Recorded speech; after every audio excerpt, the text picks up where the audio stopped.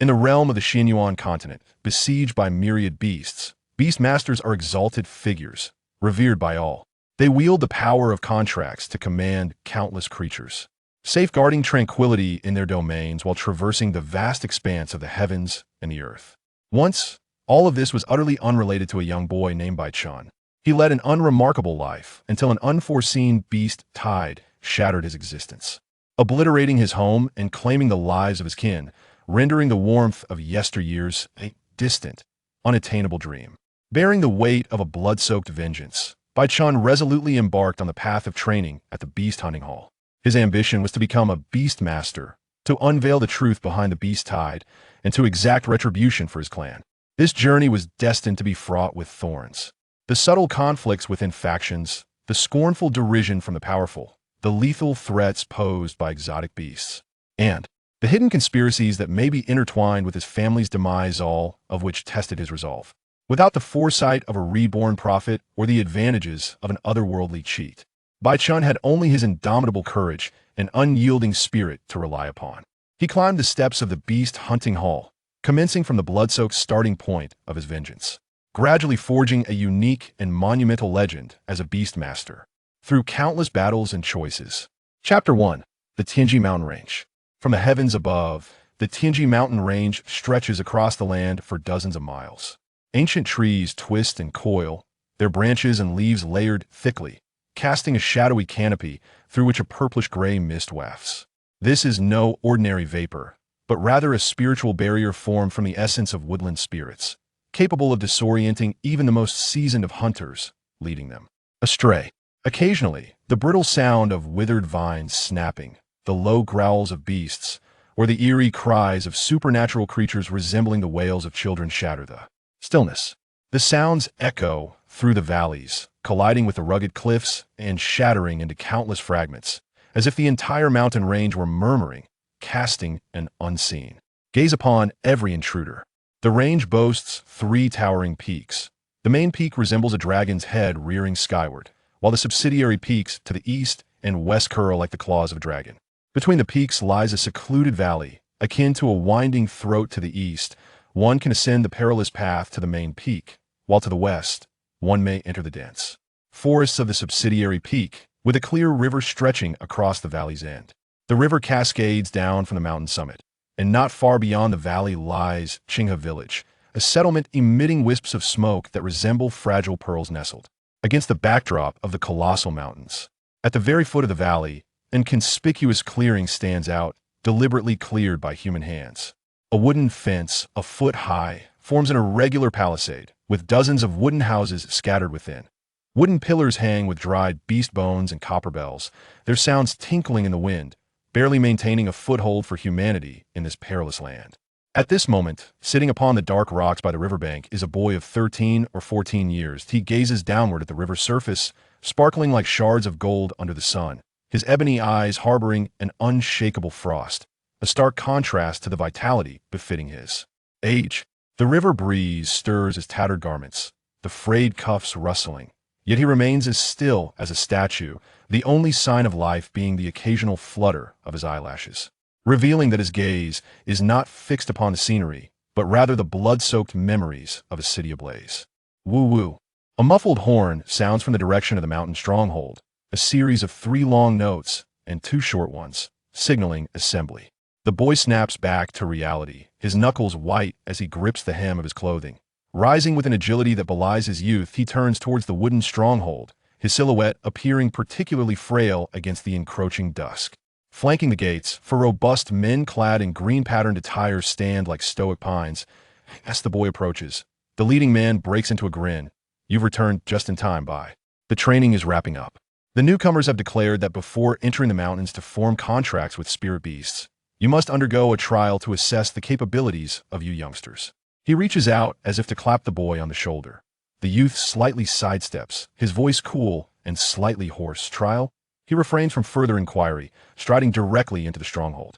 This lad, the leading man chuckles while stroking his chin, though the amusement quickly fades, replaced by a soft sigh. Another man leans in, Brother Wang. Who brought this kid? He looks fragile, and I heard the main overseer this time is Lord Kith's trial may be a challenge for him. Brother Wong watches the boy vanish behind the wooden houses. Nodding, he was rescued from the beast tide in Ling City by Lord M.O. It is rumored he is of the Bai family's direct lineage. We intended to send him to Xucheng for safety, yet somehow he ended up here in the training camp. Ling City? Another man gasps. Didn't that beast tide devastate an entire first-tier city?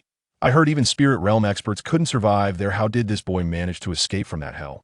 Brother Wong did not respond, but instead gazed toward the main peak shrouded in mist. There, within the forest, countless eyes lurked in the shadows, observing. In this world where humans coexist with spirit beasts, yet are constantly at war with them, survival never relies solely on luck. The boy's name is Bai Chen. At 14, he should have been honing his spiritual arts within the family's spiritual academy, awaiting the day his clan would seek a contract with a spirit beast. Yet his memories are haunted solely by the thunderous roar of spirit beast claws tearing down city walls and the anguished cries of the populace in their final moments.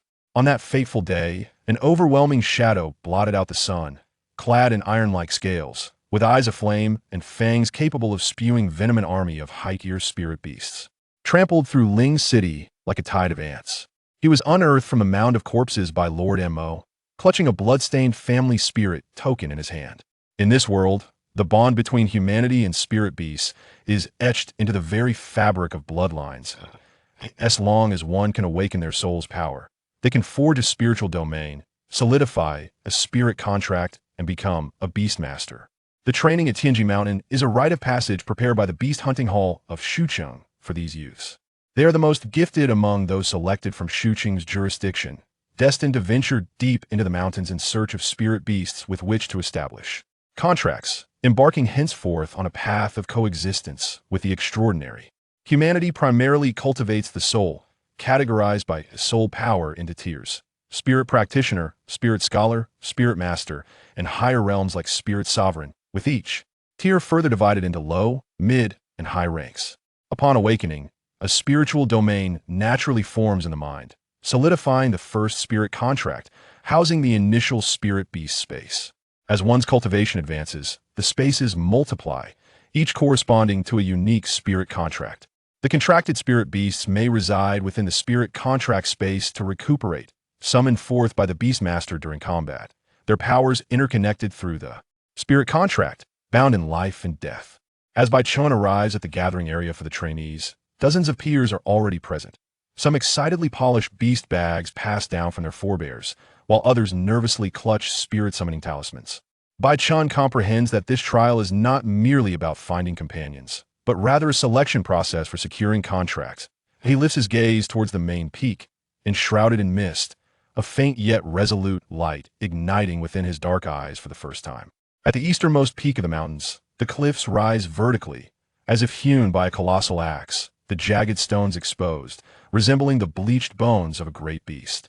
The mountain winds, tearing through the gorge, emit a sound akin to a trapped beast's roar, carrying fragments of stone that whistle down from the cliff summit, crashing against the rocks below, sparking flames. The path embedded in the sheer cliff is astonishingly narrow, barely allowing one to sidestep on the left, a wall as sharp as a knife, and on the right, a bottomless abyss with clouds and mist swirling in the depths, obscuring all sense of depth. Beneath his feet, loose stones occasionally shift and tumble, the sound of their descent echoing back only after a considerable delay, each step akin to treading upon the edge of a blade, with death's breath lingering at his nape. At this moment, on the open ground at the base of the cliff, hundreds of boys and girls huddled together. At the forefront stood a man clad in gray, his appearance as unremarkable as a stone among the mountains. Yet, no one dared to overlook the formidable crimson centipede coiling beside him, its corpulent body glistening with a glossy exoskeleton. Each segment it traversed over the ground emitted a sharp clack, and when its blood-red, compound eyes swept across the crowd, it was invariably accompanied by a disconcerting hiss that sent shivers down the spine. The man stood with his eyes closed, seemingly merging with the very rock face. Yet the restless movements of the centipede betrayed that he was not in meditation. Bai Chen slipped into the gathering point amidst the throng, securing a position at the edge, his fingertips instinctively digging into his palm. He swiftly surveyed his surroundings. Peers either clamored excitedly or feigned composure, but the tension in their eyes was unmistakable. The atmosphere today felt decidedly off-kilter, but a quarter of an hour later, The last few panting youths rushed in, finally bringing a semblance of silence to the crowd. A cursory count revealed an astonishing 553 individuals. He paused momentarily, his gaze slicing through the assembly like a blade tempered in ice. Today, we shall determine the quotas for entering the mountains.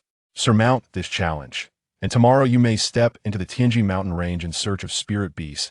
As soon as his words concluded, he suddenly raised his voice. But do not presume this is a mere trial. Do you see that peak? You must ascend it. Those wishing to withdraw now, I shall dispatch someone to return you to Xucheng, but do not expect leniency. The crowd erupted in chaos. Climb that mountain? Are you mad? Previous years have always involved spirit power manipulation. Why the sudden change? This is nothing short of a death sentence. Whispers surged like a tidal wave. The youth's faces a portrait of shock. The beast hunting hall of Xucheng had always adhered to strict protocols. Never had they employed such life-threatening methods for selection. Yet, Chi merely observed with a cold gaze. And, as the murmurs began to wane, he suddenly erupted into maniacal laughter, his mirth echoing off the cliff walls and reverberating painfully in the ears of the onlookers. No one intend to back down? Excellent. Before his words had fully dissipated, the 20 attendants clad in yellow surged into action. Chanting in unison, they summoned peculiar incantations that coalesced into white symbols in the air, which spiraled together to form a hauntingly blue disk. At the moment the light flared, 10 terrifying roars of beasts erupted violently. As the brilliance faded, 20 canine spirit beasts materialized, standing 3 to 4 meters tall, their dark brown scales glinting ominously, claws embedded deeply in the rock, fangs stained with blood. These were the notoriously ferocious, bloodthirsty beasts. The malevolent aura washed over the crowd, leaving the more than 500 individuals unable to lift their heads. The youths turned pale as a ghost. Several timid girls, already stifling sobs, their breaths trembling, commenced the ascent. Chi-Hi's voice was as frigid as poisoned ice. These bloodthirsty beasts will intermittently assault the cliff face, so hold on tight. If you fall, no one will come to your aid. He suddenly erupted into wild laughter. Of course, you could always run. He patted the crimson centipede at his side, and the creature emitted a piercing shriek, the sound of its exoskeleton scraping against itself, sending a chill down the spine. My violent abyss centipede hasn't tasted fresh blood in quite some time. The shriek was more chilling than the roar of the bloodthirsty beasts, as if it burrowed directly into the marrow. Climb now, Chi-Hi bellowed. 100 youths whose names have been called were shoved forward by the attendants, standing at the base of the nearly vertical cliff, their legs trembling. But as the low growls of the bloodthirsty beasts echoed behind them, they gritted their teeth and clung to the protrusions of the rock, beginning their ascent. The wind howled fiercer, cutting against their faces like a blade. The youth's fingers were soon scraped raw by the stone, droplets of blood falling into the void below. After climbing nearly a dozen meters, a yell from the yellow-clad attendants commanded, and several bloodthirsty beasts unleashed beams of crimson light, striking the rock face. Perilously close to the climbing group. Boom! Debris flew, and the cliff trembled violently. One youth lost his grip, screaming as he fell before he hit the ground. 2 others plummeted into the abyss, their cries echoing in despair. After ascending about 70 meters, the cliff became slick, offering little to grasp. One boy slipped, hanging precariously in midair, his hands desperately clawing at the rugged rock, legs flailing, his face as pale as parchment. Yet, before he could stabilize himself, 3 more fell beside him. One landed on a massive boulder at the mountain's base, his head bursting like a shattered watermelon, blood and brains mingling with the earth, the stench flooding the air. When the first batch finally reached the cliff summit, only a little over 60 of 100 remained. At the mountain's foot, more than 30 corpses lay sprawled, staining the ground with the essence of slaughter. The scent of blood attracted the forest spirit beasts, rustling in the underbrush, yet none dared approach. The aura of Chi-Hi, emanating with the pressure of a spirit master, was sufficient to deter even the low-tier spirit beasts. Next group? Chi-Hi didn't even glance back, his voice cold. The remaining youths exchanged glances, many trembling in fear, that a few called out hesitantly, their expressions riddled with doubt. What are you dawdling for? Chi-Hi's roar struck them like a whip. His words seemed to ignite a fuse. From the crowd, a boy in black suddenly screamed, I don't want to die. I want to go back. It was Zhang Sheng. Bai Chen recognized him as the younger son of the Zhang family from Xucheng, his physique on the heavier side. He could see that moment. His round face was a mask of despair, eyes wide as saucers. Chi-Hi, This is murder. The Beast Hunting Hall has never selected people this way. Before he could finish, he abruptly turned to flee, his corpulent body bursting forth with surprising speed. He'll return to Xucheng and report you. Trying to escape? Chi-Hai sneered, his fingers twitching slightly. The violent abyss centipede coiled at his feet shot forth like a bolt of lightning, leaving only an afterimage. In one saw its movements, they only heard a thud, and in a flash of white light, Zhang Sheng sprinted a few steps, a jet of blood erupting from his neck. His head rolled to the ground, eyes still wide open, and his body thudded down, blood gushing from his mouth, staining the earth crimson. Silence enveloped the scene. The clearing was utterly still, save for the mournful wail of the mountain wind. The youths stood frozen in terror. Even their breaths forgotten, several timid ones sat down in shock, their pant legs soaked with moisture. Chi-Hai leisurely wiped the splattered blood from his sleeve, his tone as nonchalant as discussing the weather. I detest cowards the most. Choose this path, and you must be prepared to die. He scanned the crowd, his gaze lingering momentarily on each face. Of course, you could band together to kill me, or return to report me, provided you can leave here alive. The violent abyss centipede slowly crawled back to his side, its dark yellow eyes glinting with avarice, blood still dripping from its exoskeleton. Next group, ascend. Chi-Hai commanded once more, his voice devoid of warmth. This time, no one dared to hesitate. The youths moved like puppets stripped of their souls, mechanically advancing toward the life-devouring cliff, the scent of blood at the mountain's base swelling in the wind, growing ever more pungent. Bai Chen stood amidst the crowd, his nails digging deeply into his palm, the mingling sense of blood and earth infiltrating his nostrils, causing his stomach to churn violently. Chapter 2. Terror at the cliff. The gathering place at the base of the cliff had long since lost its initial throng, now soaked in the blood of successive climbers. Resembling a serpentine scarlet ribbon, Bai Chen, mingling with the last wave of adventurers, gazed at the blood-stained rock face ahead. The image of Zhang's neck gushing crimson still seared his retina. Climbing upward offered a glimmer of hope, while turning back would lead only to a gruesome demise. Bai Chen pressed his body tightly against the cliff wall, his knuckles pale from exertion, deeply embedded in the narrow stone crevice. The edges of the crevice were as sharp as a blade, quickly grinding his palms into a bloody pulp, his nails curling as blood oozed between his fingers, cascading down into the abyss below.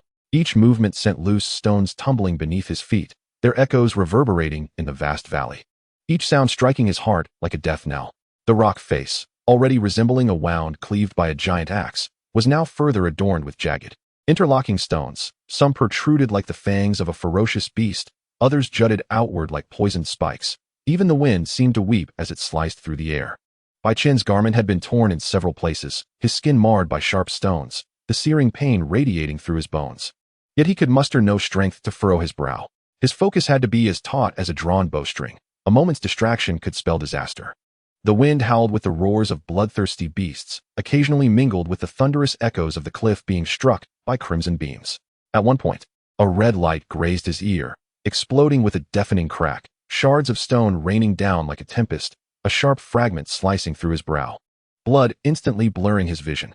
He stubbornly kept his eyes shut, enduring until the vibration subsided, then wiped his face with the back of his hand and continued upward. Before him, figures continually plummeted from above. Some emitted chilling screams, their voices elongated and drawn out in the abyss before abruptly ceasing. Others were swallowed by the mist without a sound. Bai Chen instinctively muted these cries, gritting his teeth like a solitary wolf, fixated on the rock face ahead. One step, then another, each breath tainted with the metallic scent of blood. Upon reaching a height of 150 meters, a sudden calamity struck. As his right hand grasped a rock the size of a human head, it unexpectedly crumbled, accompanied by a piercing shriek as it plummeted into the void.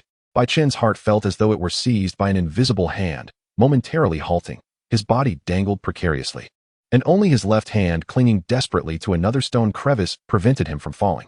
Cold sweat trickled into his eyes, rendering them nearly unopenable. Yet he dared not relinquish his grip. The muscles in his left arm creaked under the strain, as if they would tear from his shoulder at any moment.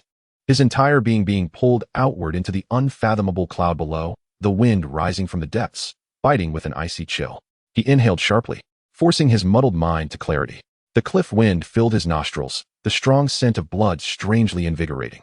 His gaze frantically scanned his surroundings until he finally spotted a new foothold 3 feet above him, a narrow stone ridge barely wide enough for the sole of his foot. He curled his right leg, pressing his toes firmly against the ridge, muscles taut as iron, using this slight leverage to propel his body back against the cliff wall. His back colliding with the jagged stone, pain clouding his vision. Just then, a cry erupted beside him. A boy in yellow was climbing upward but was violently struck by a falling person from above. The two plummeted like kites with severed strings into the abyss. As they were about to meet their doom, the boy in yellow shouted, "Spirit technique, illusory wind." A swirling gust of azure wind surged from his palm, forming a spinning barrier to support his body. Harnessing the wind's power, he deftly twisted his form, re-grasping the vines on the rock face, stabilizing himself in mere breaths. His motions as fluid as a swift swallow. Oh, quite the promising talent. Chi at the cliff's base raised an eyebrow, a hint of unexpected amusement gracing his features. This illusory wind technique was not something one could easily master. The attendant beside him quickly interjected, "Lord Qi, you may not be aware, but this boy is Lin Ju, a direct descendant of the Lin family from Xuqing." He lowered his voice, laced with a touch of deference. Moreover, he has already attained the rank of spirit scholar, making him one of the most distinguished youths in our Xuqing at around 15 years of age. The Lin family? Chi stroked his chin, deep in thought. Is that the fourth-grade noble family? Indeed, indeed. The attendant nodded vigorously. To raise such a prodigy indicates the Lin family's substantial heritage.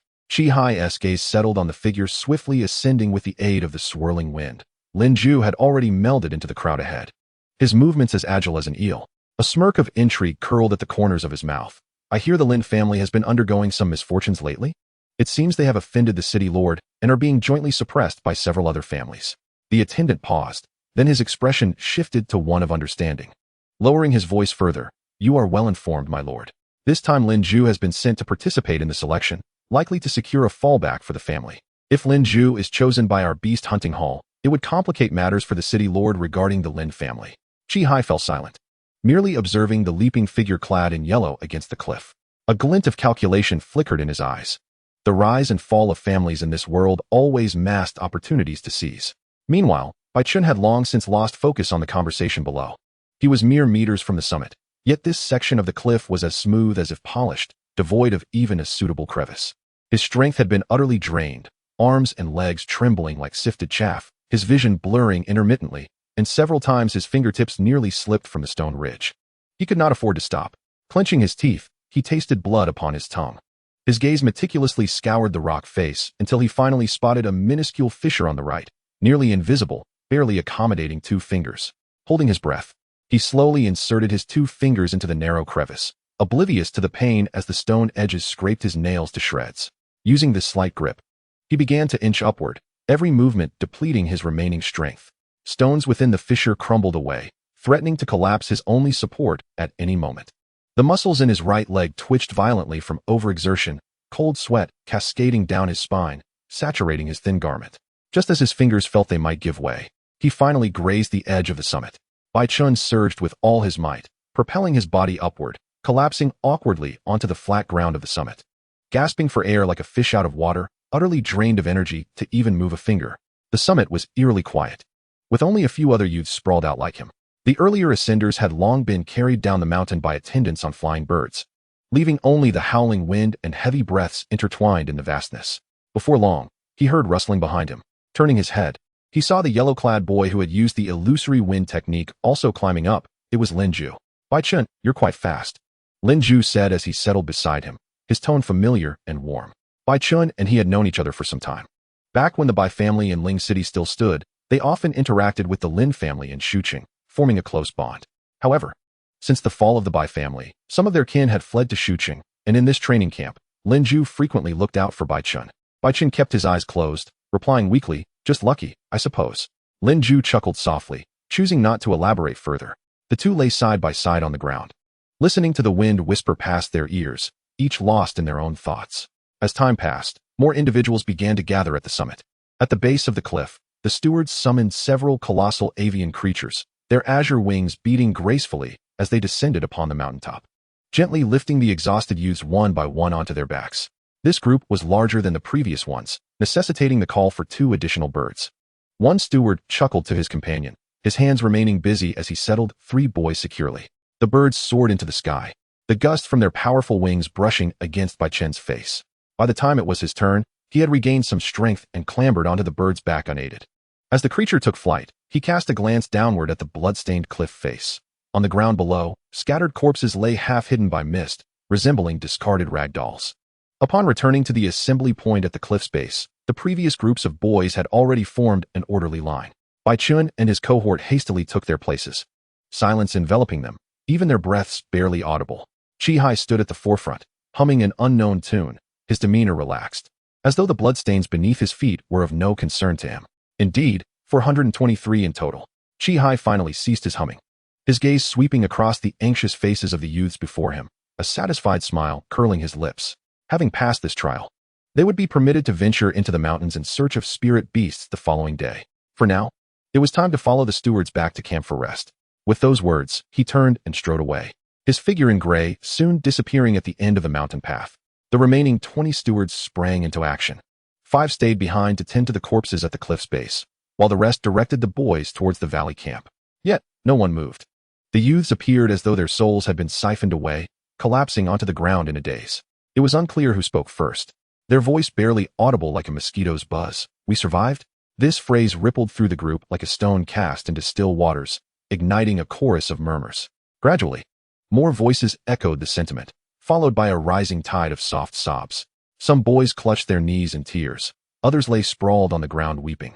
While a few laughed between their cries, they had just clawed their way back from the depths of hell, and all their usual bravado, fears, and pretenses of strength had crumbled to dust in the face of mortality.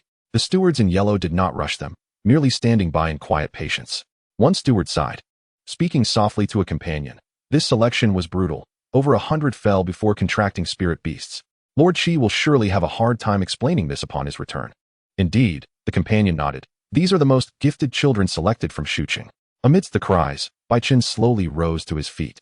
His expression remained impassive as he gazed at the bodies being dragged away, his eyes calm like a still pond. The night of the city's fall was drenched in the same sanguine hue. His kin fought valiantly atop the city walls, ultimately becoming fodder for the spirit beasts. While the guards desperately escorted him and the other children out of the city, many collapsing along the way. That night, his tears ran dry. He cried until his voice was hoarse, yet the deceased would not return, nor could they go back to their incinerated homes. Tears were the most futile of things. In this world governed by the law of the jungle, only the power grasped in one's hands could ensure survival. Chapter 3. The path of contracting spirit beasts. As dawn's mist lingered, the camp's horn suddenly shattered the silence, for long and one short, signaling their departure. In the wooden cabin shared by 7, the boys were jolted awake by the jarring sound, rubbing their sleepy eyes as they sat up, still bearing the fatigue from the previous night's horrors. Only Bai Chen sprang up almost instantaneously at the sound of the horn, deftly stuffing provisions, healing salves, and a small pouch of water into his burlap backpack. His fingertips brushed against the corner of the bag, deliberately touching the beast skin-bound spirit beast compendium, while the other boys sluggishly donned their clothing, some grumbling about the dawn not yet breaking, others nervously adjusting their collars in front of a mirror. Bai Chen had already slung his bulging backpack over his shoulder and approached the door. His gaze lingered on the empty bed in the corner, that of Lu Feng. Just yesterday, during the ascent, the round-faced boy who loved to secretly share candies had fallen, his scream echoing as he lost his grip on the vines. Bai Chen crouched down, noting that Lu Feng's bedding had not yet been collected. With half an uneaten wheat cake resting by the pillow and a small cloth pouch hidden beneath the bed, he recalled Lu Feng boasting, just before their departure, talking about the protective talisman and a small vial of hemostatic ointment his father had given him. These were precious resources for survival in the mountains. The wheat cake could stave off hunger, the rope could aid in climbing or binding wounds, and that vial of hemostatic ointment was worth more than gold. After the climb yesterday, the medicine he carried was nearly depleted.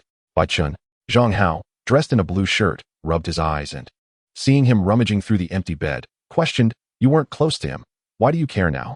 Bai Chen did not respond, swiftly stuffing the cloth pouch, the wheat cake, and the remaining rope from the bed into his own backpack. The bag swelled even more, and he stood up to leave, leaving the other boys exchanging puzzled glances. What is he doing? Someone scratched their head, failing to comprehend Bai Chen's intentions. Zhang Hao clicked his tongue. I thought he was grieving. Turns out he's just scavenging from the dead. He scoffed. He's always lugging that tattered compendium around. Now he's picking through the corpses too. Don't say that, a tall boy frowned. In the mountains, more supplies mean better chances of survival. Last time, when we encountered the toxic herbs, it was he who alerted us. Exactly.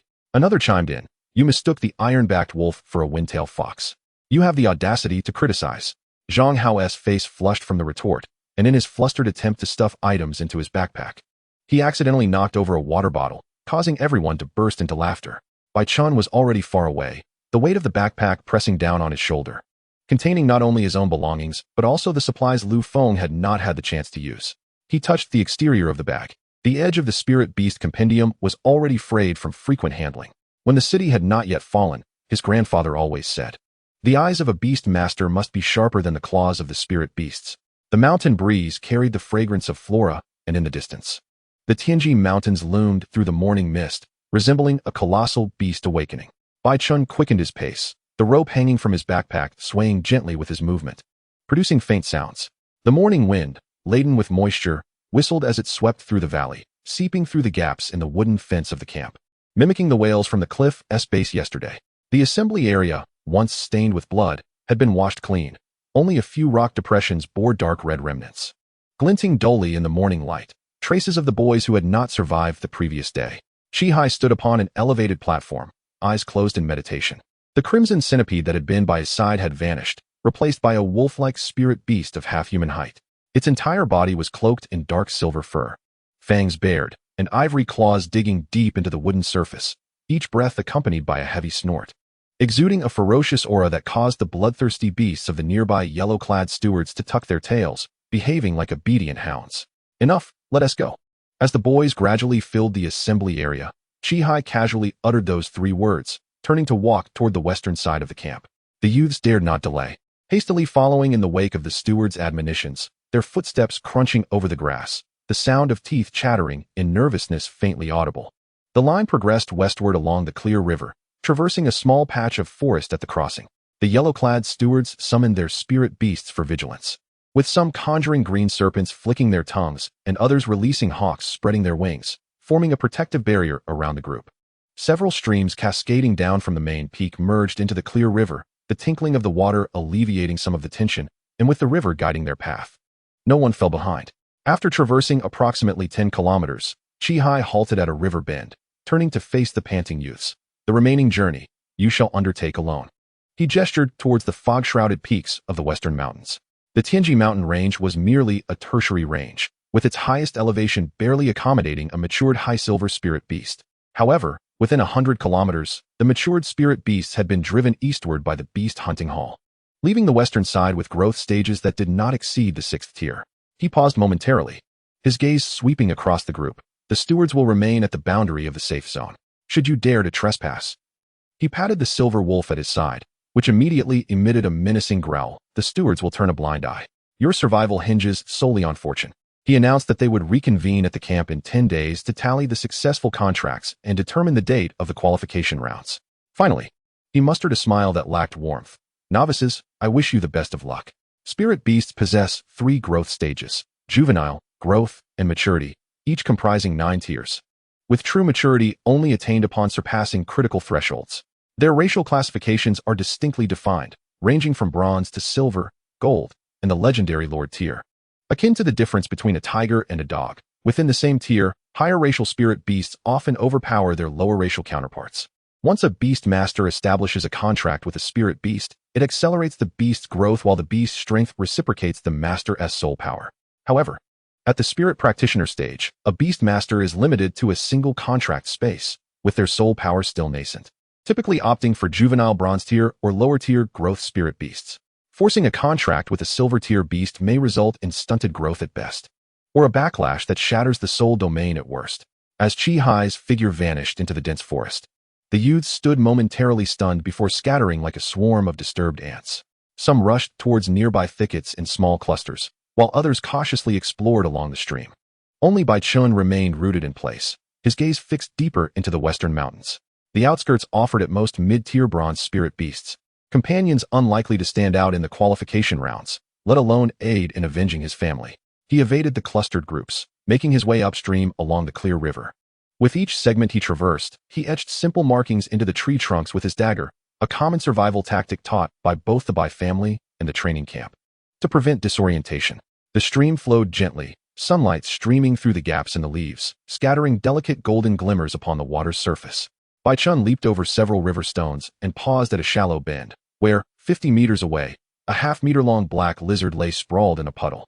Its body was adorned with diamond-shaped scales, its tail flattened like a fish's, restlessly flicking and splashing tiny droplets of water. The scale-armored lizard was a mid-tier bronze beast. In the juvenile stage at the 8th tier, Bai Chen's spiritual sense swept across it, leading to an instant conclusion, rendering the spirit beast compendium unnecessary for reference. This amphibious spirit beast had decent speed but lacked strength and any elemental attacks, making it a poor choice indeed. Bai Chen shook his head and turned to leave. The scale-armored lizard was docile and would not attack unless its territory was encroached upon. Bai Chen. A rustling in the bushes behind him heralded the emergence of a youth wielding a hunting knife, who eyed him and the scale-armored lizard warily. Is this your target? It was Wang Hu, his disheveled, straw-colored hair clinging to his forehead, his skin an unhealthy yellow reminiscent of oil, earning him the nickname Oil Tiger among the camp's inhabitants. Not at all, Bai Chen replied coolly, quickening his pace into the depths of the forest. Behind him, Wang Hu's excited roar echoed, presumably as he launched an attack on the scale-armored lizard. Bai Chen did not look back. He was well aware that capturing one's first spirit beast required either brute force, methods to weaken the beast, or forcibly binding it with soul power. Wang Hu's impatient demeanor left the outcome uncertain. Truly exceptional spirit beasts would never conceal themselves in such easily discoverable locations. Bai Chen's gaze shifted towards the distant, mist-enshrouded waste of the western mountains, where perhaps the answers he sought lay hidden deep within the forest. Nightfall enveloped the forest like a piece of velvet soaked in ink, gradually cloaking the land. Moonlight filtered through the layers of leaves, casting a mottled silver glow on the ground, flickering eerily and adding an air of mystery to the stillness. Utilizing the scant light, Bai Chen navigated through the woods, the rustling of fallen leaves underfoot startling the nocturnal birds above, sending them fluttering away with brief, sharp cries. After walking for most of the day, his legs felt as heavy as lead, and his throat was parched and tight. Upon rounding a massive ancient tree that would require 2 people to embrace, he discovered a half-person high cave concealed by vines at its base, nearly imperceptible unless one looked closely. Bai Chen pushed aside the vines. The cave was modest, capable of accommodating 2 or 3 individuals, with relatively dry walls and a corner piled with dry twigs and leaves. He tossed a stone inside, listening intently for any sounds before bending down to crawl in, returning outside to gather several stones and a bundle of dried grass to block the entrance, leaving only a narrow gap that allowed for ventilation while keeping low-tier spirit beasts at bay during the night. After completing this task, he leaned against the cave wall, catching his breath, and unfastened the burlap sack from his back. There was still a fair amount of dried food inside, hard wheat cakes and half a piece of jerky left by Lu Feng. He took out a piece of the cake, slowly nibbling on it with the river water he had stored in his water pouch earlier, carefully collecting the crumbs that fell onto his lap and stuffing them back into his mouth. Judging by the marks he had carved earlier, he had ventured approximately 8 to 9 kilometers into the western mountains. The spirit beasts he had encountered along the way were not few. The long-tailed azure-striped serpent, the iron-clawed monkeys leaping between branches, and the tusked stone-skinned wild boars. Most of these were low-tier bronze. Upon sensing his emanating spirit practitioner-level soul fluctuations, they either scurried away with their tails between their legs or bared their teeth from a distance, none daring to engage him directly. Yet none of these were what he sought. Bai Chen chewed on the wheat cake, his gaze falling upon the spirit beast compendium. He desired a spirit beast that displayed unique talents in its growth stage, even if it were only a low-tier silver or a bronze with rare attributes. Only such a beast would have the potential to excel in the qualification rounds. After finishing his food, he did not rest immediately. Outside the cave, he heard the howls of unknown beasts, and in the distance, the roars of battling spirit beasts echoed. Bai Chen closed his eyes, placing his hands in a prayer position before his abdomen, beginning to cultivate his soul power. The soul power resembled a tranquil lake, flowing gently through his meditation. Initially, it was but a faint ripple, gradually intensifying with the rhythm of his breath, coursing through his meridians, washing away the fatigue accumulated throughout the day. He could clearly perceive his soul domain, a grayish expanse where a vacant spirit beast space floated, emitting a soft white glow as the soul power circulated. Outside the cave, the wind grew stronger, mingling with the sharp cries of some spirit beast. Yet Bai Chen's mind became increasingly tranquil, his soul power cycling within him, each circulation more substantial than the last. He understood that in this perilous forest, only by becoming stronger could he await the dawn and seize the opportunity for vengeance. Time passed unmeasured until he slowly opened his eyes, a glimmer of clarity shining within them. Lifting his hand, he noticed a faint white radiance swirling around his fingertips, a sign of the externalization of his soul power, a further refinement from the previous night. This was the hallmark of a spirit practitioner, his confidence bolstered. Among this batch of youths, only a few had likely reached the spirit practitioner stage, while most remained at the spirit adept level. He pulled the backpack up to serve as a pillow, leaning against the cave wall for a brief rest. The dried grass at the cave entrance swayed gently in the night breeze, and moonlight streamed through the crevices of the stones, illuminating his youthful yet resolute face. As dawn's first light began to break, Bai Chen dismantled the stone pile at the cave's entrance and slung his backpack over his shoulder. The dew-laden grass soaked the cuffs of his trousers, the icy sensation creeping up his skin. Yet, he dared not slow his pace. During his training the previous night, he had faintly heard the distant roars of high-tier spirit beasts, a clear sign that the border of the safe zone was drawing near. After traversing another 3 kilometers, the surrounding scenery morphed into something eerie. The tree branches were draped in a gray-green moss, and the ground transformed from soft, decaying leaves into a muddy mire interspersed with black sludge, each step sinking him ankle-deep. What heightened his alertness was the evident increase in the strength of the spirit beasts he encountered along the way. The iron-feathered eagle he had startled moments ago boasted a wingspan of nearly 2 meters, its gaze far more ferocious than that of its kin he had seen the day before. This marked the boundary between the safe and perilous zones. Bai Chen gripped the machete at his waist, the handle slick with the sweat of his palms. He picked up a wooden stick as thick as his wrist. Cautiously probing ahead, it plunged into the muck and took an eternity to extract, releasing a nauseating stench. Suddenly, a strange wind howled from a diagonal front. Not the natural breeze of the forest, but rather reminiscent of some creature's breath. Bai Chen's scalp prickled with alarm, and he instinctively dove aside, his back colliding forcefully against the trunk of a large tree. Crack! Just as he evaded, the mire erupted 3 meters away. A creature half a meter long burst forth from the earth, its yellow-white fangs protruding ominously, its head resembling that of a lizard. Yet its body was covered in crocodilian armor, murky eyes fixated on Bai Chen, drool dripping onto the ground with a distinct plop. A white-mouthed lizard crocodile. Growth Stage 1. Bai Chen's heart raced, realizing that had he hesitated for even half a second longer, this beast could have severed his leg. This spirit beast was a tyrant of the marshes, its skin blending seamlessly with the muck, capable of ambushing even high-tier bronze spirit beasts. Yet, Bai Chen merely cast it a fleeting glance before turning on his heel and hastening away. Despite being a mid-tier bronze creature, the lizard crocodile lacked any special attributes and held no allure for him beyond its agility in the mud. The lizard crocodile let out an indignant hiss behind him, but did not pursue, evidently unwilling to abandon its territory. Bai Chen waded through the swamp, his legs sinking into the sludge, mud splattering his body as hanging vines left several bloody scratches across his arms and cheeks, burning painfully. It was not until the muddy ground solidified into firm earth that he found himself amidst a thicket of lush banyan trees. Leaning against a trunk to carefully apply ointment to his wounds, he needed to tend to his injuries swiftly. The blood-sucking mosquitoes of the forest were exceedingly sensitive to the scent of blood, and attracting a swarm could prove disastrous, even for a spirit master. By the afternoon of the 4th day, Bai Chen had ventured deep into the area where banyan trees intertwined with shrubs, not far from the mountain's waist. The surroundings were eerily silent, with scarcely a chirp from insects, and the occasional roar of spirit beasts carried a palpable hostility. He understood that the spirit beasts here were at least growth stage 3 and could not be deterred by mere soul intimidation any longer. No longer could he confront them head-on. Bai Chen crouched beneath an ancient banyan tree, observing the chaotic claw marks on the ground, indicative of some large spirit beast. The depth of the scratches suggesting a formidable foe. He brushed his fingers against the fish wrapped in lotus leaves within his possession. A laborious catch from the stream the day before, still retaining a hint of moisture. A plan began to take shape in his mind. He selected a relatively flat patch of ground and began to excavate a trap with his machete and wooden stick. The mud mixed with gravel was particularly arduous to dig through, sweat trickling into his eyes, stinging them shut. After half an hour, a pit 2 meters deep and 3 meters wide was finally completed, with sharpened branches buried at the bottom, their points glinting ominously. Bai Chen retrieved the fish, slicing open their bellies with his machete, the vivid red blood gushing forth. He smeared the fish blood evenly around the trap's perimeter, tossing a few small fish into the pit as bait. Once that was done, he removed the vine from his waist.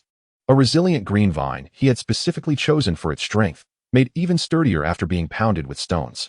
He wove the vine into a simple net, tying one end to a branch above the trap and the other to a nearby thicket, creating a trigger mechanism. Should any heavy object fall into the trap, the net would instantly drop, sealing the exit. Finally, he constructed a makeshift shelter high in the branches of a nearby banyan tree using vines and branches. Perched within the shelter, he could keep watch over the trap's activity while remaining concealed. With everything in place, Bai Chen climbed the banyan tree and nestled into the shelter. Placing his machete within reach, his gaze fixed intently on the direction of the trap. The wind rustled through the leaves, creating a soft, whispering sound, while sunlight filtered through the foliage, casting dappled shadows around the trap. Uncertain of what spirit beast might approach, he knew this was the most prudent method, capturing the most promising potential partner with minimal exertion. As time passed slowly, the cicadas in the banyan tree chirped in a rhythmic chorus, while Bai Chen's patience stretched taut like a drawn bowstring, refusing to waver. Chapter 4. The Fiery Beast. In the following 2 days, the area surrounding the trap remained restless. An advanced silver two-headed wolf was drawn in by the scent of blood, each head clutching a clump of the trap's muddy edge, its crimson eyes scanning the surroundings with suspicion. It had reached growth stage 5, its robust forepaws clawing at the rim of the pit, but the sharp stakes at the bottom could not pierce its tough hide. After a series of roars that sent leaves cascading to the ground, it reluctantly departed. Bai Chen watched from his perch, astonished. This dual-headed wolf could spew acid and cold air.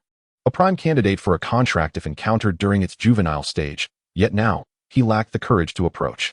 Next came a low-tier silver azure-feathered bird, astonishing in its own right, with wings spread wide, measuring a full yard across, its azure feathers glinting with a metallic sheen. As it swung from the vines at the edge of the pit, it was clearly at growth stage 4.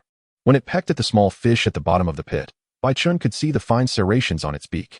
With a mere flick of its sharp claws, it could easily sever a sturdy vine, rendering his trap ineffective.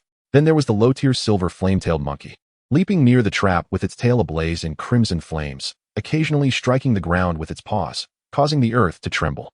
This monkey was already at growth stage 3, possessing intelligence. It circled the trap twice, even picking up a stone to test the mechanism. Then, likely having figured it out, it scoffed before vanishing into the dense foliage. Bai Chen sat in his shelter atop the banyan tree, his fingers unconsciously tracing the edges of the spirit beast compendium. Each of these beasts surpassed the scaled lizard chosen by Wang Hu, yet their growth stages were too advanced. His trap was effective against juvenile beasts below stage 9, and combined with the spirit master level soul intimidation and spiritual techniques, he could manage them. But any beast above growth stage 2 rendered his trap as ineffective as paper, had the flame-tailed monkey not been toying with him. A single swipe could have shattered the vine net. Patience, he reminded himself, taking a deep breath to suppress his disappointment. The beast hunting hall had claimed that the Western Peaks apex housed only growth stage 6 beasts, and there must be some promising candidates that had slipped through the cracks. Just then, a sudden jolt of pain surged through his mind. It felt as though a red-hot needle had been thrust into his spirit domain, causing Bai Chen to stifle a groan, nearly tumbling from the tree. He gripped the nearby branch tightly, cold sweat beading on his forehead, as that familiar sensation washed over him once more. Within his soul space, the previously gray chaos erupted into tumultuous waves. A bolt of blue-violet starlight tore through the mist like a bolt of lightning, racing forth from the depths of space and illuminating the entire spiritual realm as if it were broad daylight. The radiance was so intense that it felt as though it would pierce through his skull, spilling forth from all 7 apertures. Bai Chen gritted his teeth, battling against the dizziness that threatened to overwhelm him. This sensation had plagued him since the day he awakened his soul power at the tender age of 5.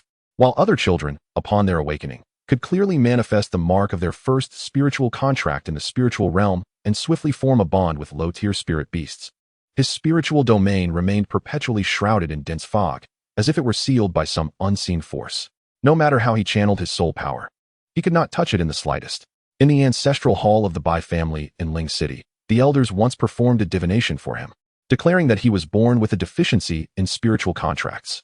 While his peers had long since formed contracts with their first spirit beasts, he could do naught but train his soul power day after day, becoming the laughingstock of the clan. What worth was he as a direct descendant if he could not even form a contract with a spirit beast? What significance did awakening his spiritual realm hold? Without a spirit beast, he was deemed worthless. The scornful jibes pierced his heart like poisoned needles. He remembered a particular instance during a clan trial when a distant relative deliberately unleashed a contracted groundhog to scurry around his feet, provoking laughter from the crowd. On that day, he did not weep. He merely tightened his fists, pouring all his energy into training, vowing that if he could not have a spirit beast, he would make his soul power strong enough to crush everything in his path. With this fierce determination, he managed to break through to the rank of spirit knight without a contracted spirit beast.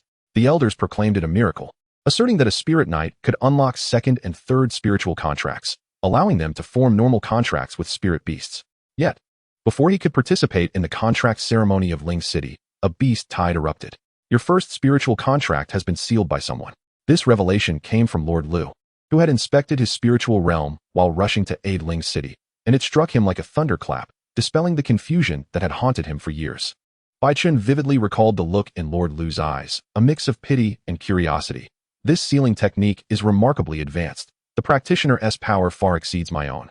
To be honest, I am quite curious as to what kind of person would be so ruthless as to impose such a fate upon a child. This memory occurred 3 days after the beast tide had broken out. The guards fought valiantly to escort the Bai family's direct descendants partway, but they were ultimately scattered by the panicking throngs. Bai Chen had hidden amidst the corpses for 2 days until he encountered Lord Lu, who was bringing reinforcements to Ling City. However, by the time they arrived, Ling City had already become a sea of flames, with half the walls collapsed and the roars of spirit beasts drowning out the cries of the dying. Overcome with emotion, he lost consciousness as darkness enveloped him. When he awoke, Lord Lu was beside him, discussing the matter of sealing, ultimately offering him a choice. The Beast Hunting Hall in Shu City is currently selecting new recruits. Would you care to try your luck? Shu City, like Ling City, was a first-tier city located behind Ling City and directly governed by the Beast Hunting Hall. At that moment, Bai Chen clenched his fists. He had no other option. As a spirit user, he could only contract one spirit beast, and only upon reaching the rank of Spirit Knight could he unlock second and third contracts, allowing for the simultaneous summoning of dual spirit beasts to gain a decisive advantage in battle. Yet, his sealed first spiritual contract was like an insatiable void. Even upon becoming a Spirit Knight, he could only summon a single spirit beast with the second and third contracts. The blue-violet starlight in his soul space grew increasingly intense, sending tremors through his spiritual realm. Bai Chen leaned against the trunk of a tree, gasping for breath as the world around him dimmed. This radiance was brighter than any he had ever experienced. Once the tumult in his mind subsided, he muttered curses under his breath, his fingertips digging deeply into his palm. What kind of seal was this? He pondered, pressing his hand against his chest, feeling the frantic beating of his heart resonate with the aftershocks of his soul space. Suddenly, a series of crisp calls emanated from the direction of the trap, interrupting his thoughts. Bai Chen jolted upright, spotting a fluffy white creature crouched at the bottom of the pit, approximately 1 meter in length, covered in soft, long fur. With a face resembling that of a docile kitten, yet adorned with spiral-shaped horns on its forehead and pinkish-white claws that sparked with embers. An 8-tier fire jackal in its juvenile phase. Bai Chen's heart raced. This was a medium silver-tier spirit beast with dual primary attributes, exhibiting the agility of a beast type and the explosive power of a fire type, nearly unmatched within its tier. Though it had not been on his initial target list, it was far more reliable than the previous growth stage spirit beasts. Without hesitation, he released the thorny vine in his grasp, triggering the mechanism. The vine net above him fell with a whoosh, enveloping the fire jackal in an instant. Owl! Startled, the fire jackal lashed out with its small paws, 2 beams of cold light flashing as it created a gash in the resilient vine net. A growth stage claw? Bai Chen felt a mix of shock and joy. Typically, a regular fire jackal's claws would only harden in its growth stage, yet this juvenile exhibited such strength, clearly showcasing exceptional talent. He had no time to contemplate further. He leaped down from the banyan tree, landing with agility and pouncing onto the vine net, using his body to pin down the struggling fire jackal. Simultaneously, he forcefully channeled his spirit knight-level soul power into the creature, a common technique employed by beast tamers. First, weaken the spirit beast state. Then intimidate and suppress it with soul power, before finally forming the contract. Second spiritual contract, activate. The white light of the contract shimmered from his palm, resembling a ribbon that entwined around the fire jackal. However, just as the light brushed against its fur, an invisible force repelled it, shattering it into glimmering particles with a snap. Contract failed. Bai Chen had anticipated this, though the fire jackal was still in its juvenile phase. It was already 8-tier and merely trapped by the vine net, its state unharmed. How could it easily submit? He pressed down on the net's opening, gathering his soul power within his palm to prepare for a spell, but suddenly, the vine net began to shake violently. The fire jackal emitted a red glow from its mouth, gathering flames. Damn it, it can launch attribute attacks in its juvenile phase? Bai Chen's heart sank. The fire jackal's fire abilities typically manifested only in its growth stage, making this one's talent exceedingly rare. Boom. A small fireball exploded, creating a large hole in the vine net. The fire jackal seized the opportunity to escape, landing on the ground and baring its teeth at Bai Chen, its small horns igniting with a red glow, clearly incensed. Bai Chen quickly retreated, gathering an orange-red glow in his palm. This was the Bai family's ancestral technique. The flame flow spell, which he had only barely mastered at the Spirit Knight stage, consuming a significant portion of his soul power. If this strike hit, even a spirit beast that had grown a tier would be gravely injured, but the fire jackal was too swift. He had to ensure a hit. Otherwise, he would have no means of retaliation. Just as he was about to unleash his attack, a sudden sound of slicing air came from behind. Bai Chen instinctively rolled forward, narrowly avoiding a blue wind blade that zipped past, slicing through a nearby banyan branch with a crisp sound. Lin Feng. Bai Chen sprang to his feet, glaring coldly at the newcomer. It was a boy with black hair and a face full of freckles, standing beside a half-meter-tall blue bird. Its tail trailing 13 exquisite feathers, a juvenile 9-tier clear-wind sparrow, just a step away from its growth stage. Lin Feng was a distant relative of the Lin family in Shu City, and he had been at odds with Bai Chen since their time in the training camp. Their conflicts ranged from verbal disputes to physical confrontations, often receiving reprimands from the direct descendant, Lin Ju. Yet Bai Chen never expected that he would resort to violence here. Had he been a moment slower in evading, he would undoubtedly have been torn apart by the wind blade. He had yet to form a contract with the spirit beast, while Lin Feng possessed the clear wind sparrow, leaving him with no chance of winning in a direct confrontation. Oh, a waste of space is still a waste of space. You can dodge quite well, Lin Feng sneered, patting the clear wind sparrow on the head. I've taken a liking to this fire jackal. Do you think you're worthy of competing for it? His gaze flicked over the trap before returning to Bai Chen, adding, but I must thank you. You've helped me exhaust quite a bit of its strength. The medium silver tier serves as my second spirit contract. Upon uttering these words, Bai Chen's heart sank, realizing that Lin Feng had ascended to the spirit master level.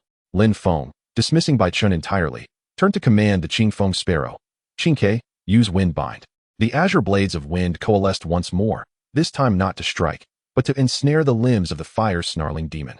Though formidable, the demon had just endured traps and Bai Chen's exhausting efforts. Now, bound by the wind blades, its movements slowed significantly. Bai Chen understood he could not linger any longer. The previously gathered flame flow had consumed half of his soul power, and lacking a contracted spirit beast, to confront the demon head-on would be tantamount to courting death. He fixed his gaze on Lin Feng's retreating figure, etching that face into his memory, before swiftly disappearing into the dense forest. Humph, let him flee. It spares me from dirtying my hands. Lin Feng observed the direction in which Bai Chen vanished without pursuing, spitting in disdain as he continued to direct the Qing Feng sparrow in suppressing the fire-snarling demon. After all, once he contracted this demon, his strength would undoubtedly soar. How could someone without even a contracted spirit beast hope to catch up to him? Bai Chen ran breathlessly back to his temporary base, a concealed nook within a banyan tree, shrouded in vines and leaves, rendering it exceedingly discreet. He squeezed into the hollow, leaning against the damp trunk, his chest heaving violently. Lin Feng, he thought, gritting his teeth as his nails dug painfully into his flesh. This grievance of having one's hard-earned gains snatched away was firmly etched in his heart. Outside the tree hollow, faint beast roars echoed, and Bai Chen closed his eyes, forcing himself to calm down. His soul power gradually flowed within, mending the recent depletion. He needed to recover swiftly and seek a new target. The 10-day deadline was fast approaching, and he must contract a sufficiently strong spirit beast before the qualifying round. Chapter 5, The Ice Lake. The morning mist had yet to dissipate as Bai Chen traversed the half-melted snow along the edge of Black Wind Ridge, with only 4 days remaining until the deadline. Although his soul power had largely replenished, the urgency in his brow remained unabated. He had to find a suitable ice-type spirit beast swiftly to secure his footing in the final assessment of the Beast Hunting Hall. As he passed through a thicket adorned with icicles, the scenery before him abruptly transformed. A mirror-like lake unfolded, revealing a completely frozen ice crystal lake. The ice layer was thick enough to clearly see the curled-up ice fish beneath, while sunlight refracted into a spectrum of colors upon its surface. Yet not a hint of warmth penetrated, only intensifying the chill in the air.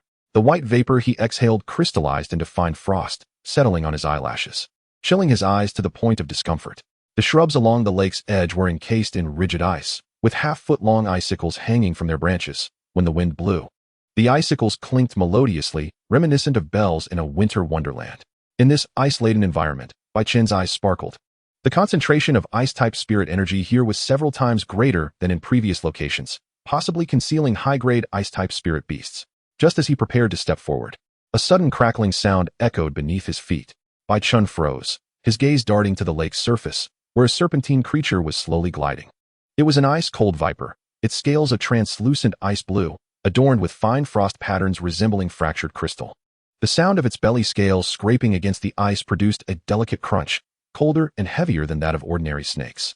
It raised its triangular head, icy eyes scanning the lake's surface, exhaling not the usual snake's breath, but wisps of white ice mist. When the mist settled upon the ice, it instantly crystallized into delicate frost flowers, freezing the surrounding air as if time itself had halted. In its growth phase, it was at the 6th rank. A low-tier silver beast. Bai Chen quickly crouched, concealing himself behind a frost-encrusted shrub, his heart racing. Soon, more ice-cold vipers emerged from the icy depths. Some patrolled the lake's perimeter, others basked on the ice, and a few coiled around the icicles, exhaling ice mist as they surveyed their surroundings. A rough count revealed 7 or 8, with the weakest at the 5th rank in growth phase, and the strongest, almost twice the size of the others, boasting a frost pattern so dense it resembled a net, evidently at the 7th rank in growth phase. Bai Chen held his breath, suppressing even the slightest ripple of soul energy. Pressed against the frigid shrub, he observed through the branches. These ice-cold vipers, though fierce, exhibited a distinct pattern. As the sun began to set, they collectively vacated the lake's surface, heading east towards the frozen forest, likely in search of sustenance. Glancing at the sky, the morning mist had just begun to lift, and there remained 2 hours before their foraging commenced. There must be juvenile ice-cold vipers within. Patience, Bai Chen silently reminded himself, his fingertips digging into the shrub's icy shell, the cold sensation sharpening his focus. The 2 hours dragged on interminably. He remained motionless, concealed behind the shrub, observing the ice-cold vipers as they interacted, some intertwined for warmth, the ice mist coalescing around them into thin layers, while others delved into the ice's depths, seemingly guarding something. The strongest of them, the 7th rank viper, coiled at the lake's center, its head oriented towards the frozen forest, vigilant against potential threats. As the sun ascended higher, its rays bore down upon the ice layer, growing increasingly blinding. Bai Chen squinted against the brightness, reluctant to blink, fearful of missing the moment the vipers departed. Finally, as the sun angled westward, the strongest viper suddenly stirred. It raised its head and emitted a low hiss, resonating with the tremors of ice-type energy. Upon hearing the signal, the other vipers immediately lifted themselves from their positions and followed it towards the frozen forest. Their pace was not swift, their serpentine bodies gliding across the ice, leaving behind faint traces. Once the last viper's tail vanished into the forest's edge, Bai Chen remained frozen for a moment longer, ensuring no further movements disturbed the silence, before cautiously emerging from behind the shrub. Crouching low, he stepped lightly upon the ice layer, each footfall deliberate and soft. Occasionally, shadows of ice fish flitted beneath, yet they remained frozen in place, akin to specimens encased in crystal. He treaded exceptionally cautiously, wary of the ice beneath him fracturing suddenly. Though thick, it could not withstand violent disturbances. After traversing approximately 50 steps, he spotted a half-foot-wide fissure to his right. A faint blue glow emanated from the crevice.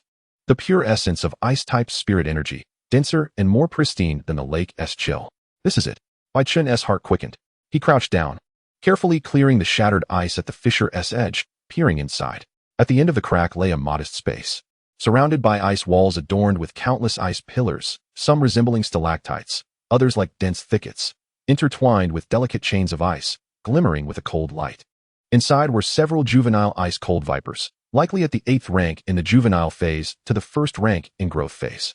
Yet, at the other end of the ice chain, 3 diminutive creatures dangled. Bai Chen's breath caught in his throat. They were 3 frost ice sprites. The one on the left was roughly the size of a palm, with an exquisitely humanoid upper body, its skin appearing as if forged from millennia-old ice. Adorned with faint crack patterns, yet not a trace of roughness was apparent.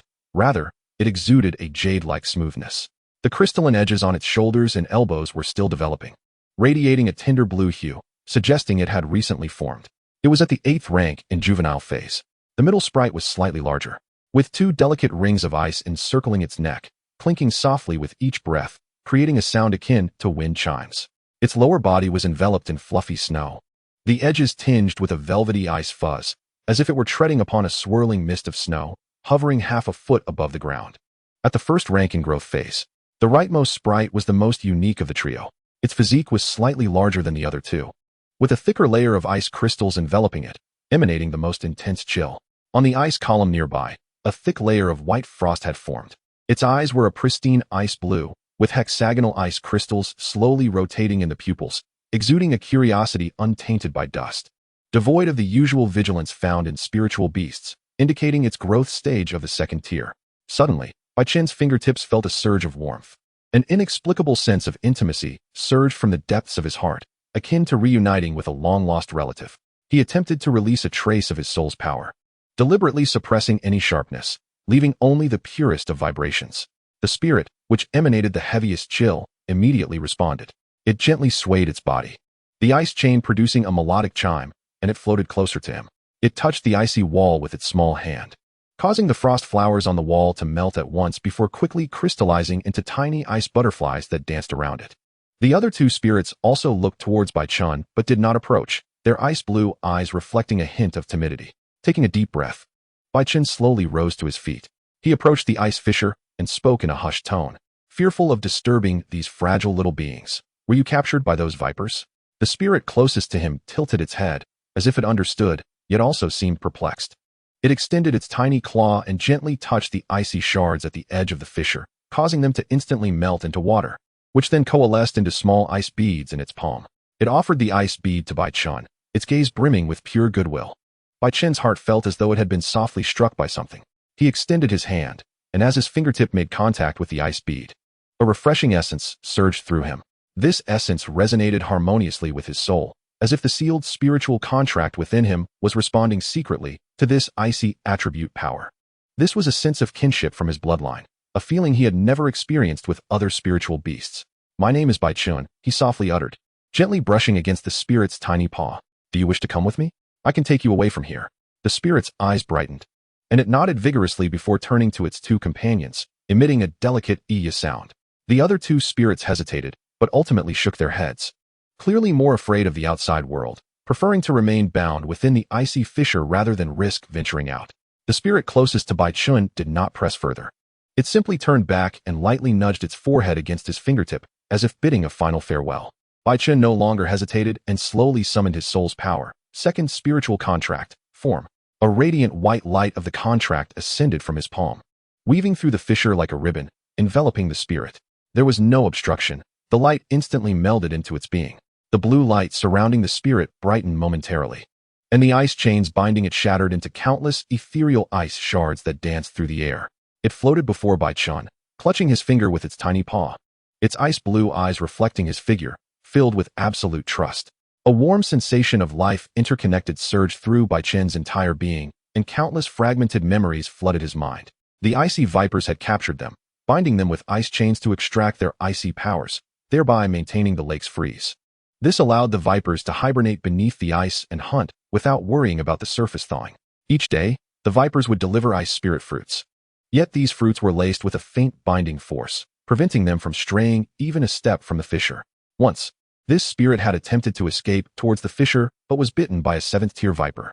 The faint tooth marks still lingered on its crystalline body, and each time it recalled that excruciating pain, it would tremble behind the ice column. Yet, it had never given up on its yearning for freedom. Every day, it would perch on the edge of the fissure, peering through the tiny gaps to gaze at the sky beyond the lake's surface. It had witnessed the reflection of a rainbow after a torrential rain, seen snow blanketing the frozen forest, and observed the moonlight hanging upon the ice columns. These had become the most cherished memories in its heart. The last memory was of it noticing Bai Chen hiding behind a bush, filled with curiosity. It could sense the goodwill emanating from Bai Chen, a warmth it had never felt from any other being. At the moment the contract was completed, the surrounding chill suddenly intensified. The ice columns on the icy wall began to melt, with droplets of icy water falling to the ground, instantly freezing into ice pellets. From outside the fissure came the hissing sounds of juvenile vipers. They had evidently sensed the change in the icy spiritual energy and crawled out from their subterranean lairs, exhaling icy mist as they approached the fissure. These juvenile vipers were merely at the 7th or 8th tier, yet they were exceptionally fierce. Some coiled around Bai Chen's ankle, icy venom seeping through their scales into his skin, causing his ankle to turn a deep purple. Others lunged at his wrist, their teeth imbued with a piercing chill that made him gasp in pain. To make matters worse, he heard the calls of adult vipers in the distance. An alarm. The foraging vipers had caught wind of the signal and were hastening back. This was dire. Bai Chen's complexion changed drastically as he quickly summoned the icy spirit into the spatial contract. He raised his hand to conjure an ice blade, severing the juvenile viper coiling around his ankle, but inadvertently got bitten on his forearm by another. The icy venom spread instantly, his skin turning visibly purple at an alarming rate, accompanied by a numbing pain. Gritting his teeth against the agony, he kicked away the juvenile viper and turned to dash out of the fissure. The icy shards tore through his trousers, the piercing chill drilling into the wound. But he could not afford to feel the pain. He had to escape before the adult vipers returned. Just as he burst out of the fissure, a tremendous crashing sound echoed. The 7th-tier ice-cold viper was slithering towards him from the direction of the frozen forest, its body twice the size of the others. Its scales adorned with frost patterns dense as a web, exhaling icy mist that froze the ground beneath it. Upon spotting Bai Chen, its eyes ignited with ferocity, and its tail lashed out, carrying with it a chill potent enough to freeze the air. Without a moment's thought, Bai Chen rolled aside, narrowly evading the sweeping tail. Yet, where the tail had passed, the ice shattered instantly, sending countless shards flying and slicing into his back, causing a searing pain. Hissing in fury, the viper opened its mouth and shot forth an ice arrow, aimed directly at Bai Chen's chest. The ice arrow shimmered with an ethereal blue light, moving as swiftly as lightning, drawing the chill from the air that coalesced into sharp ice blades. Bai Chen leaped up, landing on a nearby ice column. At the moment the column shattered, he propelled himself forward, diving into the frozen forest. The trees in the frozen forest were dense, with icicles hanging from their branches, and the viper's large size would hinder its movement. This was his only chance at escape. The viper pursued relentlessly, its body crashing through the frozen bushes, sending ice shards flying like raindrops. Bai Chen's back was continually sliced by the icicles, blood seeping from his wounds, mingling with the chilling air, nearly causing him to faint. The icy venom in his forearm continued to spread, reaching his elbow, causing numbness and swelling that made lifting his arm a struggle. He dared not look back, merely pushing himself deeper into the woods. The hissing of the viper grew increasingly close, with ice arrows occasionally whizzing past his ear, embedding themselves in tree trunks and instantly freezing into icy flowers. After running for what felt like an incense stick's worth of time, the hissing grew distant. Bai Chen understood that while the vipers were ferocious, they were ill-suited for navigating through dense forests, and he had finally shaken them off. Collapsing beneath a frozen tree, he gasped for air, his chest heaving violently, each breath laced with an excruciating chill that scorched his throat. He raised his forearm, where the purplish bruises had already spread to his elbow. The wound throbbed with pain and numbness, causing his fingertips to tremble slightly. These were unmistakable signs of a methamphetamine episode. Shaking, he fished out some healing ointment from his pocket. It was the detoxifying salve issued by the Beast Hunter's Hall, a dark green paste imbued with a faint herbal fragrance. He scooped a generous amount and applied it to the wound on his forearm. As the cool ointment made contact with his skin, a sharp sting shot through him, followed by a numbing warmth as the detoxifying balm began to counteract the effects of the poison. Next, he tore open the fabric of his shirt to inspect the wound on his back, illuminated by the faint light filtering through the gaps in the leaves. 3 deep gashes stood out starkly, the flesh curling back, the blood having dried, surrounded by a dark bluish hue caused by the chill of the ice arrow. Gritting his teeth, he wrapped a clean strip of cloth around the wound. The fabric brushed against the torn flesh, sending waves of pain coursing through him, causing beads of cold sweat to drip onto the snow, instantly freezing into tiny ice pearls. As dusk began to fall, the cold in the frost-laden forest intensified. After a prolonged moment, Bai Chen finally managed to push himself up, leaning against a tree trunk for support. He oriented himself and stumbled towards the tree hollow that served as his temporary base. It was a concealed and dry hollow within a banyan tree, providing refuge from low-tier spirit beasts. At that moment, it was his soul's sanctuary. By the time he crawled into the hollow, he had completely exhausted all his strength. Leaning against the tree wall, he gasped for air, the wound on his back burning fiercely, while the effects of the methamphetamine, though subdued, continued to cause numbness. He closed his eyes, sensing the faint fluctuations emanating from the spirit contract space. His frost ice sprite was worried about him. A gentle smile graced his lips as he silently reassured, "Fear not, we are safe now." The fluctuations in the spirit contract space softened instantly, as if in response to his words. Bai Chen retrieved a few pieces of wheat cake and stuffed them into his mouth. Hardly had he chewed a few bites before drowsiness overwhelmed him. Leaning against the tree wall, he gradually drifted into a deep slumber. In his dreams, he found himself once more in the icy crevices of the crystal lake, where the frost ice sprite was playfully tugging at his fingers with its tiny paws, its ice blue eyes reflecting the swirling ice particles in the air, along with the true blue sky he had never seen before beyond the crevice. Chapter 6. Ice Condensation. The following noon, sunlight filtered through the crevices of the rocks, casting a slanted beam upon his face, imbued with a hint of blinding warmth. Bai Chen squinted for a moment to adjust, mentally estimating the time. Given the brightness of the light, it was undoubtedly midday. He was astonished to realize he had slept for a full 9 hours, as if he had succumbed to a death-like slumber. Even the wound on his back having quietly scabbed over during his deep rest. He attempted to shift his body, but as soon as he exerted himself, A tearing pain shot through his back, causing him to grimace and gasp sharply. The dull ache seemed to silently accuse him of yesterday's reckless actions. Shaking his head in resignation, his fingertips involuntarily curled. Although he had brushed with death, the rewards had far exceeded his expectations. With this thought, an unmistakable smile broke across his face as he softly recited the summoning incantation. A brilliant icy blue radiance erupted around him, akin to flowing auroras entwining his limbs. In the spirit space, the energy of the frost ice sprite surged outward through the bond of their contract, coalescing before him into a magic circle etched with ancient runes. The runes flickered with a ghostly light, and at the center of the circle, a small, exquisite figure slowly materialized. It was the frost ice sprite. As soon as the little creature appeared, the temperature in the cave plummeted sharply. Tiny ice elements crystallized in the air, forming hexagonal snowflakes that elegantly swirled twice in its palm before dissipating into mist. Its cherubic face was filled with confusion, its ice blue eyes blinking as it surveyed Bai Chen and the stone walls of the cave, seemingly perplexed as to why it had emerged from the spirit space. The little sprite radiated an unbearable chill. If an ordinary person were to approach, they would likely be frozen into a statue. Yet, due to their bond, Bai Chen felt only a refreshing coolness, devoid of any pain. Unable to resist, he extended a finger and gently touched its icy, crystalline arm. The sensation was frigid, yet carried a jade-like warmth, reminiscent of caressing a warm jade that had been imbued with snow for millennia. The ice sprite did not flinch. Instead, it tilted its head slightly and nuzzled his fingertip with its forehead, resembling a playful kitten, its icy tendrils brushing against his skin in a light, ticklish chill. Through the memory link established during their contract, Bai Chen understood that this little one had nearly zero combat experience. However, he was unconcerned. Lightly tracing the spiral horn atop its head, "Take your time, I will teach you." The ice sprite seemed to grasp the sentiment, patting his hand with its small palm. The mist of ice from its palms settling on his hand, crystallizing into ephemeral shapes. Each spirit beast possesses inherent attributes. To grant a spirit beast additional properties, one must feed them specific spirit materials. Yet for Bai Chen, his sole desire was for the frost ice sprite to concentrate on mastering its ice attributes. Pure ice power was the path he envisioned for this little companion. After sketching the general direction for its training in his mind, Bai Chen began to contemplate the skills of his new partner. On the battlefield, one must possess an intimate understanding of their spirit beast to maximize its combat potential. Without exceptional command skills, it would be better to let the spirit beast fight independently. A competent beast master never judges a spirit beast's worth by its species level, although higher-tier species possess advantages.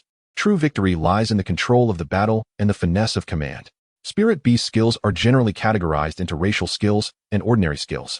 Racial skills typically awaken naturally during their juvenile and adult stages, usually amounting to 2, while ordinary skills must be honed through daily practice. Often, spirit beasts of the same species and attribute share basic ordinary skills. Bai Chen opened the Spirit Beast Compendium and quickly located the entry for the Frost Ice Sprite under the classification of elemental beings. Ice type. Frost Ice Sprite. An elemental ice being, high silver grade. Pure ice attribute, humanoid upper body, lower body enshrouded in snow and ice, surrounded by frigid air, capable of levitating. Covered in ice crystal armor, a favored child of the ice element, capable of maximizing its combat strength in snowy environments. Racial skills. Ice domain, field type. Frost sword dance, attack type, 0° assault, attack type. Basic skills. Ice wall, ice mirror, ice armor, ice rain, ice sword, ice concealment, ice pillar, ice blade, slow field. He read through each word carefully, and beside him, the frost ice sprite suddenly pointed at the illustration of the ice sprite, then at itself, emitting a series of curious, melodic sounds, its ice blue eyes wide with wonder, as if confirming, "Is this me?"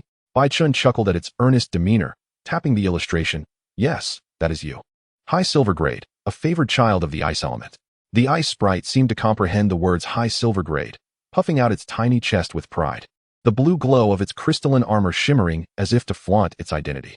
A tender smile graced Bai Chen's face as he reached out to stroke its head. The frost ice sprite comfortably squinted its eyes, resting its small hand on his wrist, reluctant to let go. Though this information was already etched in his mind, he still preferred to confirm it once more. He calculated that when they set off later, he would take a good look at what skills the little one had currently mastered, particularly ice concealment and ice domain, as these two skills might prove to be crucial trump cards in the upcoming qualifiers. Upon seeing the skill ice concealment, Bai Chen's eyes lit up. This skill not only allowed it to hide during its growth phase, but could also disguise itself as a low-tier dark ice spirit. The Dark Ice Spirit is a high-level bronze-grade spirit beast, classified as a lower subspecies of the Frost Ice Elf. Subspecies typically arise from the original species adapting to resource-scarce environments, which may lead to certain regressions. While they grow more easily, there remains a probability of reverting to ancestral forms when resources are abundant. With the skill of ice concealment, their presence can be significantly diminished. Bai Chen, who preferred to remain inconspicuous, allowed the little creature to maintain its disguised state, ensuring that enemies would be unable to discern reality from illusion, thus increasing his chances for a counterattack. However, he first needed to ascertain whether the little one had mastered this skill. What do you think of the name Little Ice? Bai Chen suggested, his tone imbued with a hint of inquiry. He believed that naming should encompass a touch of democracy. Yet, the Frost Ice Elf merely shook its head, its small face adorned with confusion, its tiny paws tracing the words Frost Ice Elf in the pictorial guide, as if to express that the name was incorrect.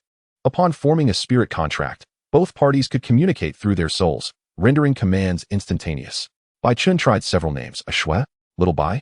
The little creature continued to shake its head, its small head bobbing like a rattle drum, its ice-blue eyes brimming with urgency, signaling that none of these were suitable. Bai Chen, exasperated, tapped his forehead, realizing he had forgotten that its intelligence was still quite limited and it might not comprehend such complex titles.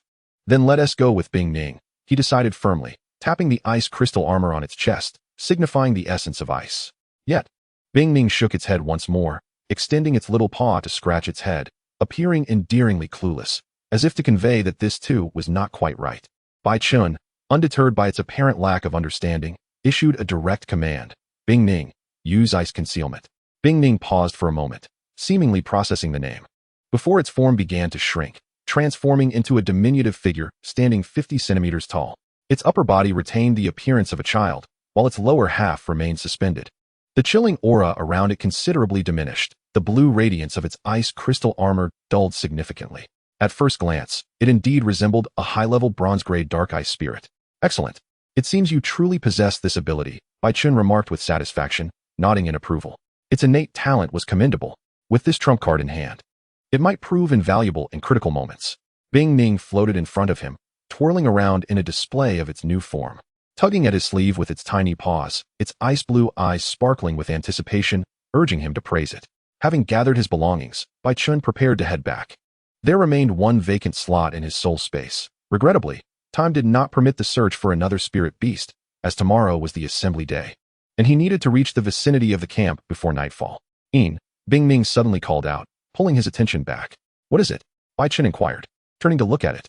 Bing Ning pointed to its belly, opened its small mouth, mimicking a swallowing motion, and patted its stomach, producing a soft, empty sound.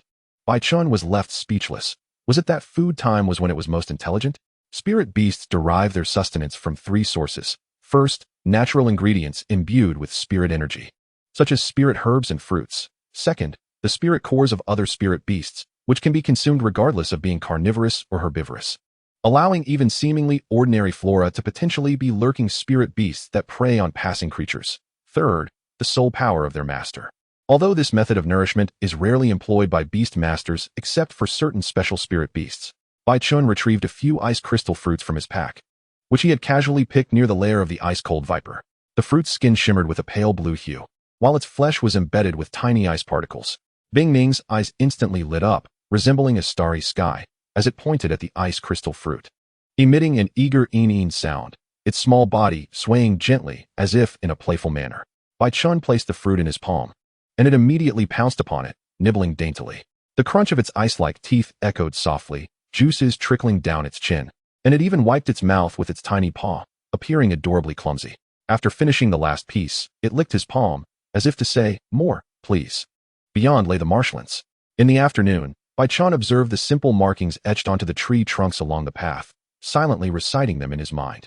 Beside him, Bing Ning curiously examined its surroundings, its little head swiveling back and forth. Upon spotting fluttering butterflies, it would chase them a few steps, only to hurriedly catch up to Bai Chen when it realized he had moved ahead, tugging at his sleeve with urgency in its ice-blue eyes, as if pleading, "Wait for me." On the return journey, Bai Chen chose not to summon Bing Ning back into the soul space, allowing it to remain by his side. This mountain range was fraught with peril. Should they encounter an ambush, summoning it might not even be an option. Bing Ning's ice armor had reached mid-growth strength.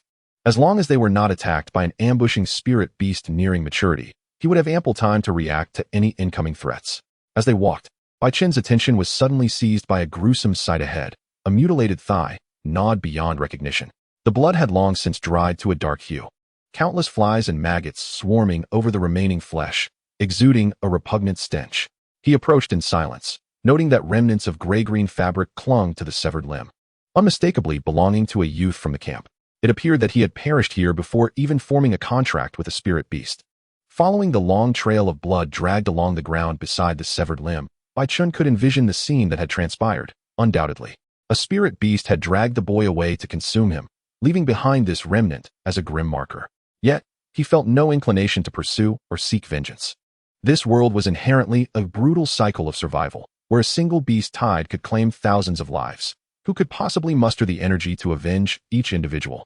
Bing Ning floated down from his shoulder, pointing at the bloodstains beside the severed limb, its ice-blue eyes filled with confusion, as if asking, what happened here? He was killed by a spirit beast, Bai Chen softly explained, tracing the bite marks on the severed limb with his fingertip. You will gradually come to understand.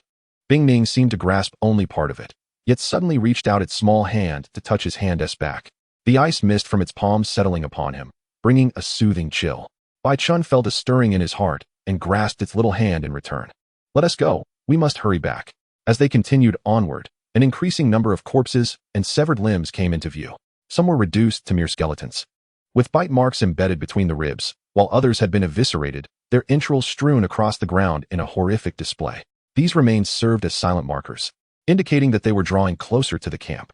Upon entering the marshlands, Bai Chen commanded through his spiritual thoughts, Bing Ning, activate the ice domain. While domain skills may not possess the sheer destructive power of offensive abilities, for an elemental being like Bing Ning, they could both restrict opponents and create an optimal battleground, thus holding great significance for him.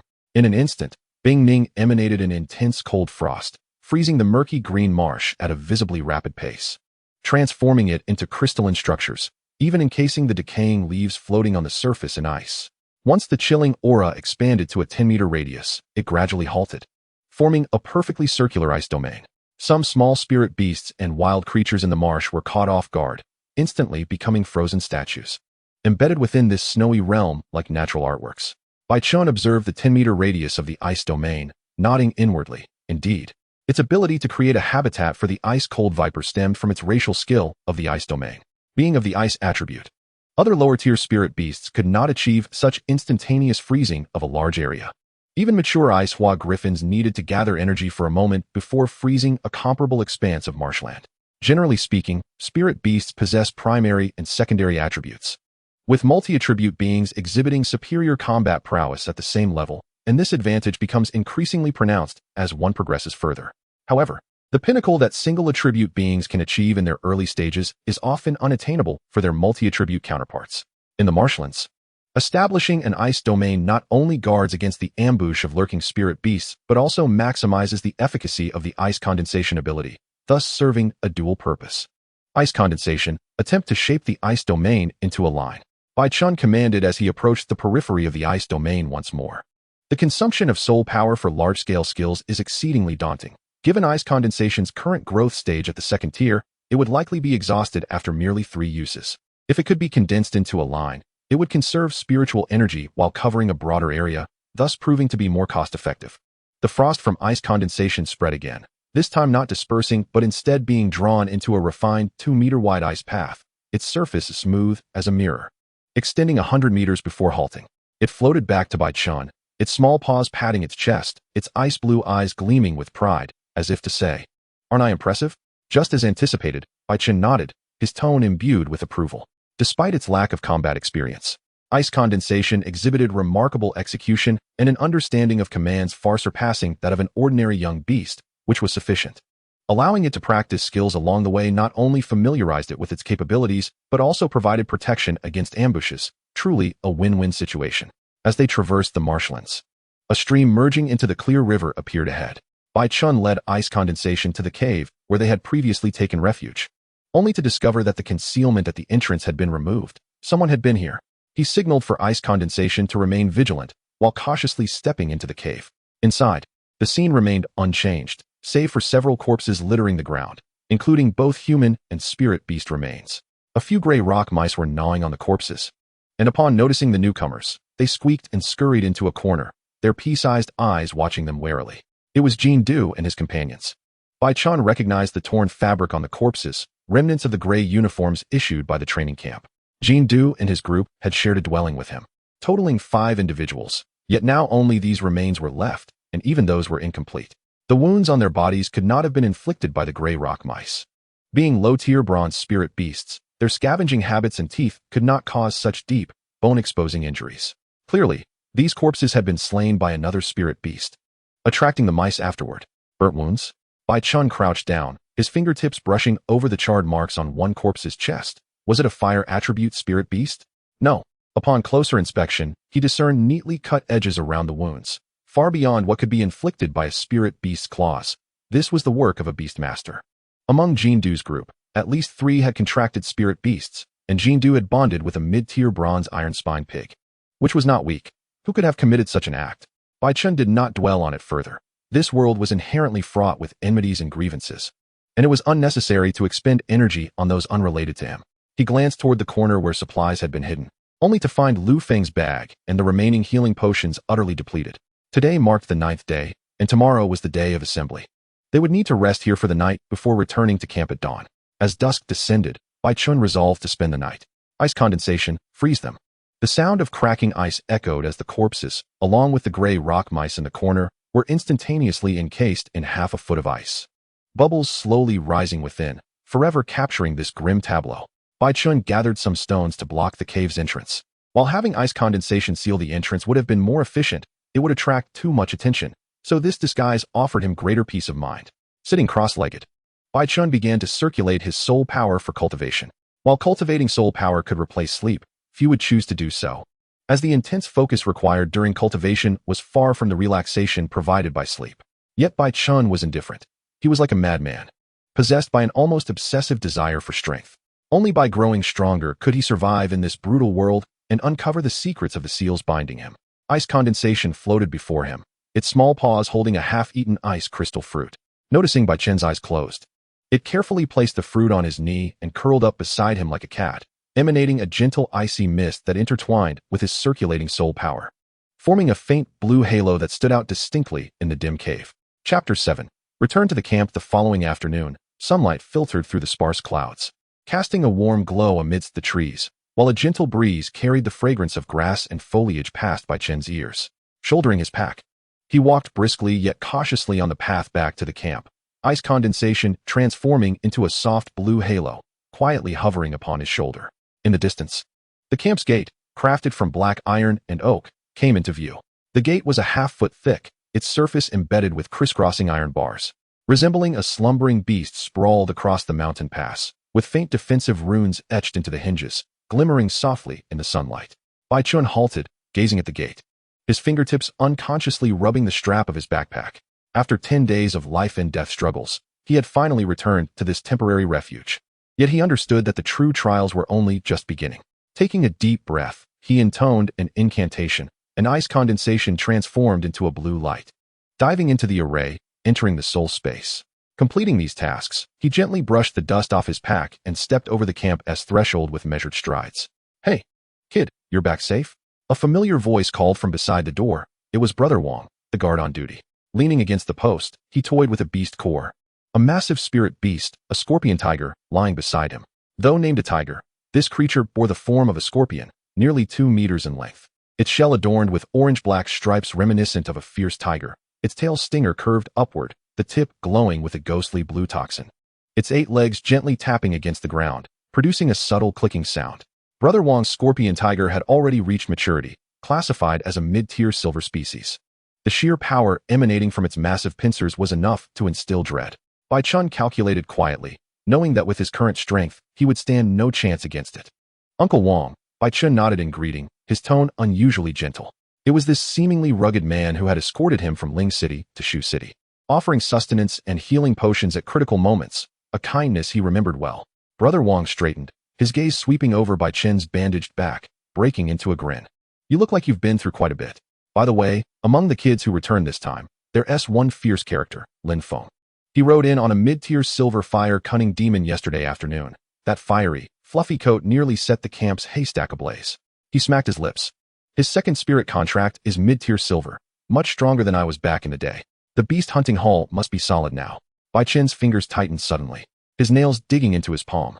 Lin Feng, fire cunning demon, it truly was him. Yet he betrayed no emotion, merely responding with a faint while a chill spread quietly in his eyes, reminiscent of ice condensation's aura. This score would eventually be settled. Brother Wang, oblivious to his unease, waved him off. Go rest up, we have a gathering tonight. Bai Chen nodded and turned to walk deeper into the camp. Sunlight streamed through the cracks in the wooden cabin, illuminating his upright silhouette, while the hemp rope on his pack swayed gently with his steps, as if whispering his unspoken resolve. Upon returning to the 7-person cabin, he found 2 others already inside. One was Zhang Hao, with his withered yellow hair, seated on the edge of the bed, tending to a wound on his arm. The other was the small-framed Hua, huddled in a corner, his face still bearing the marks of shock. Bai Chen, you're back? Zhang Hao suddenly lifted his head, his eyes brimming with astonishment. Before their departure, he had harbored concerns that the taciturn youth would not endure, given that Bai Chen always preferred solitude. Although Lin Ju would occasionally seek him out, they did not spend time together as often as the rest of them, who could rely on one another for support. He set down the cloth strip in his hand and leaned in to inquire, have you forged a contract with a spirit beast? Bai Chen replied succinctly, approaching his bunk to place down his satchel. He then sat cross-legged, beginning to channel his soul energy. The wound on his back throbbed faintly as the spiritual force coursed through him, yet it heightened his awareness. Lin Feng had already contracted a fire snarl beast. He wondered what stage that creature had reached after these few days. He knew he must hasten his own cultivation. Zhang Hao grimaced and shook his head in resignation. He often felt that Bai Chen resembled a block of ice that could not be warmed. After training, he would retreat to his quarters to cultivate, leaving few within the camp with whom to converse. However, he understood that Bai Chen was under Lin Ju's protection, who was recognized as the strongest in the training camp. Zhang Hao did not press further, turning instead to pat Hua's shoulder reassuringly. Fear not, it's good to be back. Hua nodded, his eyes reddening. Of the 7 who had set out together, only 3 had returned. As evening fell, the familiar sound of the horn echoed, long and distant, reverberating across the camp. Bai Chen opened his eyes, a flicker of clarity shining within. The wooden cabin still housed only the 3 of them. When Zhang Hao and Hua's gazes met, they exchanged a weighty glance. The remaining 4 were unlikely to return. Let us go. Zhang Hao rose, his usual boisterous tone now tinged with hoarseness. He was the first to push open the door, his steps faltering, lacking their usual buoyancy. Hua followed silently, while Bai Chen adjusted his collar and stepped out of the cabin. In the central clearing of the camp, the area that could accommodate hundreds now appeared exceptionally desolate. The youths, guided by the yellow-clad steward, formed orderly lines. Each face bore the marks of fatigue, yet also a glimmer of relief at having survived. On the platform, Chi Hai stood with his hands clasped behind him, his dark robe billowing slightly in the evening breeze. His piercing gaze swept over the assembled youths, and he cleared his throat, his voice resonating through the spiritual energy that enveloped the area. I am pleased to see you all return alive. A total of 137 have been accounted for. As soon as he finished speaking, a ripple of agitation swept through the ranks. The youths exchanged glances, their eyes betraying unease. They had set out from Shu City with nearly 600, and now only a fraction remained. This brutal culling tightened every heart. Chi Hai's lips curled into a knowing smile. Those who have returned without having forged a contract, stepped to the right. This statement fell like a stone into still water, causing the ranks to erupt into murmurs. A handful of youths hesitated before stepping out of the line, heads bowed as they took their places on the right. Some among them were pale with fright, having cowered at the camp's fringes, while others clenched their fists, eyes filled with indignation, not from cowardice, but from sheer misfortune in failing to encounter a suitable spirit beast. Chi Hai's gaze settled on the 18 who had stepped forward, his expression impassive, as if surveying a swarm of inconsequential ants. Each year, there were always a few unfortunate souls who could not become beast masters. He spoke blandly, pack your belongings tonight. Tomorrow, a steward will escort you back to Shu City. Lord Qi, a pallid youth suddenly knelt before him, exclaiming, I have fought through life and death for 10 days, and my recently contracted spirit beast has unexpectedly perished. This is not due to cowardice. With a month until the beast hunting hall's competition, I implore you to grant me another chance. I wish to enter the mountains once more to forge a contract. The remaining 17 exchanged glances, and after a moment, a shorter boy also knelt, saying, My misfortune has been great. I beseech you for another opportunity. Next, a tall and slender youth fell to his knees, declaring, I was trapped in an underground cavern and had no chance to forge a contract. I beg for your mercy. The pleas surged like a rising tide, and more than half of the 18 had knelt, each recounting their misadventures in a cacophony of voices. Chihai's gaze fell on the first boy who had knelt, raising an eyebrow as he inquired, "What is your name?" "Li Shuheng." The boy looked up, his face pale, but his eyes resolute. "My spirit beast's demise has damaged my first contract, causing a tremor in my spirit domain. Yet I am already a spirit scholar. If granted 10 more days, I shall surely contract a second spirit beast." "Spirit scholar?" A murmur of surprise rippled through the ranks. Most of the youths were still teetering between intermediate and advanced levels, and they had not anticipated that this unassuming boy had already ascended to the realm of spirit scholar, capable of unlocking second and third contracts.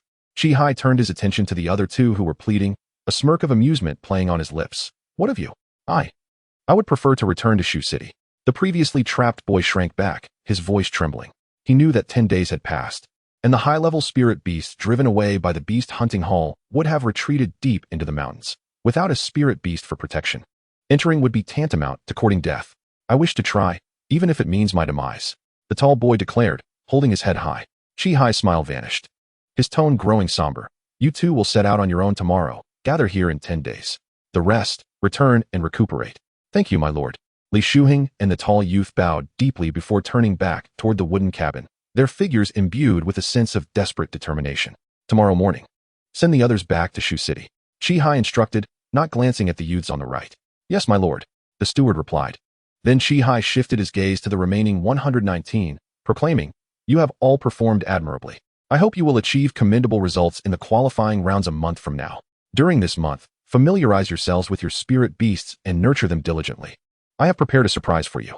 As his words echoed, he turned and departed, his dark robe sweeping down the steps, unbeknownst to the youths. As he faced away from them, a cruel smile lingered at the corner of his mouth. "Let us go?" Zhang Hao tugged at the still-absorbed Bai Chen, and Hua hurriedly followed suit. Bai Chen nodded, casting a glance toward the platform, then a fleeting look toward the cabin where Lin Feng was, his hand tightening around what lay concealed within his sleeve. The qualifying rounds in a month were not merely a threshold to the beast hunting hall. They would also provide a chance to settle accounts with Lin Feng. "I hope to encounter Lin Feng." The trio walked back to the wooden cabin in silence, the evening sun casting long shadows as it streamed through the window. Chapter 8. In the dead of night. Zhang Hao tossed and turned in bed for some time before finally speaking. "Bai Chen, Hua, do you know what spirit beasts everyone has now?" "Why do you ask this?" Hua replied, his face a mask of confusion. He had always appeared somewhat simple-minded, having played alongside Zhang Hao. Bai Chen remained silent, as though encased in a thick layer of ice, betraying no emotional fluctuations. He resembled a glacier, revealing his true self only when absolutely necessary. "Hey, don't be so aloof. We are roommates sharing the same quarters. We ought to support one another," Zhang Hao said, grinning at Bai Chen, seemingly unfazed by his reticence. He continued, "Moreover, we should share information. I'll be straightforward. I have contracted a flame spirit, at about the 9th tier of the juvenile stage." Upon hearing this, Bai Chen finally cast a few more glances at Zhang Hao, surprise flickering in his eyes. He had not anticipated that this seemingly frivolous Zhang Hao had indeed contracted a flame spirit. It is essential to recognize that the flame spirit is a being of low-level silver rank, and moreover, it is a pure elemental creature. Its potential for growth should not be underestimated. Should this flame spirit successfully transition into its maturation phase, Zhang Hao's prowess among the children in this camp would undoubtedly rank within the top 10. Such strength is truly unexpected.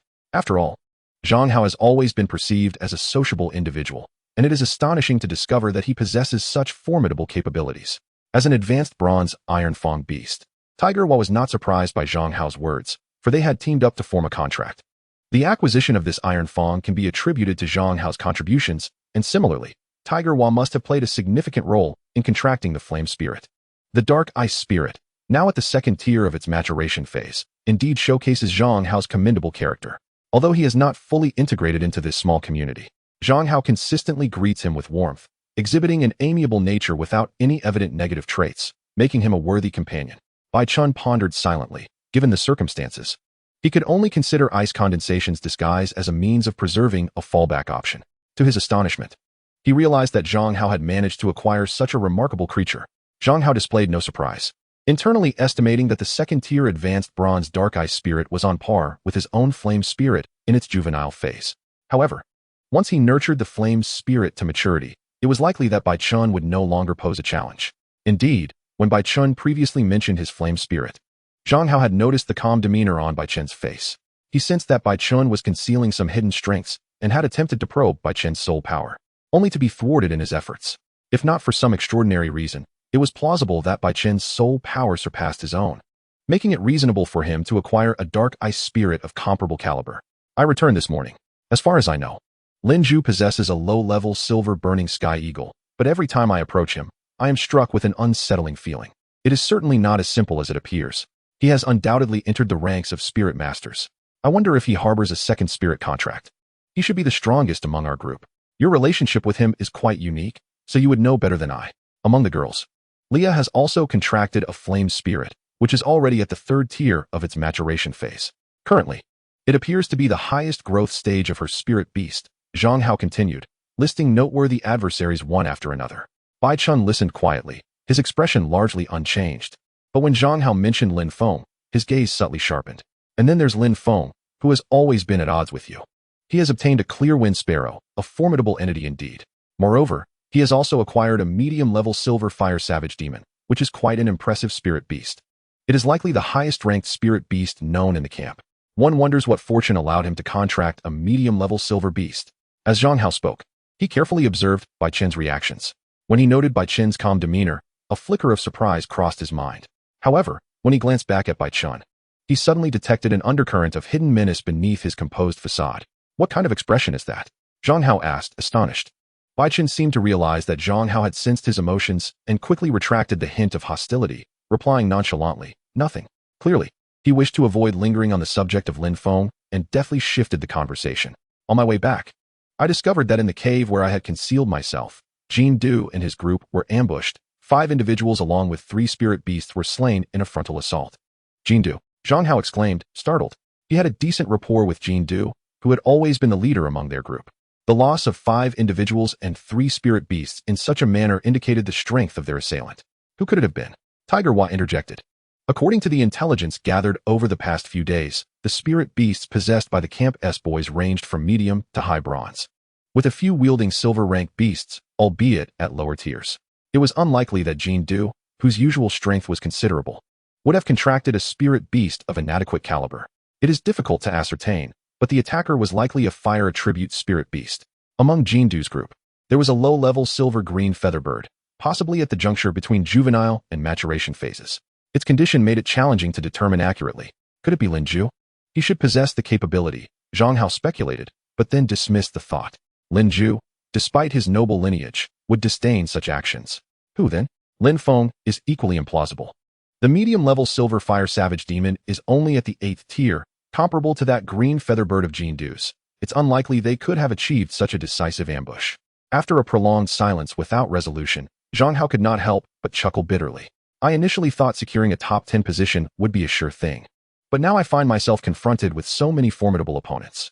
Bai Chen remained silent, contemplating how best to cultivate the frost ice spirit, now at the 2nd tier of its maturation phase, which could be considered among the strongest in the camp. However, Bai Chen felt unease. He was well acquainted with Lin Zhu, who was undoubtedly adept at concealing his true strength, likely possessing more than just the burning sky eagle. Additionally, the individual responsible for the deaths of Jin Du and his companions was certainly formidable. Bai Chen's aspirations extended beyond merely passing the qualifying rounds. He aimed to secure the top position. New members of the Beast Hunting Hall would be assigned roles based on performance, with those excelling more likely to attain superior positions and resources compared to their peers. As the night wore on without further discussion, time slipped by imperceptibly. The first light of dawn streamed through the window, awakening Bai Chen. He stretched languidly, rose from his bed, dressed hastily, and after completing his morning routine, hurried out of the tent and into the camp. At this moment, the valley was still shrouded in morning mist, the air fresh and invigorating, evoking a sense of tranquility. Bai Chen surveyed his surroundings and noted that apart from the camp, the valley's other areas remained unusually serene. He understood that this location was relatively safe for now, but as mature spirit beasts began to return, the mountains might soon lose their calm. Although the overseers had not explicitly forbidden entry into the mountains, most of the youths wisely chose to remain within the valley, honing their newly acquired spirit beasts. This approach was not only safer, but also more prudent, as the unknown dangers of this unfamiliar environment loomed large. Bai Chen was acutely aware that methodical training would not yield swift improvements. He understood that nature is impartial. The higher the rank of a creature, the slower its growth would be without special nurturing items, and reproduction would also prove more challenging. Like his own spirit beast, Although it was of silver rank, rapidly enhancing its strength would not be a simple task. In contrast, bronze rank spirit beasts might have already progressed 1 or 2 tiers, further closing the gap in their respective strengths. Nonetheless, Bai Chen did not allow this to dishearten him. He firmly believed that as long as he persevered and worked diligently, the day of reward would undoubtedly arrive. With this thought in mind, Bai Chen quickened his pace as he ventured into the mountains. Not far away, an overseer concealed within the valley observed Bai Chen's departing figure but refrained from intervening. By noon, the overseer rose and swooped deeper into the camp. "My lord, over 30 individuals have ventured into the mountains now. It seems that the previous cohort was not an exception. Nevertheless, it matters little. It is their own choice to aspire to greatness, which is no simple endeavor." Before the steward could finish his statement, Chi Hai emerged from the shadows, stepping forth from his concealed position. If they lack even this modicum of courage, they will merely become spectators in the forthcoming competition among the younger generation of the Beast Hunting Hall. Chi Hai paused, asserting that their mere qualification to compete already signifies their potential. The steward's form quivered slightly. Such a prospect seemed unlikely. The prowess of those young individuals from the Beast Hunting Hall had already been thoroughly scrutinized by various factions. Who can truly fathom this world? Many prominent figures within the Beast Hunting Hall were once unparalleled geniuses hailing from humble small towns. Chi Hai shook his head, as if recalling someone, a look of contemplation crossing his features. What of that young man named Linju? Chi Hai recalled a youth he had taken note of during survival training. He appeared to possess considerable promise, though it remained uncertain how much of the Lin family's capabilities he had inherited. "My subordinate has observed that he has likely entered the ranks of low-level spirit masters. Besides the apparent spirit beast, he seems to conceal a high-level silver spirit beast of the dark element. The specific stage of this beast has yet to be discerned by my subordinate." A high-level silver spirit beast. How intriguing. Chi Hai revealed a knowing smile, sensing that this qualification contest would prove to be quite captivating. "Of course, prior to the contest, I shall ensure they are adequately prepared. A taste of bloodshed is essential. Just imagine, out of over 100 participants, what would remain of 30? My lord, the number of children who perished due to the previous contract quota has already surpassed the upper limits set by the authorities. Should the higher-ups investigate, we may encounter considerable trouble." The steward spoke slowly.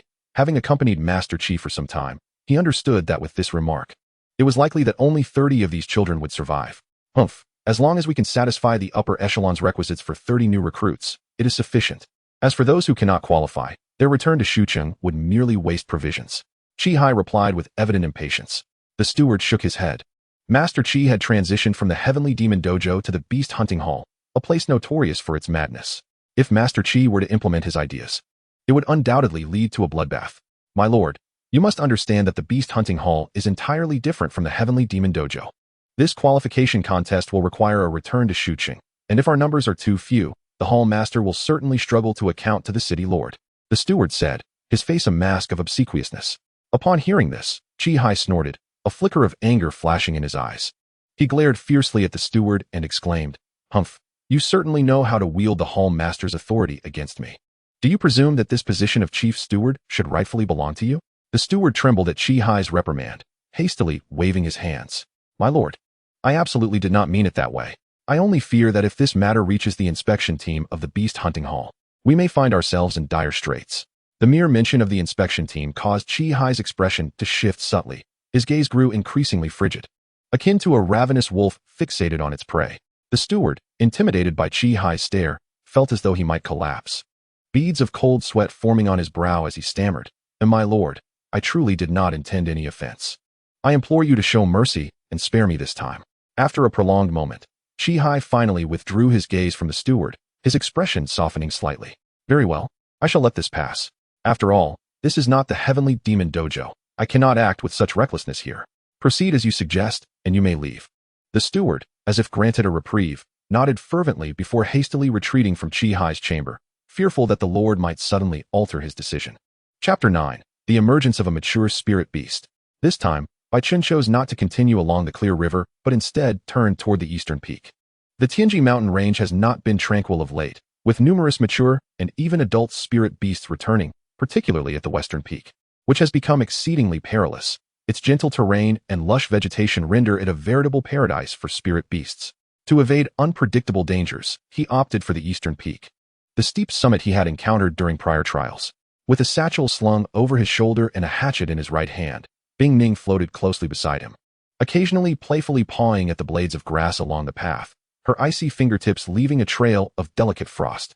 Bai Chen glanced down at her inquisitive demeanor and gently tapped her crystalline head, admonishing, "Do not get too carried away. This place is not safe." Bing Ning, feeling a bit aggrieved, shrank her neck but could not resist nuzzling her forehead against his wrist, as if seeking affection. The journey thus far had been devoid of peril. Though he occasionally stumbled upon the remains of camp youths, most of whom had met their demise due to failed contracts, ultimately becoming sustenance for the forest. Treading upon fallen leaves, Bai Chen noticed that Bing Ning seemed to sense the oppressive atmosphere, ceasing her playful antics and instead settling quietly upon his shoulder.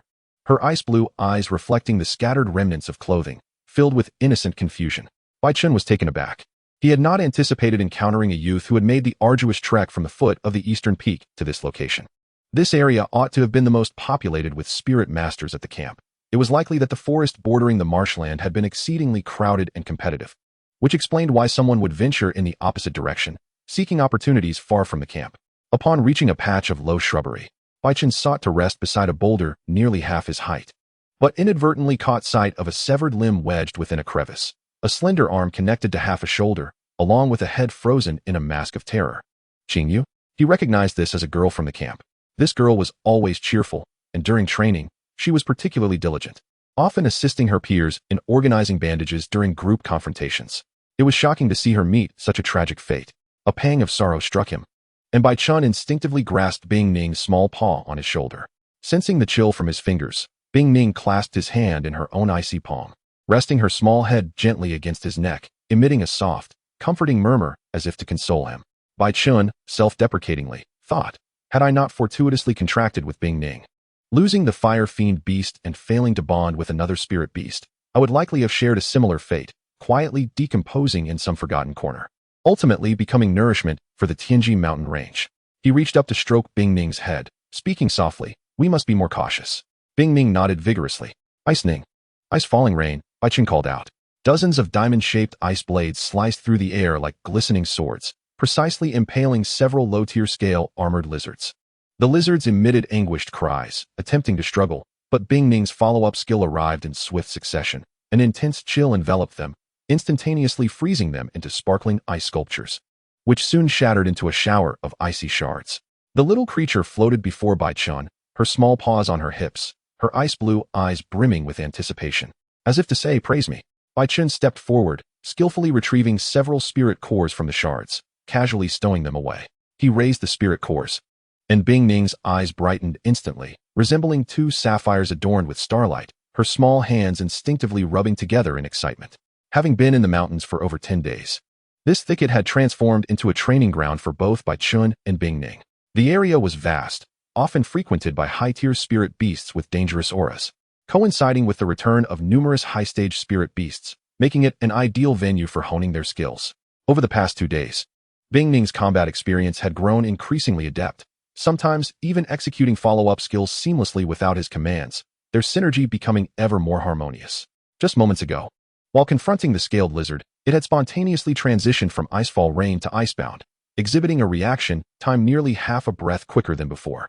Wild spirit beasts are starkly different from the spirit beasts under the command of Beast Tamers. The former fight desperately when faced with a strong opponent, unleashing their full strength immediately, but once their skills are exhausted, they succumb to fatigue. In contrast, the latter are far more adept at probing their adversaries. As a Beast Tamer's rank increases, they can employ dual or even triple control, collaborating with their companions to achieve results far exceeding the sum of their parts. Observing the eager demeanor of Bing Ning, Bai Chen understood its desire to practice further, yet he shook his head, urging a moment of rest to regain its spiritual energy. He tossed Bing Ning a spirit core and a spirit fruit.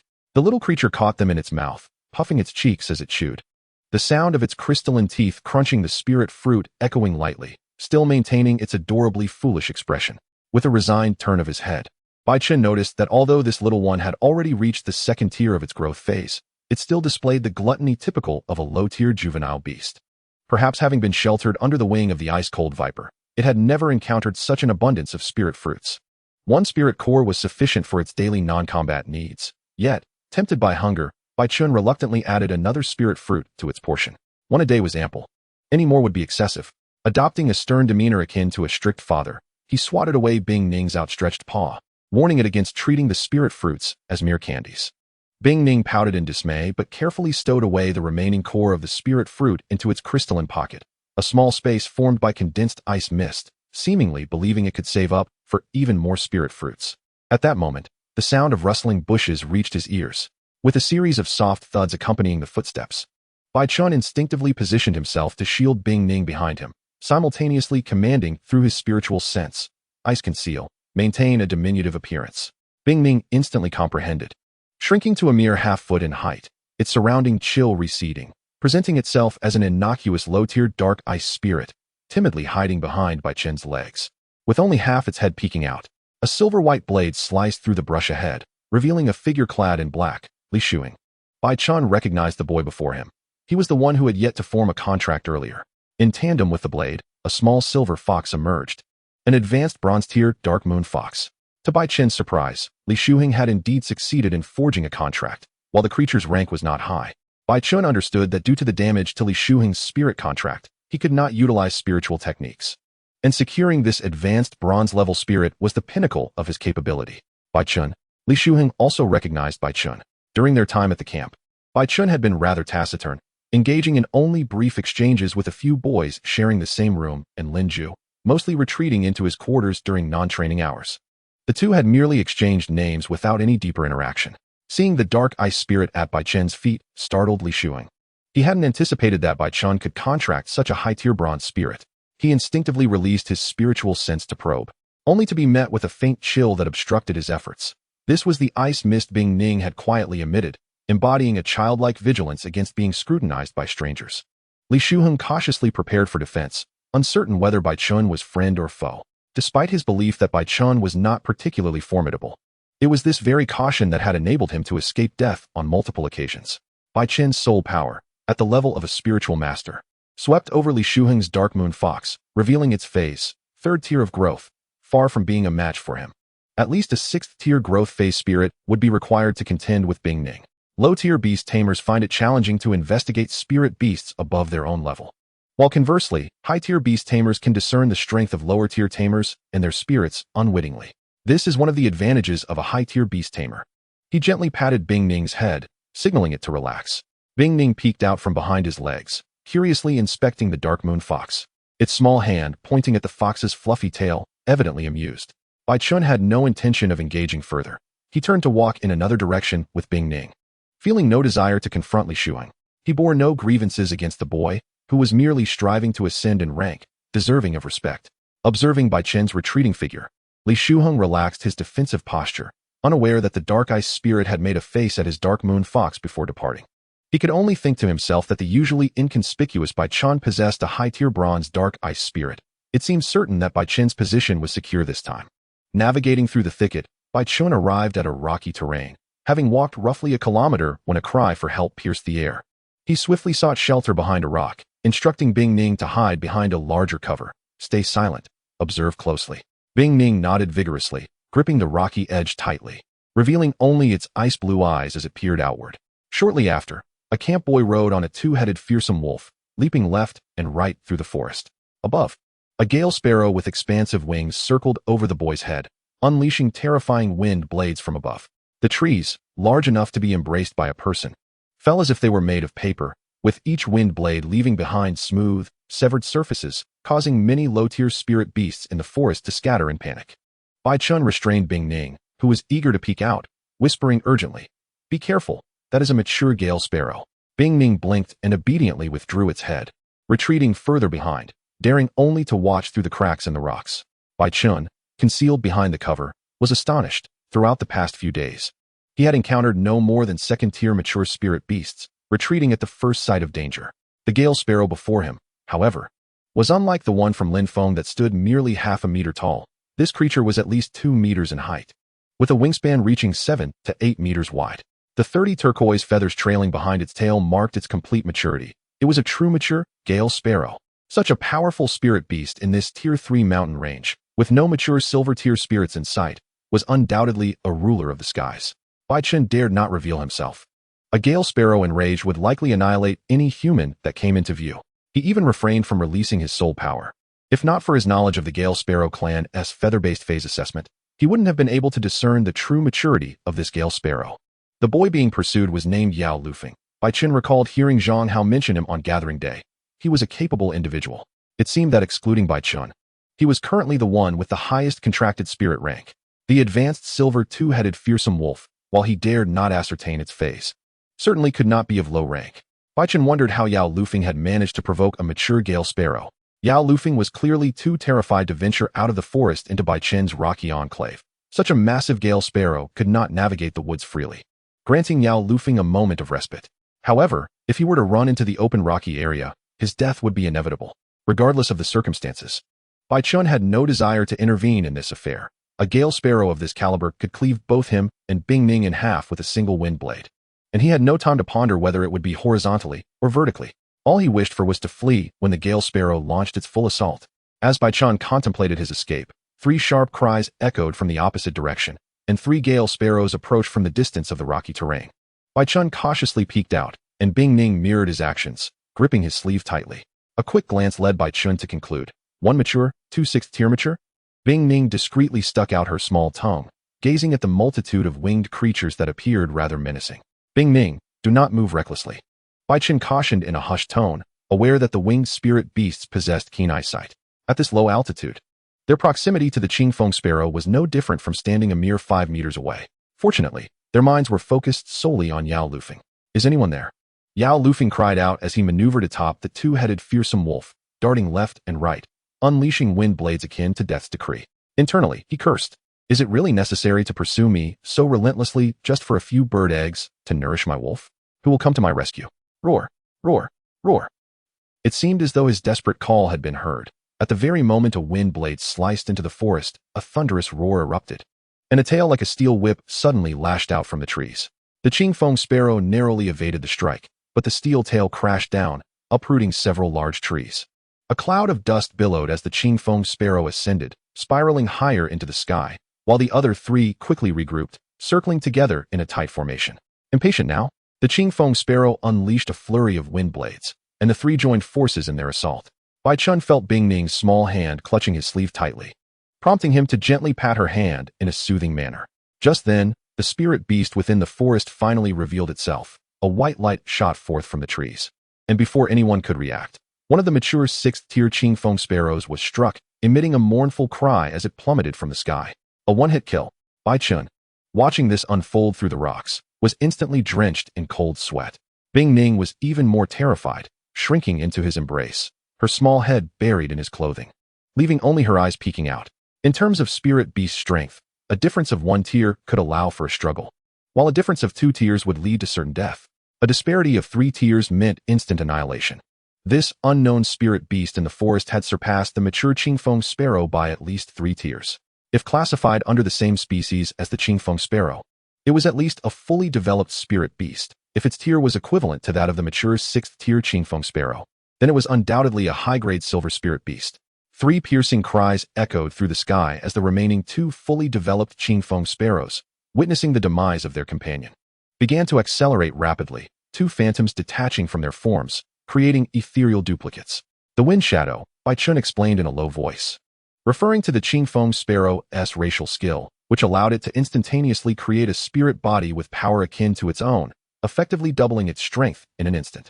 Bing Ning seemed to grasp the concept vaguely, pointing at the 2 phantoms and then at herself, as if inquiring, "Can I do that too?" Bai Chen chuckled softly, pinching her cheek. "You possess even greater abilities." With a cry, the 2 phantoms dove down, followed closely by the 2 Qingfeng Sparrows, launching an assault against the spirit beast below. As the tempest swirled, a spirit beast emerged, its scales shimmering with a unique silver sheen in the sunlight. It measured 5 meters in length, resembling a wolf, adorned with glistening silver armor. Its enormous silver fangs dominated a third of its face, and a tail, akin to a steel whip, thrashed restlessly in the tumult. The steel-fang beast, Bai Chen recognized it, noting its low-grade silver classification, fully developed, with dual attributes of beast and steel, naturally drawn to mineral veins. Its formidable teeth served as tools for excavation, while its tail was a potent weapon. Bing Ning listened intently, her ice-blue eyes sparkling with curiosity. The Storm Dance, a high-tier skill of the Qingfeng Sparrow, could summon a powerful tempest to engulf adversaries, allowing the user to unleash relentless attacks within. At this moment, The steel-fang beast was besieged by the claws and wind blades of the Qingfeng sparrows. Yet it merely curled its limbs protectively around its vulnerable belly, the thick steel armor ringing with a metallic clink, showing little sign of injury. The storm raged on for 10 seconds, and the steel-fang beast plummeted from a height of over 20 meters, stirring up a cloud of dust upon impact with the forest floor, surely creating a massive crater. Had it not been for its tail wrapping around a tree to slow its descent, it would have likely found it difficult to rise again. Upon witnessing this, Bing Ning finally exhaled a sigh of relief, her small paw patting her chest, eliciting a soft chuckle from Bai Chen. This little creature seemed even more anxious than he was. Chapter 10, Death. To his surprise, the attacks from the two Qingfeng sparrows had inadvertently struck true. The steel-fang beast's once proud armor had become a fatal burden. The heavy scales, already pressing down upon its form, were rendered even more cumbersome in the storm. As gravity accelerated its descent, while the friction of its armor against the air produced a piercing screech. As it fell, it resembled an uncontrollable meteorite, crashing into the forest floor and raising a cloud of dust that obscured the sky, even causing distant rocks to tremble and shed dust. In that fleeting moment, Yao Lufeng seized the opportunity. He yanked on the mane of the two-headed fearsome wolf and let out a hoarse growl. Abu, charge. The wolf's hooves thundered against the rocky terrain, each strike echoing like a relentless drumbeat, resonating through the nerves of all present. It raced across the desolate rocky expanse, its gray-black figure nearly merging with the mottled stone. Yao Lufeng crouched atop the wolf, his heart pounding as though it might shatter his ribcage. And the shadow of the Qingfeng sparrow loomed ever closer. He was acutely aware of the dangers of this rocky region. However, the presence of the fully developed flame hawk near the cliff was his only glimmer of hope. Upon spotting the hawk's golden wings unfurled days earlier, he had felt trepidation. Yet now he yearned to plunge into its territory. But hope shattered in an instant as wind blades sliced through the air. Swish, swish. Two azure-white wind blades swooped down from above, narrowly grazing the back of the fearsome wolf. Debris from the rocks flew into Yao Lufeng's face, drawing thin lines of blood. He watched helplessly as the wind blades struck the rocks ahead, cleaving the hard surface as though it were butter, leaving two gashes approximately 2 centimeters wide and nearly 3 meters long, their edges gleaming coldly as if flesh had been cruelly carved from the earth. Over there, Yao Lufeng's gaze was suddenly captured by a massive cluster of rocks ahead. The jagged formations towered, the tallest reaching nearly 2 men in height, resembling a natural fortress. He abruptly changed direction, urging the wolf to accelerate, sparks flying from its claws as they scraped against the stone. Faster, even faster. Just as he was about to leap behind the rocky outcrop, a fragment of stone, dislodged by the wind blade, rocketed toward him like a cannonball. Crashing onto a boulder above, the stone erupted, sending debris scattering like shrapnel, with several fist-sized chunks hurtling through the air toward Bing Ning's hiding spot. Bing Ning emitted a terrified shriek, her small form darting from behind the rock. Cracks appeared on her crystalline armor, and with her small paws clamped over her mouth. She stifled her cries, trembling in fear like a fragile candle in the wind. She had no time to hide, frantically drifting toward Bai Chen. Her ice-blue eyes filled with despair, pleading, "Save me. Is there someone?" Yao Lufeng's eyes lit up, akin to a drowning man seizing a lifeline. The 200-meter distance was traversed in mere breaths beneath the pounding hooves of the fearsome wolf. He yanked on the reins, the wolf making a sharp turn as it raced toward Bai Chen's direction. "Bai Chen, wait for me. We're all from the same camp." As Bai Chen's scalp erupted in turmoil, he cursed Yao Lufeng 1,000 times in his mind. This fool was practically pushing him towards his doom.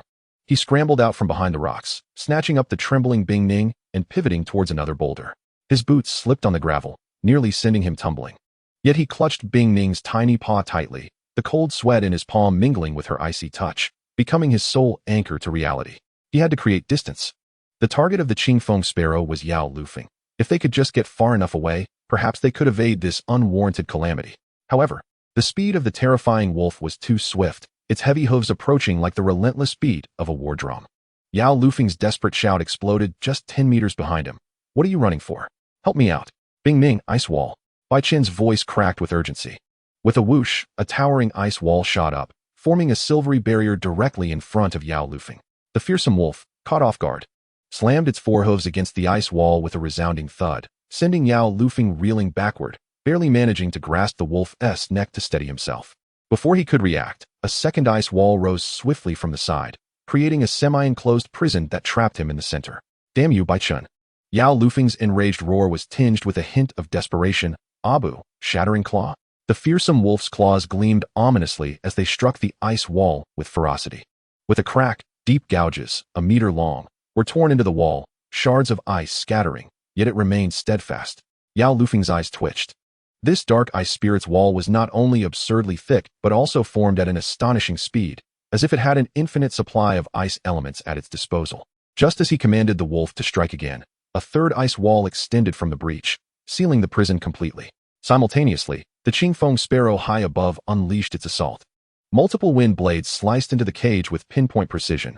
One narrowly grazed Yao Lufeng's leg, drawing forth a trail of blood, while another struck solidly against the wolf's tail. The wolf let out a tormented howl as its tail was severed, blood gushing forth like a fountain. Splattering against the ice wall, which instantly froze into dark red icicles, resembling eerie coral formations. The wolf thrashed about in agony within the confines. Go! Yao Lufeng, pained by the sight of the mutilated wolf, trembled but dared not linger. The shrill cry of the Qingfeng sparrow echoed overhead. The previous wind blade had just severed a corner of the ice prison, and he seized the wolf, leaping with all his might to escape. Yet, as soon as his feet hit the ground, a shadow lunged from the side. The fully matured 8th-tier Qingfeng sparrow had already landed, its sharp claws slicing through the air with a menacing whoosh, toppling both him and the wolf to the ground. Yao Lufeng rolled several times, and as he looked up, he beheld the gleaming, predatory eyes of the Qingfeng sparrow, its claws gathering a chilling, ghostly light. This was the rending claw, a fundamental skill in the beast realm, capable of shattering stone and gold in the hands of a fully grown Qingfeng sparrow. The scent of blood wafted from its claws, and the shadow of death loomed ominously over him. Bai Chen, he cried out, his voice filled with anguish and resentment. Why won't you save me? At that moment, Bai Chen had already sprinted nearly a kilometer, his lungs feeling like a battered bellows, each breath tasting of iron rust. He glanced back to see the Qingfeng sparrow's claws descend, and in an instant, the two-headed wolf was torn asunder, blood staining the rocks, its innards and shattered bones spilling across the ground. Yao Lufeng's screams abruptly ceased. Both of his thighs had been severed at the roots, blood erupting like a geyser. Pooling beneath him, he lay in that crimson puddle, murmuring, "How could this be? I was meant to stand at the pinnacle of the beast hunting hall." The light in Yao Lufeng's eyes dwindled, akin to a candle flame extinguishing. The Qingfeng sparrow descended, issuing a short call to its companion that had slain Yao Lufeng. As if in commendation, one of the birds turned to Bai Chen, screeching sharply. The matured 8th-tier Qingfeng sparrow immediately spread its wings, evidently intent on continuing the pursuit. Suddenly, a roar from deep within the forest reverberated. The steel-toothed beast had awakened from its stupor, its armored body glinting in the sunlight as it charged towards the rocky terrain, toppling trees in its path, severed trunks strewn like fallen blocks. The two Qingfeng sparrows, witnessing this, hastily took flight, abandoning their chase of Bai Chen to evade the spiny behemoth. Bai Chen leaned against an ancient tree, collapsing to the ground, his chest heaving like a bellows. The wound on his back had reopened from the frantic sprint, blood seeping through his clothes, mingling with cold sweat, creating a painful, clammy sensation. He gazed towards the distant struggle, exhaling deeply, his throat parched and aching. Suddenly, Bing Ning emitted a clear, resonant cry, radiant blue light enveloping her. Her form subtly expanded, the patterns on her crystalline armor pulsating with life, shimmering softly, and her icy aura intensified, indicating she had entered the 3rd tier of growth under the pressure of life and death. Bai Chen's heart soared with joy. He reached out to stroke her head, feeling her cool yet firm presence. Well done. Bing Ning nuzzled against his palm, her earlier fears seemingly dissipated, her tiny paws excitedly waving, conjuring delicate ice flowers as if to flaunt her newfound power. With half a month until the qualifying rounds, and lacking any extraordinary spirit objects, it would be challenging for Bing Ning to advance further in such a short time. Observing the chaotic battle in the distance, Bai Chen furrowed his brow. Bing Ning, as an elemental creature, possessed formidable ranged attacks and defenses, yet her close combat capabilities were woefully inadequate. If she were entangled with a beast-type spirit of equal rank, prolonged conflict would surely lead to defeat. It seemed imperative to contract another beast-type spirit adept at direct confrontation. Let's go, Bing Ning. He rose, brushing off the dust from his clothes, determination igniting in his gaze. Let me witness your prowess after the advancement, and in the meantime, we shall find you a companion. Bing Ning nodded vigorously, her ice-blue eyes sparkling with eagerness. She floated to Bai Chen's shoulder, affectionately rubbing her cheek against his earlobe, her frigid touch alleviating a fraction of his fatigue. Together, they turned and ventured into the thicket, sunlight filtering through the leaves and casting elongated shadows upon them. Chapter 11. Zhou Yifan. Days later, the thicket at the eastern peak was fragmented by the blazing summer sun. Dappled shadows danced across the forest floor, resembling a restless swarm of fireflies. Bai Chen moved deftly between the tree trunks, his footsteps nearly inaudible upon the damp moss. His recent survival in the mountains having imbued his movements with a predatory grace.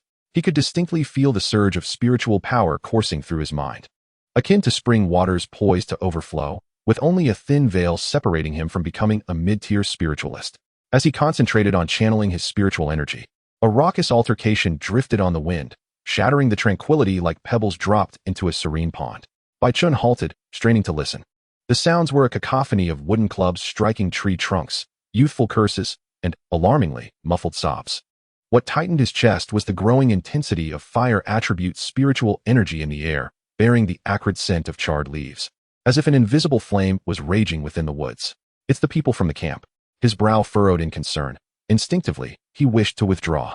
He had witnessed too many brutal conflicts over spirit beasts and objects in recent days, and he had no interest in embroiling himself in others' disputes.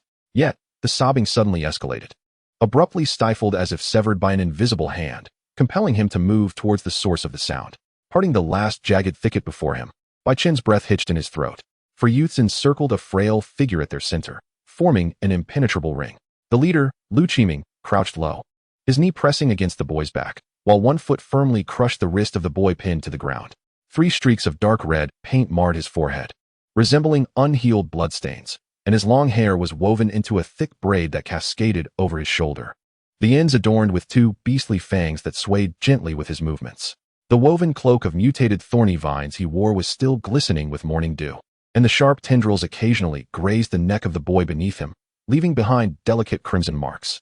Zhou Yifan, I shall inquire one last time.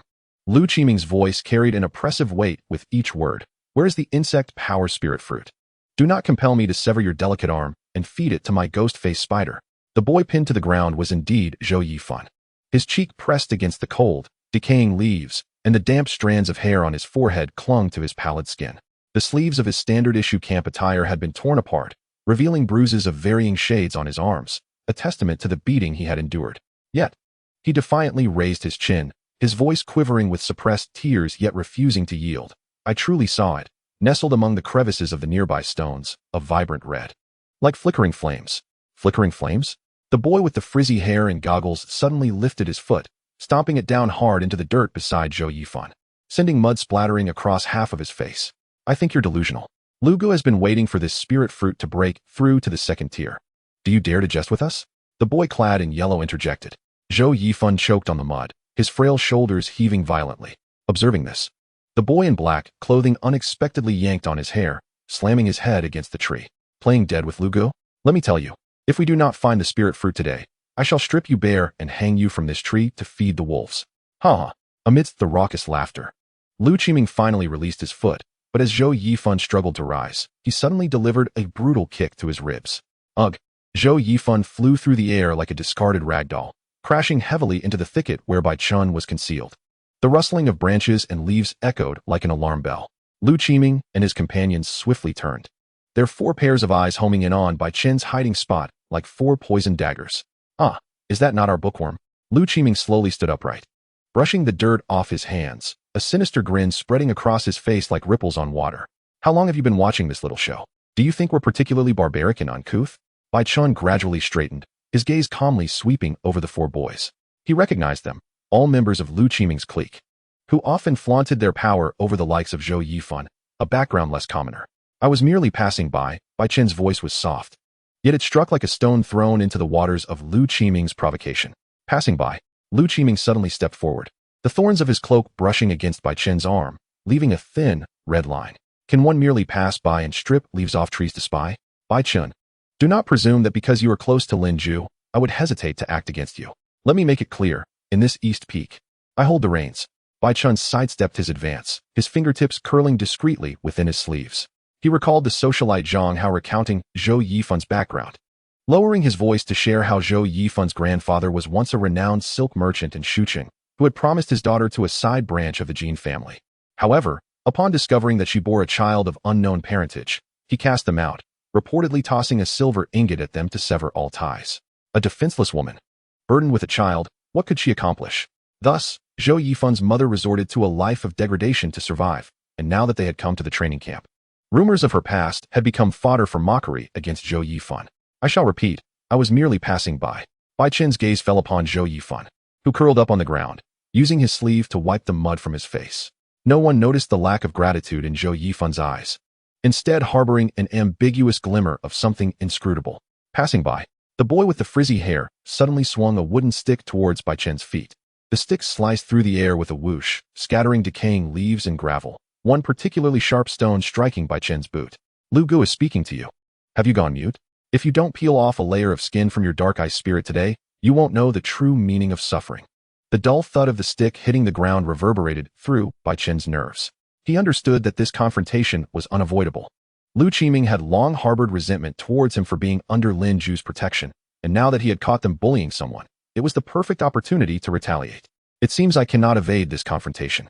Bai Chen murmured softly to himself as the power of spirit surged quietly at his fingertips. The icy figure in his soul space sensed his resolve, emitting a faint, melodic hum. Dark ice spirit? Quickly summon it for me to see. Lu Qiming, noticing Bai Chen's lack of movement, suddenly grinned widely, revealing 2 rows of white teeth. As he beckoned, a green formation materialized, and the ground cracked with a resounding snap, unleashing a massive spider covered in dark brown fur that burst forth from the earth. It is the low-tier silver-grade, evil-toothed ghost-face spider. The creature stood nearly half a man tall, its 8 legs stretching across a 2-meter radius.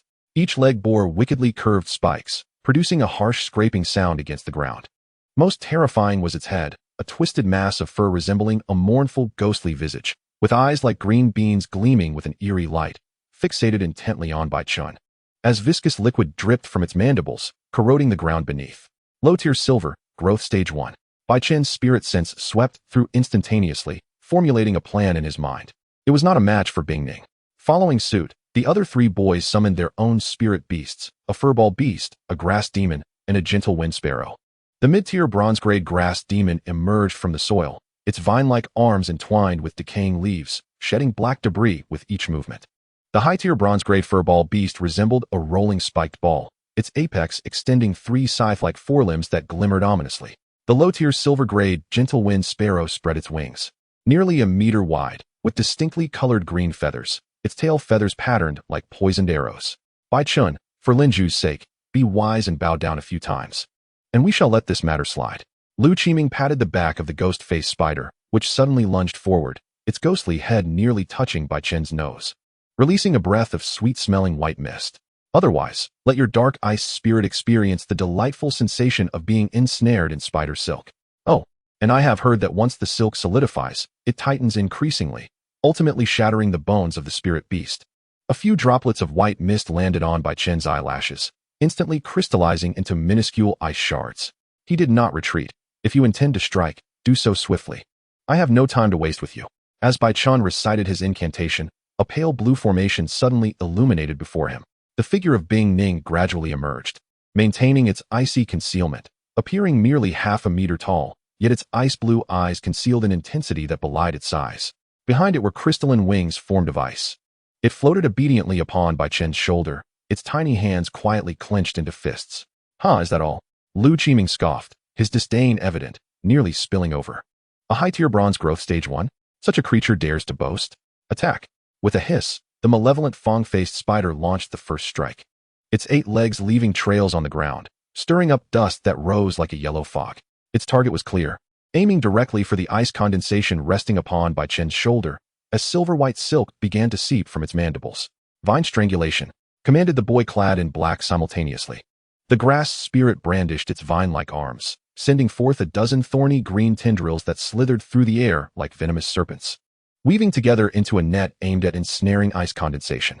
Furry ball scythe. The boy with the explosive hairstyle declared defiantly.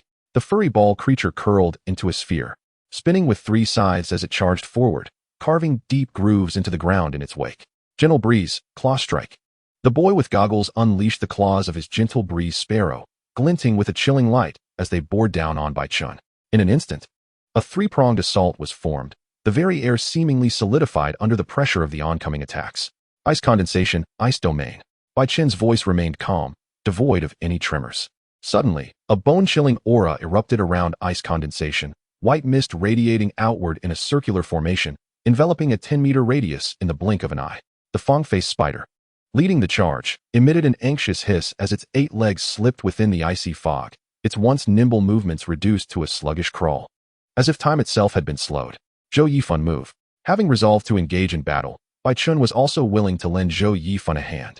Without glancing back, he urged in a low voice, though from the corner of his eye, he caught a glimpse of Zhou Yifan's peculiar expression. The boy was propped against a tree, the corners of his mouth curling into a faint smile, as if he were watching a play unfold.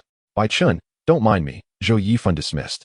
Yet his body obediently retreated deeper into the thicket. Upon reaching the second tree, he suddenly cast a glance back at Bai Chen. An unsettling strangeness in his gaze that stirred unease within Bai Chen's heart. Just as he felt a sinking sensation, ice condensation had already erected 3 ice walls, temporarily confining the grass spirit and the furry ball creature within. The grass spirit's tendrils lashed at the ice walls, producing sharp cracks as dark green sap splattered against the icy surface, instantly freezing into bizarre patterns. Meanwhile, the furry ball creature swung its sides furiously, sending shards of ice flying as fine cracks began to appear on the surface of the ice walls. The gentle breeze sparrow, however, opened its wings and soared out from the icy barrier. Useless. You can't even break through a wall of ice. Lu Qiming's furious roar echoed, laced with desperation. He abruptly turned to the boy with goggles. Wang Ling, take the gentle breeze sparrow and pursue Zhou Yifan. Don't let that wild brat escape. He surely knows where the spirit fruit is. Wang Ling complied, leaping onto the back of the gentle breeze sparrow. The bird took flight, whipping up a gale that sent fallen leaves swirling into the air, its azure form quickly vanishing among the trees. Bai Chen couldn't help but glance at Wang Ling. And in that moment of distraction, Lu Qiming suddenly produced a fiery red crystal from his cloak. The crystal, the size of a fist, was marred with cracks, faint flames flickering within. Indeed, it was a fire crystal imbued with potent fire attribute spiritual energy. Break it for me. Lu Qiming hurled the fire crystal towards ice condensation with great force, the veins on his arm bulging with effort. The crystal traced a scorching arc through the air, dissipating the icy fog in its path, warping the very air with its heat. Not good. Bai Chen's pupils constricted sharply. Ice condensation reinforced the ice domain. But it was too late. The fire crystal detonated at the center of the ice domain, blinding crimson light consuming the icy mist. And a searing wave of heat struck ice condensation like an invisible hand. With a cry of agony, ice condensation was hurled backward, crashing against a tree trunk, its crystalline armor fracturing under the impact. You've fallen into my trap. Bai Chen felt a cold sweat drench his back. Lu Qiming had no intention of pursuing Zhou Yifan. His true aim was to shatter ice condensation's ice domain. As predicted, the freed fong-faced spider let out an excited hiss, its 8 legs skimming the ground as it lunged at ice condensation, the silk it expelled striking out like silver whips aimed at her wings. Ice condensation reacted with remarkable speed, spinning in midair to release a flurry of ice spikes. The sound of clashing echoed as the ice spikes met the strands of silk, temporarily forcing the spider back. Yet, the right side of her body was still ensnared, the viscous threads tightening around her, causing her crystalline armor to crack under the pressure. Now, Lu Qiming's triumphant laughter rang out, confident of his impending victory. Tear it apart. The fong-faced spider lunged once more, its spiked legs converging like sharp blades, targeting the half of ice condensation ensnared by the silk.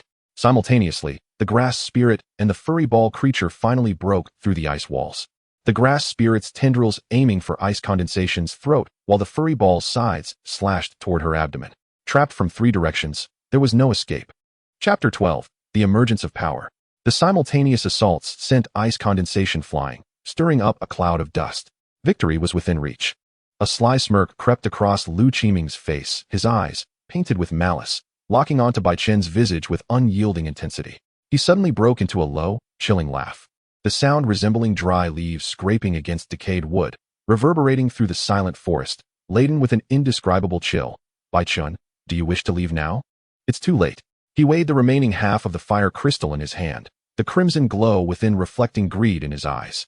Do you have any idea how much effort I expended to obtain this fire crystal? In the West Peak Marsh, I battled a growing second-tier flame-tailed monkey for an entire night, my back scorched to the bone by its fireballs, just to procure this item from its lair. He deliberately tore open his clothing, revealing the gruesome scars on his back. So, you think you can just walk away? You ought to leave something behind, don't you think? After all, I deserve something for this scar. The threat in his words was unmistakable. He sought not only Bai Chen's possessions, but also his dignity. Bai Chen understood that Lu Qiming would not dare to deal a fatal blow. Everyone in the camp knew of his close ties with Lin Ju, who was not only the legitimate heir of the Lin family in Shuqing, but also recognized as the strongest in the camp. No matter how arrogant Lu Qiming was, he had to weigh the consequences of offending Lin Ju. This conflict between them was merely a youthful rivalry. What Lu Qiming desired was to establish his reputation by bullying Bai Chen and Zhou Yifan. Bai Chen raised his gaze to meet Lu Qiming's, his expression as tranquil as an ice-covered lake, remaining silent. Lu Qiming scoffed, suddenly signaling to the fong-faced spider. The spider, as if receiving orders, lunged forward, its spiked legs carving deep trenches into the ground, its grotesque head nearly brushing against Bai Chen's toes, exuding a white mist suffused with a rancid odor that constricted the throat. At that moment, as the dust settled, ice condensation erupted with an intense coldness. The previously restrained icy mist surged upwards, the layer masquerading as dark ice spirit shattered with a crack, revealing its true form beneath, a brilliant blue crystalline armor. Glimmering with an icy sheen, its lower half adorned in a flowing snowy skirt, the surrounding chilling aura causing frost to begin forming in the air. Is that the frost ice spirit? Huawei exclaimed in shock, dropping the wooden stick he had been holding. The grass spirit trembled violently, sensing the imminent threat, its vine-like body retracting in a panic, even the vine net barrier quaking. The arrogance on Lu Qiming's face froze instantly, his pupils contracting like pinpricks. No, it's impossible. How could a high-tier bronze dark ice spirit transform into a high-tier silver frost ice spirit? He fixated intently on the swirling blue glow emanating from Bing Ning, his throat constricting with disbelief. How could you possibly possess a high-level silver-tier spirit beast? Bai Chen paid no heed to his astonishment, gently patting Bing Ning's shoulder.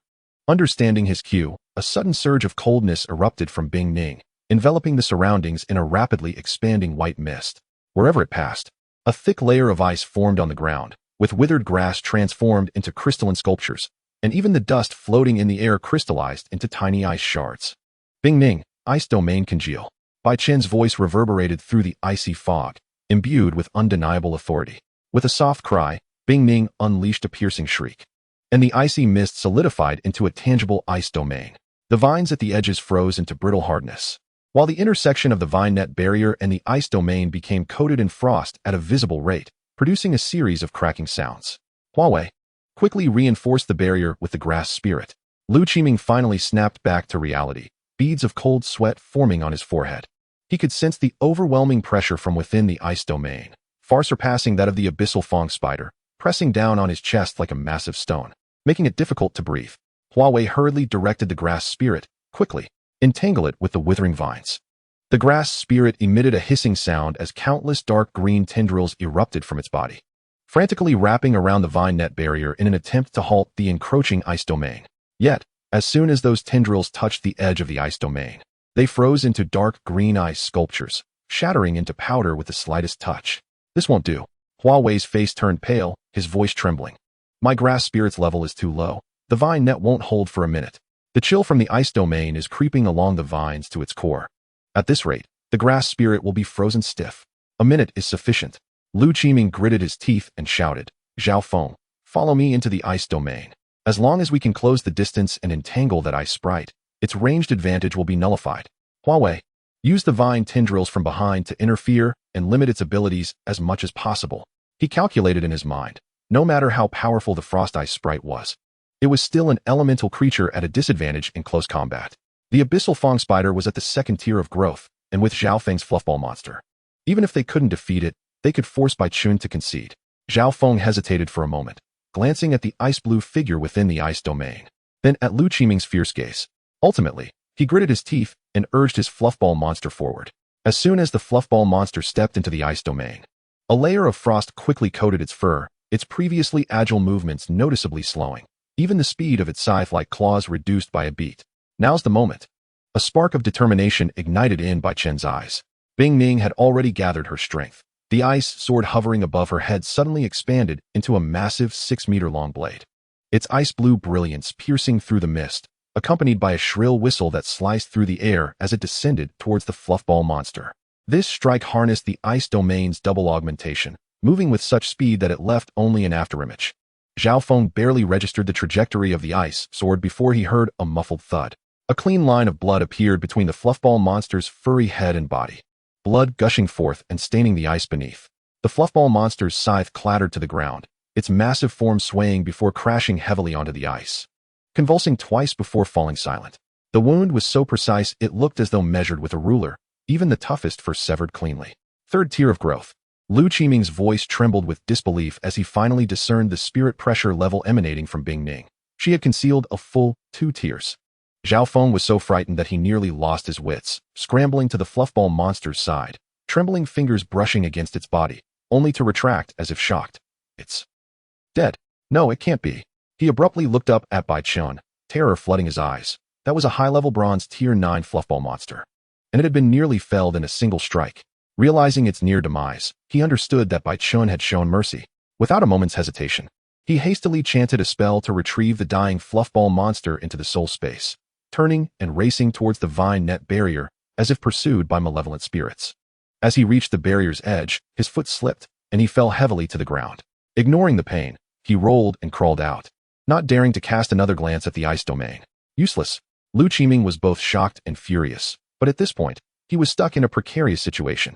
He could only grit his teeth and command, Abyssal Fong, use the rending claw.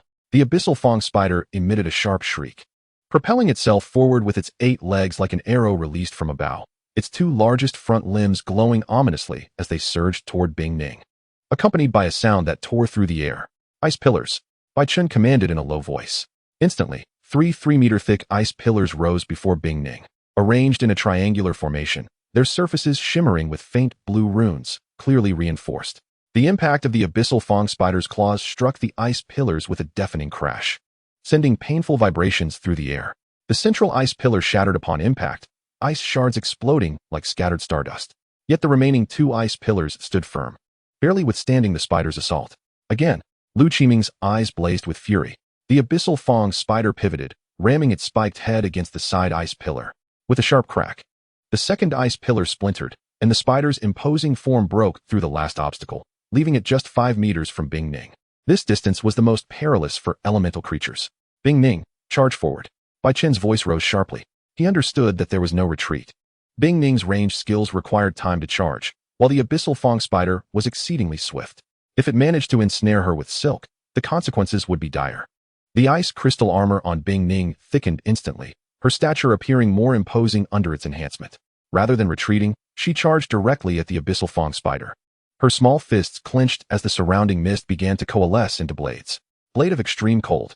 At Bai Chen's command, dozens of ice blades, each the length of an arm, materialized before Bing Ning, glinting with a frigid light. These ice blades seemed to be guided by an invisible force, sweeping in a fan shape towards the Abyssal Fong spider. Clearly unprepared for Bing Ning's audacious advance, the spider instinctively raised its front limbs to block. However, the ice blades deftly avoided its hardened carapace, targeting the vulnerable joints and gaps around its eyes. With a pained hiss, the spider screeched as one of its eyes was sliced open, dark green blood streaming down its face. Yet, its momentum did not falter, continuing its charge towards Bing Ning. Just as the two were about to collide, Bing Ning suddenly crouched, conjuring a half-meter-long ice blade in her hands, and thrust it deep into the spider's gaping maw. With a sickening squelch, the ice blade penetrated, emerging from the spider's lower jaw. The Abyssal Fong spider's charge abruptly halted, its ghastly head shaking violently. Its mouth torn open with a half-meter gash, its ivory fangs splintered, and its jaw crooked as if on the verge of detaching. Yet, the tremendous force still propelled it into Bing Ning. She was sent flying like a kite severed from its string, her ice crystal armor shattering upon impact, sending tiny ice shards swirling through the air. It rolled through the air several times before crashing heavily onto the icy surface, sliding for several meters before finally halting against the edge of the vine net barrier, stirring up a cloud of icy mist. Bing Ning. Bai Chen's heart tightened in an instant, a surge of anger rising to his head. Without a moment's hesitation, he prepared to rush forward, but the instant he moved, he saw a figure slowly rising amidst the ice mist. Bing Ning's armor was shattered in places, revealing her crystalline form beneath, yet she did not fall. Her ice-blue eyes fixed unwaveringly on the evil fong-faced spider, burning with an indomitable flame. Although there were still many flaws in their coordination, this blank slate had made significant progress through the trials of this period. She raised her hand to wipe away the spiritual liquid at the corner of her mouth, once again conjuring an ice blade, clearly ready to continue the fight. Meanwhile, the evil fong-faced spider rolled on the ground, covering its mouth, its dark green blood staining the ice, emitting a series of anguished shrieks. Its jaw was completely dislocated, rendering it incapable of even the most basic biting, let alone attacking. Lu Qiming watched his spirit beast struggle on the ground, then glanced at the resolute battle intent in Bing Ning's eyes, and finally felt deflated. He knew that continuing the fight would only lead to further embarrassment. The evil Fong-faced spider had already lost its combat capability. Hu Wei's grass spirit was shivering in the ice domain, and Zhao Feng had long since been terrified. He alone could not possibly win. Stop! Lu Qiming shouted suddenly. His voice tinged with a barely perceptible tremor.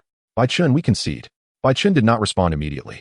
His gaze locked firmly onto Lu Qiming until he confirmed there was no deceit in his eyes before shaking his head at Bing Ning.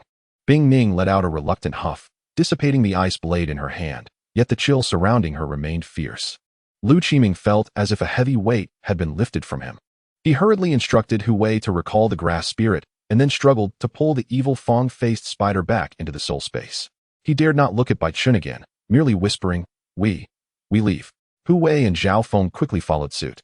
Their retreating figures appearing particularly disheveled at the edge of the ice domain, their steps slightly unsteady. It was only after they disappeared into the forest that Bai Chen hastened to Bing Ning's side, carefully lifting her into his arms. Bing Ning's body was quite cold, the jagged edges of her shattered armor cutting into his palms. Does it hurt? Bai Chen's voice was barely above a whisper, tinged with a tremor he was unaware of. Bing Ning shook her head, rubbing her forehead against his cheek, her ice-blue eyes filled with dependence. She raised her hand, revealing a small ice crystal resting in her palm. Freshly formed during the battle, now presented to Bai Chen as if seeking praise. Bai Chen chuckled softly, accepting the ice crystal and tightly grasping it in his hand. We won. Bing Ning emitted a joyful chirp, snuggling closer to him. Bai Chen turned to glance in the direction where Zhou Yifan had fled, his brow slightly furrowed. The peculiar smile on Zhou Yifan's face, Lu Qiming's sudden aggression, and Bing Ning's forced revelation of her strength. Everything felt too coincidental, stirring a sense of unease within him. Was Zhou Yifan truly just a simple victim? Had he intentionally lured Lu Qiming here, conveniently allowing Bai Chen to stumble upon the scene? Did he have ulterior motives? He looked down at the ice crystal in his palm. Bing Ning's display of strength was an undeniable fact. Once Lu Qiming returned, news of Bai Chen's contract with the high-level Silver Stage 3 Frost Ice Sprite would soon spread through the camp, making it nearly impossible to remain low-key thereafter. He cast one last glance at the chaotic battlefield, the shattered ice columns, blood-stained ice surface, and scattered ice crystal fragments, all bearing witness to the fierce battle that had just transpired, before turning away and walking deeper into the eastern peak. There lay the target he had long been fixated on. Securing it would bolster his confidence in the qualifying rounds, perhaps even allowing him to challenge Lin Ju's position. Sunlight filtered through the leaves, casting elongated shadows upon him. The wound on his back throbbed faintly. Bai Chen took a deep breath, his steps resolute as he pressed forward. With the qualifying rounds approaching, he had no time to squander on suspicion and regret. The forest breeze picked up again, carrying the fragrance of grass and wood, as well as a hint of the tranquility that follows the dissipating smoke of battle. Bai Chen's figure swiftly vanished into the depths of the thicket, leaving behind a scene of devastation that slowly melted under the sun. Chapter 13, The Fiery Armored Demon. The three stumbled for about half a mile, the leaves beneath their feet rustling softly, until their lungs felt as though they were stuffed with burning cotton, each breath searing with pain, forcing them to collapse onto the ground. Lu Qiming plopped down heavily into a pile of withered yellow leaves, his back pressed against an ancient tree trunk, the wound on his shoulder throbbing painfully. He gasped for air, strands of hair matted with cold sweat clinging to his forehead, giving him a disheveled and grotesque appearance. Even now, his mind buzzed with the blinding blue light that had emanated from Bing Ning when she revealed her true form. A high-level silver frost ice sprite, Stage 3. Such a spirit beast was not easily contracted. Even Lin Ju might struggle to do so. How could it possibly end up in the hands of that taciturn Bai Chen?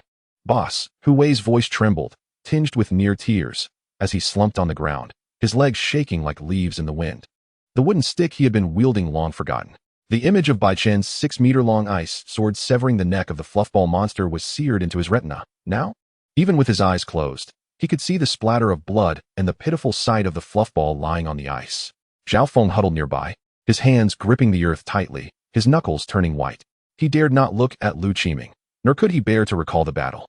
His fluffball monster was a high-level bronze stage 9, just a step away from silver, yet it had been effortlessly slain by that dark ice spirit in a single strike. Had Bai Chen not shown mercy, he would undoubtedly have suffered damage to his spirit contract. Lu Qiming wiped his face fiercely, his palms slick with cold sweat mingling with the pain on his face, leaving behind several grotesque red streaks.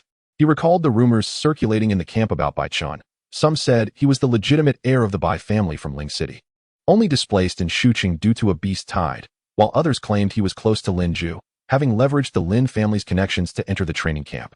Previously, he had dismissed these as mere jokes, but now he pondered that there might be a kernel of truth in those words. Don't act like a stray dog, Lu Qiming suddenly shouted, his voice hoarse with anger. It's just a stage 3 ice sprite. What's there to fear? Once my evil Fong advances to stage 2, I will tear it apart. Yet, despite his bravado, his clenched fists betrayed the turmoil within. The evil Fong-faced spider had its jaw torn apart by Bing Ning, and it would take at least 10 days to recover. Whether it could advance remained uncertain.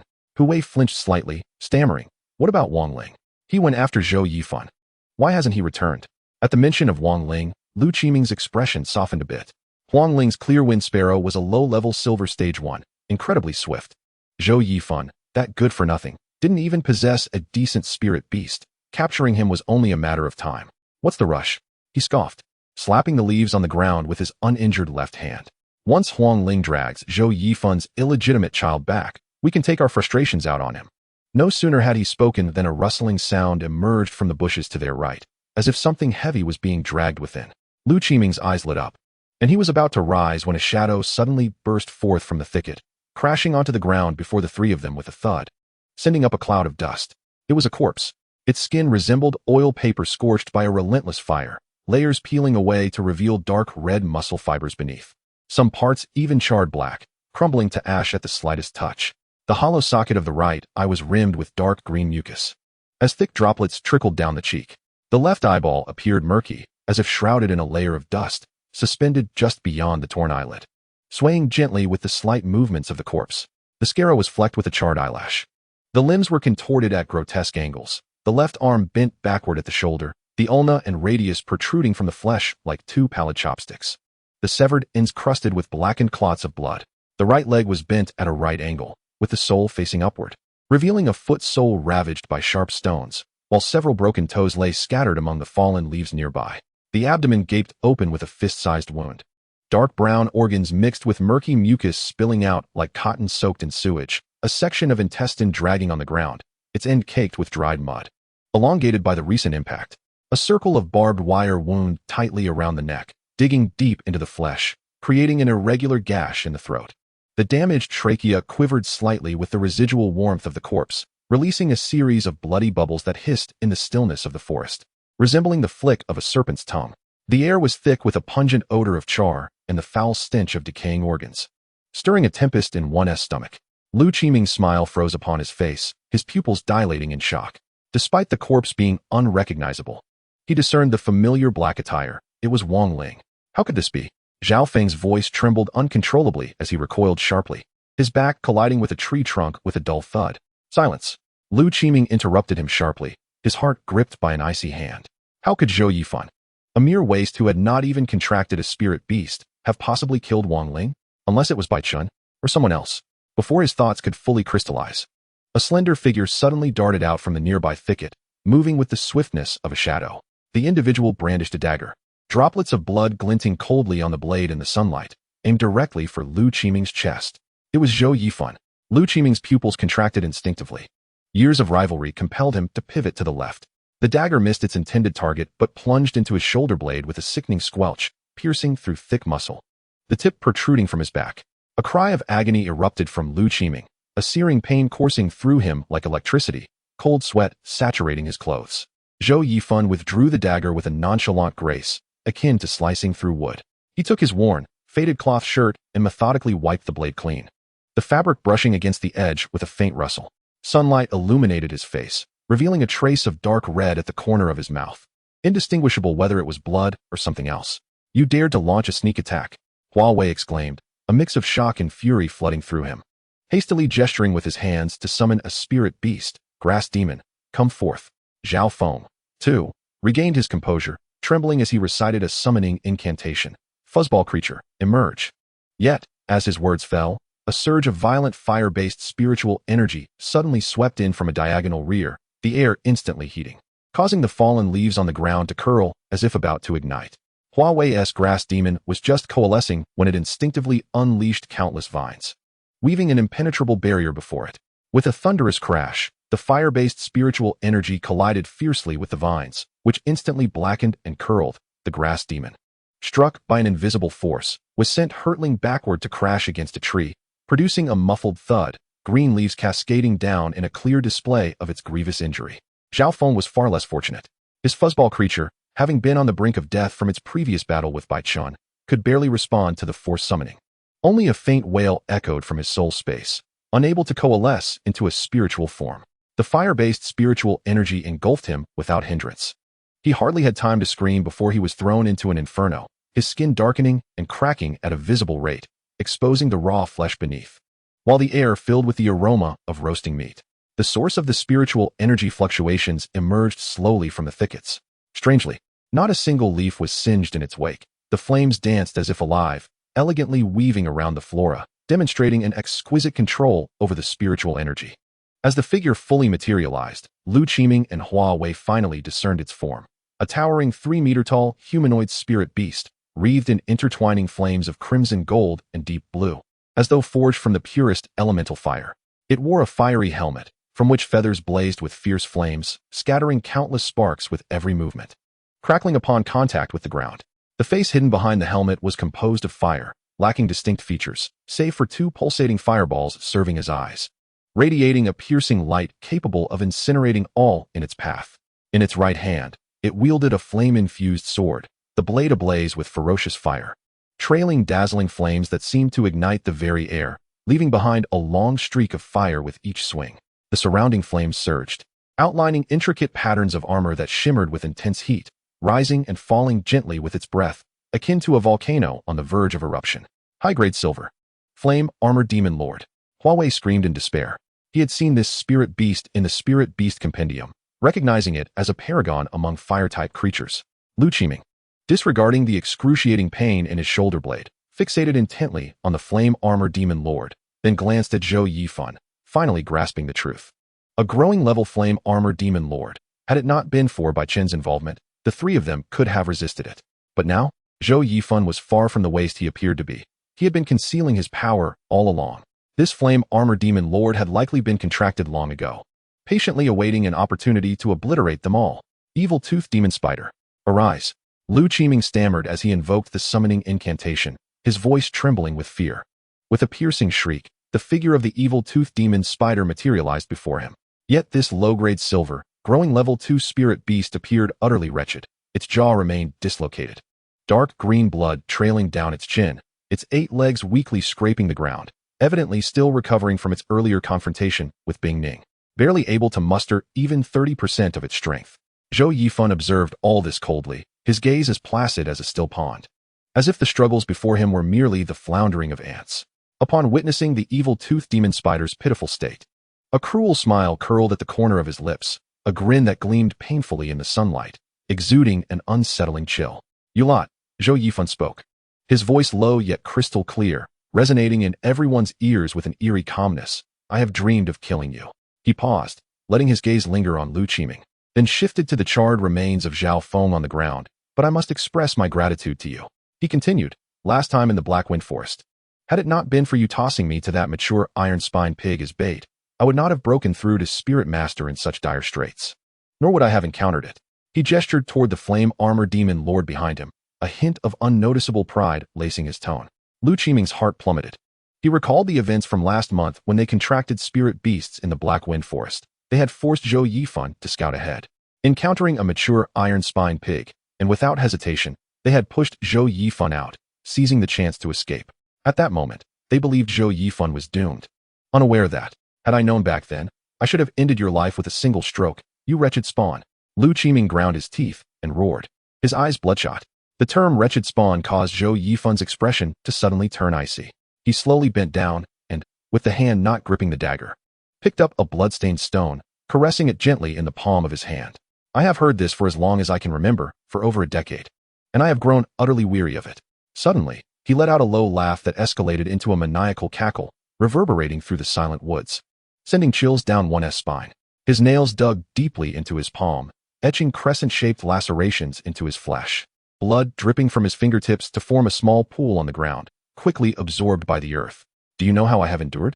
Zhou Yifan abruptly lifted his head, his gaze sharp as a poisoned blade, piercing directly at Huawei. He advanced step by step, his breath tinged with the faint scent of blood, sweeping over Huawei's terrified face. Suddenly, he tore open his collar, revealing a scar the size of a palm beneath his collarbone, dark red and uneven, like flesh marred by a branding iron, appearing particularly grotesque against his pale skin.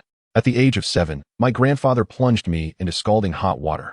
Zhou Yifun's voice was soft yet laced with a chilling bitterness as he traced the scar with his fingertips, as though caressing a rare treasure. He continued, "This is how they intended to cleanse the blood of this wretched spawn, so that the Jin family would once again acknowledge my mother." He burst into laughter, tears nearly spilling from his eyes. But look, after the scar healed, new flesh grew, more resilient than the neighboring skin. Huawei trembled in fear, wanting to shrink back. But Zhou Yifun seized him by the throat. "I haven't finished my story yet." Zhou Yifun's tone turned frigid. "How could you attempt to flee? Just as rude as before, truly vexing. Let go of me." Huawei's face flushed crimson, his hands desperately clawing at Zhou Yifun's wrist. But the latter's grip was as unyielding as iron. "Flame armor," Zhou Yifun called out without looking back. With a low growl, the flame armor demon king raised its flaming blade. "No, no." Huawei's pupils dilated in despair. The flaming blade descended slowly, its pace suffocating. The intense heat singed Huawei's pant leg, the fabric igniting instantly. He could see the flames dancing along the blade, smell his own hair burning. Yet he lacked the strength to struggle. "Ah!" A piercing scream echoed through the forest. The flaming blade cleaved through Huawei's legs, the heat instantly cauterizing the wounds, leaving not a single drop of blood, only the rich aroma of roasted flesh wafting through the air. Huawei collapsed like a marionette with severed strings, his upper body thrashing wildly, emitting incomprehensible groans. Zhou Yifun released his grip, allowing Huawei to writhe on the ground. He drew his dagger and, before Huawei could react, swiftly severed his throat. In the split second before the blood gushed forth, he tilted his body slightly, deftly avoiding all splatters. Not a single drop staining his clothing. Having completed this grim task, he turned to face Lu Qiming, who was attempting to retreat discreetly, a cold smile gracing his lips. "Now, it's time for you to listen to my story properly. I assent it? Zhou Yifun, do you dare to kill us? The Beast Hunter Hall has rules against infighting." Lu Qiming shouted, his voice strident, clearly intending for those nearby to hear. "Rules?" Zhou Yifun seemed to find this notion utterly laughable, stepping closer, forcing Lu Qiming to retreat until his back collided heavily with a tree as thick as 2 men, leaving him with nowhere to escape. "When you abandoned me to the Iron Spine Boar, why didn't you mention any rules? When you derided my mother as a harlot from a brothel, where were your precious rules then?" His face was mere inches from Lu Qiming's, his breath hot against Lu Qiming's face, tinged with a metallic scent of blood. "Who will know if I kill you, Bai Chen, or the corpses lying on the ground?" He scoffed. "Compared to your despicable schemes, I am merely more straightforward. You wretched spawn." Lu Qiming, struck at the core of his being, suddenly screamed. "Even if you kill me, you will always be the shameful product of a brothel in Shuqing. The Jin family should have drowned both you and your mother. Your mother, that disreputable woman." "Silence." Zhou Yifun slammed his fist against the tree trunk beside Lu Qiming's ear, bark raining down. His eyes were bloodshot. The earlier calmness vanished without a trace, replaced by an oppressive madness. "Curse all you want. Every word is a reminder that this wretched life of mine has met death countless times." He leaned in close to Lu Qiming's ear, his voice low as a whisper. "Yet I see. Do you know how Jindu died? Just the other day, in a cave by the marsh. He told me how popular my mother was back in Shuqing's brothel, said I would never be able to hold my head high." He laughed, tears streaming down his cheeks. "I cut out his tongue and watched him bleed to death." His expression in those final moments mirrored yours now. Lu Qiming trembled in fear at the madness in Zhou Yifun's eyes, fully aware that his death was inevitable. The instinct to survive ignited a final surge of strength within him. He abruptly drew a glinting dagger from his waist and lunged towards Zhou Yifun's chest. "Die!" Yet his movement appeared excruciatingly slow to Zhou Yifun. He sidestepped effortlessly, avoiding the strike, while simultaneously delivering a kick to Lu Qiming's knee. With a sickening crack, Lu Qiming's knee buckled, and he fell to the ground, the dagger clattering away. "Flame armor," Zhou Yifun ordered coldly. The flame armor demon king was already poised for action, swinging its flaming blade, unleashing a torrent of fire that engulfed Lu Qiming in an instant. The cries of Lu Qiming pierced the air as he desperately clung to the webbing shot by the evil-fanged spider, using it to climb onto its back. The spider emitted a pained shriek, dragging its wounded body, its 8 legs frantically clawing at the ground, seeking to escape the inferno. Simultaneously, its tail shot forth a white web, aimed at Zhou Yifun and the flame armor demon king, its final skill imbued with potent paralyzing venom. Prey that struggles is far more entertaining. Zhou Yifan remained still, a mocking smile gracing his lips. The flame armor demon king whirled the flaming blade, the flames soaring dramatically. A brilliant blaze slicing through the air like lightning, severing the web into countless fragments, which turned to ash amidst the inferno. The momentum of the blade did not wane. Aimed directly at the fleeing Lu Qiming and the evil-fanged spider. No screams, no struggles. In an instant, Lu Qiming and the spider were cleaved in two.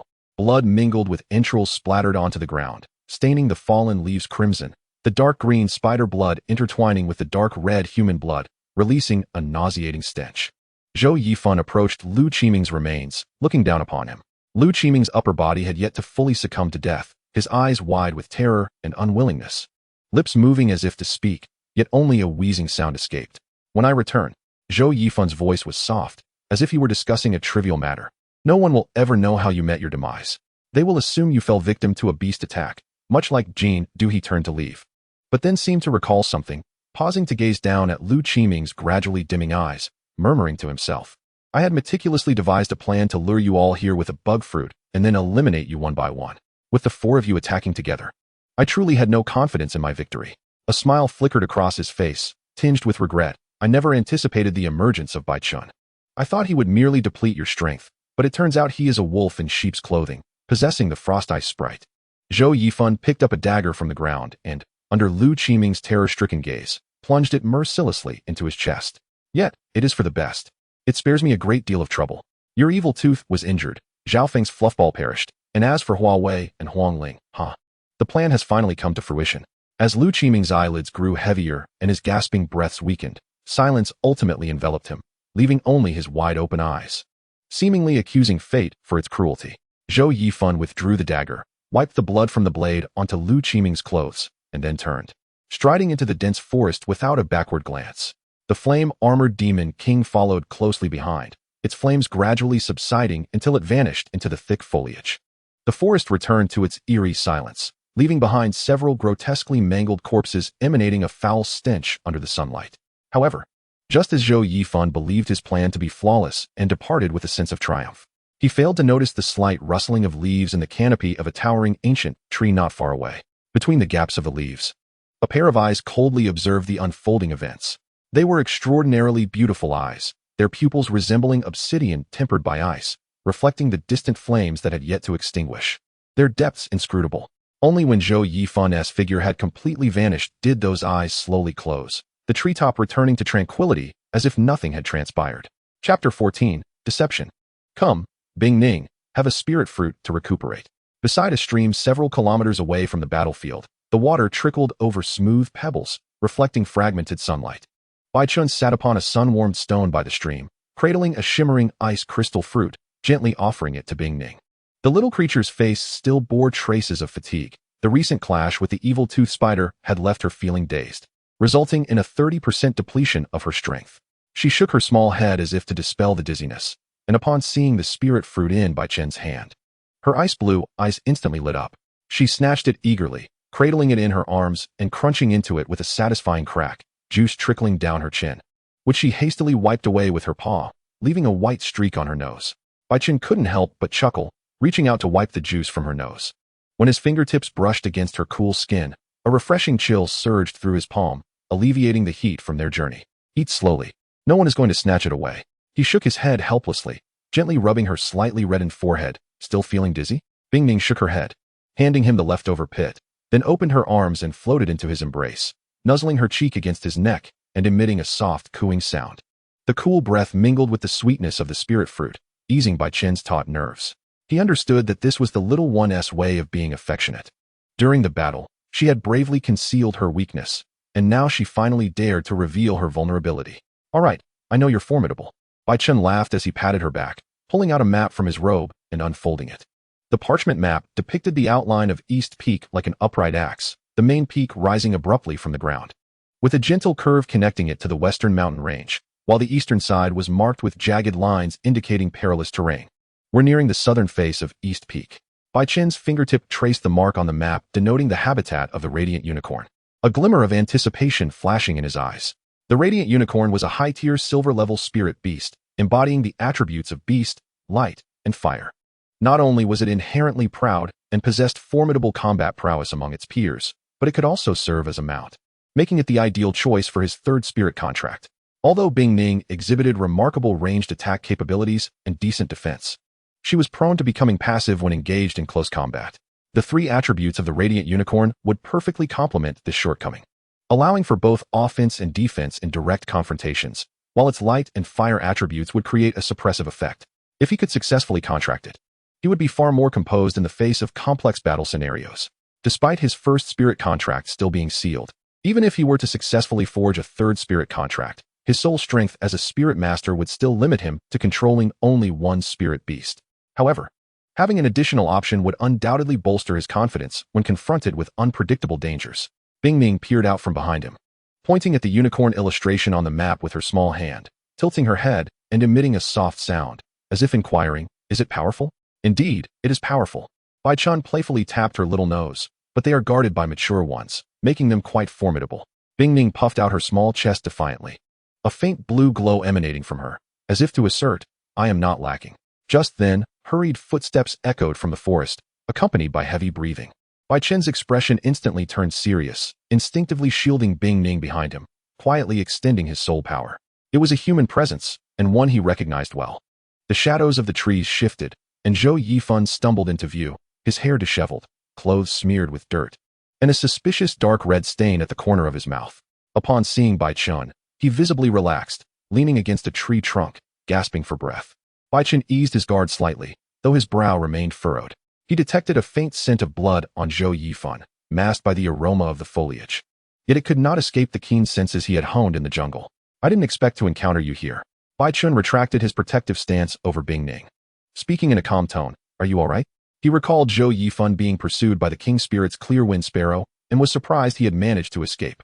Zhou Yifan waved his hand dismissively, his voice a bit shaky. "I'm fine. I managed to slip away by a stroke of luck." His gaze fell upon the map in Bai Chen's hand, his eyes darting around quickly before he suddenly remarked, "Are you heading south?" "I've been there." Bai Chen paused, subtly folding the map back. "Yes, I heard there are radiant unicorns." He noticed that when Zhou Yifan mentioned south, his Adam's apple imperceptibly moved, as if he were concealing something. "Indeed, there are." Zhou Yifan nodded, his tone casual, as if discussing an ordinary matter. "Last time, Lu Qiming forced me to scout the area. I saw several juvenile ones, but they were guarded by a mature one, so we didn't dare to take action. The mature one has only recently advanced, so its strength isn't too formidable." As soon as he finished speaking, he summoned his spirit beast. A flash of runes appeared, revealing a fox-like spirit beast with silver-white fur, adorned with azure patterns, and its tail ablaze with violet flames. The flames lapping at its fluffy tail without scorching a single hair. A low-tier silver, juvenile stage 9th rank Yanwei. Bai Chen understood immediately. It was only a tier below the King Spirit's clear wind sparrow, and such strength could indeed allow him to evade the King Spirit's pursuit.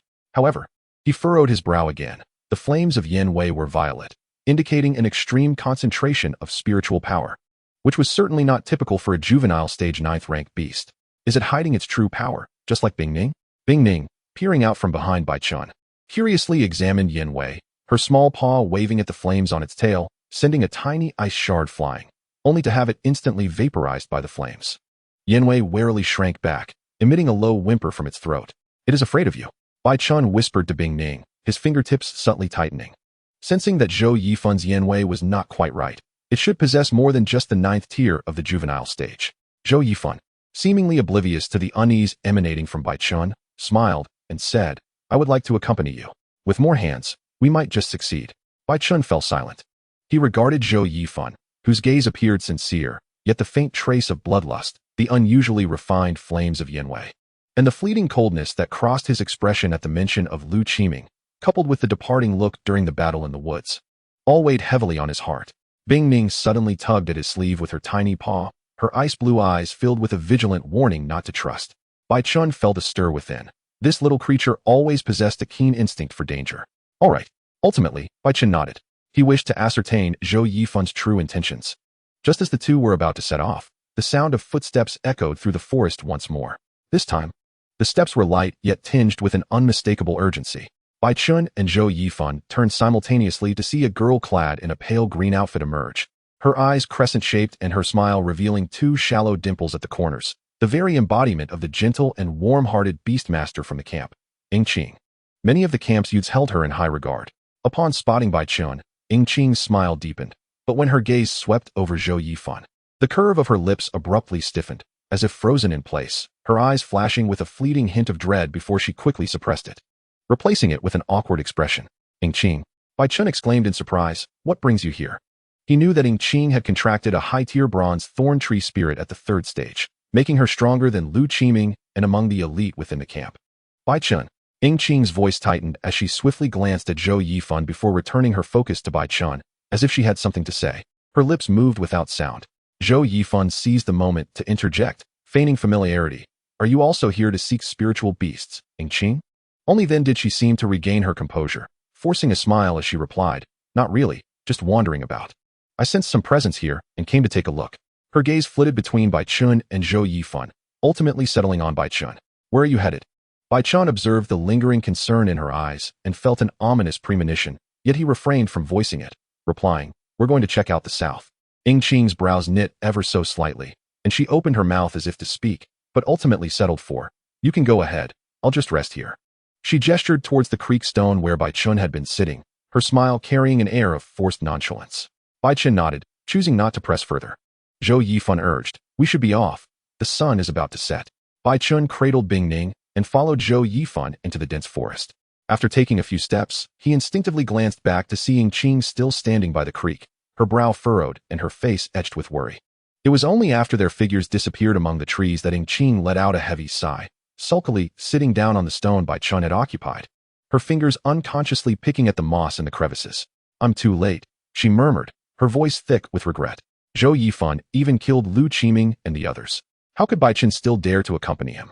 She was unaware of the previous battle between Bai Chen and Lu Qiming. She recalled the scene she had witnessed from afar, Lu Qiming's lifeless body, his heart pierced, Huawei's charred remains, and Zhou Yifan's 1st-stage flame-armored demon, whose fire attribute countered her own. Her thorn tree spirit needed to reach the unanswerable stage of growth to hold its ground. And this Yanwei was certainly more than just the 9th tier of the juvenile stage. It was at least 1st-stage growth. Bai Chen possessed only a 1st-stage dark ice spirit. Yingqing bit her lip, her fingertips turning white. Even with her addition, they might not be able to stand against Zhou Yifan. Had she recklessly exposed the truth earlier, she might have faced dire consequences. She knew that Bai Chen was close with Lin Ju. Yet Lin Ju had only been seen nearby yesterday and was now nowhere to be found. I hope Bai Chen can be wise about this, Yingqing thought, casting her gaze deep into the forest as she silently prayed. She was indeed a person of considerable warmth. After a considerable time, she finally stood up and headed in the opposite direction of Bai Chen, determined to find Lin Ju. Perhaps he was the only one who could save Bai Chen. In the dense forest, Bai Chen, holding Bing Ning, trailed behind Zhou Yifan with careful steps. "You seem not to have a fondness for Yingqing," Bai Chen suddenly remarked, his eyes fixed on Zhou Yifan's back. Just moments ago, when Yingqing had greeted them, Zhou Yifan's shoulders had visibly stiffened. Zhou Yifan paused briefly, turning back with a smile. "Not at all, just not very familiar with her."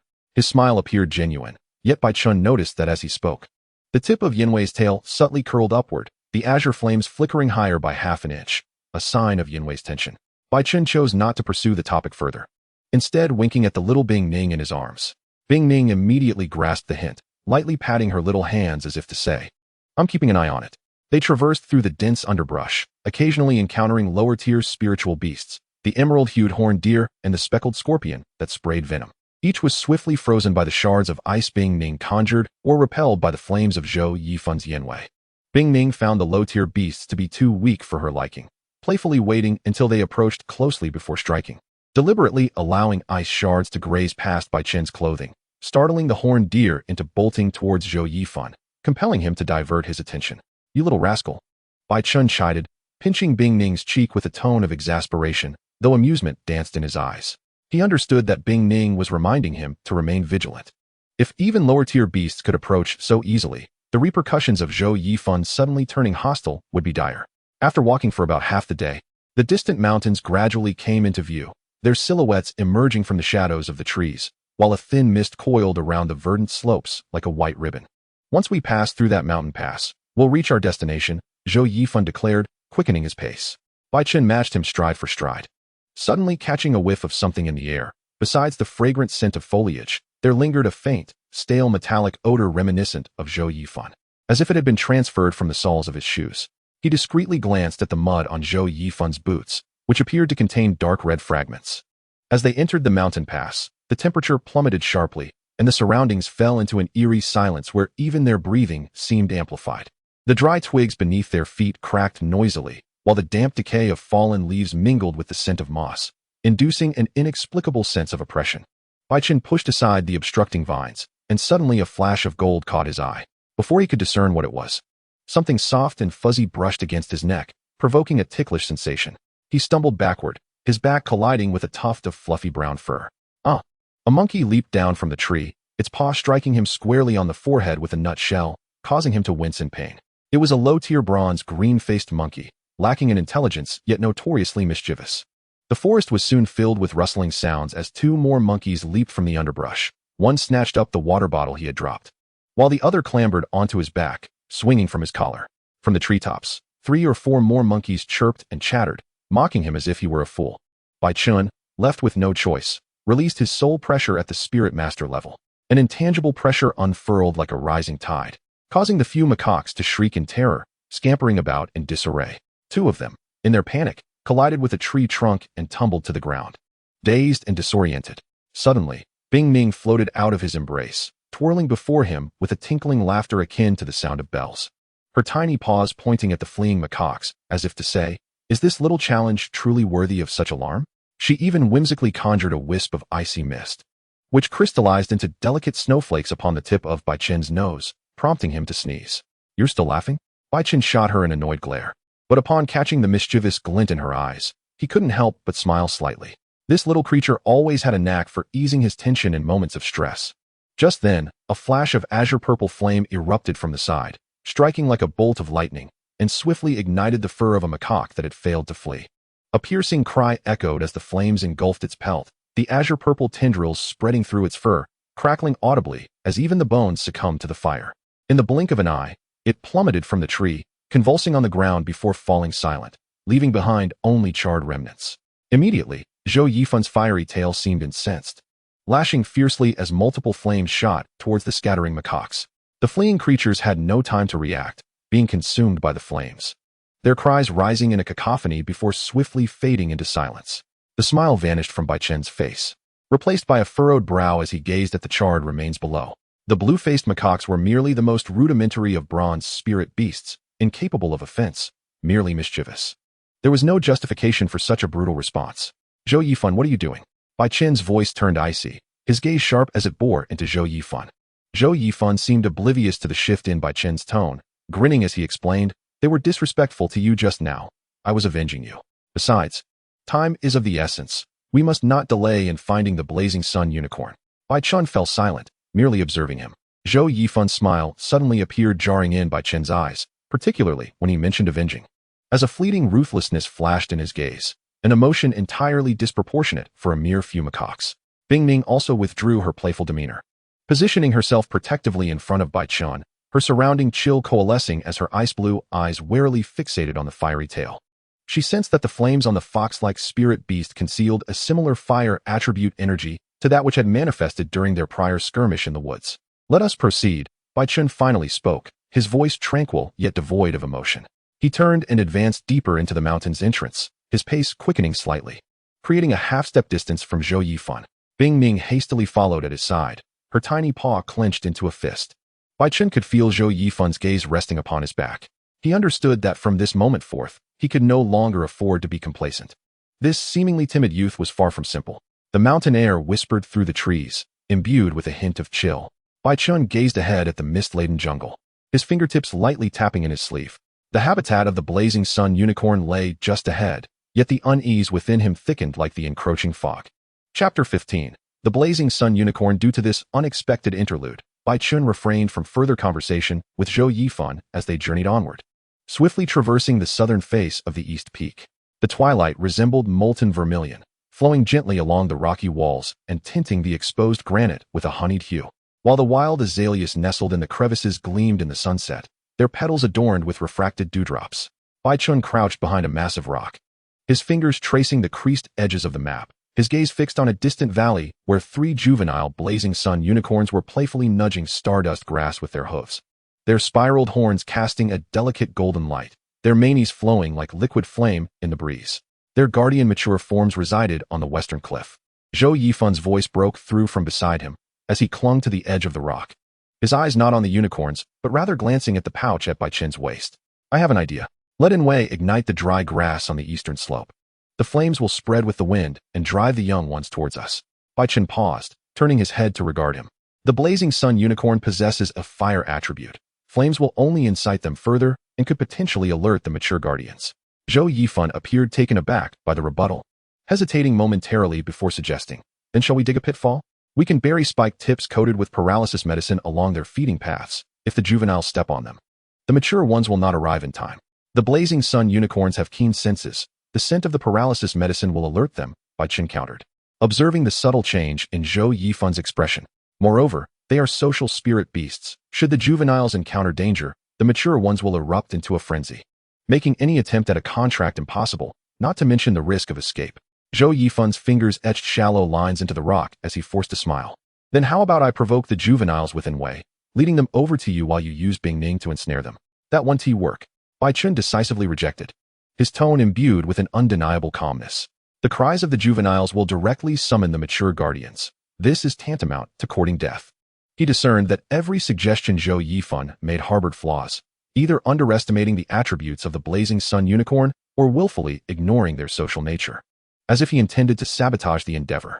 The earlier ruthlessness displayed towards the blue-faced macaques loomed fresh in Bai Chen's mind, amplifying his wariness. Bing Ning peeked out from his embrace, tugging at his sleeve, her ice-blue eyes brimming with vigilance, signaling her belief that something was amiss with this individual. Bai Chen gently squeezed her paw, signaling her to remain calm, then pointed to the mountain peak marked on the map. I have a plan. From his pouch, he retrieved a spirit crystal the size of a pigeon egg, shimmering with a soft white light, revealing delicate patterns within. This was a second-tier light attribute spirit crystal, which he had casually taken from the ice nest during his contract with Bing Ning. Take this to the eastern mountain peak, and with your spiritual energy, activate the crystal to emit light. The two mature ones will undoubtedly be drawn by the scent. Zhou Yifun's gaze fell upon the crystal, his pupils momentarily constricting. Is it really that simple? Simplicity minimizes the chances of error, Bai Chen replied flatly, internally adding, and it conveniently allows you to be kept at bay. He was increasingly uneasy about having Zhou Yifun remain at his side, particularly after witnessing his brutal handling of the macaques, which unervingly reminded him of the grim fates of Lu Qiming and the others. Once the mature ones depart, I will immediately use the ice domain to confine the juveniles and secure one before leaving. Bai Chen paused, adding, you need not approach, simply stay at the mountain peak. Once I succeed, I shall gift you this blazing flame grass. He produced from another pouch a sprig of spirit grass, its leaves flickering with small flames, sufficient for Inwei to ascend from juvenile 9th tier to mature 1st tier. Zhou Yifun scrutinized the blazing flame grass for a moment before looking back at Bai Chen, as if weighing his intentions. After a lengthy pause, he finally nodded. Very well. We shall proceed as you suggest. Bai Chen handed him the spirit crystal and the blazing flame grass, watching as he summoned Inwei. And together they hastened toward the mountain peak. Once their figures vanished around the bend of the mountain path, Bai Chen exhaled deeply, lowering his gaze to Bing Ning. He doesn't seem right. Although I cannot discern his true intentions, we must act swiftly and decisively. Bing Ning nodded vigorously, her small hands clenched into fists, and a faint chill emanated from her entire being. The sun gradually sank behind the western mountains, casting shadows in the valley, where the stardust grass began to emit a soft azure glow. Bai Chen fixed his gaze on the western cliff, where two blazing figures had indeed stirred into motion. Whinny! A clear, resounding neigh pierced the twilight as a robust, mature solar unicorn lifted its head, its golden eyes gazing toward the mountain summit, flames licking high from its mane. It nuzzled the more delicate unicorn beside it, then sprang into the air, like a crimson bolt of lightning, racing toward the peak. The more elegant unicorn circled 3 little solar unicorns hesitantly, before ultimately following its companion. They're coming, Bai Chen exclaimed, his fingertips tapping an urgent rhythm upon the ground. In an instant, Bing Ning burst forth from his embrace, a surge of icy energy erupting around her. A white mist of frost radiated outward from the valley, swiftly forming an icy domain with a diameter of 100 meters. The younglings, engrossed in the stardust grass, were caught off guard, trembling as their flames flickered and dimmed. Icefall rain, Bai Chen commanded. Bing Ning raised her hands high, and countless diamond-shaped ice blades coalesced above the icy domain, each shimmering with a frosty light. resembling a rain of swords suspended overhead. Hiss! The three younglings finally reacted. Two raised their front hooves, unleashing small fireballs that struck the icy wall's edge, emitting a sizzling sound as they melted. The third, attempting to flee, found its path obstructed by the suddenly rising ice wall. In the early growth stage, they had just recently broken through. Bai Chen swiftly assessed the youngling's strength, feeling somewhat reassured. Bing Ning's third stage of growth was sufficient to suppress them. Just as he prepared to signal Bing Ning to unleash the icefall rain, the two fire-spitting younglings suddenly became agitated. They pawed the ground, their flames surging dramatically, and with a mighty crash, they shattered the ice wall before charging toward Bai Chen. Quite tenacious, Bai Chen thought, advancing instead of retreating. As he concentrated his spiritual energy in his palm, he sensed that although these younglings were of a lower tier, the combination of light and fire attributes lent them a greater impact than typical early growth stage creatures. Solar blaze. The fiery golden flames erupted from his palm, two fireballs colliding midair to form a massive, blazing sphere, adorned with purple lightning patterns. The air instantly heated to an unbearable temperature, dispersing some of the icy chill. The two younglings charged within 10 meters, perfectly within the range of his spiritual technique. Bai Chen flicked his fingers, causing the fireball to rapidly shrink into a spear of light, spiraling with a sound that pierced the air, aimed directly at the younglings' chests. Boom! The light spear struck true, and the two younglings emitted pained shrieks, their bodies flying backward like kites severed from their strings, crashing heavily against the cliff, with debris raining down. Now is the moment.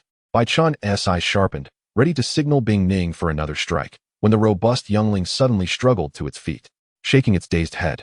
The spiral horn on its forehead erupted with blinding golden light, gathering a light-based skill. Be careful, Bai Chen shouted urgently. The golden light shot forth like a blade. Moving too swiftly to react, Bai Chen instinctively summoned a protective shield of spiritual energy, only for it to be shattered in an instant by the golden light. A tremendous force slamming into his chest, causing him to cough up blood and fly backward. Inin. Bing Ning let out an enraged whinny, finally unleashing the icefall rain. Countless ice blades rained down like a dense storm upon the two younglings. The one that had just gathered the golden light was caught off guard. Pierced in numerous places by the ice blades, its flames extinguished, collapsing weakly to the ground. The other youngling attempted to escape, but was ensnared by the ice wall, ultimately succumbing beneath the onslaught of ice blades. Third contract, initiation.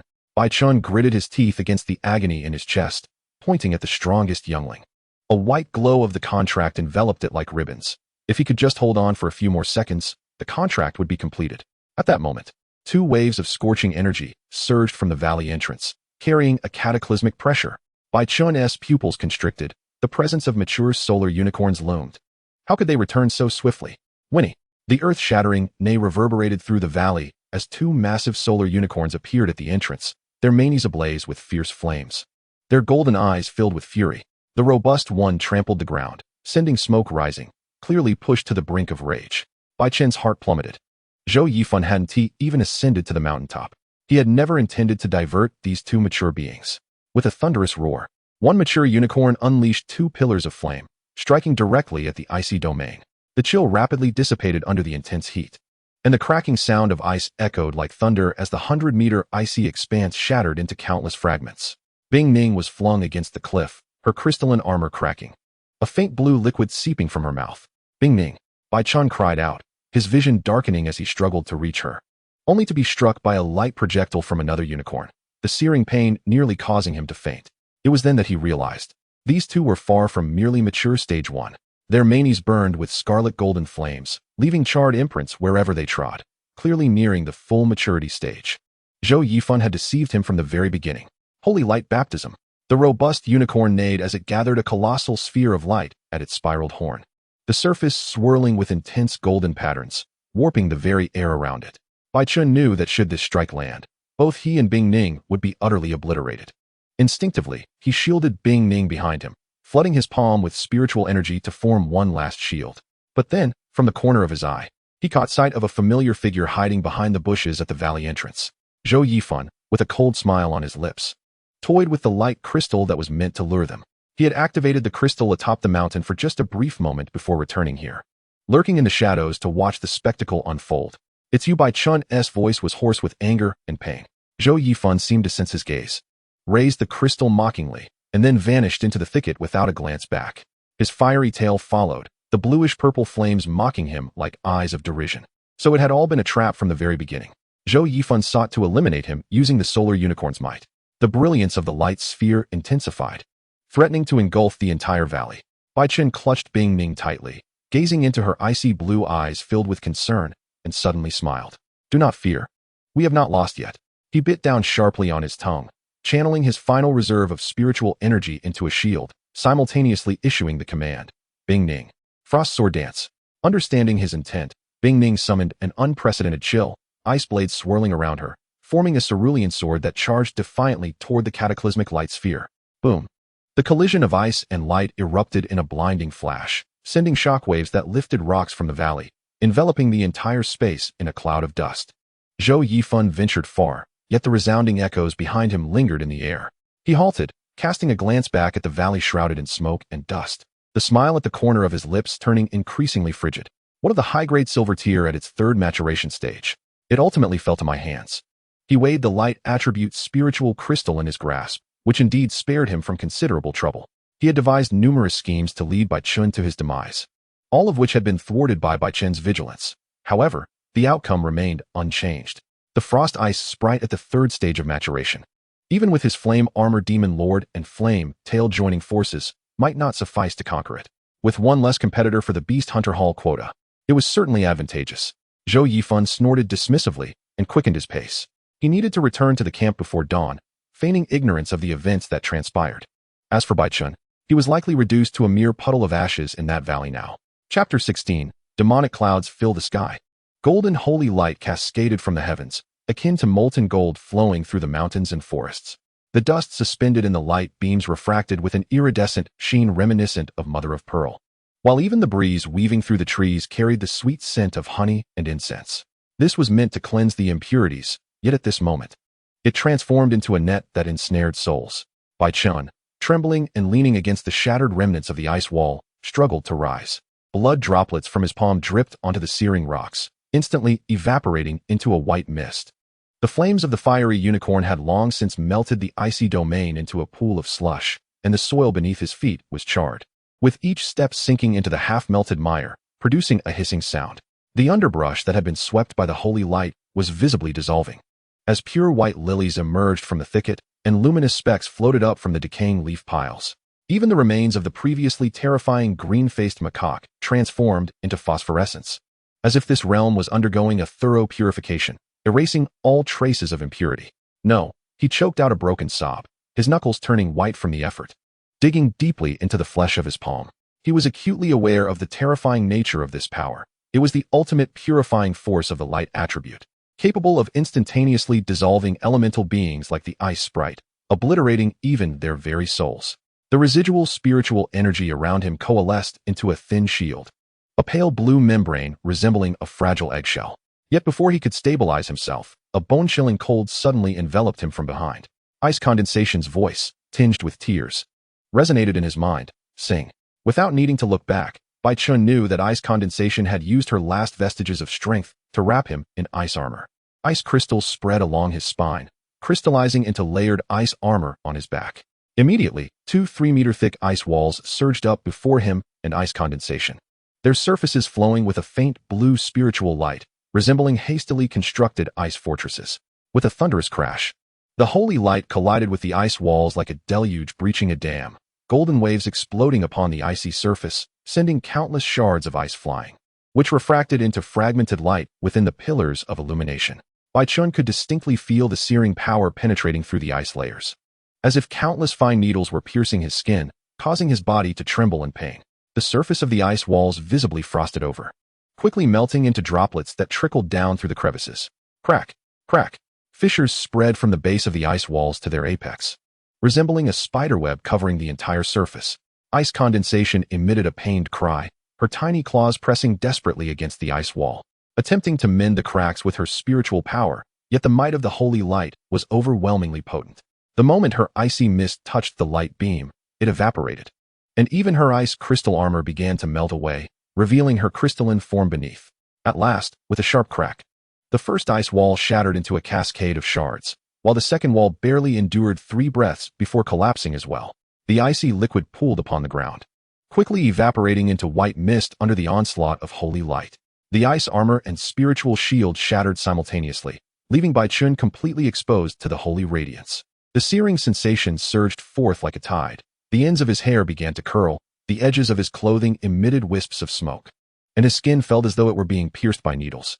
At that moment, the very fabric of his soul space began to tremble violently. The once tranquil star trails became a chaotic whirlwind, with countless luminous points colliding and producing a jarring hum. The dark golden seal that had plagued him for years began to heat up, its patterns writhing like a serpent in his soul's depths, bringing a tearing agony. Damn it! Of all times, Bai Chen's vision darkened, his body swayed, and he could no longer support himself, crashing to the ground.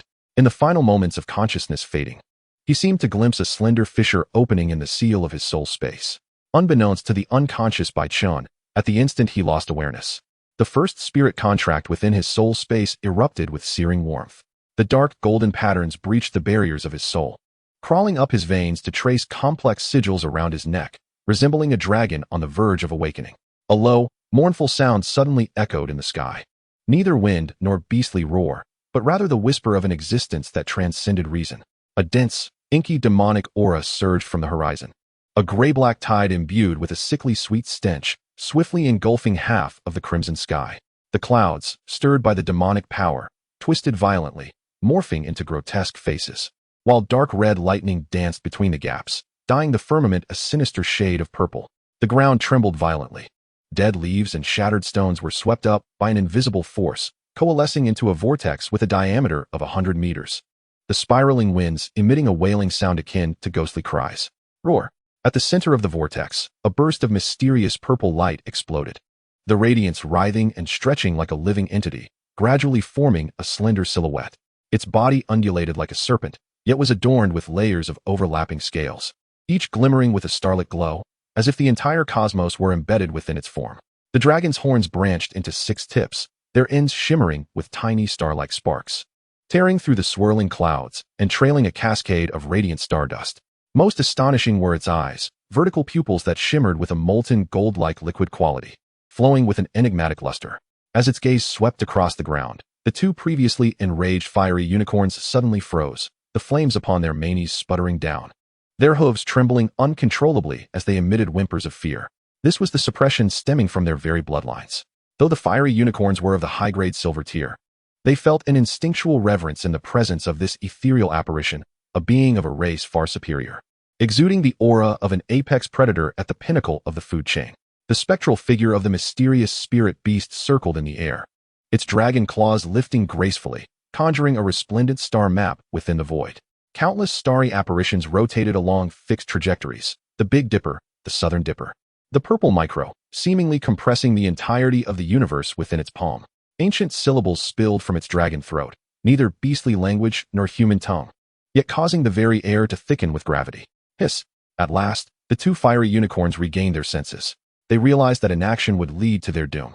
The robust one raised its head, flames surging into a waterfall, while the spiral horn upon its forehead elongated abruptly, transforming into a spear ablaze with the true fire of the sun, its tip coalescing with blinding golden light. This was its racial skill, the solar flame spear. An ultimate attack merging fire and light, capable of tripling its offensive power in an instant. The more delicate unicorn was enveloped in a sacred white light, countless particles coalescing before it to form a shield, the surface of the light shield flowing with golden patterns, evidently a defensive maneuver. However, the mysterious spirit beast merely cast a fleeting glance at them, its long tail sweeping across the star map like a shooting star. In an instant, 3 stars on the celestial map blazed to life, transforming into 3 luminous arrows entwined with the aurora, trailing long blue-violet tails as they pierced the air towards the blazing sun unicorn. Boom, boom, boom. The arrows collided with the sunflame spear and the light shield, erupting in a deafening roar. Golden flames and blue-violet starlight entwined violently in the air, shockwaves uprooting several towering trees. The ground plowed into 3 deep trenches, charred earth mingling with melting ice water flowing like a gaping wound. The sun unicorn's sunflame spear was bent and deformed by the impact of the arrows, and the light shield was riddled with cracks. Yet, they were, after all, near-mature entities, managing to withstand the initial wave of assault. However, before they could catch their breath, the mysterious spirit beast dragon claw descended once more, as 7 additional stars ignited in the celestial map, transforming into a torrential rain of arrows that fell from the sky. The two unicorns could no longer maintain their defense, resorting to frantic leaps to evade on the ground. Where their hooves touched, fierce flames erupted, attempting to use fire to block the star rain. But the arrows seemed to disregard the flames, piercing through the inferno. With each strike, the fire upon them dimmed further. A robust unicorn was grazed on the hind leg by an arrow, its golden mane instantly singed to a charred black, causing it to stumble precariously. The more delicate unicorn had its wings slashed by an arrow, oozing golden blood that dripped onto the ground, scorching small holes into the earth. The battlefield was irrevocably cleaved in two, one side engulfed in searing golden flames, the other shrouded in the chilling blue-violet starlight, the two forces clashing with ferocity. As though two worlds were colliding. Roar! The mysterious spirit beast let out a thunderous roar, the starlight upon its dragon horns surging dramatically. In the void, 7 stars suddenly shifted, forming a peculiar Big Dipper formation, and immediately after, a beam of starlight, 100 meters in diameter, descended from above, resembling an inverted Milky Way. Wherever it passed, the air froze into ice-blue crystals, even light appearing to be solidified. Despair flickered in the eyes of the sun unicorns, for they understood that they could not withstand this blow. The robust unicorn summoned its last ounce of strength, hurling the sunflame spear towards the starlight beam while turning to shield its companion with its body, hooves pounding the ground as they galloped towards the mouth of the valley. Boom! The sunflame spear was instantaneously dissolved within the starlight beam, which struck the ground where they had just stood like a colossal axe, creating a vast pit. Its depths layered with ice crystals that sparkled like stars.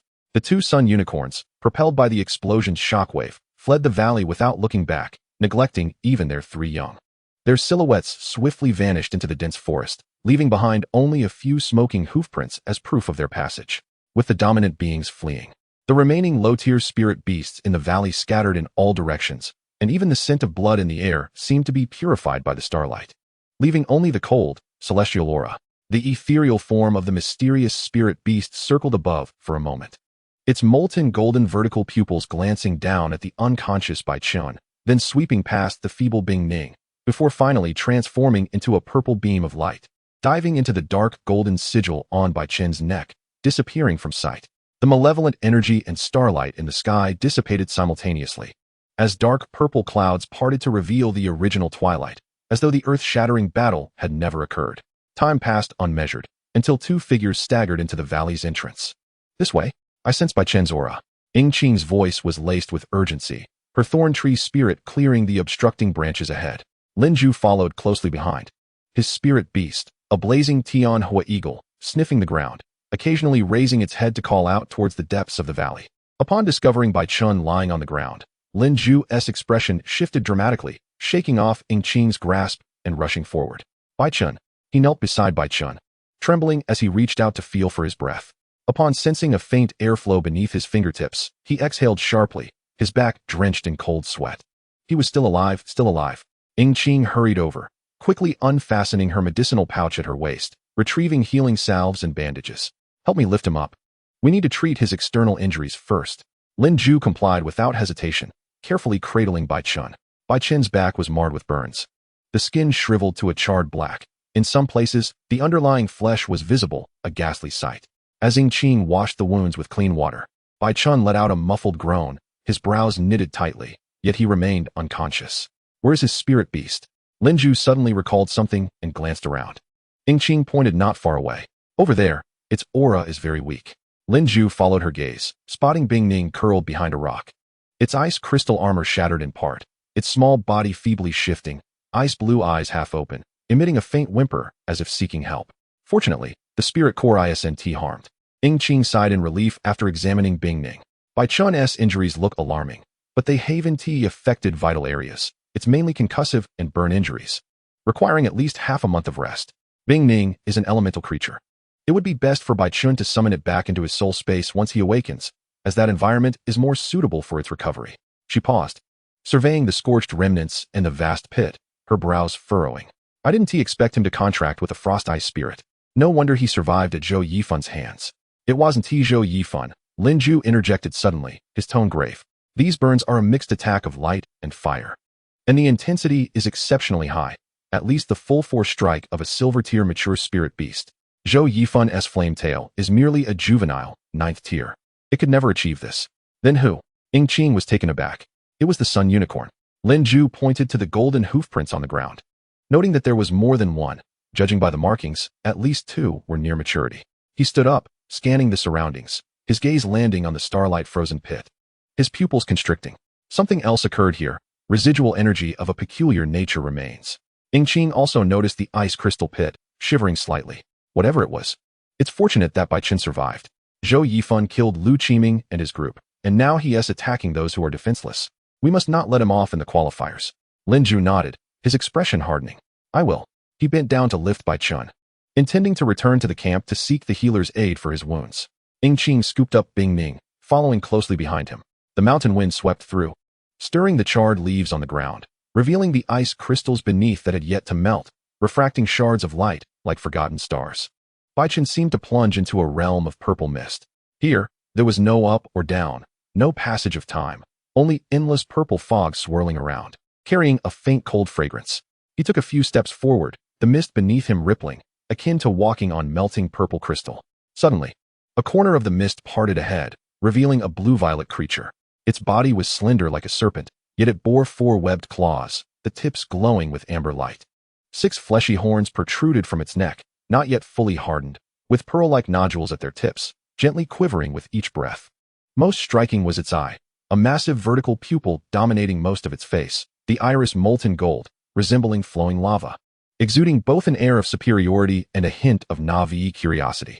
Bai Chen instinctively reached out his hand, wanting to touch it, but as his fingertip approached, it collided with an invisible barrier, the mist coalescing into a translucent wall between him and the creature. The creature danced on the other side of the barrier, the pearl-like nodules on its horns producing a crisp sound as they clashed. She tilted her head, her molten golden pupils reflecting his figure, seemingly pondering the identity of this sudden intruder. Who are you? Bai Chen spoke, his voice resonating through the mist, yet it elicited no echo. The small beast offered no reply, abruptly turning and soaring deeper into the fog. Bai Chen found himself instinctively following, traversing layer upon layer of violet mist, a barrier perpetually looming between them, neither too far nor too close. It was unclear how long he had pursued, when the fog ahead suddenly dispersed, revealing a vast expanse of grassland. The emerald grass, kissed by a gentle breeze, undulated like golden waves.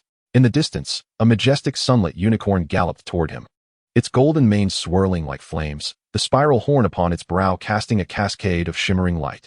It approached Bai Chen, lowering its head submissively, nudging his palm with its nose, radiating a warmth reminiscent of the sun. Bai Chen leaped onto its back, and the unicorn let out a resonant whinny, its hooves lifting off the ground as it raced into the depths of the grassland. Each hoofbeat scorched the earth, leaving behind charred imprints. Yet those marks were swiftly cloaked by fresh green grass, as if they had never existed. Looking down, Bai Chen beheld the unicorn's mane billowing in the wind, casting his shadow, while the dark golden emblem on its neck subtly pulsed with warmth, resonating with the essence of the small beast.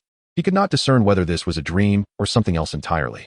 He only knew that the small creature in the mist and the unicorn on the grassland were conveying something to him, like a long-forgotten memory slowly awakening. Chapter 17, Xucheng.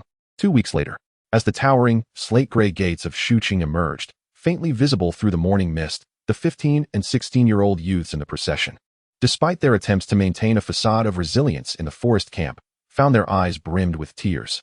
Several sensitive young girls could no longer hold back, collapsing to the ground, hands over their mouths, weeping openly, their sobs intertwining with the scent of the city, imparting a bittersweet warmth to the air. Returning from the isolated, smoke-free mountain woods to the Xucheng they had known since childhood represented far more than a mere geographical transition. It was a release from the taut fears that had gripped them day and night, a grounding of their hearts that had been suspended for months, and a rediscovery of the long-lost, almost extravagant sense of freedom that accompanied the familiar bustle of human life. This amalgamation of emotions was truly beyond articulation. Bai Chen stood at the rear of the group, bearing a simple satchel, gazing at the weathered inscription of Xucheng upon the gate, his fingertips unconsciously caressing the family jade pendant tucked in his sleeve, silent. The tumult of emotions swirling within him perhaps could only be comprehended by himself. Within Xucheng resided one of the few remaining direct relatives he had in this world. It had been an entire year since that upheaval, after last year's incident. His family had fled to Xucheng in a panic. How had they fared over this year? Had they suffered any grievances? Countless thoughts entwined around him like vines, only to be forcefully suppressed. The most pressing matter now was to find his footing. Half a month had passed since the harrowing incident in the woods. During these days, Bai Chen's injuries had gradually healed, now restored to about 70 to 80%. Even more surprisingly, the near-fatal plot against him had inadvertently served as an opportunity. He had turned misfortune into fortune, successfully breaking through the bottleneck to ascend into the ranks of intermediate spiritualists. Bing Ming had also entered the fourth stage of growth. But the little creature had been gravely injured and had only recovered to 50%. Each time he summoned it from the spirit beast pouch, it would languidly rub against his wrist, eyes full of dependence. Yet, despite their newfound strength, Bai Chen and Lin Zhu remained bound by the camp's rules. Unable to confront Zhou Yifan, that fellow had deliberately reduced his outings in the wild, always hiding at the back of the crowd when he did appear, shrinking his neck like a frightened rabbit, yet a hint of subtle provocation gleamed in the depths of his eyes. Each time Bai Chen encountered this pretentious demeanor, his knuckles would whiten with fury, yet he could only suppress his anger, transforming it into a fiercer resolve during his training. It was only upon their return journey to Xucheng that Bai Chen suddenly realized that the number of youths who had set out from the town had dwindled to a mere 93. The faces that had vanished might forever remain in some forgotten corner of the Tianji Mountains, becoming sustenance for the spirits of the forest or dissolving into the dust of the earth. Xucheng was a first-tier city, governing several large towns in the vicinity. It lay like a steadfast giant, nestled against the mountains and bordered by water, with the third-tier Wangshu Mountain rising behind it, and a tributary of the Lingyuan River flowing at its feet. The docks along the river were perpetually filled with vessels of all sizes, serving as a vital artery for transportation throughout the Lingxi realm. Upon finally docking at the Xucheng wharf, Bai Chen leaned against the ship's railing to gaze down, witnessing the bustling scene on the dock, countless boats navigating the waters. Some were unloading bundles of spirit herbs, while others were loading goods, the shouts of laborers and vendors mingling together in a cacophony, infused with vibrant life. Chi Hai led the procession at the forefront, his dark attire standing out amidst the crowd, followed closely by 20 yellow-clad attendants, their curved blades glinting in the sunlight. Finally, there trailed their 93 new recruits. After passing the dock and walking approximately 3 kilometers west, they arrived at the main city gate of Xucheng. The guards, clad in standard armor, recognized the new recruitment team from the Beast Hunting Hall and respectfully accepted the documents presented by Chi Hai, allowing them entry. Beyond the city gate lay a broad avenue paved with. The initial stretch was straight and even, flanked by closely knit shops and houses. The sign of the silk shop fluttered joyously in the wind, while iron swords hung at the entrance of the weapon shop, reflecting the sunlight. The steam rising from food stalls wafted the scent of meats through the air, with vendors shouting about freshly baked spirit wheat cakes, sweet and delectable, and newly arrived beast hide boots, waterproof and durable, and essential for any beast hunter. This vibrant scene left the youths, just emerged from the desolate woods, wide-eyed and momentarily slowing their pace. The straight avenue extended for about 5 kilometers before it began to rise gently, winding toward the mountainside of Wanshu Mountain. After another 2 kilometers along this gentle slope, a deliberately flattened expanse of land appeared at the mountainside, evidently hewn from the rock. Scattered across this open area were numerous intricately constructed brick houses, far more refined than the dwellings below. Bai Chen glanced back along the path they had traversed, spotting the distant masts of the wharf like a forest. Closer at hand, at the end of the level ground, the majestic rock structures on the mountainside came into view. One particularly grand, with sweeping eaves and a commanding presence, undoubtedly the main hall of the Beast Hunting Hall. This mountainous region belonged entirely to the Beast Hunting Hall. Chi Hai halted, turning to survey the group with a calm demeanor. There are numerous areas on the mountain marked as off-limits. Without my permission, who dares to step inside? The consequences are yours to bear. He gestured toward the stone steps blocked by iron railings at the end of the flat land. You currently lack the qualifications to ascend. The group hurriedly lowered their heads, none daring to respond, although they were temporarily assigned to rest in the houses on this flat land. Not having truly entered the core area of the Beast Hunting Hall, the mere grandeur and orderliness of the surroundings left many youths from small villages in awe. Even several boys from Xucheng, who lived in the city, had never ventured into the realm of the Beast Hunting Hall and couldn't help but steal curious glances around them.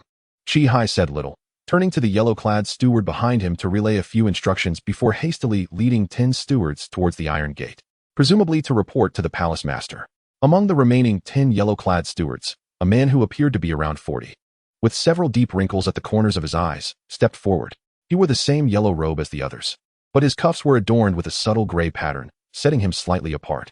I am Zheng Guangping, he announced, his voice a bit hoarse, carrying the roughness of years spent in the wild. Lord Qi has gone to report back. For the next 3 days, you will follow my arrangements. With that, He gestured to the 9 stewards behind him, who promptly stepped forward, each holding a stack of palm-sized wooden tokens, which they distributed in turn to everyone. The tokens, crafted from ebony, bore the inscription "Preparation for the Beast Hunting Hall" on the front and a series of numbers on the back. Bai Chen received the token marked 73.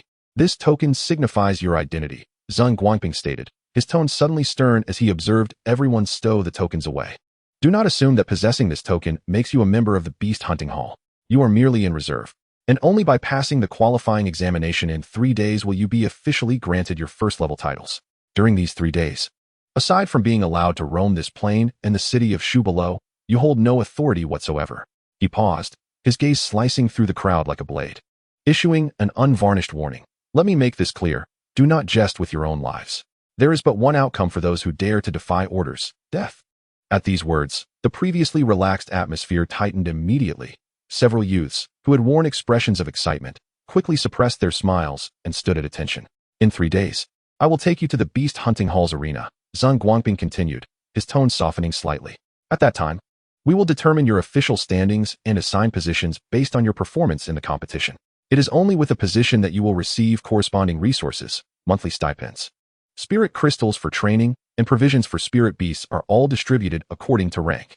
Suddenly, he shifted his tone, a flicker of complex emotion crossing his eyes. The ranking in the qualifying examination is of utmost importance. The Beast Hunting Hall will offer rewards based on your standings. The higher your rank, the more substantial the rewards. I recall that last year, the lad who took first place was rewarded with a golden-level spirit beast cub. Golden level. A wave of gasps rippled through the crowd. The value of a spirit beast cub of golden lineage was staggering. With careful nurturing, it could evolve into an adult golden-level spirit beast. A feat unattainable for many town lords. Many youths' eyes sparkled with renewed fervor, their breathing quickening as the earlier dread of death faded away, replaced by ambition once more. Xuan Yuan, observing their reactions, allowed a slight smirk to play on his lips, as if both amused and self-deprecating. I hope that among you, someone can secure a commendable rank and a favorable position. As he spoke, an indescribable peculiarity laced his tone. In my day, I barely scraped through to the bottom ranks, taking years to climb to the position of deputy steward. His words sent a shiver through the crowd, dousing the rekindled flames of ambition with a cold splash of reality. It seemed the qualifying examination would not be a simple affair. You will reside in these quarters. Xuan Yuan indicated the nearby brick and tile houses, 1 room per person, with room numbers clearly marked on the doors. They are far superior to the wooden huts you occupied in the forest. Do not be choosy. He paused, adding, for these 3 days, there are few restrictions. You may venture down to Shu City to explore. However, 2 rules must be ingrained in your minds. Do not meet those you ought not to meet. After the competition, you will have ample time to visit home. Avoid certain places, especially those shops marked as exclusive to the Beast Hunting Hall. Without your identity tokens, any trespass will bear consequences. Furthermore, should you encounter any official members of the Beast Hunting Hall in the city, you are to pay your respects, regardless of their rank. Do you understand? We understand. The crowd responded in unison. Finally, Xuan Yuan instructed the stewards to distribute 3 gold coins to each individual.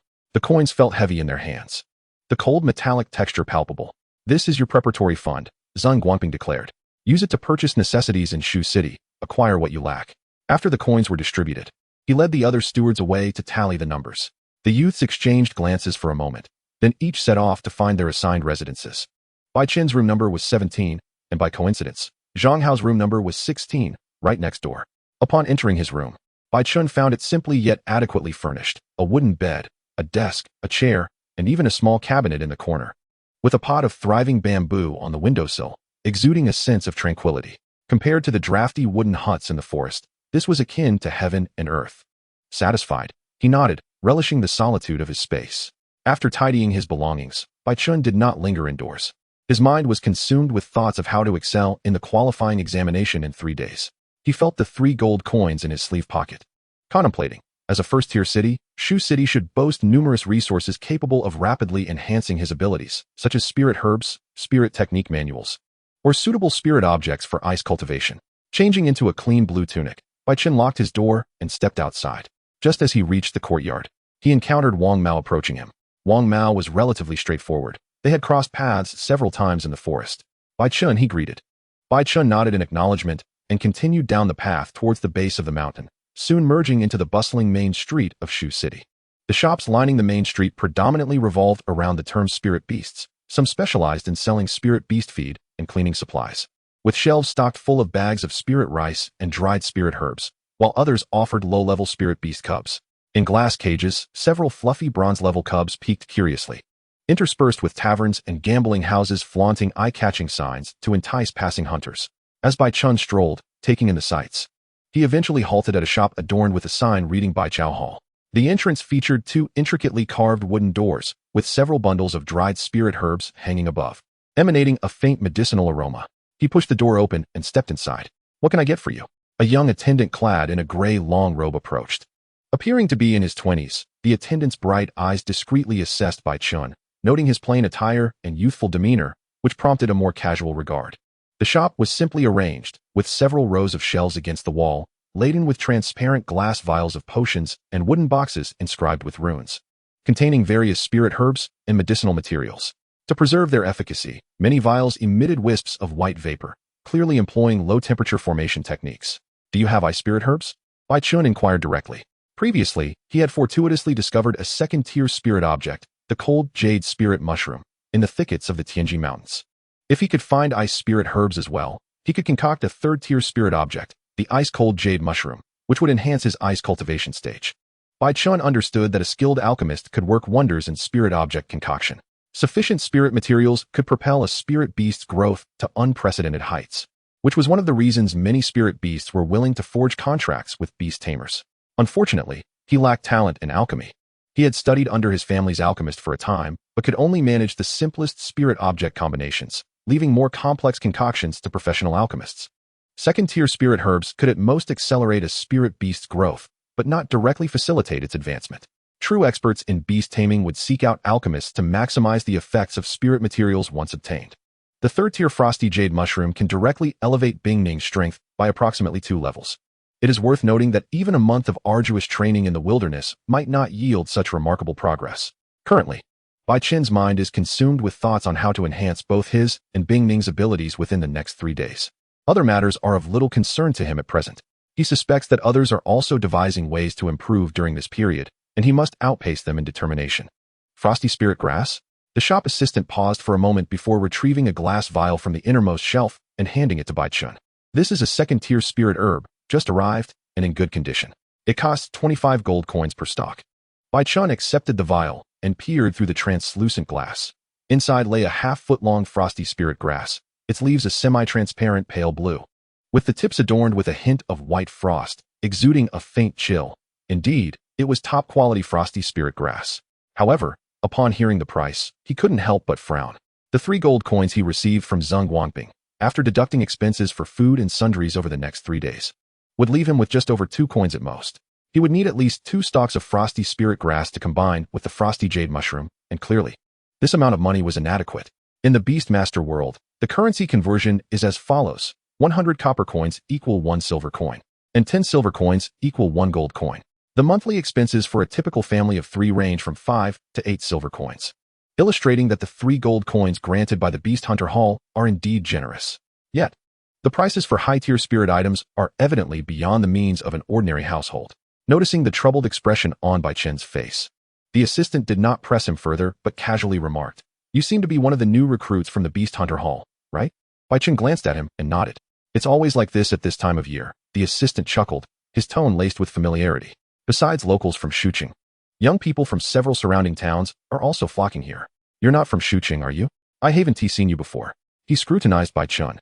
"You recruits often find yourselves rather strapped for cash before officially securing a position. I understand that." A thought struck Bai Chen, and he inquired, "Do you know where I might sell spirit cores or materials from spirit beasts in the city?" He had hunted numerous spirit beasts in the Tianji Mountains, accumulating several spirit cores and useless beast bones and pelts, which might be traded for some money. The assistant pointed across the street, "Walk straight to the 3rd intersection. Then turn right. There's a treasure-gathering pavilion. The owner, Ms. Li, specializes in buying these items, and her prices are quite reasonable. If you need cash urgently, you should give it a try." Grateful to the assistant, Bai Chen exited the apothecary hall and followed his directions. Indeed, upon turning at the 3rd intersection, he spotted a shop bearing the sign Treasure-Gathering Pavilion. The establishment was modest, with a door crafted from rough wood, adorned with a few yellowed beast skins, giving it a somewhat shabby appearance. As Bai Chen pushed the door open, A peculiar blend of the metallic scent of blood and the fragrance of herbs enveloped him. The interior was dimly lit, with several large wooden crates along the wall, filled with beast bones and dried pelts. A middle-aged woman clad in a deep blue skirt sat behind the counter, casually cracking sunflower seeds in one hand while the other wielded a small carving knife. Methodically scraping a section of a dark gray beast claw that resembled a remnant of some bear-like spirit beast. Upon hearing the door open, she lifted her gaze. The woman appeared to be in her 40s, her hair neatly styled into a bun, a small mole at her temple. Her eyes bright with the keen acumen characteristic of a seasoned merchant, yet devoid of any crassness. "What brings you here?" she inquired, spitting the seed husk into a copper dish on the counter, her scrutinizing gaze settling on Bai Chen. "Are you here to sell something?"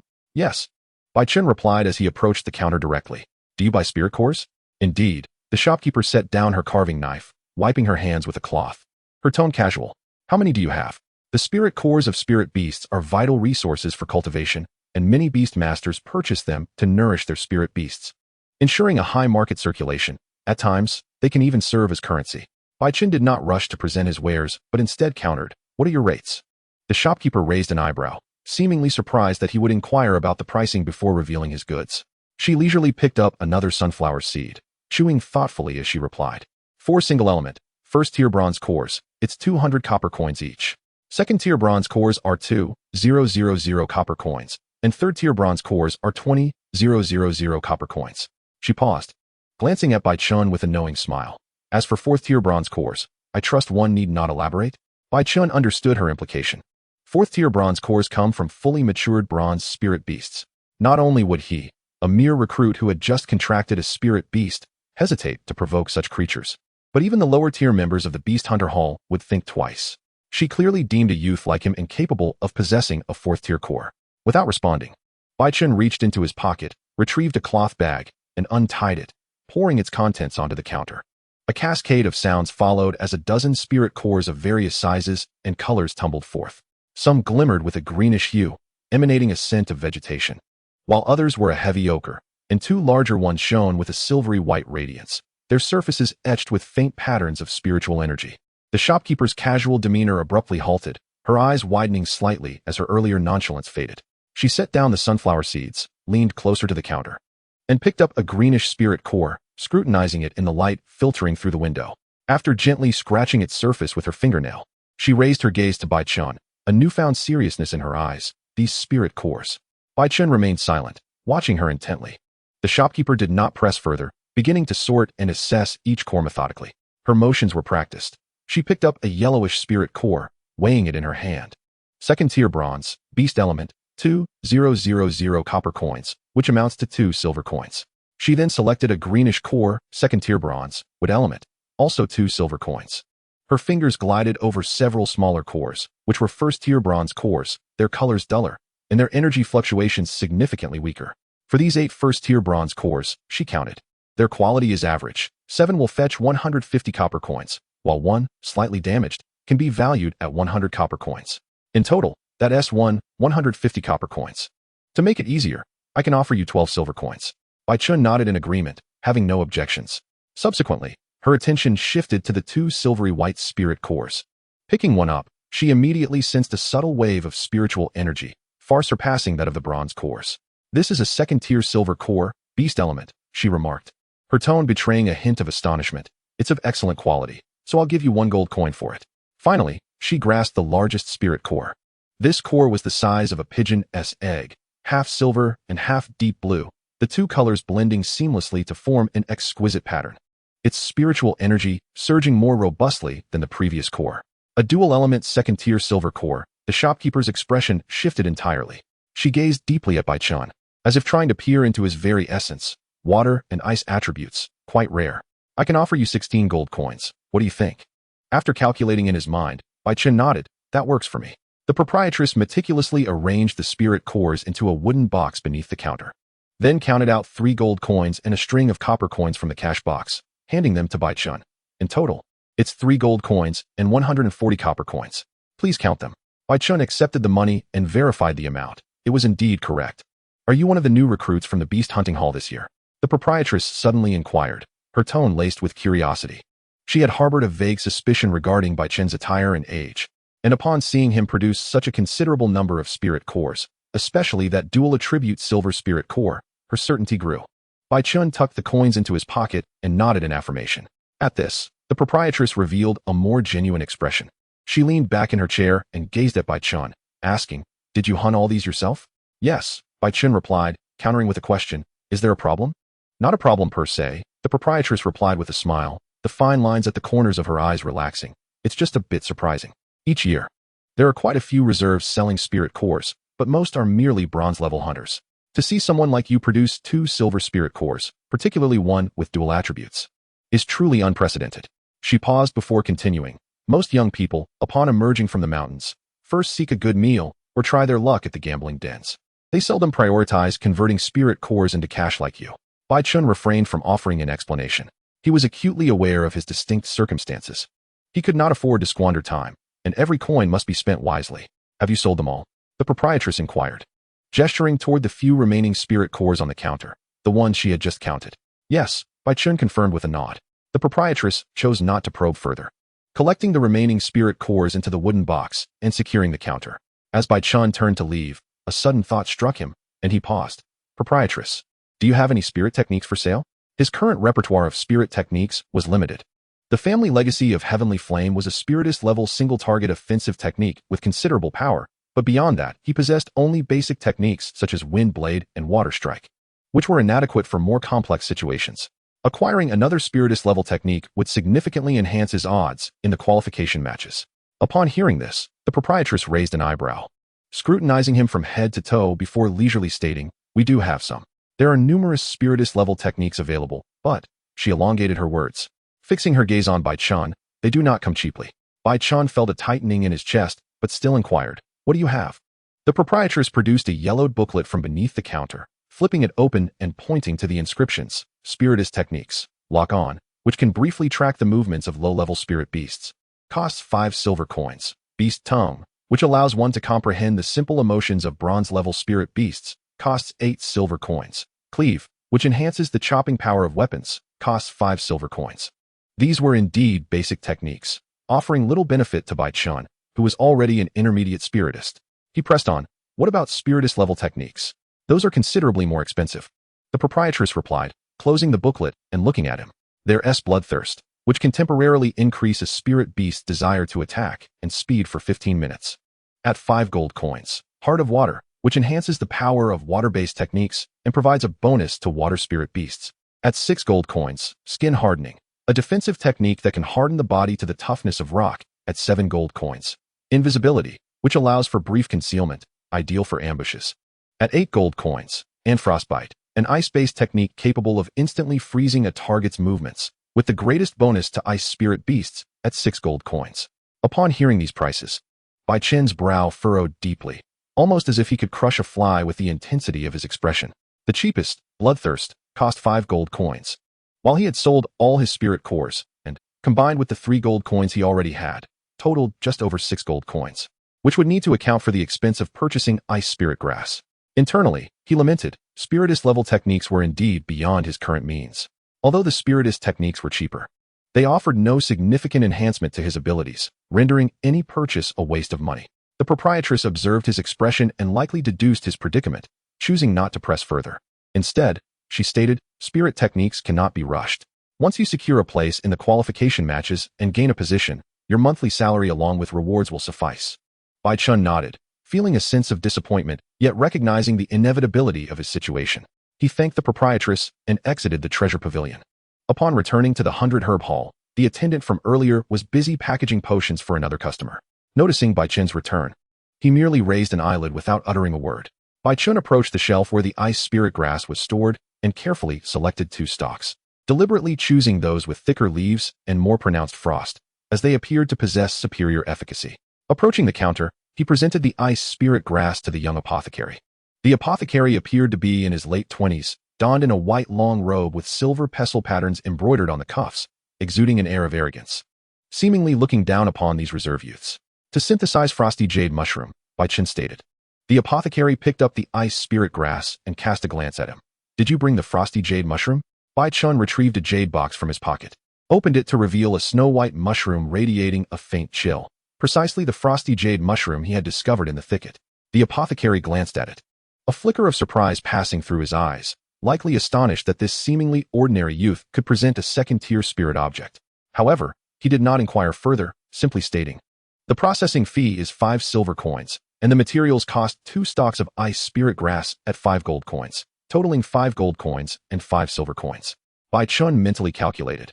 He currently possessed 6 gold coins and 140 copper coins. After deducting 5 gold coins and 50 copper coins, he would have 1 gold coin and 64 copper coins remaining, sufficient for his expenses over the next 3 days. Without hesitation, he counted out 5 gold coins and 5 silver coins, handing them to the apothecary. The apothecary swiftly took the money and moved to the back of the shop where the alchemy table was situated. The table was adorned with various silver implements and several steaming copper basins. He first sliced the frosty jade mushroom into thin slices, placing them into a glass bowl, before meticulously chopping the leaves of the ice spirit grass with a silver knife, mixing them with the mushroom slices. Next, he picked up a small silver kettle and poured some transparent liquid into the bowl. Bai Chen recognized it as spirit spring water, used to extract the essence of spirit herbs.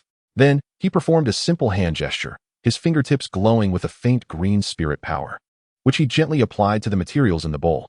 The ingredients gradually melted, transforming into a pale blue liquid topped with a delicate layer of white frost. The entire process took no more than 5 minutes, after which the apothecary poured the liquid into a small blue porcelain vial, sealed it, and handed it to Bai Chen. "Administer this directly to a silver-level spirit beast," he stated in a flat tone, even failing to raise his gaze to meet Bai Chen's. "Let it rest for half a day to a day for optimal absorption of the effects." With that, he turned away to tidy up the alchemy table, clearly unwilling to engage in further conversation. Bai Chen had long grown accustomed to the arrogance of these professionals and paid it no mind. He carefully accepted the porcelain vial, feeling the slight chill emanating from it, knowing that it contained the frosty jade mushroom capable of elevating Bing Ning to the second tier. After securing the vial, Bai Chen turned and exited the 100-herb hall. The sunlight on the street was just right, casting warm rays upon the stone-paved road. He glanced up at the cluster of buildings belonging to the beast hunting hall nestled on the mountainside of Wangshu, tightened his grip on the coin pouch, and quickened his pace. The qualification matches were only 3 days away. He must seize every fleeting moment, ensuring that both he and Bing Ning are adequately prepared. This time, he is determined not only to triumph, but to do so with exceptional flair, for himself, for Bing Ning, and for the loved ones in the city who await his success. Chapter 18. The Qualifiers. The sharp, metallic sound of the brass whistle pierced the clear sky surrounding the beast arena, the noon sun scorching the blue stone slabs beneath. 93 youths stood in the courtyard, their shadows reduced to mere puddles at their feet. Chi-Hai stood with his hands clasped behind him on the stone steps, his dark robe brushing against the moss-covered stones. Beside him, Zheng Guangping stood, the whip in his hand tapping rhythmically against his palm, creating a dull thud. "Stay close. Enter the hall. Do not inquire about what should remain unasked, and do not gaze where you ought not." Zheng Guangping's voice rasped like sandpaper against wood, sweeping over those boys who could not resist the urge to tiptoe for a better view. The figures on the high platform could drown your hometown with a mere spit. Be mindful of your place.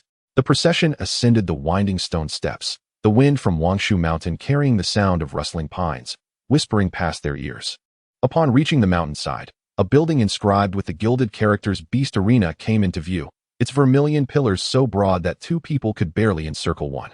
The beast heads perched upon the eaves held bronze bells in their jaws, chiming sweetly in the breeze, a sound that could not suppress the faint roars echoing from within. Pushing open the heavy wooden doors, a mingled scent of blood and dust rushed forth. The interior of the beast arena was astonishingly spacious. At its center lay a circular arena strewn with dark brown gravel, stained with dark red splotches. Surrounding the arena were 3 tiers of seating. The uppermost tier was adorned with cushions and low tables, where a dozen elegantly dressed individuals lounged, sipping from jade cups, their eyes lazily drifting downwards as if surveying livestock in a pen. The middle tier was occupied by members of the Beast Hall, clad in standard uniforms, their long knives at their waists, sitting upright. The lowest tier, closest to the arena, was crowded with individuals of varied attire, likely common youths from various towns, who shuffled aside as Chi-Hai and his group entered. There sat Li Song, the Lord of Shuqing. Zhang Hao, having positioned himself beside Bai Chen at some point, lowered his voice, gesturing towards the uppermost seat. "Do you see the one in the silver-threaded black robe? That's Wang Tiandu, the Lord of Huangqi Town. It is said he possesses a high-grade golden wind eagle." Bai Chen followed his gaze, and indeed, Li Song appeared as Zhang Hao described, slightly plump. His royal blue robe embroidered with intricate cloud patterns, the jade ring on his finger glistening in the sunlight. His movements were languid as he held a teacup. Yet his gaze was as piercing as ice, scrutinizing the youths without restraint. "Keep your eyes to yourselves." Xuan Guangping's whip cracked sharply against the ground, startling several youths into a shiver as they bowed their heads and moved forward. Just as the line came to a halt at the arena's edge, the upper tier began their deliberations. The Lord of Xuqing spoke, his voice slow and heavy like waterlogged cotton.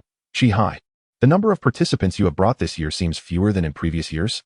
Qi Hai ascended the steps, halting 3 meters from the Lord's seat, cupping his hands in salute but not bowing. "My lord, you jest. The Beast Hall selects wolves capable of slaying spirit beasts, not mere sheep." Wang Tiandu chuckled from the side, his golden threads shimmering with his movements. "Brother Qi, your words hold merit, but fewer wolves cannot compensate for the abundance of sheep. Our Huangqi town has brought 150. Why not spare me 5 of your 30 slots?" Guomeng, standing nearby, immediately chimed in, his voice resonating loudly enough to shake the dust from the rafters. "Indeed, our Xuan Yuan town also boasts skilled individuals. 20 slots are hardly sufficient. Qi Hai, you have handled this task poorly. It would be wise to allocate some of Xuqing's slots." Qi Hai's fingers curled slightly in his sleeve, yet a smile adorned his face. "Lord Gua, your argument is flawed. Last year, Lord Wang Tiandu brought 200 participants, yet only 7 managed to enter the Beast Hall. More slots are of no use if they merely foster mediocrity. You." Guomeng's face flushed crimson, ready to bang the table, only to be restrained by the hand of the Lord of Xuqing. Li Song took a sip of tea, the froth clinging to the corner of his lips, which he did not wipe away. "Qi Hai is a member of the Beast Hall, and thus naturally favors it. However, Yi Chong has yet to arrive. Debating here is futile." As soon as he spoke, a steady cadence of footsteps echoed from outside the hall. The crowd turned their heads to see a middle-aged man clad in dark attire stride in, broad-shouldered and robust, his waist adorned only with a simple jade belt. Though he wore no lavish garments, his presence eclipsed that of the Lord of Xuqing. His eyes, keen as a hawk, scanned the stands, causing Wang Tiandu and the others to instinctively straighten their postures. Master Yi has finally arrived. Li Song set down his teacup, a hint of amusement in his tone. "We were just discussing the allocation of slots." Master Yi Zhong of the Xuqing Beast Hall walked straight to the Lord's seat opposite Li Song and sat down. The attendant behind him began to serve tea, but he waved a hand to halt the action. His gaze fixed on Qi Hai, his brow slightly arched. "I hear this year's participants are quite scarce." Qi Hai bowed. In response to the master, there are a total of 93 participants. Yet their strength surpasses that of previous years. "Surpass?" In Suqian scoffed, a goat beard adorning his chin.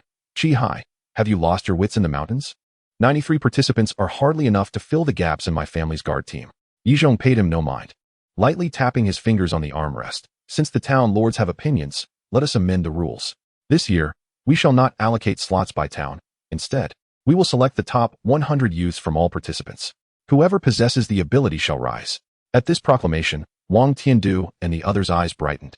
With their larger contingents, they would surely secure more slots under this new regulation.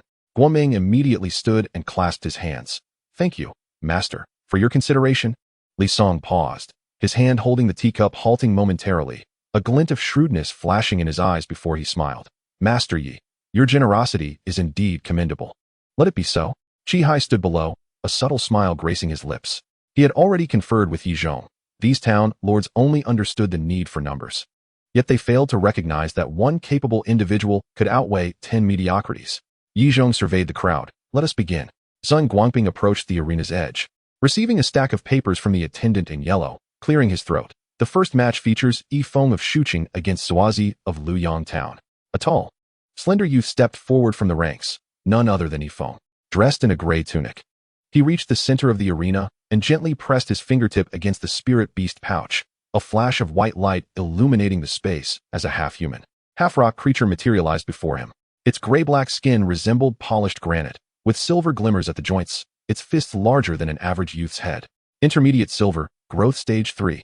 A gasp arose from the stands. Suazi, pale-faced, stepped onto the field, his spirit beast a dull yellow mole, merely an intermediate bronze at growth stage 2. Upon sighting the rock creature, he curled into a ball, terrified. To fight or not to fight? Xuan Guangping's whip cracked against the ground once more. Dig a hole." Suazi's voice trembled, tinged with a whimper. This was the only tactic he could conceive. Moles excelled at burrowing for ambush. And if only he could circle behind the rock creature. The mole seemed to understand, its small paws swiftly clawing at the ground, quickly unearthing a shallow pit. Dirt spewing onto Suazi's boots. However, just as its claws grazed the second layer of gravel, a shadow loomed ominously overhead. The rock creature remained rooted in place, slowly lifting its right foot. That foot was as large as Suazi's head, its jagged edges like sharpened blades, and as it descended, it summoned a heavy gust of wind. Squeak! The mole sensed impending doom, desperately attempting to flee, but it was too late. Crack! The sound pierced the air like an ice pick breaking through the silence. The tail of the mole was firmly crushed beneath the rocky foot, its frail form contorting instantaneously, exposing white, jagged bones that pierced through its fur.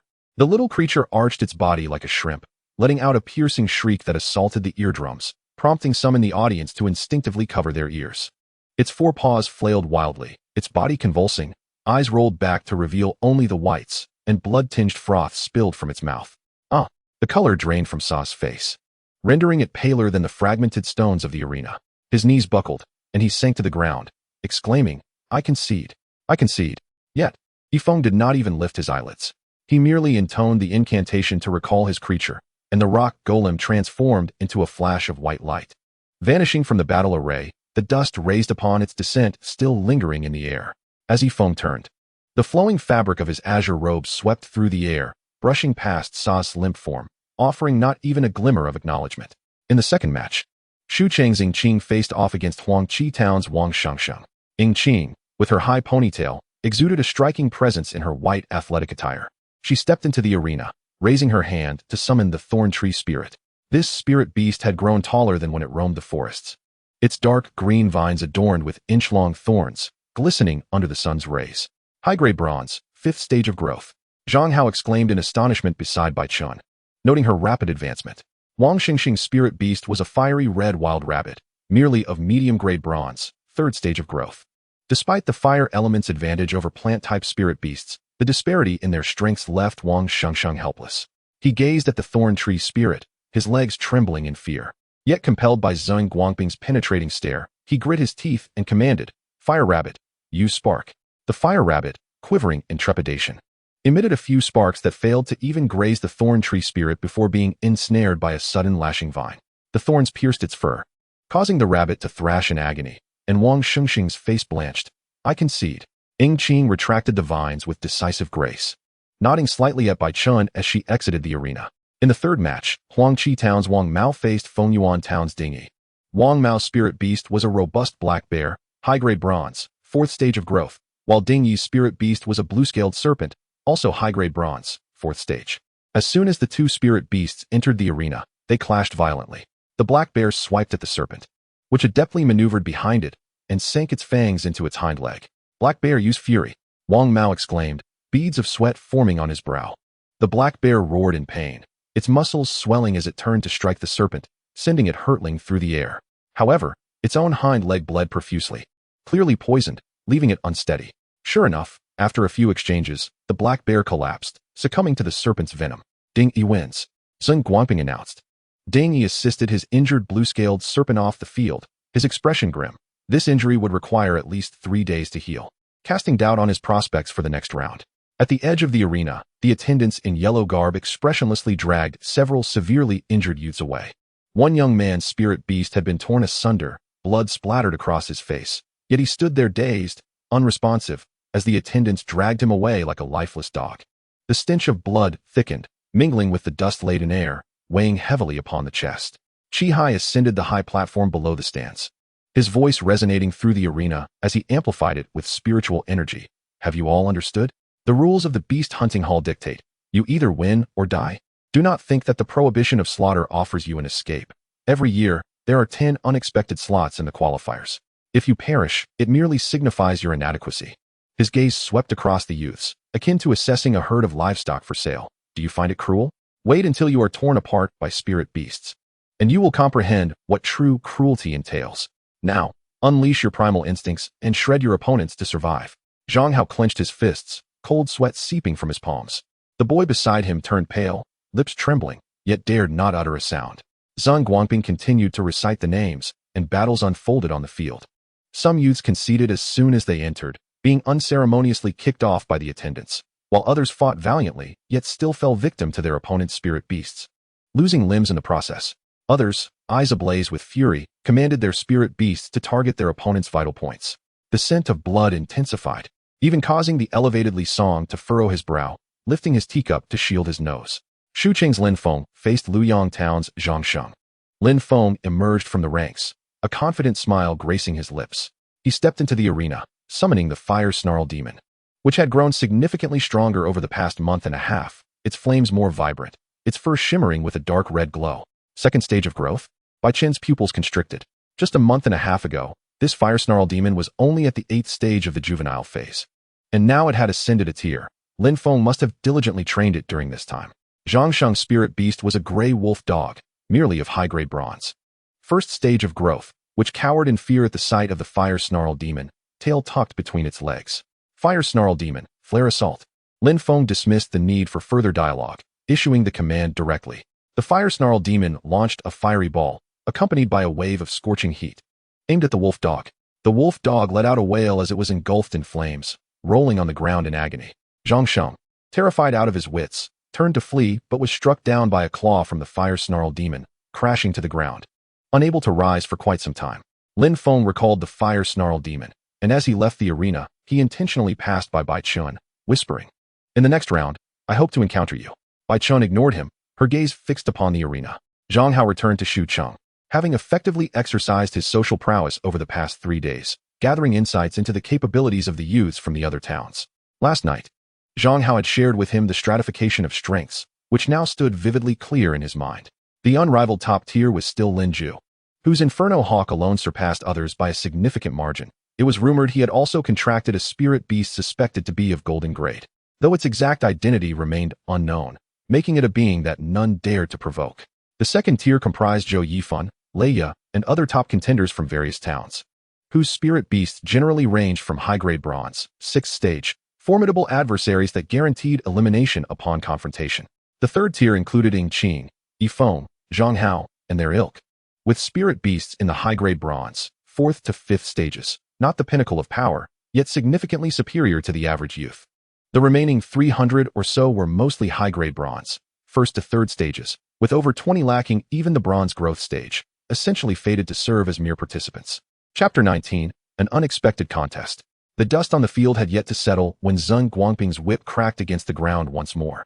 Chun Li versus Qi Xin. Lan Xin versus Lin Yue. The 4 competitors hastily entered the arena, the crushed stones crunching beneath their feet. As soon as Chun Li's grass demon landed, greenish vines unfurled with a swish, their serrated edges gleaming with a white sheen. This medium-grade bronze spirit beast, 4th stage of growth, bore half-dried beast sinews entwined within its vines, evidence of past battles in the wilderness.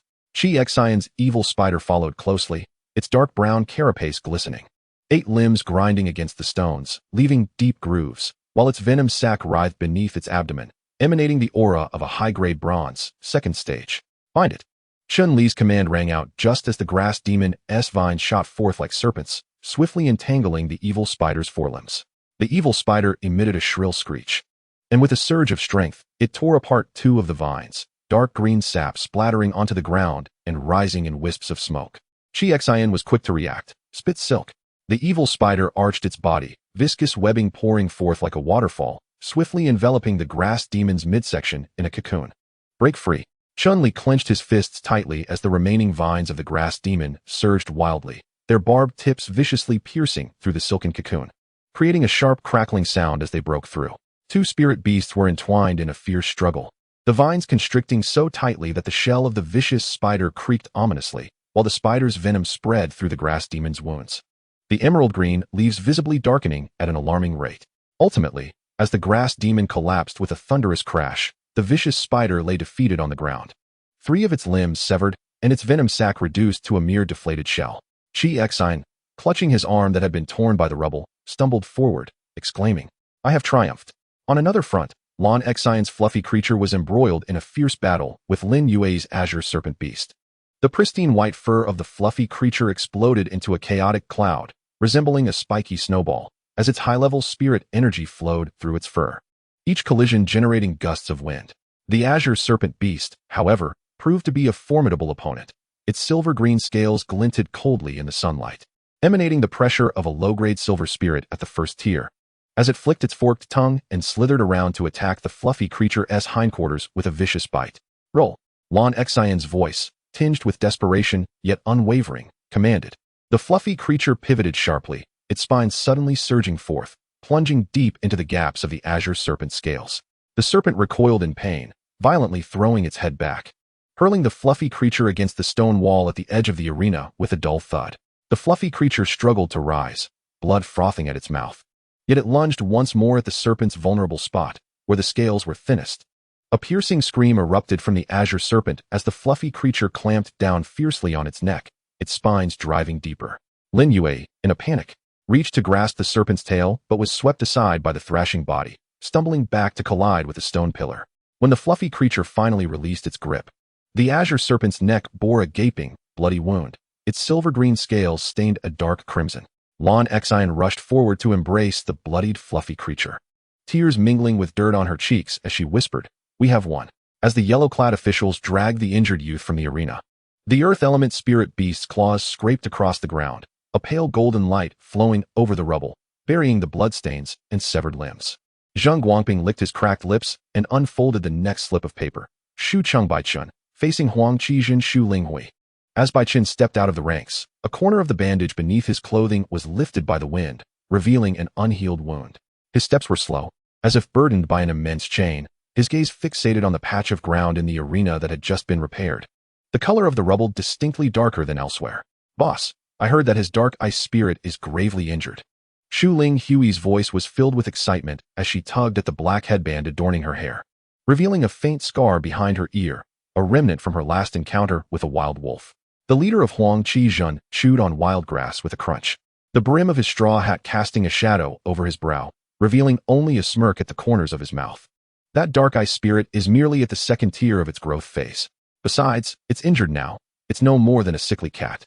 Your cracked-toothed demon has just advanced to the third tier. With a single bite, it could reduce it to mere shreds.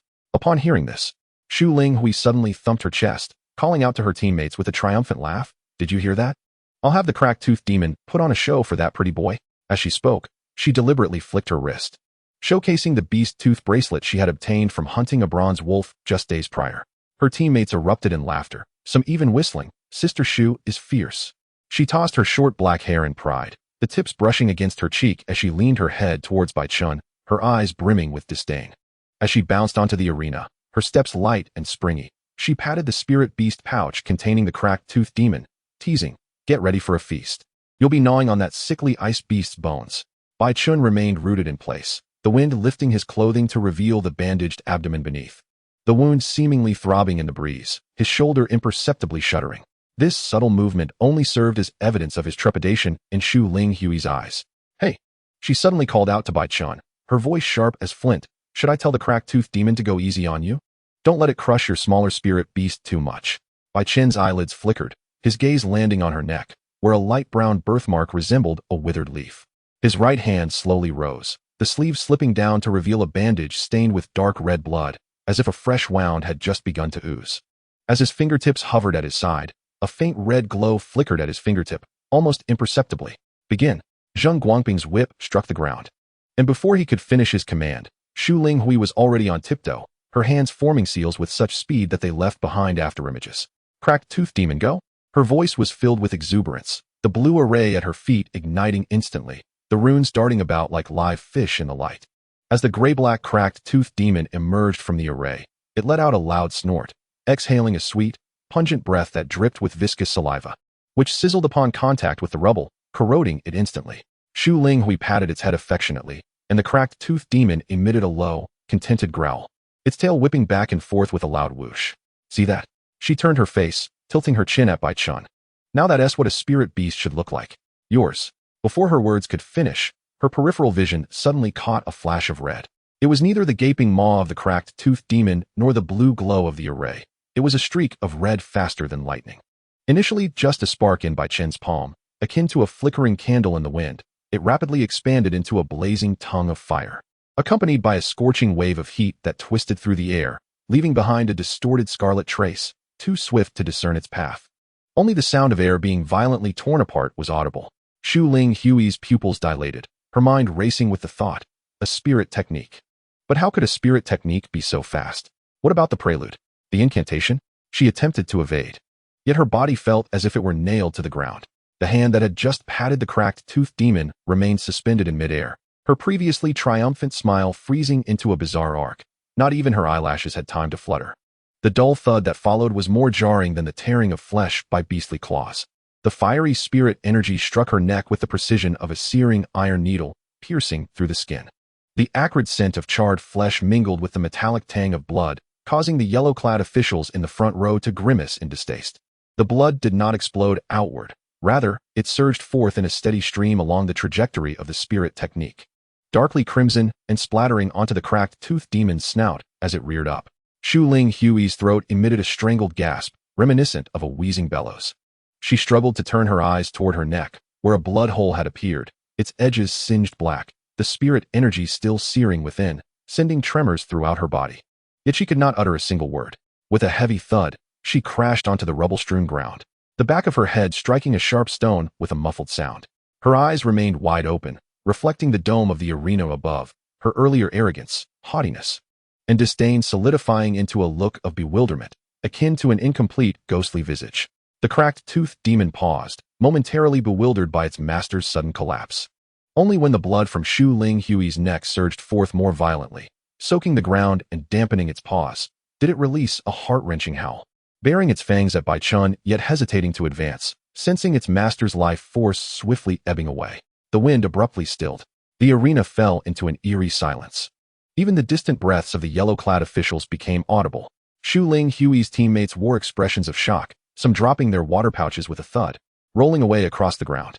Bai Chen slowly retracted his right hand, the red light in his palm dissipating, leaving only a lingering warmth behind. Had it not been for Bing Ning's injury still lingering, he would not have resorted to such a method to secure victory. He gazed at the gradually cooling body of Xu Ling Hui on the ground, his expression betraying not a hint of emotion, as if he had merely brushed off the dust from his sleeve moments prior. Only he was aware that, in that fleeting moment, his fingertips trembled, not from fear, but from the exertion of coalescing his spiritual energy while grappling with his injuries.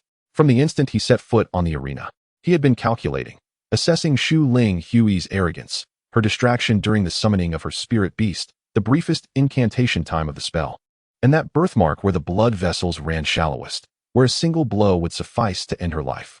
The breath of the young onlookers ceased. Even the hands of the yellow-clad attendants gripping their blades faltered. Zheng Qing clenched her fists tightly, her nails digging painfully into her palms. She had never witnessed Bai Chen in combat, yet she had never anticipated that he would employ such a direct and ruthless tactic, leaving no room for his opponent to retaliate. Zheng Guangping held his whip aloft, hesitating to bring it down. He had overseen numerous qualifying matches, had witnessed spirit beasts tear one another apart, and had seen Beast Tamers sustain injuries. Yet he had never seen anyone eliminate their opponent during the summoning phase with such deadly swiftness, the speed and precision reminiscent of a seasoned assassin steeped in shadowy arts. This is against the rules. Wang Tiandu on the high platform slammed his palm against the table, the hem of his silver-threaded black robe sweeping across the low tables, spilling spirit wine onto the fur cushions. The regulations of the Beast Hunting Hall dictate that it is a contest between spirit beasts. This is outright murder. Chi Hai remained seated, his fingertips tracing the rim of his teacup, a flicker of interest passing through his eyes. He had taken note of Bai Chen. This young man often kept to himself in the camp, yet each time spirit beasts attacked, he managed to return alive, his injuries growing progressively worse, but his gaze growing ever colder. Rules? Yi Zhong lifted his teacup, blowing away the froth. The Beast Hunting Hall's rule is to survive. It never stated that one could only use spirit beasts to kill, did it? He glanced at Li Song, a smile tugging at his lips. What does the city lord think? Li Song twirled his jade ring on his fingertip, his gaze landing on Bai Chen, who remained rooted in place, his right hand gradually lowering, the crimson glow in his palm dissipating, as if the lethal strike just delivered was merely a dusting off of his shoulder. What the Hall Master said holds true. City Lord Li Song took a sip of wine, remarking on its quality, noting that he must procure several jars for later. Haha, this is the fine liquor gifted to me by the Realm Master during my recent visit. Yi Zhong burst into laughter, simultaneously exchanging a knowing glance with Chi Hai. Chi Hai rose and descended from the viewing platform, halting at the edge of the arena. His spiritual sense swept over Bai Chen, and upon encountering the rippling energy of the mid-level spirit master, his brows arched slightly. You are indeed bold, he thought to himself. Yet upon meeting Bai Chen's gaze, he found it as tranquil as a frozen lake, reflecting not a single ripple of emotion. Suddenly, Chi chuckled. Your temperament is well suited for the Tianma Dao field. The inhabitants there never require a second strike to kill.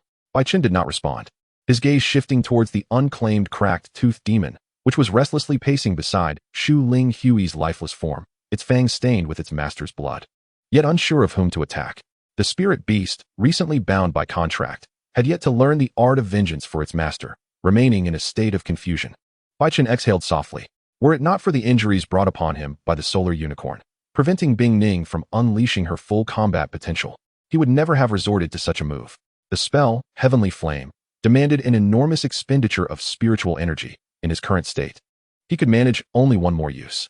Yet he had no alternative. The qualifying match allowed for no margin of error, and Shu Ling Hui's underestimation had presented him with an opportunity. Bai Chen wins. Chi-Hi's voice shattered the silence. As Bai Chen turned to exit the arena, his steps, though slow, were as steady as if he were treading upon solid rock. Passing by the ranks of Huangqi Town, he suddenly halted, his gaze sweeping over the furious young man, a faint smile gracing his lips. Your teammate. His voice was soft, yet it pierced through the ears of each listener like an ice shard, a careless remark. The leader of Huangqi Town clenched his fists tightly, his face turning crimson beneath his straw hat. The youths behind him gritted their teeth, yet none dared to advance. The flash of fire from earlier had been too swift, evoking memories of terror from their ambush by the Iron Spine Wolf. To employ such despicable tactics, and still call it victory? Lin Feng's voice dripped with scorn as he stood at the front of the ranks, sneering at Bai Chen as he approached. Only a fool like Shu Ling Hui would fall for it. Had it been me. Had it been you. Bai Chen interrupted, his gaze fixated on Lin Feng's face. Can you withstand the heavenly flame? Lin Feng's expression darkened in an instant. He indeed lacked confidence. Bai Chen's spell had been too rapid, akin to a dagger thrust forth from the depths of night, leaving no time for a reaction. Encountering such a thing for the first time would indeed be difficult to respond to. Bai Chen paid him no further heed, and as he reached Lin Ju's side, the latter offered him a water skin. How is your body holding up?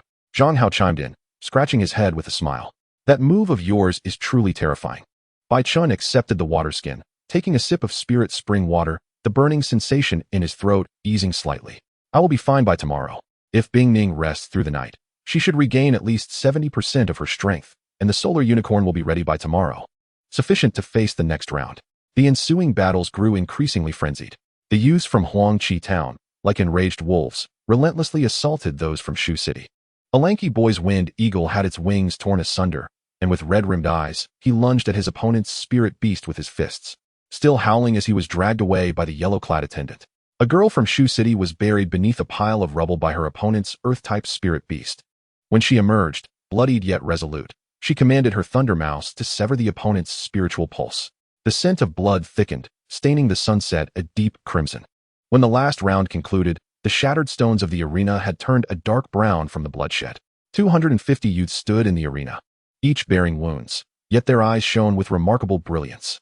Shu City retained 50 participants, Huangqi Town 64, Feng Yuan Town 65, and Luyang Town 71. Those who remained were all fierce characters who had clawed their way up from the depths of bloodshed. Bai Chen gazed towards the direction of Wangshu Mountain, the nightfall cascading down from the mountain's peak. Tomorrow's battles would be even more arduous, yet he felt no fear. After all, in this world, there are many ways to survive, and he had chosen the most direct one. Chapter 20. The Green Serpent Beast. The following day, at noon, the remaining youths were summoned to the arena, as only a little over 200 remained, likely necessitating just over 30 rounds to determine the victors. The audience in the stands had swelled considerably. Compared to the preliminary selection on the first day, this second day's contest promised to be even more thrilling. After a brief wait of about 15 minutes, several high-ranking officials finally arrived at the main viewing area. Unlike the previous day, the city lord of Shu City and the hall master of the beast hunting hall bore expressions tinged with concern, as if something troubling had transpired.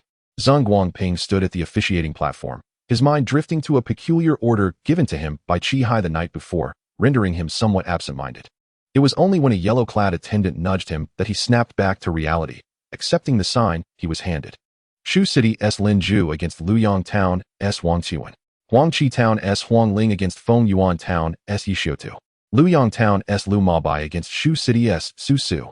The first round of competition bore an air of deliberate gravity. Those reported as the top contenders from each town were like meticulously arranged chess pieces.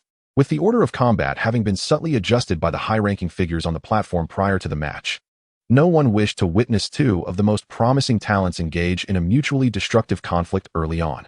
The Beast Hunting Hall sought fresh blood, and the City Lord's residents desired successors capable of commanding respect. These concealed intentions manifested in the carefully staggered names on the combat roster. On the high platform, City Lord Li Song of Shu City absently stroked a pigeon egg-sized green crystal in the palm of his hand. The light swirling within the gem reflecting in his half-closed eyes, resembling a lake of unfathomable depth. His gaze did not linger on the fierce battles unfolding in the arena, but was fixated solely on Lin Ju, the youth standing at the forefront of the formation. Clad in dark attire, he exuded an air of poise that belied his youthfulness, radiating a steadiness that seemed incongruous with his age. The scion of the Lin family, Li Song murmured to himself, pressing his fingertip into the azure crystal, leaving a faint imprint.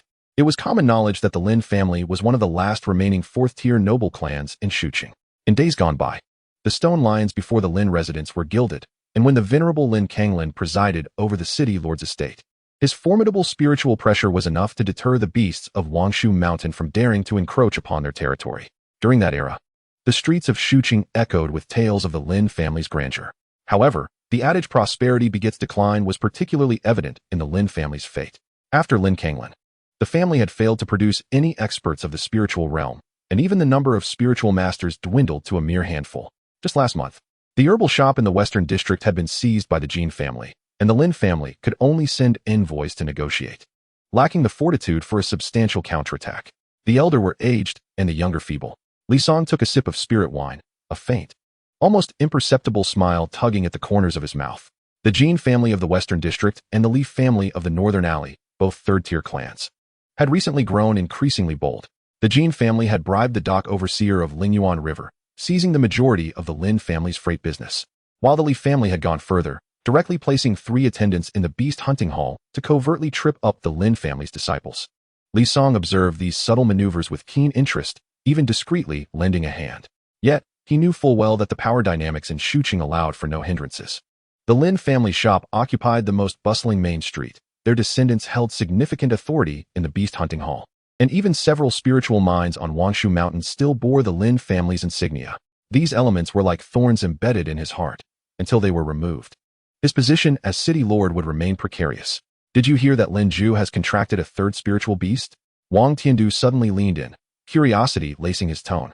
The cunning old fox Chi Hai had kept the news tightly under wraps, not even disclosing the species. Li Song raised his eyes, the azure crystal in his palm spinning. What does it matter what beast he possesses? The Lin family's fortunes are surely waning. Over in the arena, Lin Ju seemed to sense the scrutiny from the high platform, turning slightly to meet Li Song's gaze. The youth's eyes were calm, akin to the still waters deep within Wangshu Mountain, devoid of fear or flattery. He merely regarded Li Song for a moment before returning his attention forward. The wind rushed in from the apex of the Beast Battle Palace, causing the corners of Li Song's robe to flutter. He looked down at the azure crystal in his palm, its light swirling with greater intensity, reminiscent of the undercurrents stirring within Shuqing at that very moment. Suddenly, the atmosphere in the arena grew tense, followed by a streak of golden red light slicing through the air. At the moment Lin Ju raised his hand, the burning sky eagle unfurled its wings, summoning a fierce gust of heat. With a wingspan of 3 zhong, its feathers glimmered with flickering golden flames, casting a shadow that enveloped nearly half the arena. This low-tier silver spiritual beast emanated a 5th-tier pressure, causing even the stones at the edge of the arena to radiate warmth. As Lin Ju's contracted beast, every feather bore the pride of their aristocratic lineage.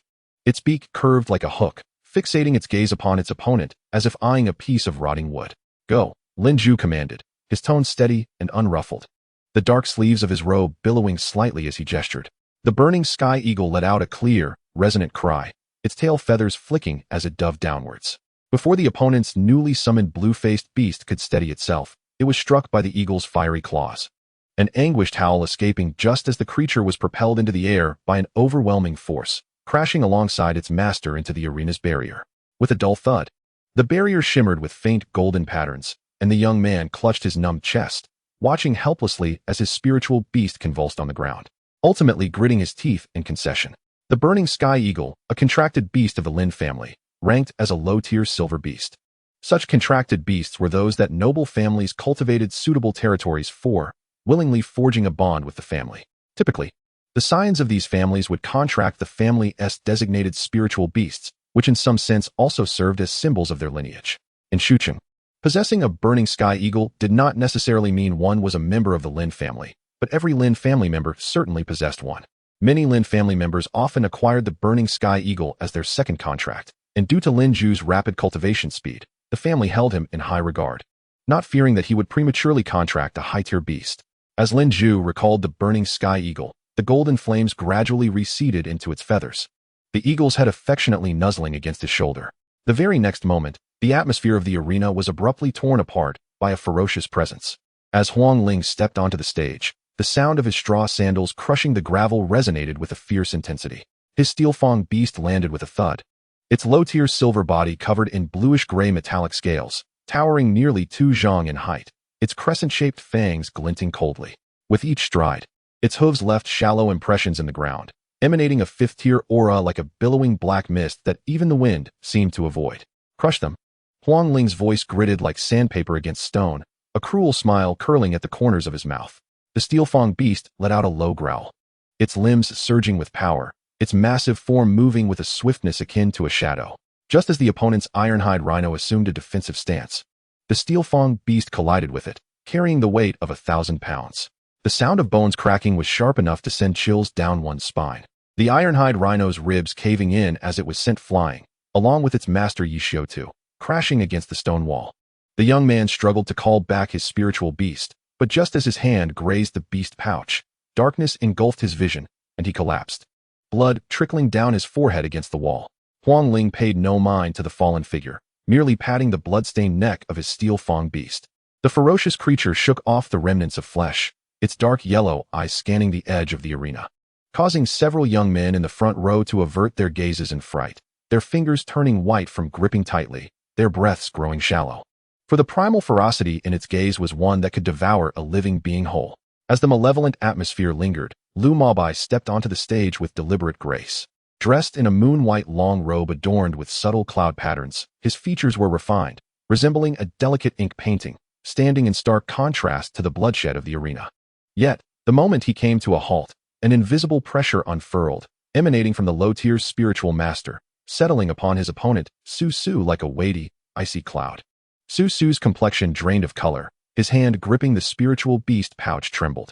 He could feel that force penetrating into his mind, as if countless needles were pricking at him, rendering the incantation for summoning his beast lodged in his throat. He opened his mouth, attempting to utter something, but was silenced by Lu Maobai's calm gaze. Do you wish to continue? Lu Maobai's voice was soothing as a mountain stream, yet each word carried an undeniable gravitas.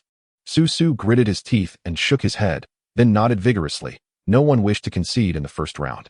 Gritting his teeth, he recited the incantation, and the earthy-hued rock-shell beast emerged just as the sudden flash of silver light startled it into recoiling.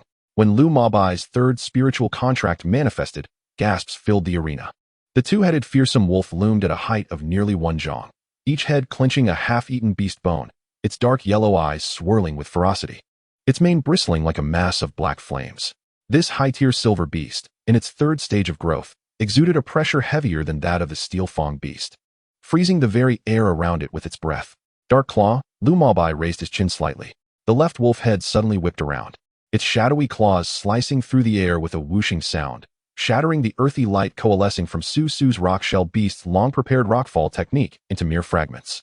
The rock-armored beast lay paralyzed on the ground, its forelegs trembling like leaves in a gale, lacking even the courage to raise its head.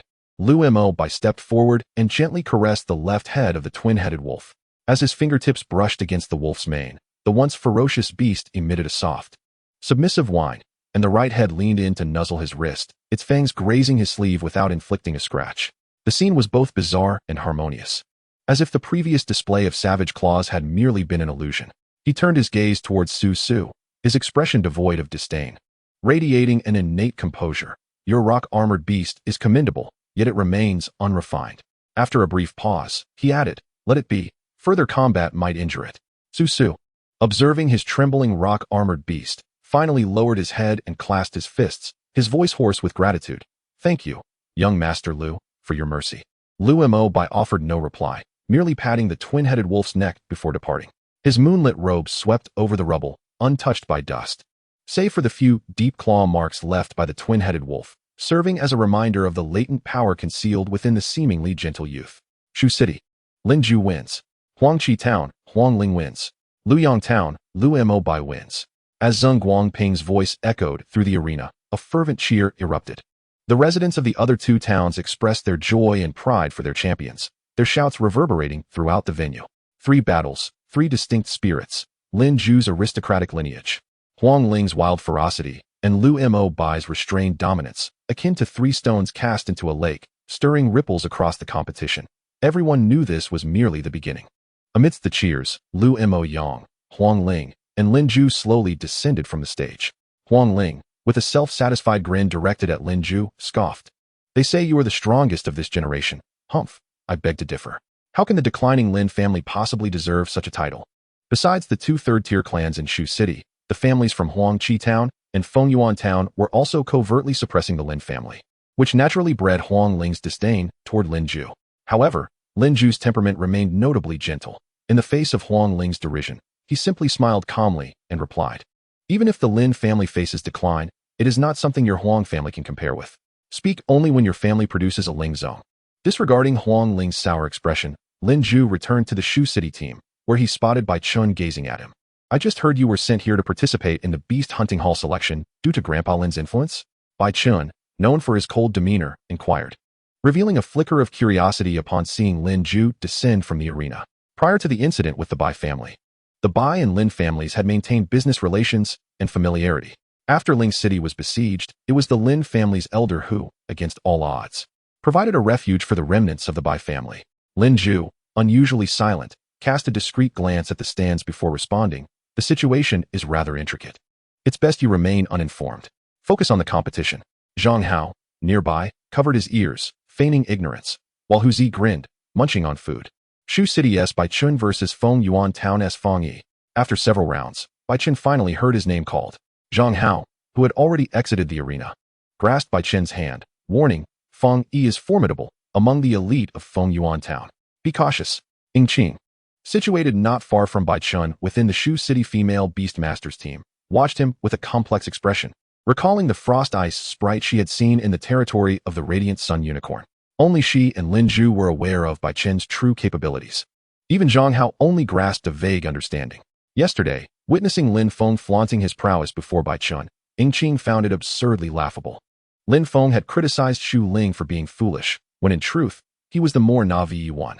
Or perhaps, everyone here, including the overseers, had been deceived by Bai Chen's fade. Lin Zhu, however, paid little heed. Despite Bai Chen's frost ice sprite being injured, defeating Feng Yi would pose no challenge. To be honest, Lin Zhu was quite astonished when he last assisted Bai Chen. The boy, who had struggled with his first spirit contract, had managed to bond with such a remarkable spirit beast. He was no longer the one needing protection within the camp. Standing in the center of the arena, Feng Yi's boots crunched against the gravel, producing a delicate sound. He lifted his gaze to Bai Chen, a smirk curling at his lips, his right hand instinctively resting on his spirit beast pouch. Don't try that spirit ambush trick on me. I'm not an airhead like Xu Ling.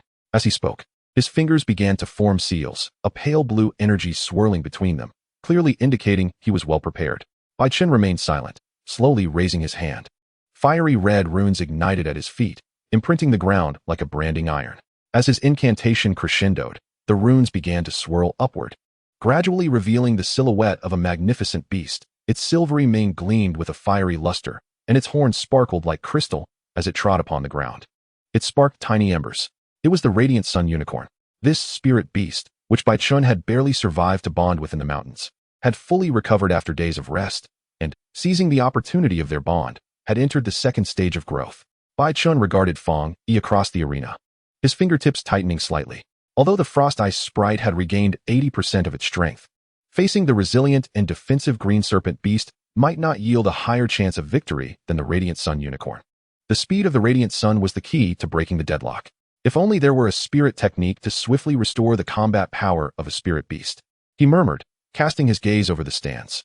Such auxiliary spirit techniques were typically monopolized by the aristocratic families, like the Lin family's Spirit Spring technique and the Lu family's Blood Revival spell, which commoners seldom even glimpsed. As the Radiant Sun Unicorn fully manifested, a gasp erupted from the audience. High-tier silver. Many widened their eyes, dropping their jerky in disbelief. Wasn't he the report stating he only had a third-stage Dark Eye spirit? Where did this come from? In the stands, Chi-Hai paused, his teacup halting midair, a flicker of surprise crossing his gaze. He had indeed investigated Bai Chen's background, only knowing he had bonded with a Frost Ice sprite. Yet he had never heard of the Radiant Sun Unicorn. In the arena, Fang Yi's hand-forming seals abruptly halted. He stared at the magnificent unicorn, his expression turning grim. High-tier silver, second-stage growth.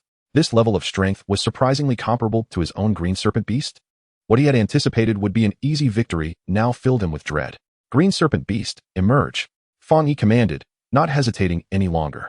A pale blue array exploded at his feet, and a 3-meter-long Green Serpent Beast shot forth with a swift motion, its diamond-shaped scales glinting coldly in the sunlight.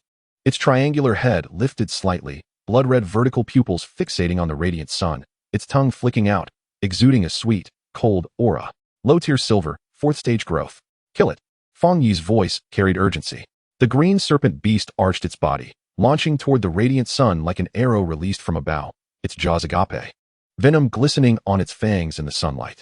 Radiant Sun, firewall. Bai Chen's voice remained calm and unwavering. The Radiant Sun Unicorn reared, its mane erupting in flames, instantly conjuring 3 walls of fire, each half a person high, that surged forth, crackling as the flames licked the air. Though the speed of the Azure Serpent Beast was remarkable, it was unprepared for an obstruction, crashing headlong into a wall of fire. The searing heat caused its scales to sizzle, eliciting a sharp retreat as it writhed in discomfort. Fang Yi's expression darkened further. He had intended for a swift victory. But this unexpected wall of flames had disrupted his rhythm. Circumvent it, he commanded through gritted teeth. The Azure Serpent Beast shook its head, its serpentine body gliding along the edge of the arena, seeking to evade the fiery barrier. However, as it protruded its head, a flash of white streaked past. The radiant unicorn darting like a beam of light, swiftly positioning itself at the beast's flank, leaving behind a trail of burning marks where its hooves had trod. Fool! Fang Yi exclaimed in frustration, realizing that the radiant's speed was astonishingly absurd. While the Azure Serpent was considered agile among the bronze-tier creatures, it appeared utterly hindered in comparison to the Radiant. The dynamics of the battle had decisively shifted in favor of the Radiant. Bai Chen remained poised at the edge of the arena, skillfully directing the Radiant Unicorn as it deftly maneuvered. The Radiant never initiated an attack, only employing the wall of fire as a defense when the Azure Serpent lunged, or evading to the opposite side with astonishing speed. The Azure Serpent's toxic mist assaults were rendered futile, either repelled by the flames or resulting in a collision against the stone wall. As time elapsed, the Azure Serpent's movements grew increasingly sluggish. Although the flames clinging to its scales had extinguished, charred patches remained, and it gasped heavily. Drool dripping from its fangs onto the ground below. Lin Zhu observed from the sidelines, his gaze fixed intently on Bai Chen. The Azure Serpent's strengths lay in its defense and endurance, yet its weakness was precisely its speed. From the outset, Bai Chen had no intention of engaging in a head-on confrontation. He simply employed the most elementary tactic of attrition, rendering Fang Yi's advantages null and void. Within the arena, beads of cold sweat had formed upon Fang Yi's forehead. Observing the Azure Serpent's increasingly lethargic movements, he understood that if this continued, defeat was inevitable. Azure Serpent, use Serpent Fall, he nearly roared, for this was the creature's most powerful attack, requiring the consolidation of all its spiritual energy. Once unleashed, it would be left momentarily powerless. The Azure Serpent reared its head, its body taut and straight, the muscles beneath its scales pulsating as a deep green energy began to coalesce in its mouth. Now, Bai Chen's eyes sharpened suddenly. Radiant, holy light purification. The radiant unicorn let out a resounding cry, its flames retracting abruptly, replaced by a gentle yet penetrating white light. A sphere of pure white energy, the size of a fist, materialized above its head. As Bai Chen raised his hand, the sphere exploded, unleashing a torrent of silvery beams that pierced through the remnants of the fiery curtain, hurtling towards the Azure Serpent. The beams struck the Azure Serpent, akin to red-hot needles piercing through paper. Its delicate scales were instantly perforated, the purifying energy spreading through the wounds, dissolving its flesh. In the blink of an eye, the Azure Serpent's body was riddled with countless small holes, green blood mingling with shredded flesh spilling forth. No! Fang Yi screamed in horror. The Azure Serpent emitted a heart-wrenching wail, its massive form swaying before crashing heavily to the ground, stirring up a cloud of dust. Its eyes remained wide open, yet devoid of life, as blood pooled beneath it, soon ceasing to flow. Fang Yi, in a frenzied rush, lunged toward the Azure Serpent's lifeless body. Pressing his hands upon it, channeling his energy into the spirit beast pouch in an attempt to reclaim it within the realm of souls. A flash of white light ensued, and the azure serpent's body vanished, but Feng Yi's countenance turned ashen, clutching his chest as he erupted into violent coughs. A trickle of blood escaping from the corner of his mouth. The spirit bond severed. A voice murmured lowly. The arena fell silent in an instant. All eyes fixated on Feng Yi, who trembled uncontrollably, his face drained of color, his gaze hollow like a cold pool deep within the mountains. The agony of the severed bond felt more excruciating than death itself. Bai Chen withdrew the radiant unicorn and turned to exit the arena. As he passed by Feng Yi, his footsteps faltered momentarily, yet he did not look back. The radiant's mane brushed against his wrist, a warm touch, as if offering solace. Chapter 21. Defeating Lin Feng. The clamor of the beast fighting palace surged like the tide, crashing against every pillar. Zhou Yifan huddled in the shadow of 2 vermilion columns. The brim of his hat nearly grazing his shoulders, half of his face obscured by the shifting shadows of the crowd. His eyes were fixed intently on the radiant unicorn at the center of the arena, its mane shimmering with fiery luminescence, each hoof's lift scattering sparks that stung his eyes, reminiscent of the burnt remnants of his failed schemes from a fortnight prior. It should have been him lying there, lifeless. Zhou Yifan's nails dug into his palms, blood oozing through the gaps as he recalled the blood-soaked thicket in the woods, where he had retreated in fear after his calculated betrayal. Worried that the Radiant's wrath would spill over onto him and that the beast hunting hall would trace the incident back to him. Just a step away, he gritted his teeth, his molars grinding audibly. At that moment, he had believed Bai Chen would surely perish. Rehearsing countless scenarios in his mind, that waist, torn to shreds by the unicorn, it mattered not to me. Yet now, he had indeed forged a bond with the radiant unicorn. As the crowd erupted in jubilant cheers, he clenched his fists tightly, his knuckles turning white as regret coiled around him like a venomous serpent coursing through his veins. Not far away stood Lin Feng, at the edge of the crowd, his dark attire disheveled, revealing the tense blue veins on his neck. The moment Bai Chen summoned the radiant unicorn, the gasps of astonishment that erupted around him pierced his ears like needles. High-tier silver. Bai Chen has concealed his strength too well. Concealed? Lin Feng spat bitterly, saliva splattering onto the ground before him. He recalled boasting by the campfire after seizing the fire fiend beast. Bai Chen? He is only fit to bond with a second-tier dark-eye spirit, a far cry from my fire fiend. The young men surrounding him had laughed heartily, one teasing. If Feng Gu encountered him, a mere finger would suffice to crush him. He had laughed with pride. Even the fire fiend had lifted its head, releasing a small plume of flames. Yet now, that proud flame had been doused by the radiant's brilliance. He watched as the radiant glided across the arena like a streak of white light, effortlessly evading the azure serpent's toxic mist. Observing Bai Chen command from behind the fiery curtain with calm composure, witnessing the holy light purification descend, toppling the azure serpent to the ground. Each scene felt like a stinging slap across his face. High-tier silver, growth stage second-tier Lin Feng's fists trembled, feeling the unease of the fire fiend within his soul space. Damn it, he exclaimed, kicking violently at a nearby pillar, stone chips cascading down. The surrounding crowd flinched in surprise, glancing toward him. But his gaze was solely fixed on the calm figure in the arena. Jealousy surged within him like wild grass, choking his throat, leaving him breathless. Why? Why should this waste, whom he had once belittled, possess the radiant unicorn? The crowd continued to chant Bai Chen's name, their cheers swelling like waves. Lin Feng glared at the silvery unicorn, suddenly donning a grotesque grin, his teeth grinding audibly. So what if it's a radiant unicorn? In the next round, I'll show you the might of the fire fiend. Zhou Yifan, hidden in the shadows, smirked at this proclamation. The wind swept through the beast fighting palace, carrying the cheers, yet failing to disperse the gloom concealed within the crowd. As the radiance of the blazing sun unicorn intensified, the resentment and jealousy within Zhou Yifan and Lin Feng's eyes burned ever more fiercely. How could you hide such a magnificent creature?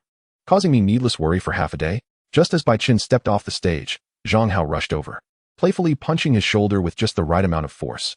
Bai Chen winced in pain, his injuries still not fully healed, the impact causing him to grimace. Just luck, Bai Chen replied, rubbing his shoulder. When will I ever have such fortune? Beside him, Huzi clicked his teeth in frustration. Struggling against a fourth-tier iron-tooth beast that barely managed to reach the second tier, feeling uncertain about his chances of breaking into the top 100. The competition progressed rapidly, and soon only 150 participants remained, with 50 more needing to be eliminated to determine the victors. This time, rather than waiting for the next day, they opted for a draw. Zhang Guangping stood before a pile of white slips, randomly selecting 2 and announcing the names, which immediately sounded the battle horns. Lin Ju had good luck, not being selected. No one in the arena wished for his name to be drawn. His strength was too formidable, and anyone who faced him would be eliminated. Zhang Hao also enjoyed a stroke of fortune, narrowly escaping a crisis. However, Hua's luck was abysmal, drawing Lu Mabai from Luyang Town, signaling the end of his journey in the competition. As the strongest in Luyang Town, Lu Mabai merely unleashed a single skill from his spirit beast, forcing Hua into a corner. Hua clenched his teeth and conceded defeat, walking off the stage with a hint of hope. Even if he couldn't become a formal member, perhaps he could secure an auxiliary position and have a chance to turn official in the future. Bai Chen, unfortunately, had poor luck as well, being drawn against his old rival, Lin Feng. Yet, this confrontation ignited excitement in his eyes. The thought of personally eliminating this detestable foe made his fighting spirit surge. Begin. With Zheng Guangping's command, both sides swiftly summoned their respective spirit beasts. Humph, you smelly rat. Don't think that having a blazing sun unicorn means you can defeat me. Lin Feng sneered ominously, a mocking smirk gracing his lips. He was among the strongest in the second tier. Beside him, the fire-snarling demon let out a fierce roar in agreement. The third-tier fire-snarling demon and the second-tier blazing sun unicorn were of comparable strength, making this contest evenly matched, capturing the attention of all present. However, Lin Feng was not inclined to engage in a drawn-out battle. Using the fire-snarling demon as a shield, he quickly summoned a first-tier clear wind sparrow. A murmur of astonishment rippled through the crowd. No one expected Lin Feng to already be a spirit master. Among the more than 500 youths, the number of spirit masters would not exceed 15, as the majority were high-level spirit practitioners. According to the trends of previous competitions, a Spirit Master S rank was virtually guaranteed to secure a place in the Beast Hunting Hall. Spirit Masters not only had the ability to contract higher-tier spirit beasts, but also surpassed spirit practitioners in the speed of spirit beast enhancement. Although Lin Feng was in the second tier, it would not take him long to ascend to the first tier, with the advantage of dual control inherent to Spirit Masters. Even a lower-tier Clear Wind Sparrow posed a significant threat to Bai Chen, as two spirit beasts working together against one could undoubtedly overwhelm him. Without hesitation, Lin Feng initiated the attack. The fire-snarling demon charged forward, engulfed in flames, leaving a trail of flickering embers in its wake, the heat radiating intensely. Behind it, the Clear Wind Sparrow soared gracefully through the air, poised to deliver a lethal strike to Bai Chen. Faced with such a fierce assault, Bai Chen did not remain passive. Realizing that his previous strategy was no longer applicable, he swiftly evaded, agilely leaping onto the back of the blazing sun unicorn, settling firmly. He understood that exposing himself alone would make him an easy target for the Clear Wind Sparrow. Only by closely coordinating with the unicorn could he withstand the onslaught. Seeing Bai Chen's response, Lin Feng smirked and coldly remarked, "Clever enough." He had devised a meticulous plan. Let the fire-snarling demon engage the blazing sun unicorn while he and the Clear Wind Sparrow struck from behind to ambush Bai Chen. The fire-snarling demon, like a blazing fireball, charged at the unicorn, flames raging, while the Clear Wind Sparrow flapped its wings to create a whirlwind, aiming for Bai Chen. The blazing sun unicorn showed no fear, pawing the ground in fury, emitting a roar as flames and holy light surged around it to confront the fire-snarling demon. The fire-snarling demon, eager to finish the fight, unleashed its powerful magic flames for a quick resolution. Meanwhile, the circling Clear Wind Sparrow, using the fire-snarling demon as cover, continually executed its skills to harass and attack the unicorn. This was a strategy designed to exhaust the opponent, rendering it seemingly insurmountable. The situation in the arena gradually became clear. The fire-snarling demon and the blazing sun unicorn were nearly equal in strength, although the unicorn was slightly superior. It was unable to defeat the fire-snarling demon completely due to the persistent harassment from the Clear Wind Sparrow, let alone break through to eliminate it. What a pity. Such a strong unicorn. The advantage of being a spirit master was indeed overwhelming. Whispers filled the sidelines, indicating that this contest hinged not on raw power, but rather on the spirit master's inherent advantages. However, on the high platform, different voices emerged. 5 minutes. Chi Hai remarked, his gaze fixed on Bai Chen riding the blazing sun unicorn, speaking slowly. Is Master Chi suggesting that Bai Chen can only last 5 minutes? A nearby maid inquired softly. It's Lin Feng. Chi Hai's eyes glinted with insight, as if he had foreseen the outcome from the outset. Upon hearing this, the surrounding spectators grew perplexed. How could a dual-controller spirit master only last 5 minutes? Lord Shuqing and the palace master appeared oblivious to the unfolding battle, continuing their conversation about other matters, seemingly unconcerned. It seemed that Chi Hai held this young man Bai Chen in higher regard. Wang Tiandu, lingering nearby, sneered. The pass rate from Huangqi Town has been too low in recent competitions, with most being eliminated, leaving him humiliated. Noticing Chi Hai's startling assertion, he felt compelled to mock further. Chi Hai remained undeterred, steadfast in his judgment. Others murmured among themselves, questioning Chi Hai's unusual demeanor that day. It was already a miracle for the blazing sun unicorn to withstand such a relentless assault from two spirit beasts for this long. How could he claim it would only be 5 minutes? In a contest of such disparity, was such a conclusion even plausible? As the wounds on the unicorn multiplied, its responses and resistance began to weaken. Observing this, Lin Feng believed the moment had arrived and commanded the fire-snarling demon to launch a decisive strike. Snarling demon, rending claw, clear wind sparrow, wind blade. Lin Feng ordered without hesitation. Just as the two sides were about to collide, Bai Chen suddenly shouted, "Unicorn, use flame shield." The blazing sun unicorn immediately executed the skill, enveloping itself and Bai Chen in a layer of searing fire. The wind blade struck the shield before the fire-snarling demon's claw could reach it, creating a shower of sparks, though the shield merely swayed slightly. The fire-snarling demon, its claws aglow with fire, shattered the flame shield with a single strike. In that instant, as the shield crumbled, the unicorn unleashed a rapid beam of light from its horn, targeting the clear wind sparrow, which had just completed its skill. The clear wind sparrow, caught off guard by the severely weakened unicorn's sudden powerful attack, was unable to evade and was pierced through its body, leaving a gaping wound. The clear wind sparrow was already at a disadvantage compared to the unicorn, had it not been for the fire-snarling demon shielding it previously. It would have posed no threat to the unicorn. This strike was sufficient to eliminate the clear wind sparrow. Lin Feng immediately fell to his knees. His complexion shifting from red to pale, his first spirit contract shattered. His eyes burned with rage. How could this be? I had it in the bag. Yet Bai Chen instantly killed one of my spirit beasts. That damn fellow. Snarling demon, kill them. Lin Feng roared, clutching his head, a painful throb echoing in his mind. The fire-snarling demon intensified its attacks, engaging in a fierce battle with the unicorn, their flames intertwining as their skills clashed relentlessly. Without the clear wind sparrow's harassment, the fire-snarling demon gradually began to lose its earlier advantage against the unicorn. Outside the arena, the audience was captivated by this thrilling duel. Cheers and gasps echoing throughout the venue. Bai Chen clenched his fists, his gaze resolutely fixed upon Lin Feng, who was still writhing in agony. The battle had gradually begun to tip in their favor. The blazing sun coalesced into a colossal barrier of flames, instantaneously ensnaring the fire beast. Deprived of its master's commands, the fire beast flailed about like a headless fly, unleashing a barrage of skills upon the barrier. Yet, Bai Chen grew ever more emboldened. Seizing the opportunity while the fire beast attacked the barrier, he executed a sudden thrust, his body transforming into a streak of fire, the elongated horn grazing the beast's form. The fire beast reacted with astonishing speed, evading slightly, but the horn still carved a gash several inches deep into its left flank. Flesh and blood roiling forth beneath its skin. Stricken by excruciating pain, the fire beast let out a chilling wail, as if struck by an immense force, stumbling backward repeatedly. Simultaneously, a swirling inferno rapidly gathered upon Bai Chen's spiraled horn, the flames rolling and roaring as if alive, the terrifying elemental fire converging like tumultuous waves. At the heart of the flames, a golden radiance flickered in and out of visibility, growing increasingly luminous as the fire coalesced, ultimately manifesting into a massive spear of flame. The tip of this blazing lance burned with a dazzling golden hue, radiating the searing heat reminiscent of the sun's core. The formidable aura emanating from this flame spear shook the entire arena, leaving the audience wide-eyed in astonishment.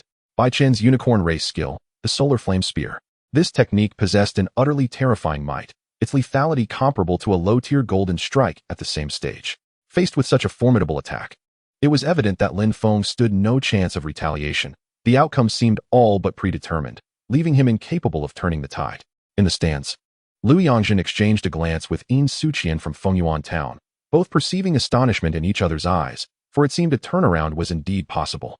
Yin Suqian inhaled deeply and remarked slowly, "The power of this solar flame spear is truly equivalent to a low-tier golden strike at the same stage. Lin Feng surely cannot withstand it." Guoming nodded in agreement, responding, "It appears that Brother Qi possesses a discerning eye. Lin Feng is undoubtedly destined for defeat. I concede." Lin Feng's gaze fixated on the flame spear, a flicker of dread crossing his eyes. Just as the spear was poised to unleash its fury, he opened his mouth to declare his surrender, but an intense pain erupted from his second spirit contract, striking his mind anew. He could scarcely believe. Was Bai Chen truly intent on annihilating his fire beast? In the arena, the spectators were rendered speechless, utterly stunned by the unfolding scene. They had never anticipated that a member of the same camp would resort to such ruthless measures. Previous battles had resulted in casualties. Yet those had been contests between different camps, which was somewhat understandable. But now, everyone clearly witnessed. Lin Feng was on the verge of surrendering. Yet Bai Chen showed no mercy, commanding the blazing sun to hurl that 5-meter-long spear with unrelenting force. The spear raced forth like a bolt of lightning, encased in flames, barreling straight towards Lin Feng.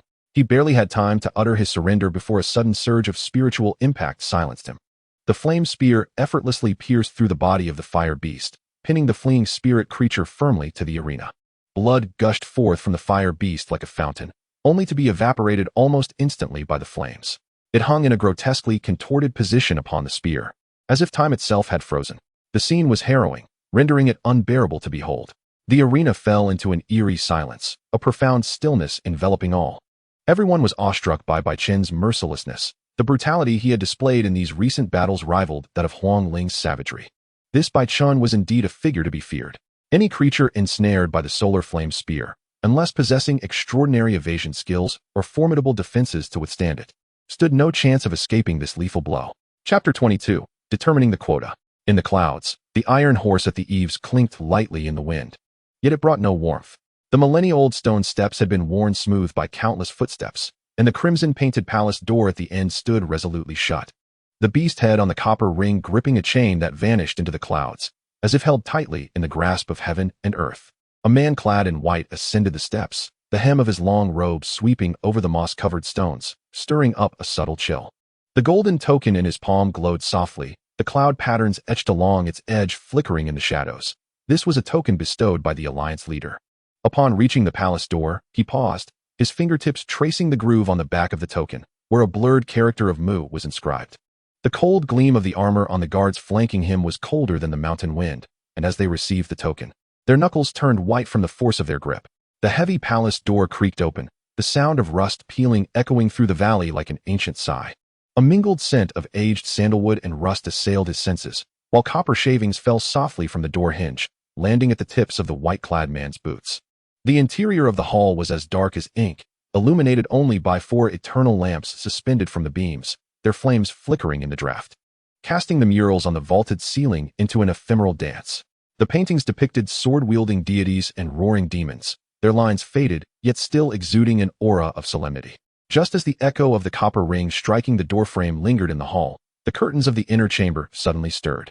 The curtains, a half-worn white satin, were embroidered with tarnished silver threads, now darkened with age. At this moment, a hand abruptly flung aside one corner, revealing a blinding crimson. When the woman in red turned, the gilded chains clanked sharply against the golden brick floor. Her hairpin had come undone on one side, a single red velvet flower drooping at her temple, dusted with specks of gray, yet still vibrant as blood. The other end of the chain was secured to a stone sculpture in the corner.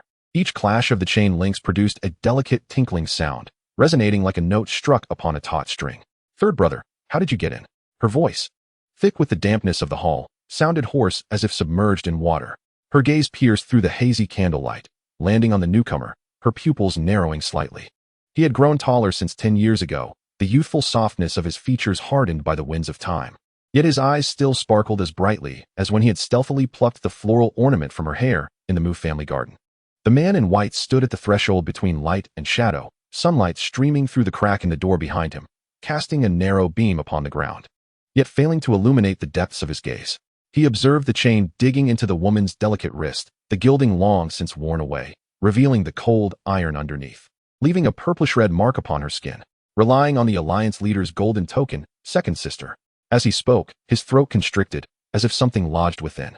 The address felt scorching on his tongue, and he recalled the day of second brother's wedding, when she had donned a magnificent red bridal gown. Standing before the Mu family's ancestral hall, her smile brighter than the dawn. The Alliance leader's golden token certainly proves useful.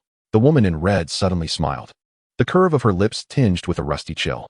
It seems the third young master of the Mu family has also learned to reach for the higher branches. Are you now the head of the Mu clan? The man in white furrowed his brow slightly, the sleeves of his long robe gently swaying at his sides. You should know, no one can defy the will of the Alliance leader. As for second brother back then, he paused, the shadows cast by the candlelight dancing across his face. The Bai family trusts him, the Mu family trusts him, but do the elders of the Heavenly Palace trust him? Would those madmen from the Demon Dao Temple believe a traitor's words? For the sake of eldest brother, the Mu family has already paid an immense price. The chains suddenly tightened, and the woman in red took a half step forward, causing the curtains to rustle violently. Traitor. The word pierced her heart like a needle. Her fingertips digging into her palm, blood seeping from beneath her nails and dripping onto the chain, instantly absorbed. The Mu family has lost over 300 lives. The voice of the man in white lowered, the flame of the eternal lamp flickering in his eyes. Eldest brother perished at the boundary stone cliff. And fifth uncle had his tendons severed by those from the Demon Dao Temple. And enough.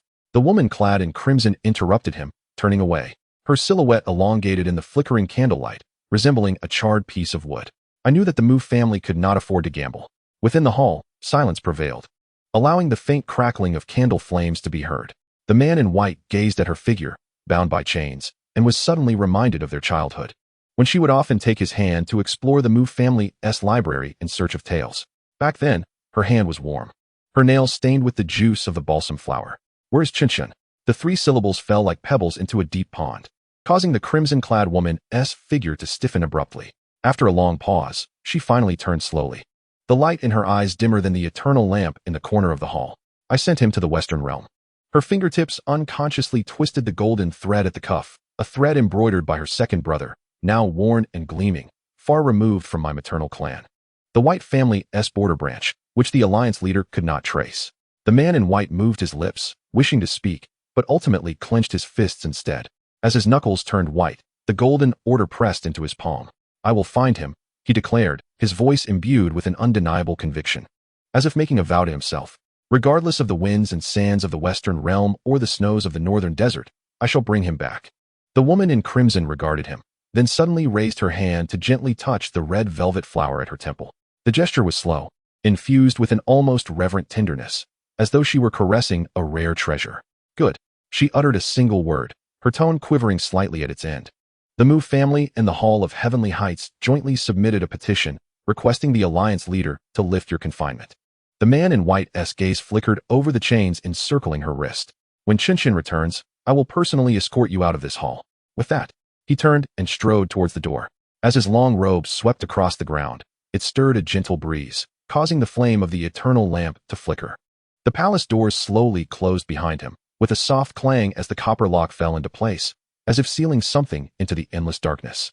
Suddenly, the morning bell outside tolled, its resonant chimes shattering the clouds, startling the crows perched at the eaves into flight, their wings brushing against the iron horse, creating a cacophony of sound. The woman in crimson stood still, listening to the fading echoes of the bell, and then suddenly, she began to laugh softly. Her laughter shattered against the golden bricked floor, breaking into fragments that mingled with the gentle clinking of chains, swirling in the vast emptiness of the hall.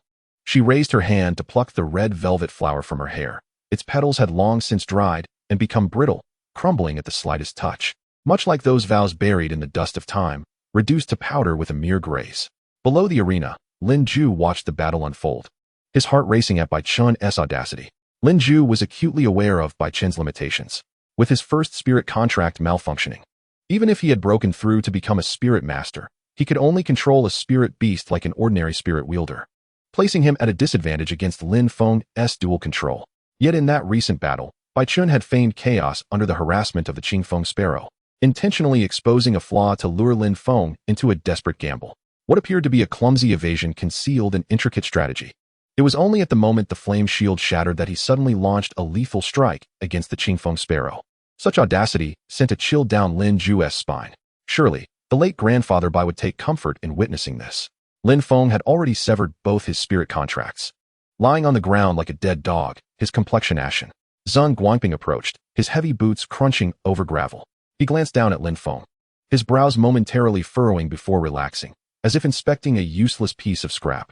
Drag him away, he commanded, waving a hand at the yellow-clad attendant, his tone devoid of emotion. As the attendant moved to support Lin Feng, the young man's limbs felt as limp as wet noodles, his head drooping against his chest, drooling incoherently. Zhang Guangping regarded the pitiful sight with a fleeting sense of regret, swift as a breeze across water. Had his spirit contracts not been severed, a spirit master of his age, even as a supplemental member, could have gradually risen to prominence. But now, without the ability to forge new contracts for a year, by the time he recovered, Many of the remaining youths in the arena would likely have already reached the threshold of advanced spirit masters. The Beast Hunting Hall was never lacking in talent. What it lacked were those who could seize opportunities. As Zheng Guangping turned to head towards the drawing stage, he had already completely erased Lin Feng's name from his mind. Under the sunlight, the metal hanging at his waist glinted coldly, reflecting the smoldering scorch marks in the center of the arena, a place that only recognized victories and defeats, indifferent to the reasons behind them. Shu City, Bai Chen wins. As for how the subsequent matches unfolded, Bai Chen was no longer interested. This victory had secured his entry into the Beast Hunting Hall with certainty. In the upcoming ranking matches, the higher the placement, the more prestigious the positions available, an unspoken rule of the Beast Hunting Hall, and a shared goal among all the youths. Bai Chen, congratulations. As he returned to his team, several enthusiastic voices swarmed around him. The speakers were a group of young men who had met with defeat in the competition, still clutching spirit fruits bought from the foot of the mountain. Clearly having prepared in advance. Unable to advance to the main selection, they all hoped to transition to supplemental status, and now seeing Bai Chen secure his advancement. They sought to curry favor, knowing they would share the same camp, and it would be better than remaining strangers in the Beast Hunting Hall. However, Bai Chen found it difficult to engage with such exuberance. He merely nodded, his brow slightly furrowing, with no extra words. The smiles on the faces of the young men faltered, their hands with the spirit fruits caught in a limbo of indecision, causing the air to thicken with awkwardness. What are you all doing? Zhang Hao squeezed through from behind, casually draping an arm over Bai Chen's shoulder with just the right amount of pressure. Knowing Bai Chen had just finished a grueling battle and had not yet fully regained his spirit energy. Being brothers, they would inevitably cross paths in the hall, and there would be ample opportunities to chat later. He grinned broadly, casually snatching a spirit fruit from one of the boys and stuffing it into Bai Chen's hand. Here, replenish your spirit energy. The atmosphere instantly brightened. Right. Zhang Hao is correct. The boys chimed in, chattering excitedly about their future plans, how to accumulate contributions to exchange for spirit herbs, how to ingratiate themselves with high-ranking attendants for guidance. Their words infused with aspirations for the Beast Hunting Hall. Bai Chen did not engage much, his gaze drifting past the crowd to rest on Lin Ju, who leaned against a pillar, twirling a jade pendant between his fingers. Upon noticing Bai Chen's glance, he smiled and nodded his chin, beckoning him over. Bai Chen responded and approached, his eyes pausing briefly on the group of girls nearby. The female team had dwindled to just a handful, standing sparsely. With 7 already confirmed to advance, Ying Qing was not among them. She had just faced a formidable opponent from Huangqi Town and suffered a narrow defeat. Now staring down, twisting the cuff of her sleeve, the plain white fabric smeared with dirt from the arena. Perhaps sensing his gaze, Ying Qing abruptly looked up, her eyelashes fluttering, her lips moving as she whispered, "I will strive to join the supplemental ranks." Bai Chen heard her clearly, the corners of his mouth lifting imperceptibly as he nodded in acknowledgement. That smile was faint, yet it rippled through Ying Qing's eyes like a pebble cast into water, creating shallow ripples. Quite audacious, Lin Ju remarked from above, raising an eyebrow at Bai Chen. If I were in a single control state, I might not win against Lin Feng.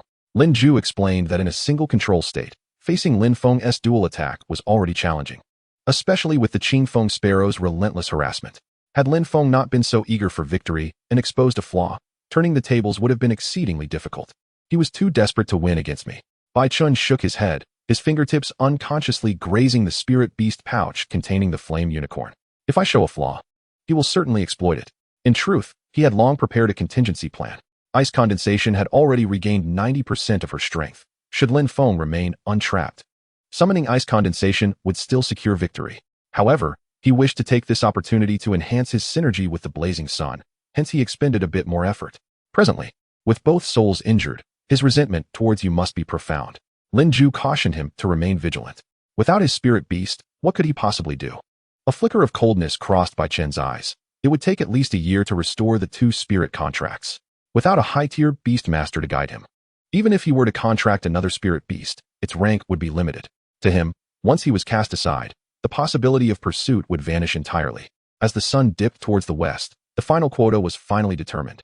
Shuqing had 46 participants, Huangqi Town had 21, Luyang Town had 19, while Fengyuan Town fared the worst, with only 14 remaining. Guomeng from Fengyuan Town clenched the teacup tightly, veins bulging on his hand. Oblivious to the tea stain splattering upon his brocade robe. Originally allotted 20 places, they had lost 6, leaving him utterly humiliated. In Suqian from Luyang Town was no better off, sulking as he drank, his goatee drooping dismally. Only Wang Tiandu from Huangqi Town maintained his composure. Holding his teacup steadily, a faint smile playing at the corners of his mouth, choosing silence to avoid drawing attention. The Lord of Shucheng, Li Song, toyed with a jade ring, his expression inscrutable. The number of quotas mattered little to him. What was crucial was the expansion of his influence within the beast hunting hall. And the current outcome was not unfavorable. Moreover, news had just arrived from the upper city that the nearby Miaozhu town was in turmoil. And these young ones would inevitably be called upon. Yi Chong, the hall master of the beast hunting hall, exchanged a satisfied glance with Chi Hai. Though the number of youths this year was fewer than in previous years, their quality surpassed that of prior cohorts, rendering their efforts worthwhile. As dusk fell, the selected youths returned to their quarters, lanterns swaying in the wind, casting a warm yellow glow. Those who did not qualify departed under the guidance of a yellow-clad steward, their silhouettes cloaked in disappointment. Those vying for alternate spots were taken to another trial ground, where they would have to prove their worth to remain. Bai Chen returned to his empty room, the sound of chirping insects rising in the corridor. He sat cross-legged on his bed, a faint aura of spiritual energy coalescing at his fingertips, commencing his nightly cultivation. The moonlight streamed through the window, illuminating his tranquil profile like a layer of delicate frost. Chapter 23. Spirit Mirror. On the following morning, before the morning mist had fully dissipated, the square outside the beast hunting hall was already teeming with people.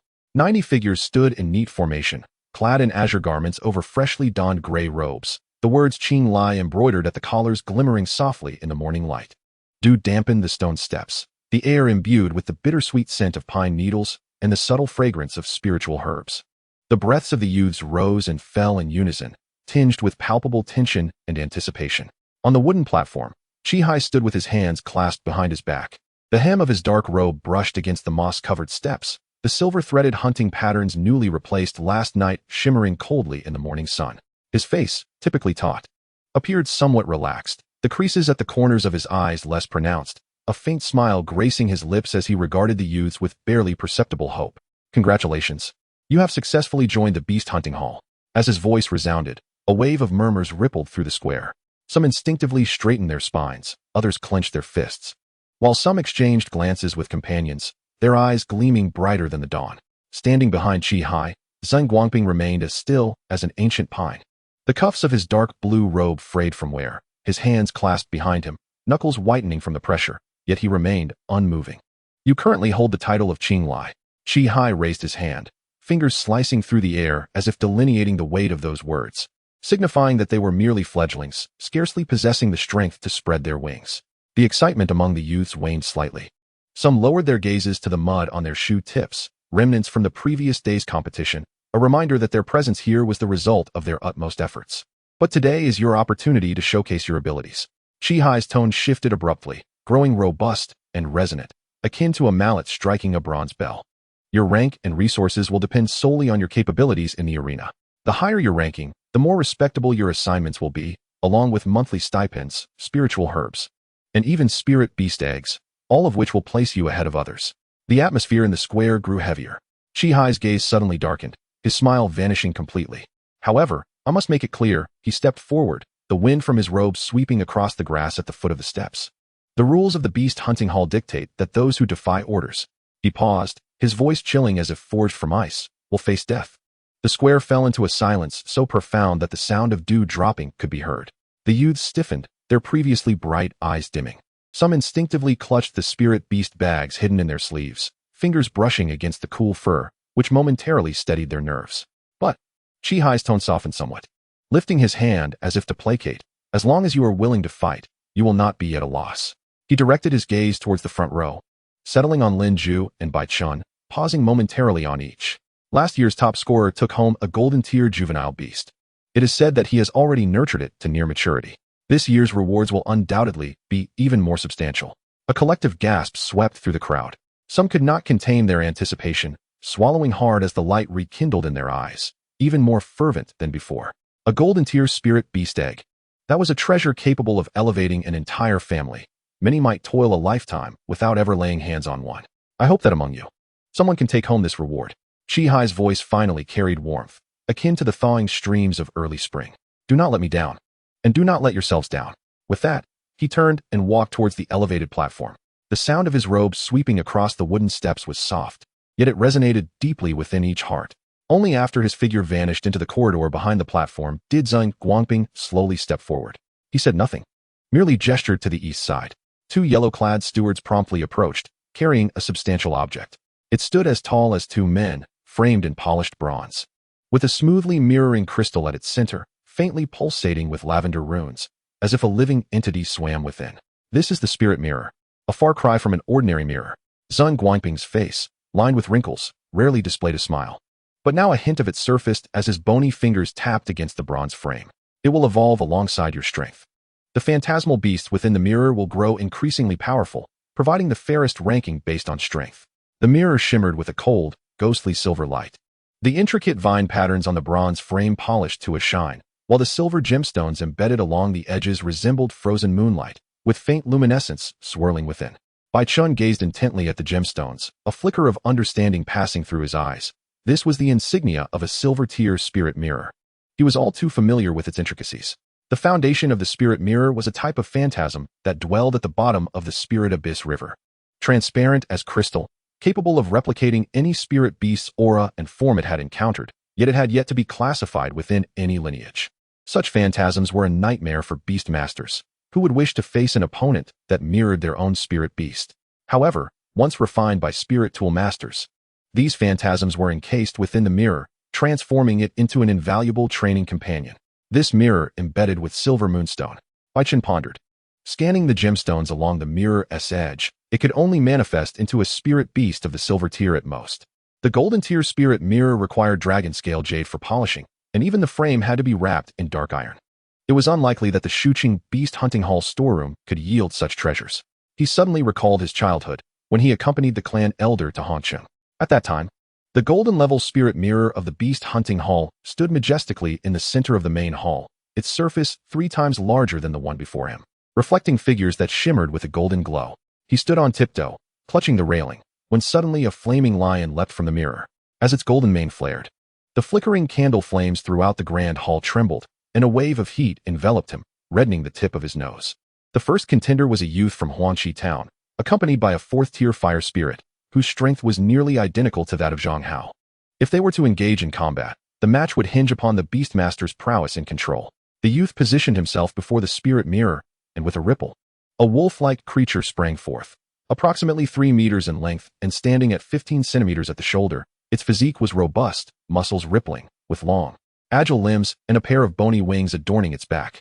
Bai Chen assessed the size of those wings, speculating that the current tier of the night wolf lacked the ability to fly, rendering the wings more symbolic than functional. Despite being composed of blue light patterns, Bai Chen recognized it instantly as a high-level silver-tier night wolf.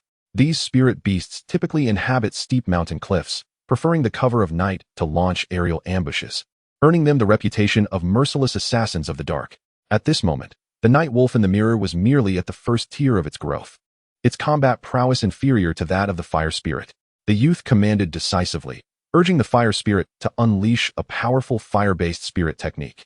The fire spirit exhaled a torrent of searing flames, sweeping forth like a fire dragon, catching the night wolf off guard and sending it hurtling away, its blue glow dimming significantly. The battle raged on for a moment, and sensing the youth's strength, the spirit mirror began to elevate the night wolf's tier, swiftly advancing it to the 2nd tier of growth, matching the fire spirit's level. The fire spirit gradually began to falter. Many of its fire-based skills evaded with agility by the night wolf, which, after dodging the onslaught, launched a fierce counterattack, its sharp claws glinting with blue light as they struck at the fire spirit, which could only rely on its flame shield to mitigate the damage. The conflict continued. A fierce back and forth ensued. Sweat beaded on the youth's brow as he strained to control the fire spirit, yet struggled against the night wolf's increasingly aggressive assaults. Ultimately, the night wolf seized upon a lapse in defense, sinking its teeth into the fire spirit, which cried out in anguish, losing all combat capability. The youth descended from the stage, his countenance one of dejection. Xuan Guangping, atop the stage, grasped a copper timer and announced loudly, "Huangqi Town, Li 5 minutes and 37 seconds. Following him, several other youths took to the stage to challenge. Some exhibited remarkable performance, enduring for 10 minutes, indicative of a 2nd-tier youth's caliber, while others, like the previous young man, succumbed after approximately 5 minutes. Clearly, these youths stood no chance against the spirit mirror, destined to be outmatched as the level of the phantom beasts escalated. Next came Shu City's Lin Ju. As Xuan Guangping's voice faded, Lin Ju stepped forth from the line. Morning mist swirled at his feet, the hem of his dark attire sweeping across the green stone tiles, stirring a gentle breeze. He stood before the spirit mirror, raised his hand to lightly tap his spirit beast pouch, and as white light burst forth, a fifth-tier burning sky eagle soared into view. Its wingspan exceeding 3 meters, the tail feathers sweeping across the mirror, igniting a trail of sparks. The mirror shimmered with blue light. And the high-level silver-tier night wolf materialized once more, now at the first tier of growth, its body radiating a pale blue hue. Its bony wings fluttering lightly on its back, phantom drool dripping from its sharp teeth. Linju nodded, and the burning sky eagle responded with a piercing cry that resonated throughout the square. It suddenly flapped its wings, the flames at the tips condensing instantaneously into a blade of fire, its fiery edge flowing like molten gold, flames curling 3 feet high, the air crackling from the heat. Go! Linju's voice was calm and unwavering. The blazing blade sliced through the air, emitting a sharp whistle. Just as the night wolf prepared to dodge, the flaming blade descended like a meteor, piercing its back. Blue light shattered like fragmented jade. The night wolf's body cleaved from head to tail, phantom blood mingling with flames before evaporating, leaving only a brief whimper before dissipating into specks of blue light. The square fell silent, no one surprised. The burning sky eagle's power far surpassed that of the first-tier night wolf. Such swift annihilation was expected. Moments later, the mirror's blue light intensified once more, and a second-tier night wolf emerged, larger than before, its bony wings glowing a deep blue, letting out a thunderous roar, its fangs gleaming with a chill colder than the bronze frame of the mirror. Before it could leap forth, the burning sky eagle dove down. Its wings traced 2 silver arcs in the air, the feathers at the tips hardening like blades, slicing towards the night wolf with a swish. This was the basic technique of winged spirit beasts, wing slash, yet the burning sky eagle executed it with thunderous might. Just as the night wolf twisted to evade, its left wing was struck. Amidst the splattering blue light, the bony wing snapped at the base, its phantom body crashing to the ground, transforming into a puddle of blue mist. Before it could wail in anguish, the burning sky eagle's right wing descended again, cleaving it into 4 pieces. Another instant kill. Observers in the stand sighed. That burning sky eagle is surely nearing the 6th tier of growth. The mirror's blue light dimmed for an extended period, seemingly gathering strength. At the 10th minute, the mirror exploded with blinding light, and a 3rd-tier night wolf stepped forth, its length nearly 4 meters. Its bony wings spreading to obscure half of the mirror, its fangs protruding 3 inches, its eerie green pupils fixed intently on the burning sky eagle, the surrounding blue light nearly solidifying. With a roar, it surged forth, its form becoming a blue shadow as it propelled itself off the ground. The wind whipped up by its bony wings, sending the burning sky eagle's feathers into a frenzy. This time, it did not charge directly, but rather glided through the air, returning mid-flight, claws like hooks aimed at the burning sky eagle's throat. Ascend. Linju raised his hand, and the burning sky eagle soared upwards, narrowly evading the claw strike, unleashing a cascade of fire from its tail feathers. The night wolf adeptly flipped in midair, the fire rain landing on its back, only stirring faint wisps of blue smoke. Wing slash. The burning sky eagle beat its wings furiously, 2 flaming blades intersecting as they descended. A flash of blue light flickered in the night wolf's eyes as it twisted its body, bracing its bony wings to absorb the impact.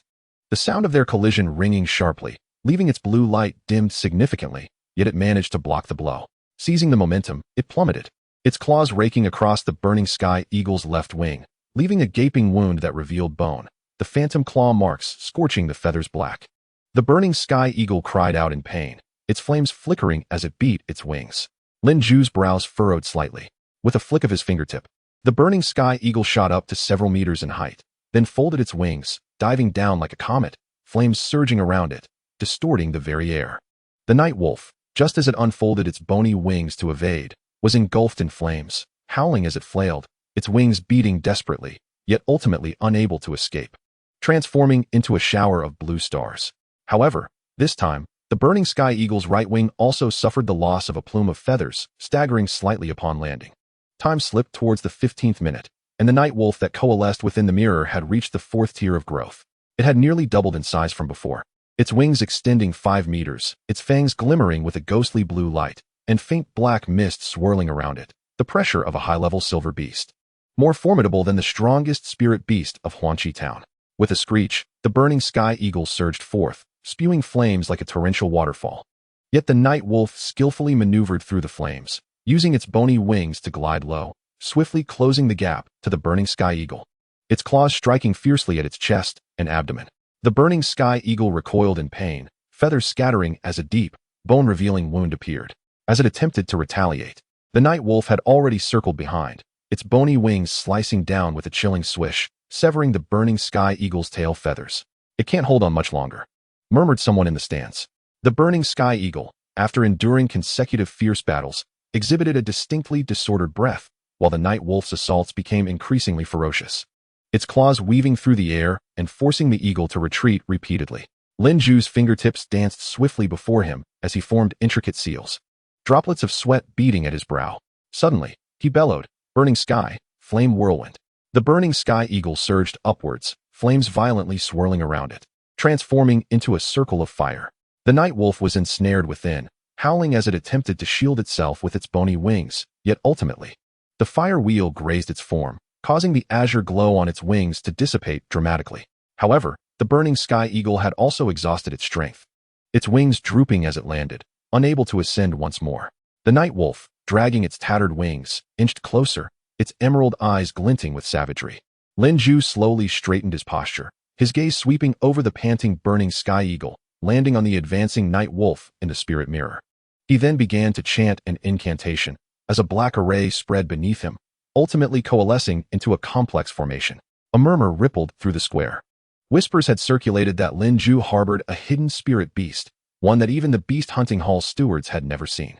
The black array unfurled beneath Lin Zhu's feet, the runes dispersing like ink in water, and the air crackled with faint thunder. A phantom, larger than the burning sky eagle, gradually materialized at the center of the array. This creature resembled a deer, yet possessed the robust physique of a horse. Its elongated limbs shone like white jade, each hoof striking the array and sending forth sparks of electricity, scorching the ground with star-like marks. The silver-gray mane around its neck flowed like silk, gently undulating with each breath, revealing faint lavender veins beneath its fur, as if bolts of lightning coursed just beneath the surface. Its head remained shrouded in the phantom, with only a pair of bifurcated antlers visible, wisps of faint thunderclouds swirling around their tips. Most astonishing was its aura. With every breath, it emanated a deep rumble of thunder, as if containing a tempest within. Even the ferocious night wolf in the spirit mirror instinctively halted, its bony wings quivering slightly. The outline of the mysterious creature gradually sharpened, its silver-gray tail sweeping across the array, stirring the wind that rustled Lin Zhu's garments. The square fell into complete silence. Even Zheng Guanping, who held the timer, paused momentarily. All eyes were fixated on this ethereal figure. What manner of spirit beast was this, that it could instill fear in a fully matured fourth-tier night wolf merely by its presence?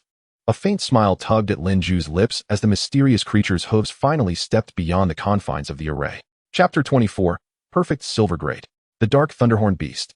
It was unclear who first uttered this name, but it was akin to a spark igniting a pool of oil, causing an instant uproar in the square. The youths in the front row recoiled in unison, with one individual dropping their spirit beast pouch to the ground with a resounding thud. Just yesterday, this young hunter from Fengyuan Town had reveled in having contracted a high-level silver spirit beast, yet now his face was ashen, lips trembling, robbed of the strength to even retrieve his pouch. Lu Mabai stood among the crowd, his fingertips digging deeply into his palm, though his two-headed fearsome wolf was formidable. It seemed utterly diminished before the flickering figure of the Thunderhorn Beast, an unsettling whimper echoing in his soul space. Zhou Yifun cowered at the back of the crowd, his hat pulled low, knuckles paling. As the dark Thunderhorn Beast stepped forth from the array, crackling bolts of lightning danced around it, purple arcs of electricity coursing over its black scales like living lightning. Its slender body mirrored that of a deer, yet it was more robust than an adult warhorse. Each scale gleamed with a muted luster, edged with fine purple lines, as if woven from thunder. Most astonishing were its spiraled antlers, rising majestically from its brow, wreathed in faint thunderclouds, releasing minute rumbles of thunder with every subtle movement, sending a shiver through the onlookers. This was no mere spirit beast. It was clearly the embodiment of a tempest confined to the mortal realm. Bai Chen's pupils constricted slightly. He had once encountered a record of the dark Thunderhorn Beast in a compendium of lightning-type spirit beasts, a creature embodying the elements of darkness, thunder, and lightning, capable of traversing storms and concealed in shadows, able to shatter stones with a single hoof and rend the sky with its antlers. In this moment, every word rang true.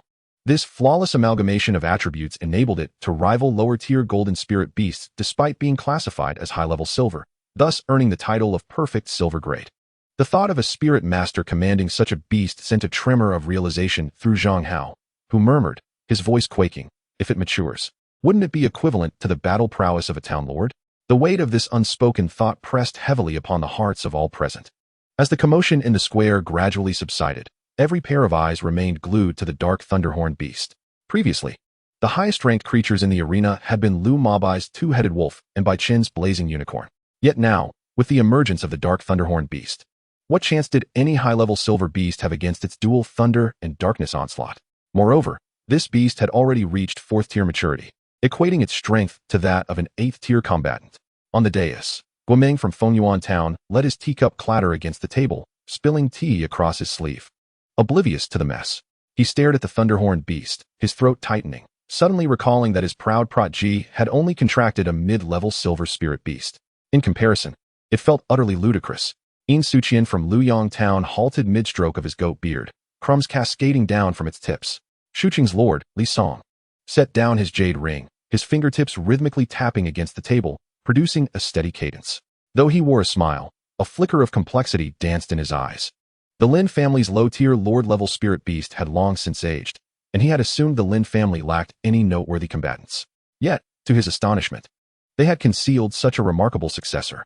Should this thunderhorn beast mature, the Lin family's foundation in Shuqing would undoubtedly deepen. She has indeed raised a fine pupil. Li Song's voice, though not loud, resonated clearly in every ear, his tone lifting slightly at the end, as if baiting a hook. Chi Haili immediately rose, clasping his hands together, his demeanor rife with self-reproach. The Lord has overpraised. It is my failure to recognize that Lin Ju harbored such a perfect silver-grade spirit beast, and not to have uncovered it sooner. Despite his words, as he turned away, a glimmer of undisguised delight betrayed him. Yi Chong, the head of the beast hunting hall, held his teacup, his gaze lingering on the thunderhorn beast for an extended moment before quietly issuing a command to his attendant beside him. The attendant hurried off, knowing this prodigy must be reported immediately to the beast hunting hall in Hongqing. The resources of a second-tier city would be essential for accelerating the growth of this thunderhorn beast, if it could be sent to the domain city of Shilin.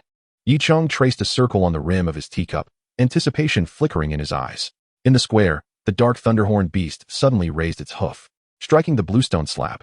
With a sharp crack, the hardened stone fissured like spiderwebs, purple arcs of electricity racing along the cracks, scorching the ground with singed marks.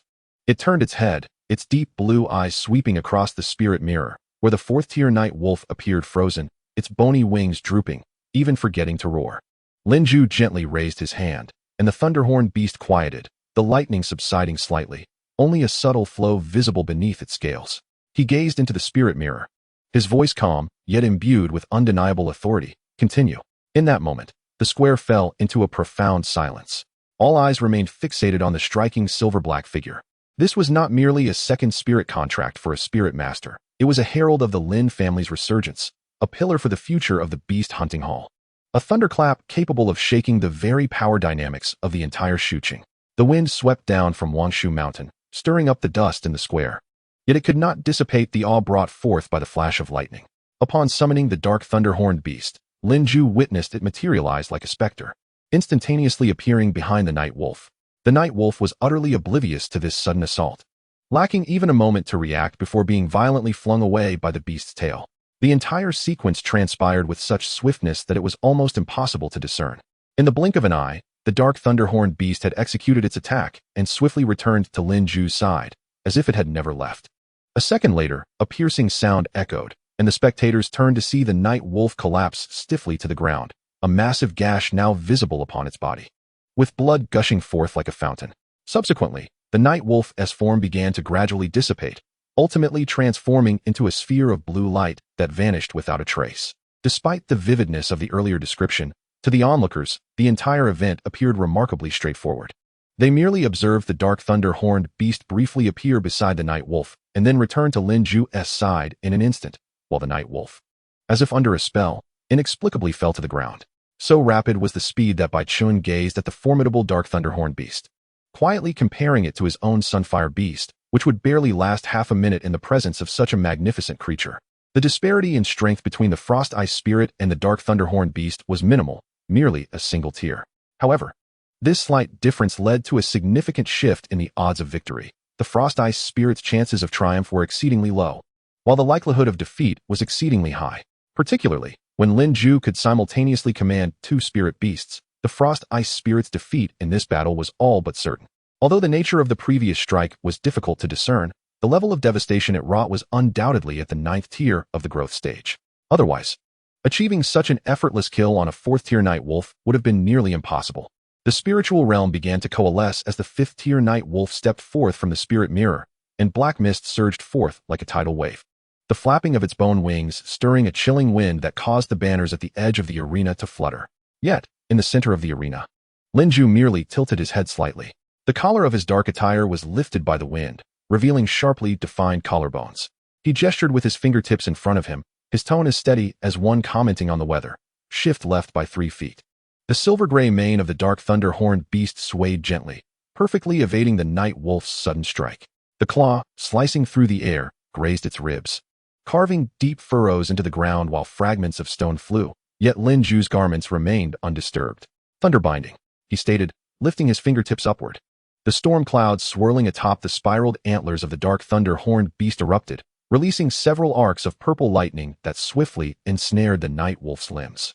The Night Wolf howled in its struggle, its bone wings thrumming against the ground, yet the lightning constricted tighter, branding its scales with charred patterns. Lin Ju observed the writhing mass of black mist, his brow unruffled, as though he were not witnessing a life-and-death struggle, but rather a chess match with which he was already well acquainted. Huang Ling, the strongest in Huangqi town, clenched his fists, his knuckles turning white. Just moments ago, he had faced a 4th-tier Night Wolf, where merely defending against its claw strikes had drenched him in sweat, and his voice had quivered while commanding his steel-toothed beast.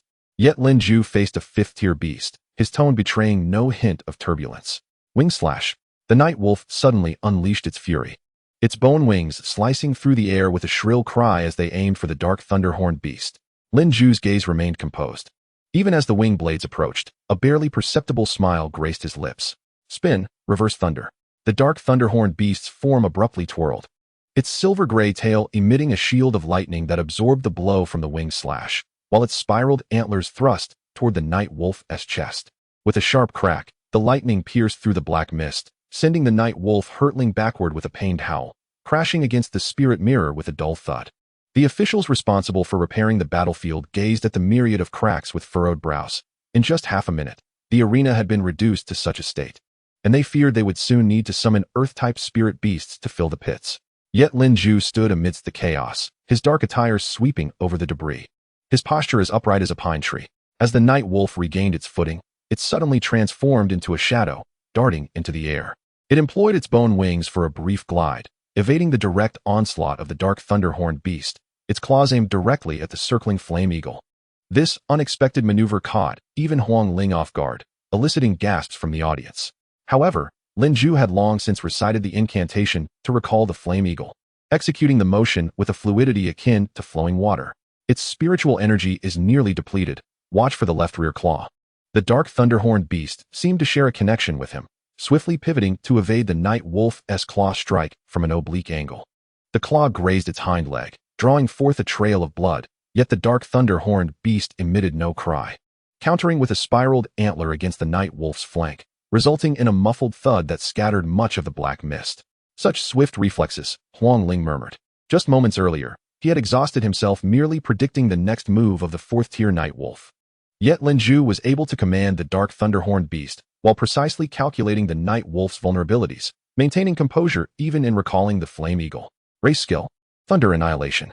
Lin Ju finally raised his voice slightly, yet still devoid of urgency.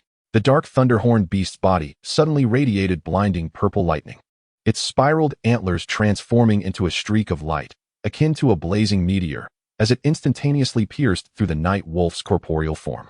The black mist intermingled with the lightning erupted, and the spirit mirror flickered with intense brilliance, while Lin Ju merely stood quietly, observing the cascade of light.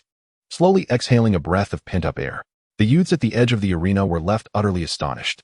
It wasn't until the 6th-tier Night Wolf made its entrance that Lin Ju slightly narrowed his eyes. The colossal beast's black mist was nearly tangible, its bone wings unfurled to obscure half the daylight, each step reverberating through the ground. When its claws finally grazed the neck of the dark thunder-horned beast, drawing forth droplets of blood, Lin Ju merely began to recite the recall incantation with a hint of relief in his voice. As the timer halted at 26 minutes, he turned to leave the arena, his dark garments sweeping over the remnants of the battle, his silhouette as erect as if he had never endured such a fierce conflict. In the stands, Chi-Hai's applause momentarily faltered.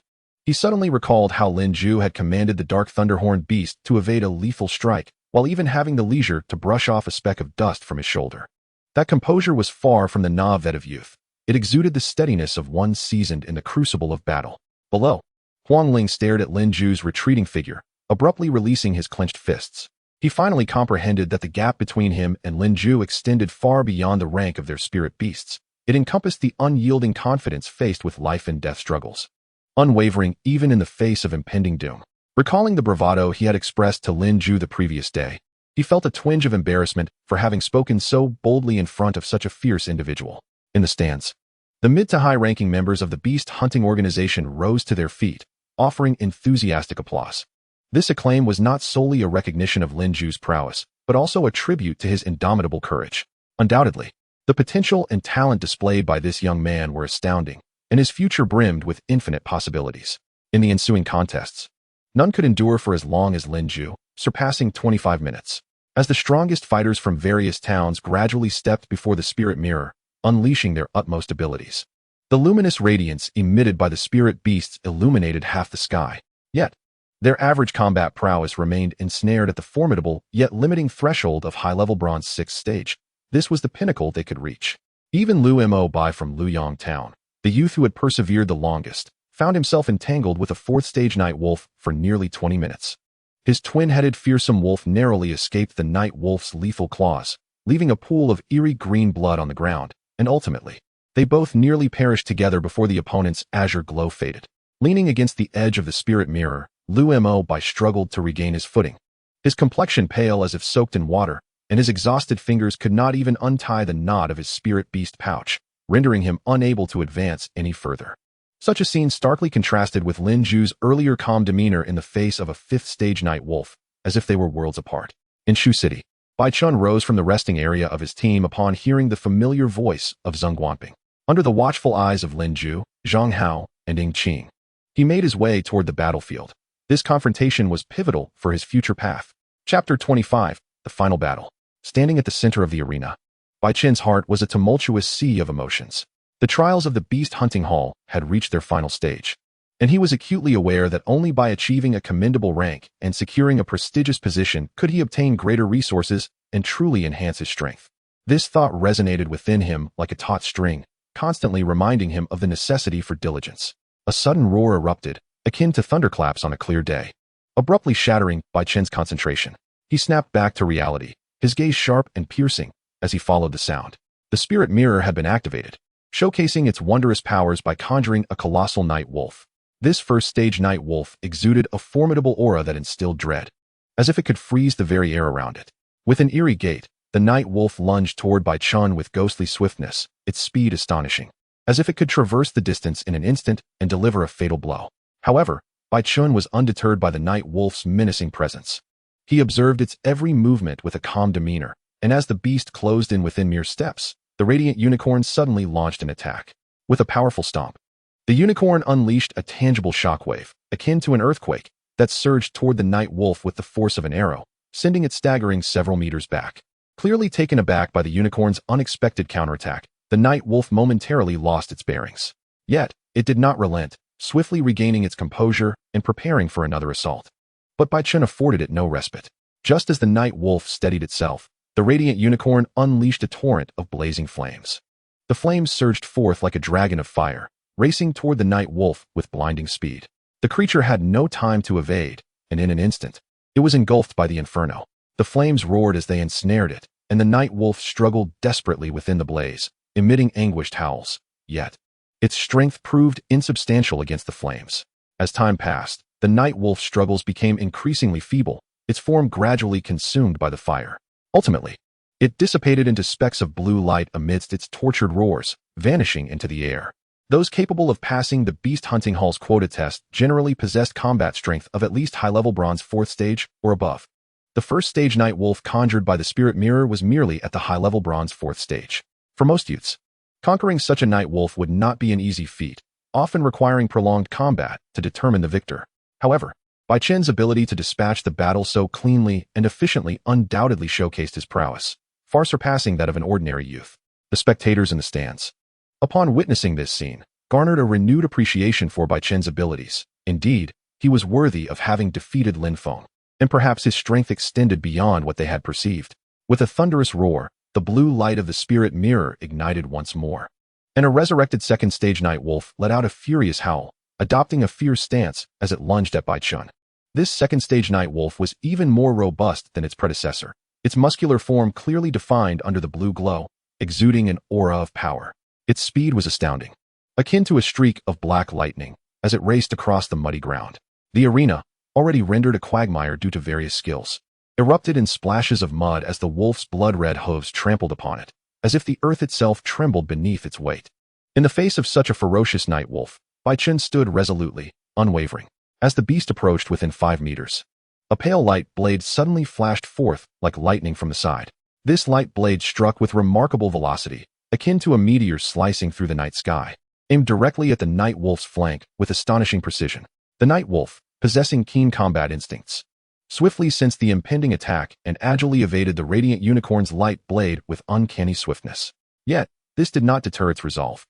Having dodged the assault, it unhesitatingly abandoned its direct attack on Bai Chen and retreated slightly. Subsequently, the night wolf commenced a cunning circle-around tactic, maneuvering around Bai Chen and the radiant unicorn, launching a series of feints and rapid charges, making it challenging for Bai Chen and the unicorn to anticipate its next move. Faced with this stratagem, Bai Chen remained composed. He observed the night wolf's movements with discernment and decisively commanded the radiant unicorn to engage in battle. The unicorn responded with an invigorating neigh, its hooves kicking up flames as it charged toward the night wolf like a blazing inferno. The two parties became embroiled in a protracted struggle, and as time passed, Bai Chen's ranking slipped to 67th place. Strangely, the radiant unicorn did not possess the strength Bai Chen had anticipated. Zhang Hao, standing in the audience, furrowed his brow tightly, keenly watching the fierce clash unfold, secretly musing. This thought echoed the sentiments of many youths present. Bai Chen, once a formidable contender who had bested Lin Feng, was now among the top echelon of the second tier. Yet, against a mere second stage night wolf, his performance appeared woefully inadequate. It was worth noting that other members of the second tier, when faced with such a night wolf, would not exhibit such frailty. After all, while the creatures conjured by the spirit mirror matched the combat stages of real spirit beasts, their actual combat effectiveness was slightly diminished. For instance, the strongest individuals from other towns typically boasted combat levels around high-level bronze 6th stage. Logically, this caliber should correlate with a 3rd stage night wolf. Yet, in reality, these individuals could triumph over a 3rd stage night wolf, only faltering against a 4th stage beast. Considering Bai Chen's previous performances as a standout among the second tier, he should have been able to exhibit a far greater prowess against a 3rd stage night wolf, certainly not appearing as beleaguered as he did now. Was it possible that the duration of Bai Chen's contract with the Radiant Unicorn was still too brief, leading to insufficient synergy? Perhaps he was utilizing this night wolf to familiarize himself with the unicorn's abilities and enhance their compatibility? Lin Ju found himself suddenly beside Zhang Hao, effortlessly discerning Bai Chen's intentions with a single glance. He proceeded to elucidate the situation, his explanations not only dispelling Zhang Hao's confusion, but also enlightening the nearby youths who were previously oblivious to the truth. Meanwhile, Zhou Yifan stood at the foot of the stage, observing Bai Chen with a chilling smirk playing at the corners of his mouth. In a matter of moments, Bai Chen had managed to ascend to the second tier solely by virtue of a blazing sun unicorn, prompting Zhou Yifan to reflect. I should have eradicated the threat at its root. I was too lenient. In truth, Bai Chen's thoughts aligned perfectly with Lin Ju's insights. His contract with the blazing sun unicorn was still in its infancy, spanning merely a few weeks, most of which was consumed by the journey back to Shuqing, leaving him with insufficient time to fully grasp all the capabilities of the unicorn. With the spectral mirror manifesting the shadow wolf as a training partner, Bai Chen seized the opportunity without hesitation. Moments later, as 10 minutes elapsed, the spectral mirror trembled and a brilliant blue light flickered. The shadow wolf, invigorated as if under the influence of a stimulant, intensified its assault, simultaneously advancing to the 3rd stage of growth with the surge of blue light. Observing this transformation, Bai Chen understood that the spectral mirror was impartial. It would not allow him to merely prolong the encounter indefinitely. As time progressed, it autonomously enhanced the shadow wolf. At that moment, Bai Chen's ranking surged to 43. The fortified shadow wolf, now more robust and remarkably swift, unleashed its dark abilities in combat against the blazing sun unicorn. Executing the skill, Dark Assault, Just as the Shadow Wolf perceived the opportune moment, it dashed forth like lightning, its speed astonishing and reaching its zenith in an instant. Witnessing this spectacle, Bai Chen's expression shifted dramatically. Fully aware of the Shadow Wolf's terrifying velocity, he commanded the blazing sun unicorn to move without hesitation, simultaneously invoking the skill. Light Shadow. As the unicorn galloped, its form gradually blurred, seemingly merging with the surrounding environment. In a mesmerizing display, 3 phantoms of the blazing sun unicorn could be faintly discerned racing side by side beneath the sun's rays. This surreal tableau caught the Shadow Wolf off guard.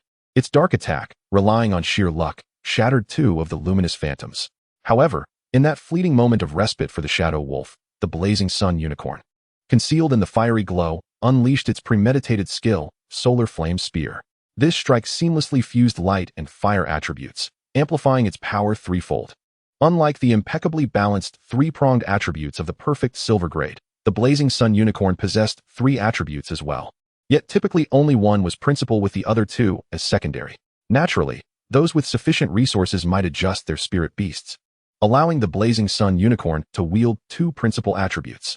Such unicorns, while lacking the overwhelming dominance of a perfect silver grade, could still maintain an undefeated stance among peers of the same level. However, this approach demanded a greater investment of resources, often diverting enough to nurture 2 single-attribute spirit beasts of equivalent rank. For the audacious, it was even possible to elevate all 3 attributes to principal status, albeit at a staggering cost of 9 times the resources. No beast master would undertake such reckless expenditure. Bai Chen's blazing sun unicorn leaned more towards fire attributes, with its beast and light attributes being comparatively weaker. He intended to adjust the beast attribute, endowing the unicorn with both beast and fire as principal attributes, while relegating light to a secondary role. Beyond that, Bai Chen could not afford the cost, especially as he needed to allocate resources for Bing Ning and the spirit beasts he would contract later. The gleaming arc created by the Solar Flame Spear continued to shimmer. Though it had yet to taste blood, the vivid scarlet slicing through the air was still striking. The spear tore through the Shadow Wolf's neck, which remained poised to strike with its paw, only to become instantly rigid. 2 bloody punctures appeared on the blazing sun unicorn, a final desperate counterattack from the Shadow Wolf. In the next moment, the simulated blue blood gushed uncontrollably from the Shadow Wolf's shattered head. With a mournful howl, the Shadow Wolf collapsed heavily into a puddle, its blood mingling with the murky water before dissipating into blue light. The 3rd-stage Shadow Wolf had been defeated. Bai Chen's ranking climbed to 13th.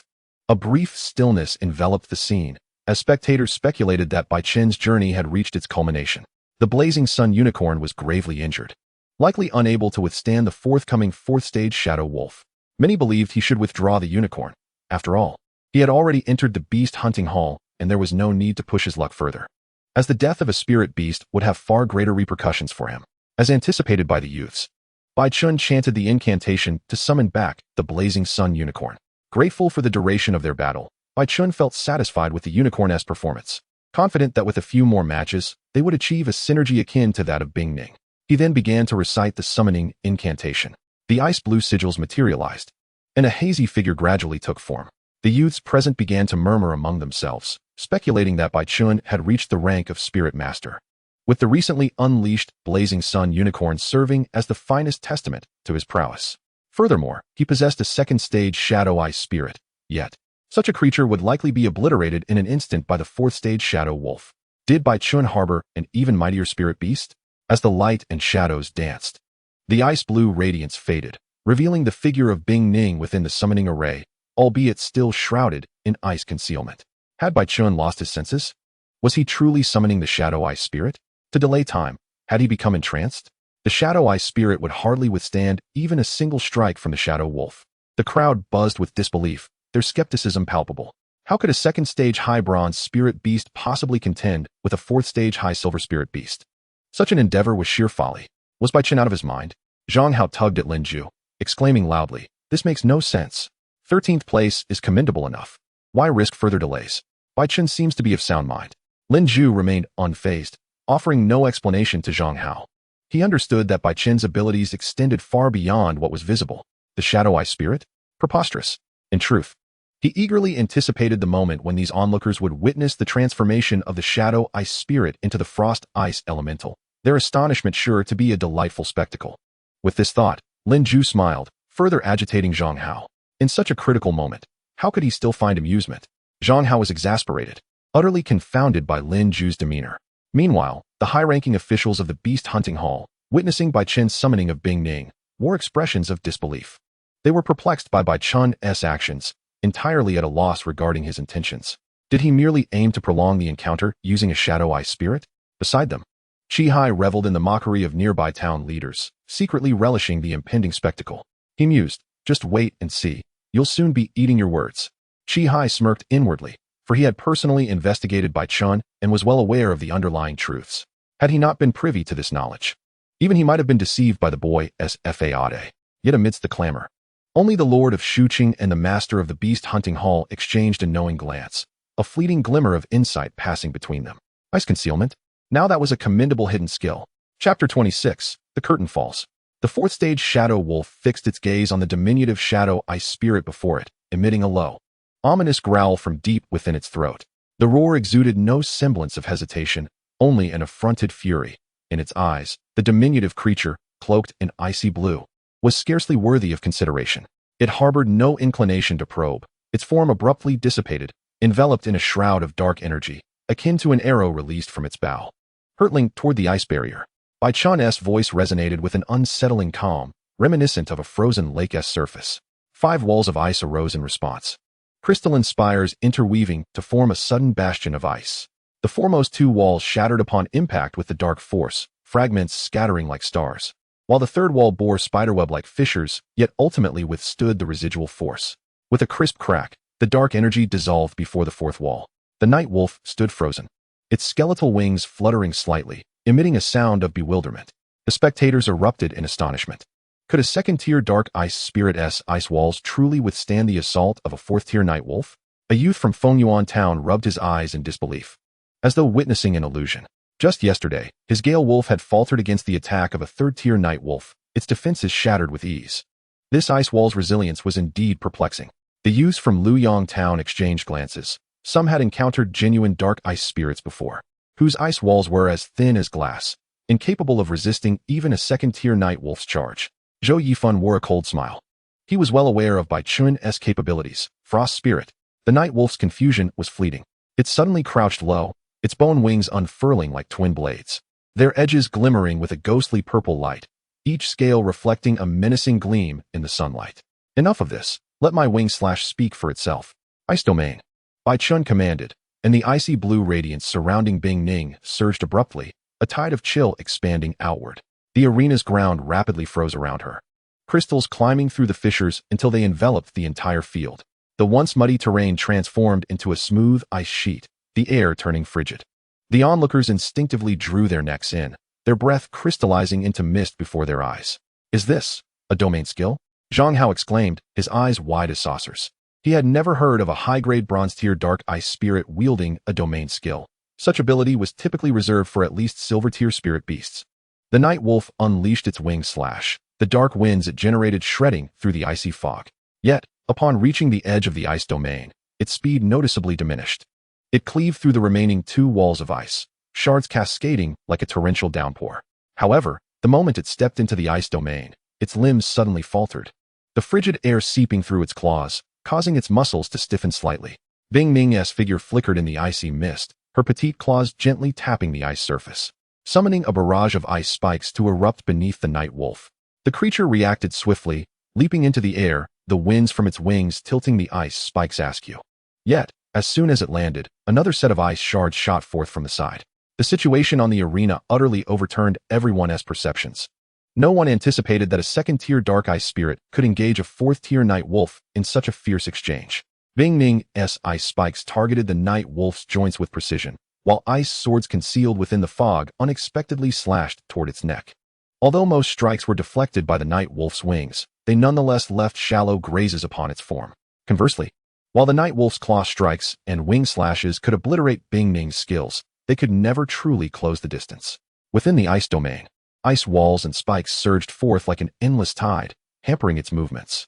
Is this a battle transcending for tears? Huang Ling from Huang Chi Town murmured, cold sweat beating in his palms. His steel-toothed beast struggled against even a third-tier night wolf, yet this dark ice spirit seemed to maneuver effortlessly against a fourth-tier opponent. As moments passed, the icy mist thickened, the azure glow at the arena's center clashing with the night wolf's dark purple aura. The resulting explosions of ice shards and black fog intertwining into an eerie tapestry. Bai Chen's rank gradually ascended, from 13th to 10th, then to 6th. At the 16th minute, an unexpected turn of events occurred. The night wolf suddenly pivoted sharply, its bone wings striking the ground with such force that the resulting shockwave shattered the surrounding ice spikes. Seizing the moment as Bing Ning cast her spell, it shot forth from the icy mist like a released arrow, its hooves pounding the ground as it unleashed a trampling skill. Boom! The shockwave sent ice shards flying, and Bing Ning, mid-incantation for her ice sword spell, was propelled violently, resembling a kite severed from its string, crashing toward the arena's edge. The night wolf closely pursued, the dark energy coalescing in its maw like black lightning, striking precisely at the falling Bing Ning amidst the mist. Sizzle! The sound of dark energy corroding the ice mist was jarringly sharp. It's over.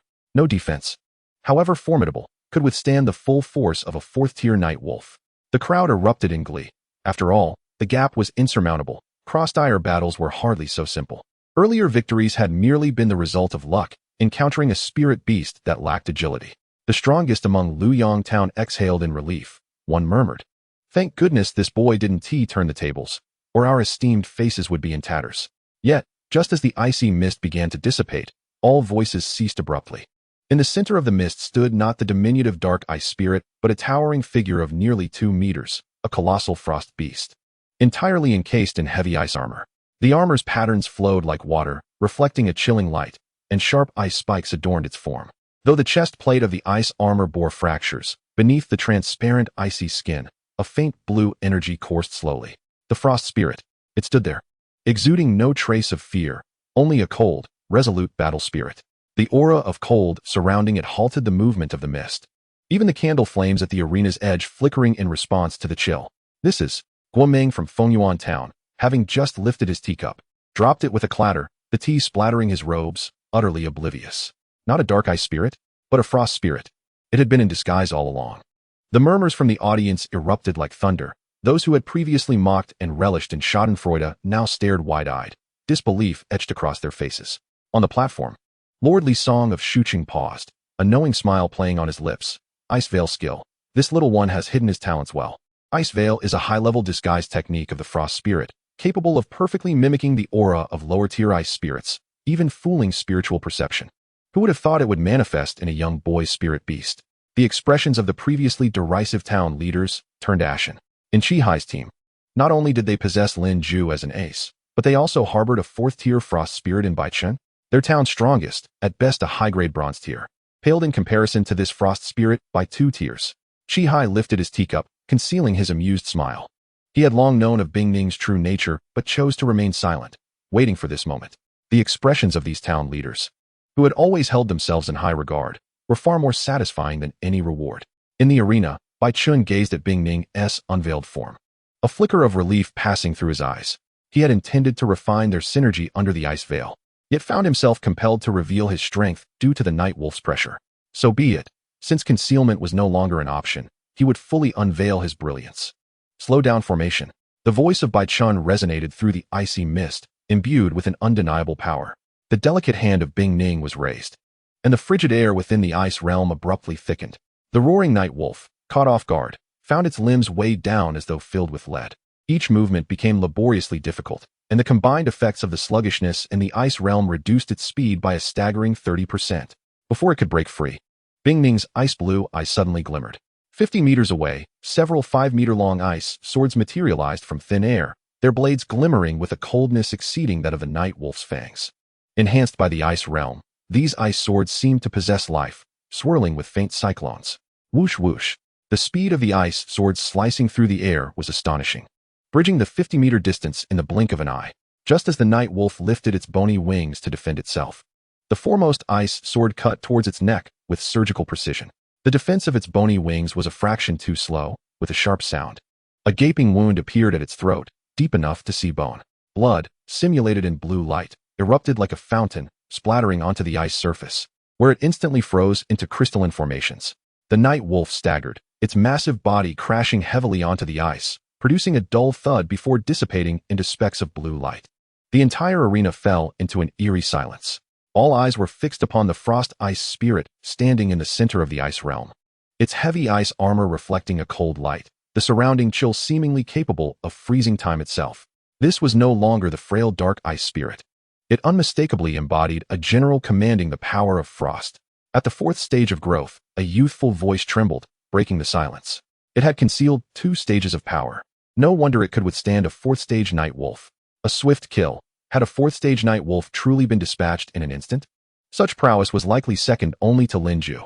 Whispers of astonishment surged, replacing earlier disdain with awe and reverence. The gazes directed at Bai Chen transformed. This boy, who could command the blazing sun unicorn and harbored a 4th stage frost ice spirit, was far more formidable than they had ever imagined. Below, Zhou Yifun's complexion turned as pale as paper, cold sweat trickling down his back. Just days ago, Bing Ning had only been at the 2nd stage, barely 1 rank above his flame armor demon lord. Yet, in the short span of 20 days, she had grown to a level capable of annihilating a 4th stage night wolf. A chill crawled up his spine, and for the first time, he felt regret for not acting sooner. As the 20-minute mark approached, the blue light of the spirit mirror surged once more. The 5th stage night wolf emerged from the black mist, nearly double the size of its 4th stage counterpart. Its bony wings unfurling to shroud half the arena, the dark purple energy on its fangs almost materialized. Simply standing there, it caused the chill of the ice realm to quiver slightly. Bai Chen's rank surged to 2nd. He understood that the 5th stage night wolf represented the current limits of his capabilities. Lin Ju could withstand a 6th stage beast, thanks to the flawless silver-grade dark thunderhorn beast. While Bing Ning, though a high silver grade at the 4th stage, still struggled against a 5th stage opponent. Yet, he yearned to test himself. To gauge the gap between him and Lin Ju. Ice spike formation. Bai Chen commanded first. 9 ice tails from Bing Ning simultaneously struck the ground, and hundreds of ice spikes erupted from below, rising like a dense forest, their tips gleaming with a ghostly blue light. However, the 5th stage night wolf did not flinch. Its bony wings flapped violently, whipping up a black wind that shattered the ice spikes into fragments. Its figure darted forward like a bolt of black lightning, charging directly at Bing Ning. Ice wall. 3 towering ice walls, each 10 meters high, sprang forth, their ice spikes intertwining like 3 colossal glaciers standing in defiance. The night wolf's speed did not wane. Its forepaw, infused with dark energy, struck the ice wall with a resounding crash. The sharp sound of grinding made teeth ache. Instantly, 2 deep claw marks appeared on the ice wall, ice shards cascading down like a waterfall, yet the wall remained unbroken. The night wolf let out a low growl, and with another powerful swing of its bony wing, it cleaved the top of the ice wall, shearing off half a meter of ice. This force was astonishing. Zhang Hao gasped, realizing it was at least twice as strong as a 4th stage beast. Bai Chen's brows furrowed slightly. The 5th stage night wolf's strength exceeded his expectations. The ice wall would not hold for long. Bing Ning, ice sword rain. The chill in the ice realm rapidly coalesced, countless small ice swords suspended in the air, densely packed like a swarm. With Bing Ning's soft incantation, these ice swords, shrieking with a piercing sound, shot towards the night wolf, some aimed at its eyes, others targeting its joints, while a few charged towards its bony wings. Yet, the night wolf merely shook its head, unleashing a wave of dark energy that radiated outward. With a thunderous boom, the ice swords nearest to it shattered instantly, transforming into a cloud of icy mist. Using this cover, it accelerated suddenly, its forepaw crashing into the ice wall. This time, the wall shattered upon impact. Now, Bai Chen's voice rose sharply. Bing Ning had long been gathering energy. The chill in the ice realm converged towards the center, forming a massive ice blade several meters long, its edge wreathed in a faint white mist, freezing the very air around it. The giant cold blade howled through the air, slicing towards the night wolf that had just broken through the ice wall. The night wolf's pupils dilated. It could no longer evade, and could only raise its bony wings to take the blow. Clang. The moment the giant ice blade collided with the bony wing, it produced a sound akin to metal clashing. The icy aura from the blade spread along the bone wing, causing the night wolf to emit a pained howl. However, its strength was overwhelming, and the giant ice blade ultimately shattered, fragments scattering like shooting stars. Seizing this brief moment of reprieve, the night wolf lunged towards Bing Ning, its maw wide open for the bite. Counterattack. Bai Chen's command was resolute and unwavering. Bing Ning did not falter. Its ice armor thickened in an instant, the chill crystallizing into a sharp ice spear, thrusting towards the night wolf's massive jaws. With a piercing sound, the ice spear struck true, penetrating the night wolf's mouth and emerging from its chin. The night wolf let out a chilling roar, its jaw forcibly torn apart, blue blood mixed with shards of ice gushing forth. Yet, Simultaneously, its forepaws struck Bing Ning's chest. Crack! The ice armor shattered instantly, and Bing Ning was sent hurtling like a kite with its string cut, crashing against the protective net at the edge of the arena with a resounding thud. Bing Ning. Bai Chen's heart clenched painfully, his fingers turning white from the strain. Bing Ning struggled to rise. A gash opened in its crystalline skin. Faint blue blood trickling down and freezing into beads upon contact with the ground. Nevertheless, its gaze remained resolute, ice-blue eyes fixed unwaveringly upon the night wolf, showing no signs of retreat. The audience below held their breath in astonishment. No one had anticipated that a fourth-stage frost ice spirit could contend with a fifth-stage night wolf to such an extent. Those who had previously deemed Bai Chen mad now regarded him with newfound respect. This courage was something they lacked. On the high platform, Yi Chong nodded slightly, acknowledging the resilience of the frost ice spirit's willpower. The night wolf, blood dripping from its torn jaw, lunged once more at Bing Ning. Though its speed had diminished due to its injuries, it still bore an earth-shattering momentum. Bai Chen took a deep breath, ultimately shaking his head. This was not a life-or-death battle. There was no need to risk Bing Ning's life. He began to recite the recall incantation. Bing Ning seemed to grasp his intent, glancing back at him, a flicker of reluctance in its ice-blue eyes. Yet it transformed into a beam of blue light and returned to the spirit beast space. In the center of the arena, the roar of the fifth-stage night wolf echoed hauntingly through the desolate ice realm. The timer halted at the 23rd minute, and the name Bai Chen in second place stood out prominently on the leaderboard. As Bai Chen descended from the arena, the qualifiers came to a definitive close. As twilight deepened, the young competitors returned to their quarters under the guidance of the steward. Their conversations regarding the Shadow Thunder Beast and the Frost Ice Spirit never ceasing along the way. Bai Chen gently touched the Spirit Beast pouch, feeling the steady breaths of Bing Ning within, a faint smile gracing his lips. The gap in prowess was indeed apparent, yet he felt no trepidation. After all, his journey had only just begun. Chapter 27, The Lowly Steward. The following noon, sunlight streamed through the stained glass windows of the Beast Hunting Hall, casting a kaleidoscope of colors upon the marble floor. 100 young aspirants, under the guidance of a steward clad in yellow, stood in orderly formation. The sound of their boot soles striking the ground echoing throughout the spacious hall, tinged with a hint of youthful anxiety. The main hall of the Xuan Beast Hunting Hall lived up to its illustrious reputation. 12 intricately carved jade pillars supported the lofty dome, their surfaces adorned with lifelike spirit beast reliefs, soaring blazing hawks and galloping armored rhinos, each scale and feather meticulously etched, as if they might leap from their confines at any moment. The murals on the walls were even more astonishing, depicting the ancient tales of beast masters forging contracts with spirit beasts and the epic battles against beast tides in modern times. The pigments, having aged gracefully, glimmered with a warm luster, silently narrating the glory of the Beast Hunting Hall. Flanking the main path, inside the hall stood 12 guards donned in golden battle armor, their armor glinting coldly in the sunlight, the hunting emblem on their shoulder plates particularly striking. At their feet crouched a bloodthirsty dog, its size akin to that of a calf, its muscular limbs braced against the ground, claws embedded deep within the stone crevices. The fierce creatures surveyed the young aspirants with their amber-hued eyes, radiating an innate ferocity. Yet their growls were stifled into low whimpers by the oppressive aura exuded by the guards. At the uppermost point of the hall, atop 3 tiers of steps, sat Yi Chong, the master of the Xuan Beast Hunting Hall, upon a throne of gilded splendor, draped in a robe embroidered with starry patterns. His features were shrouded in shadow, revealing only a pair of profound eyes that seemed capable of piercing the very essence of a person. On either side of the throne sat 2 middle-aged men. One held a jade tablet, while the other twirled a beast core between his fingers, both gazing upon the youths with keen scrutiny. Chi Hai stood at the edge of the steps, the hem of his dark robe sweeping across the cold stone. He inclined his head slightly toward the master, and upon receiving a nod of acknowledgement, cleared his throat, his voice resonating throughout the hall with the aid of spiritual energy. Following the evaluations from yesterday's competition, the ranks and rewards will now be announced. As his words fell, the yellow-clad steward Zeng Guangping swiftly approached, presenting a gilded list to Chi Hai. The breaths of the young aspirants collectively held, and a subtle rustle of fabric echoed within the formation, as if the very air had solidified. Lin Ju. Chi Hai announced the first name. Lin Ju, standing in the front row, stepped forward, his posture as erect as a pine tree. Ranked first, I bestow upon you 1 golden tier spirit beast, 1 thunder spirit grass, and 1,000 gold coins. A low gasp rippled through the crowd. A golden tier spirit beast. In all of Xucheng, the number of individuals possessing a golden tier entity could be counted on one hand.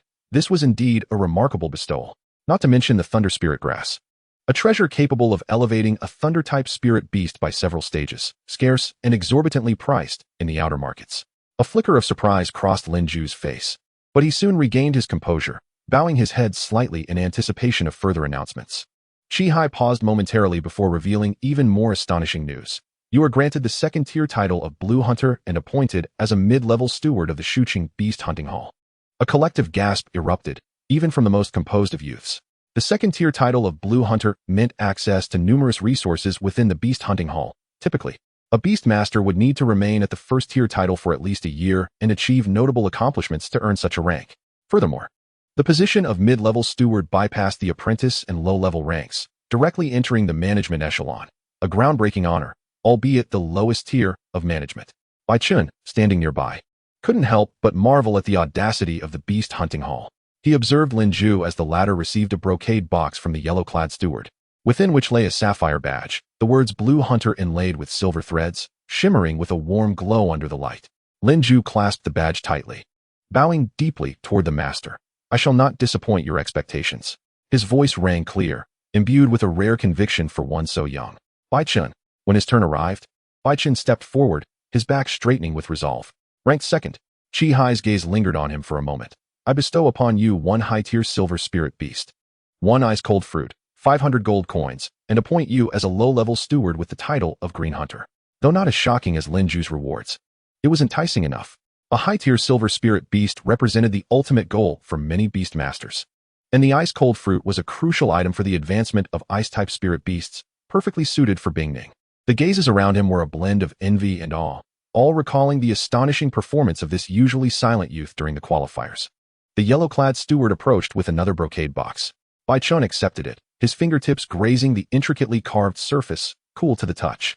Upon opening it, he found a turquoise stone badge nestled within the velvet lining, the words Green Hunter boldly inscribed, accompanied by a gilded appointment letter. He mimicked Lin Ju's gesture of respect, feeling no sense of disappointment. These rewards were precisely what he needed to address his current shortcomings, more than sufficient. Next, Lu Mabai, having secured third place, was awarded a high-tier silver spirit beast and the position of low-level steward, though lacking an attribute spirit item, eliciting a wave of regret. The subsequent 7 stepped forward in turn, each receiving a mid-tier silver spirit beast and corresponding attribute spirit item, appointed as low-level stewards. Those ranked 10th to 30th received low-tier silver spirit beasts, with spirit items distributed randomly, while those ranked 30 to 60 were granted only low-tier silver spirit beasts. The final 40 individuals received high-tier bronze spirit beasts and 100 gold coins, all designated as apprentice stewards. The distribution of rewards was distinctly tiered, showcasing the financial might of the Beast Hunting Hall and aligning with the principle that strength begets abundance. The youths, whether exhilarated or disheartened, clenched their fists. This was merely the beginning, and a long road lay ahead. Chi proceeded to impart rules for half an hour. Primarily the regulations of the Beast Hunting Hall. No private duels, timely completion of hunting tasks, and spirit beasts must not harm indiscriminately. The youths listened attentively, only exhaling in relief when he gestured for Zhang Guanping to lead them away. As they exited the main hall, the sunlight cast a diagonal glow upon the stained glass in the corridor, elongating the shadows of the crowd. The youths' footsteps grew lighter, their long-suppressed excitement blossoming on their faces, their murmurs flowing like a bubbling brook. I got a fire-type spirit fox, the ice-cold fruit. Bai Chen, you are so fortunate. I heard that the exchange pavilion of the Beast Hunting Hall has even rarer spirit items. If we work hard to earn contribution points, we can exchange them later. The exchange pavilion was a circular edifice, its dome adorned with a massive crystal chandelier, illuminating every item clearly. The stewards had already organized the rewards into categories: spatial rings, beast-catching rings, spirit items, and gold coins, a dazzling array. When they finally laid their hands upon these tangible rewards, the smiles on the youth's faces outshone the sunlight. Bai Chen received a black spatial ring, light as a feather in his grasp, the inner surface inscribed with delicate runes, infusing a thread of spiritual energy. A space of approximately 5 cubic meters materialized before him, ample enough to accommodate his belongings and spirit items. In the vastness of space, a fist-sized frost fruit lay quietly, its skin glimmering with a faint blue hue, revealing the ethereal coldness swirling within. 500 gleaming gold coins were neatly stacked, their brilliance reflecting the light, accompanied by 3 sets of the Beast Hunting Hall's official attire, crafted from sturdy fabric, with the cuffs embroidered with the emblem of the Azure Hunters. Additionally, there was a beast capture ring, its silver band etched with runes designed to soothe spirit beasts. When Bai Chen extended his spiritual energy into the ring, he beheld a small, snow-white creature curled up in slumber within the ring's confines, a white armadillo beast. Such a capture ring would cost at least 1,000 gold coins outside, specifically meant for temporarily housing young beasts while simulating their native environment. Bai Chen traced the runes on the ring, marveling inwardly at the profound depth of the beast hunting hall, which was indeed generous to its newly inducted members. Once everyone had completed their exchanges, Zhang Guangping stood on the steps and announced, "You are granted 3 days of leave to visit your families. We shall reconvene here at the Hour of the Rabbit in 3 days to assign residences and positions. Most of you will be dispatched to subordinate towns." With only a few remaining in Shuqing, the youths stirred with excitement, some eager to return home with good news, while others were apprehensive about the unknowns of their new postings. "Let us depart, Bai Chen," Lin Ju said as he approached Bai Chen. "The remaining members of the Bai family are under the protection of the Lin family." Bai Chen nodded in agreement. His gaze fell upon Zhang Hao amidst the crowd, who was waving enthusiastically at him, unable to conceal his excitement.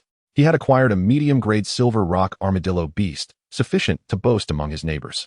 After bidding farewell to Zhang Hao, Bai Chen and Lin Ju walked side by side out of the beast hunting hall. The sun poured warmth upon them as Bai Chen looked down at the space ring and capture ring in his hand, feeling the icy touch against his fingertips. Yet his heart was illuminated with bright anticipation. The days at the beast hunting hall were only just beginning. "What spirit beast did you receive?" On their way back, Lin Ju tightened the reins of the dark thunder-horned beast, glancing sideways to inquire. Sunlight danced upon his hair, casting a golden sheen, while the obedient burning sky eagle perched upon his shoulder. Bai Chen gently caressed the capture ring at his waist, replying candidly, "A white armadillo beast, juvenile stage 5. The image of the spirit beast materialized in his mind. Short limbs, thick armor, entirely white, with rock-like patterns on its carapace, embodying both the brute strength of beast types and the sturdy shield of rock types, renowned among high-grade silver beasts for its formidable defense. However, for him, this spirit beast ultimately did not align with his aspirations. Ice condensation was adept in long-range ice damage, and the burning sun unicorn could sustain a frontal assault while serving as a mount, yet he lacked a close-range powerhouse. The white armadillo beast was overly defensive, its offensive capabilities somewhat lacking, making it merely a transitional choice. Lin Ju nodded. The dark thunder-horned beast snorted, its hooves striking the cobbled path with a crisp sound. "The white armadillo beast is indeed popular. The beast hunting hall has not shortchanged you. Do you intend to keep it?" "No, I will sell it," Bai Chen stated firmly, planning to exchange it for some enhancement materials to elevate ice condensation in the unicorn stages. The spirit contracts of spiritists were inherently limited. Among his 3 contracts, the first remained sealed, while the other 2 were occupied by ice condensation and the unicorn, leaving no room for expansion.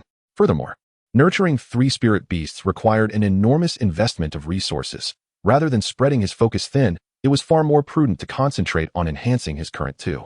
Lin Ju comprehended. "That is reasonable. As long as your first spirit contract remains sealed, acquiring another spirit beast would only add to your burdens." He understood Bai Chen's concerns. "What about you? What did the beast hunting hall bestow upon you?" Bai Chen countered, his gaze falling upon the bulging pouch at Lin Ju's waist. Upon mentioning this, Lin Ju could not suppress a smile, excitement gleaming in his eyes. "A storm sprite, juvenile stage 7. I will contract it as soon as I return. It perfectly complements my 3rd spirit contract." "A storm sprite?" Bai Chen raised an eyebrow, surprised yet finding it reasonable. The storm sprite, being a wind elemental creature, excelled in speed and ranged wind blades, aptly filling the void in Lin Ju's lineup for ultra-long-range damage. "Indeed," Lin Ju nodded, lightly tapping the neck of the dark thunder-horned beast. "Its wind blades can cover 100 meters, and combined with my burning sky eagle for reconnaissance, it will create a formidable long-range and control combination." Bai Chen chuckled gently. "The beast hunting hall has indeed provided well. This sprite is a perfect complement to your team." Most youths would typically reserve the rewards from the beast hunting hall for a 3rd spirit contract, as the beasts offered by the hall were generally of high quality. Occasionally, some might sell theirs for resources, but it was rare for someone like Lin Ju to fortuitously fill a gap in his lineup. Bai Chen leaned towards the notion that it was more than mere luck. Spiritists seldom contracted a 3rd spirit at this juncture. Firstly, the resources required to care for 3 spirit beasts were challenging to amass in the short term, and secondly, the limitations of dual control meant that summoning a 3rd spirit would be impractical, leaving it idle even if contracted. Speaking of which, based on this distribution, you are likely to remain in the main hall, Bai Chen remarked, gazing at the outline of Shuqing ahead, his tone tinged with uncertainty. "I suspect I will be dispatched to a lower-level town." The main hall of the beast hunting hall never lacked personnel. While the subordinate towns frequently faced beast tides and ferocious beast attacks, which resulted in a high attrition rate, necessitating a constant influx of fresh blood each year. Lin Ju, holding a golden grade spirit beast, was naturally a potential asset the hall would prefer to retain, whereas Bai Chen, despite his remarkable performance in the qualifying round, was still limited by his silver grade combat power, making it standard protocol for him to be sent to a lower level town for training. However, Lin Ju shook his head. Not necessarily. I have heard that the main hall is currently preparing for an autumn encirclement, and they are in need of manpower. The top 3 will likely be retained. He paused, shifting the conversation. By the way, your elder brother is at the Hongsheng Spirit Beast Hall, right? I heard he has already established himself. Bai Chen's heart stirred at the mention of his elder brother, who was 4 years his senior. His brother was originally the designated heir to the Bai family, sent to the Hongsheng Spirit Beast Hall for advanced training from a young age and recognized as a standout among his peers. To establish himself in a place teeming with powerful individuals like Hongsheng, his combat prowess must have long reached the golden grade, and most likely, the spirit beasts he contracted had also matured. It was precisely this potential that led the elder of the Lin family to insist on protecting the remnants of the Bai family in Lingqing. As a discerning eye of a spirit master could surely recognize the long-term value. I have not seen him for several years. I have only heard that he has been doing quite well in Hongsheng. Bai Chen replied lightly, warmth swelling within him. At least, there was still someone from the Bai family standing strong ahead. As they spoke, the two had already reached the entrance of the beast hunting hall. Summoning spirit beasts was prohibited inside, and only upon stepping outside could they recite the incantations together. A flash of brilliance illuminated before Bai Chen as the burning sun unicorn appeared, stepping forth amidst golden flames, its mane undulating like flowing fire, while its spiral horn refracted shards of light. The creature gently lowered its head, nudging Bai Chen's palm with its nose. Lin Ju's dark thunder-horned beast manifested alongside, its obsidian body adorned with lightning patterns, hooves striking the ground and sparking small arcs of electricity, harmonizing beautifully with the unicorn's flames, drawing the admiration of passers-by. Let us be off. Lin Ju mounted his beast, with the burning sky eagle taking its place on his shoulder. Bai Chen also leapt onto the unicorn's back, his palm resting against its warm neck. The two beasts surged forth with vigor, racing toward the Lin family's direction like twin streaks of light. The dust they kicked up concealing the youthful aspirations for the future. Chapter 28, The Bai Family. In Xucheng, the temporary residence of the Bai family. Second brother. The Tung family is being utterly unreasonable. 12-year-old Bai Ling clenched her fists, the hem of her white dress wrinkled from her grasp, while the snow-white rabbit in her arms squirmed restlessly, its nose brushing against her flushed cheek. The girl bore delicate features, yet in this moment of anger, her brows were furrowed high, and her lively eyes flickered with 2 small flames of indignation. Those spirit herbs were painstakingly gathered by us. On what grounds can they claim to confiscate them? Bai Shuxian stood under the corridor, the cuffs of his blue robe frayed. Having just turned 18, he was already as tall as a grown man, yet the resolute expression on his face was perpetually shadowed by an unshakable sorrow. Upon hearing his sister's words, he raised a hand to stroke his forehead, his fingertips grazing over several faint lines etched into his skin, a testament to the hardships endured over the past 6 months in pursuit of funds for provisions. Linger, he spoke in a voice lowered, tinged with a hint of hoarseness. The Tung family is a third-tier noble lineage in Xucheng, and the family head, Tung Tianming, possesses a fully matured high-grade golden spirit beast, a creature that few in Xucheng could withstand. We now, he paused, his gaze drifting over the water jar in the courtyard, which was missing its rim. It was already a stroke of luck for them to find refuge in this secluded corner of the Lin family estate. Should matters escalate, they might lose even this temporary sanctuary, but they are brazenly robbing us. Bai Ling exclaimed, stamping her foot in frustration, causing the snow-white rabbit nestled in her arms to escape and leap to the ground, nibbling on the grass roots. Her eyes glistened with unshed tears, her voice trembling. The day before yesterday, they seized the furs we exchanged for grain. Yesterday they withheld the medicine meant for our clan uncle's injuries. And if they continue to cause such havoc today, will we be left to starve? Bai Shuxian reached out as if to pat her shoulder, but his hand halted midair. Instead, he picked up a twig from the ground and absent-mindedly traced patterns in the muddy earth. I understand your grievances. In a few days, I will take on some tasks at the beast hunting hall. I will surely be able to procure some supplies. I will go find Grandpa Lin. Bai Ling suddenly turned and dashed towards the exit, her braided hair flying high behind her. Grandpa Lin dotes on me. He will certainly help us. Come back. Bai Shuxian quickly caught up, gripping her wrist with considerable force. Bai Ling winced at the pressure but defiantly glared at him. Taking a deep breath, Bai Shuxuan's voice grew somber. The Lin family has already made an exception to shelter us. We cannot trouble the old master with every little issue. The Tung family has grown audacious precisely because they perceive our dependence on others. The more we seek Lin's help, the more they will believe us to be easy prey. Bai Ling struggled against his grip, her eyes reddening further, yet she bit her lip and ceased her protests, merely twisting the hem of her garment in distress. Just then, a flurry of hurried footsteps sounded from outside the courtyard, accompanied by the excited shouts of the servants, startling the sparrows nesting under the eaves. Master! Master! Young Master has returned. Young Master Bai Chen is back. Bai Xuan's body jolted, releasing Bai Ling's wrist abruptly. Chengge? Bai Ling froze for a moment. Then, like a firecracker ignited, she cast aside all grievances and dashed towards the courtyard exit, forgetting about the rabbit on the ground. Bai Xuan bent down to scoop up the rabbit, still nibbling on grass, feeling its claws tickle his fingertips. He watched his sister's retreating figure, finally allowing a rare smile to grace his lips after a prolonged moment of restraint.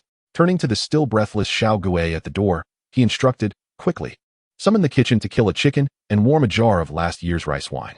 Also, send someone to inform the third and fourth brothers. Just say that Xiao Chun has returned, and tell them to come back early. Yes, Xiao Gui replied with a loud affirmation, nearly tripping over the threshold as he hurried towards the kitchen.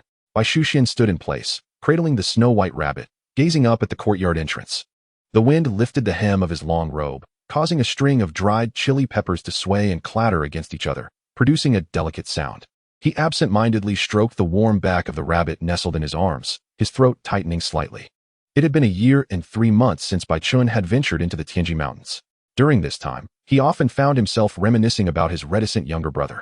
Recalling how the other clan children mocked him for being unable to form a spirit bond, his head always bowed as he nervously fiddled with the hem of his clothes. Yet he never uttered a word of complaint. At last, he had returned. Outside the courtyard, Bai Ling's bright voice rang out, mingled with another, slightly unfamiliar youthful tone. Bai Xuan straightened his back and, clutching the rabbit, hastened to meet them. Bai Chen stood quietly at the entrance of the Bai family's temporary residence, a surge of emotions swelling within him. He recalled the night the beast tide erupted, a scene still vivid in his mind. The vast Ling city fell to ruin overnight. The entire city laid waste. In that cataclysm, the Bai family managed to escape with but a handful of inconsequential members, while the remaining clansmen scattered far and wide. Their fates uncertain. The day after arriving in Shuqing, Bai Chen unhesitatingly joined a team from the Beast Hunting Hall, embarking on a year-long arduous training journey. Now, a year had passed in the blink of an eye, and he remained oblivious to the current plight of the Bai family. Chengge, Chengge, accompanied by urgent cries. A white figure dashed towards him like a bird in flight, reaching the entrance of the temporary residence in an instant. The girl's speed was astonishing, as if propelled by the wind itself, and before long, she had flung herself into Bai Chen's embrace, clinging to him tightly as if afraid he might vanish should she let go. Chengge, Linger missed you so much. When you were gone, there was no one to fly kites with me. Her voice was bright and melodious, akin to a yellow aureole emerging from the valley, laced with a hint of childish affection. Seeing this, Bai Chen felt a mixture of warmth and helplessness swell within him. This girl, Bai Ling, was the youngest daughter of his uncle Bai Tianrui's line, the youngest among the third generation of the Bai family. She had always been attached to Bai Chen. Like a stubborn little shadow, when he would venture to the back mountain to search for bird nests, she would wait beneath the tree with a bamboo basket. And whenever the clan children bullied him, she would bravely rush forward, shaking her little fists and declaring, "Don't bully my Chengge," even when whispers echoed within the clan. Deriding Bai Chen for being unable to forge a spirit bond and predicting he would become a useless man, she would defiantly retort, "Chengge is better than all of you." The roots of the Bai family lay with the elder Bai, who had 3 sons and 1 daughter. His daughter had long since married into foreign lands, her fate unknown, while among the 3 sons, the second, Bai Tianlin, had vanished 20 years ago without a trace. And the eldest, Bai Tianhao, along with the youngest, Bai Tianrui, both perished on the city walls during the beast tide. Bai Tianhao, the elder uncle, left behind 2 sons, the eldest, Bai Shuyu, and the second, Bai Shuxian.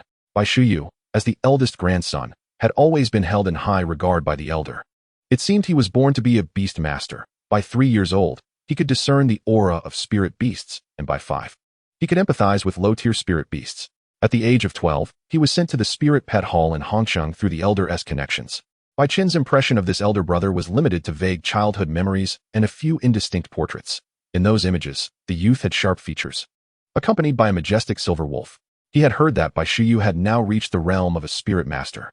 with his contracted spirit beast having ascended to the intermediate golden level. Each piece of correspondence from the family was laden with praises of his achievements, yet to Bai Chen, it felt akin to listening to a distant legend. The second son, Bai Chen, was more composed in nature. 3 years prior, he had also attempted to enter the beast hunting hall, but unfortunately encountered an extraordinary genius whose spirit beast shattered his skills in one swift move, leaving him with 2 broken ribs. After his recovery, he stared at the non-staff badge offered by the beast hunting hall in silence for a long while, ultimately returning to the family to assist his uncle in managing clan affairs.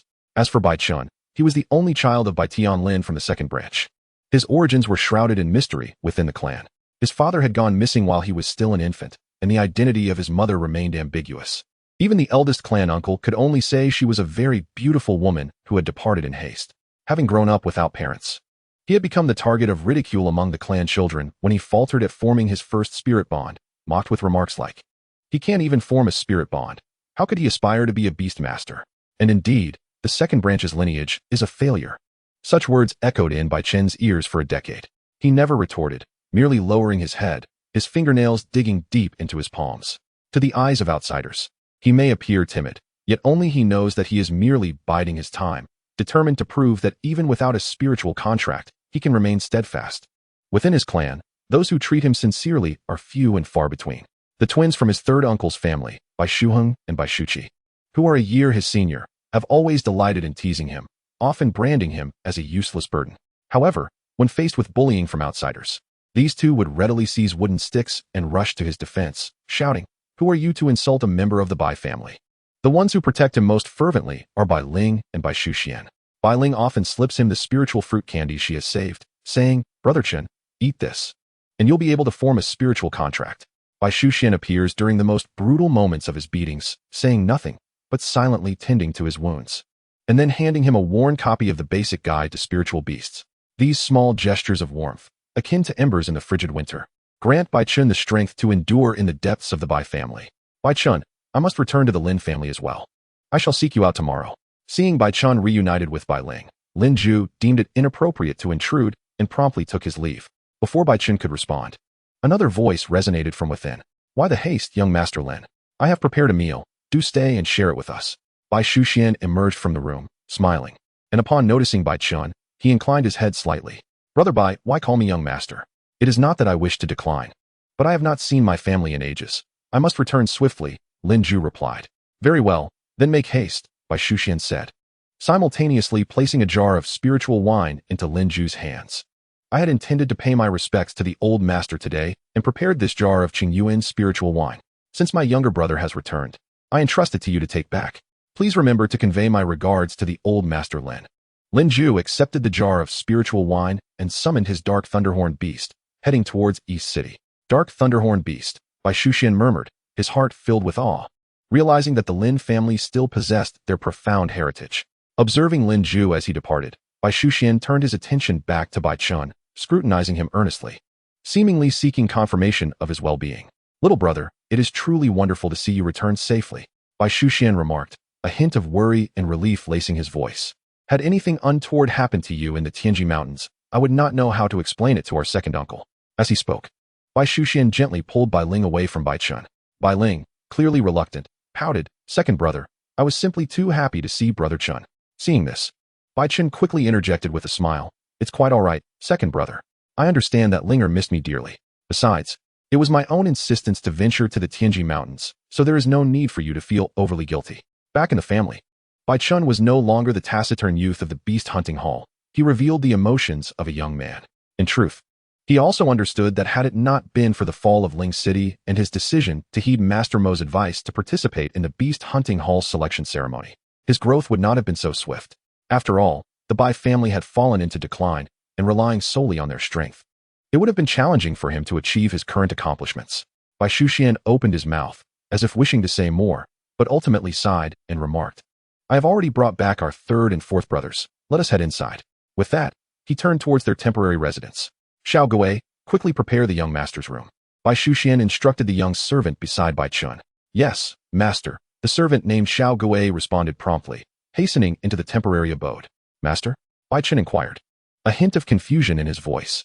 Bai Shuxian patted his back, saying, "Come, let us talk inside." This is not a place for conversation. Bai Chen nodded and followed by Xu Xian and Bai Ling into the inner hall. Inside, the copper wick of the old redwood table flickered, casting the shadows of the three onto the mottled wall, fluctuating between light and darkness. Bai Chen's fingertips traced the wooden grain of the chair. It seemed to have seen better days, its armrests polished to a sheen, exuding the warmth of a once great family. Does this mean that brother truly does not wish to be the head of the family? He asked, lifting his gaze to Bai Xian. Bai Xian lifted a rough ceramic teacup, the steam obscuring his features. Grandfather did indeed favor elder brother before his passing, but he refused to return at a critical juncture while training in the Spirit Beast Hall in Hong City. He insists he is not suited to manage affairs. His true calling lies in nurturing beasts. He took a sip of the cool tea, a bitter smile breaking across his face. He also stated, he paused, fixing his gaze on Bai Chen, that I am meticulous and capable of shouldering responsibilities, making me more suitable to safeguard the family. The two brothers had spent an entire night conversing in a small inn in Hong City. Bai Shiyu grasped his hand, his knuckles turning white with pressure. Second brother, the Bai family cannot falter. I shall charge ahead. You must guard our foundation. One of us must be able to hold our heads high among the clan. Bai Chen listened quietly, suddenly recalling the only remaining portrait of his elder brother, a youth with sharp, piercing features, lacking any semblance of familial affection. Such a person, it seemed, would indeed prefer to battle in the Spirit Beast Mountains rather than occupy the head of the family. Now, his elder brother had become a spirit master, accompanied by a mid-tier golden spiritual beast at a critical juncture in his ascension. Bai Xian set down his teacup, the bottom clinking lightly against the table, expressing that having him return to manage mundane family matters would only hinder his progress. His words carried admiration, but concealed an almost imperceptible weariness. You truly haven't seen. Bai Ling suddenly interjected, holding her snow-white rabbit even tighter, her eyes reddened as if soaked in water. This past year, second brother has been so busy, rising before dawn to inspect several lackluster enterprises, and at night, he has to reconcile accounts and soothe the clan elders. He has developed fine lines from the strain. The more she spoke, the more her voice trembled with emotion. Once, he went to deliver medicinal herbs to the Tung family, and that steward pushed him, causing him to stumble down the stone steps. When he returned, his back was bruised badly, yet he hid it from us. Xiaoling, Bai Xian interrupted softly, lightly tapping the table with his fingers. That is all in the past. What purpose does it serve to dwell on it? Yet Bai Chen remained silent. He gazed at Bai Xian, who, at merely 18, bore faint lines at the corners of his eyes and stubble on his chin. A far cry from the spirited youth who could perform 3 somersaults in the training ground 3 years prior. He suddenly recalled how his second brother would secretly slip him spiritual fruit candies, saying, "Don't be afraid, Brother Chen, I am here." Unbeknownst to him, that once protective youth had quietly shouldered the weight of the entire family. Perhaps this is for the best. Bai Chen finally spoke, his tone steady. Elder brother charges ahead, while second brother safeguards the family. This is indeed more prudent than placing all our eggs in one basket. The Bai family could no longer withstand the storms of fate.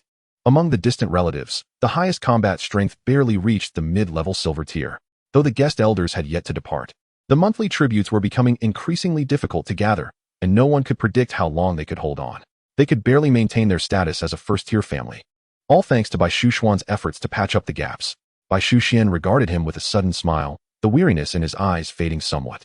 Once elder brother's spirit beast reaches maturity, the Bai family will finally possess genuine confidence. He left the statement hanging, but the brightness in his gaze resembled stars in the dark night. Bai Chen felt a stirring in his heart, suddenly straightening his back. Resembling a child eager to present a treasure, his voice tinged with an unmistakable excitement. Second brother, I passed the beast hunting hall assessment this time, and in a few days, I might be assigned to a town below. What? Bai Xian abruptly lifted his head, the legs of his chair scraping against the floor with a jarring sound. You passed? Is it for a formal position as a steward? Yes, a junior steward. And I even received some spiritual items. Bai Chen nodded, unable to suppress the smile that crept onto his lips. The composure he had maintained during his time at the beast hunting hall faded, revealing the vibrant spirit a youth ought to possess. Bai Xian paused for a moment, then reached out to pat his shoulder with considerable force, infused with a sense of pride. Good lad, you truly bring honor to your second brother. The red veins in his eyes seemed to diminish, and his voice brightened. The beast hunting hall is rich in resources. Go forth and make your mark without worrying about home. That's wonderful, Chenggu. Bai Ling exclaimed, leaping up, startling the snow-white rabbit from her arms as it hopped to the ground. This way, you'll become as formidable as elder brother. When you return, let us see if the Tung family dares to bully us again. Her animated gestures sent the red ribbon adorning her braids sweeping across the table's edge, knocking over an empty teacup with a crisp clatter, adding to the cheerful atmosphere. Bai Chen watched his sister's exuberance, then glanced at the delight in his second brother's eyes. Feeling a long-burdened stone in his heart lighten, he understood that elder brother's rapid growth in the spirit pet hall was not solely due to talent, but also the continuous influx of resources there. Now, with his entry into the beast hunting hall, he finally had a path to forge ahead on his own. Just as he was contemplating, the distinctive loud voice of Uncle Zhang, the old servant, echoed from outside, slightly breathless. Master. Master. Third and fourth young masters have returned. Bai Xuxian rose, patting Bai Chen's back, his smile deepening. It's the third and fourth ones. Come, with everyone gathered, we shall enjoy a reunion dinner. Bai Chen responded affirmatively. As he stood up, his gaze caught the copper lamp on the table, its wick flickering yet steadfastly burning. Just like the Bai family. Though it had fallen into disrepair, there remained a flicker of warmth. Chapter 29, by Xu Jing. As night descended, the clamor of Xucheng was swallowed by the inky darkness. With only scattered lanterns illuminating the alleys, akin to the scattered stars left behind by weary birds returning to their nests, Bai Chen pushed open the door. The wooden axle creaking softly, startling the night moths resting beneath the eaves. The room was modest yet tidy. The bed covered with a coarse cloth quilt that had been washed to a pale whiteness. In the corner stood an old wooden cabinet, atop which rested a celadone vase holding a few dried wild chrysanthemums. Moonlight streamed through the window, casting a silvery web across the coarse brick floor, while tiny specks of dust floated in the air, dancing in the light. Bai Chen sat at the edge of the bed, momentarily taken aback by the softness of the mattress. During his days in the Tianji Mountains, he either curled up in tree hollows or rested against rocks.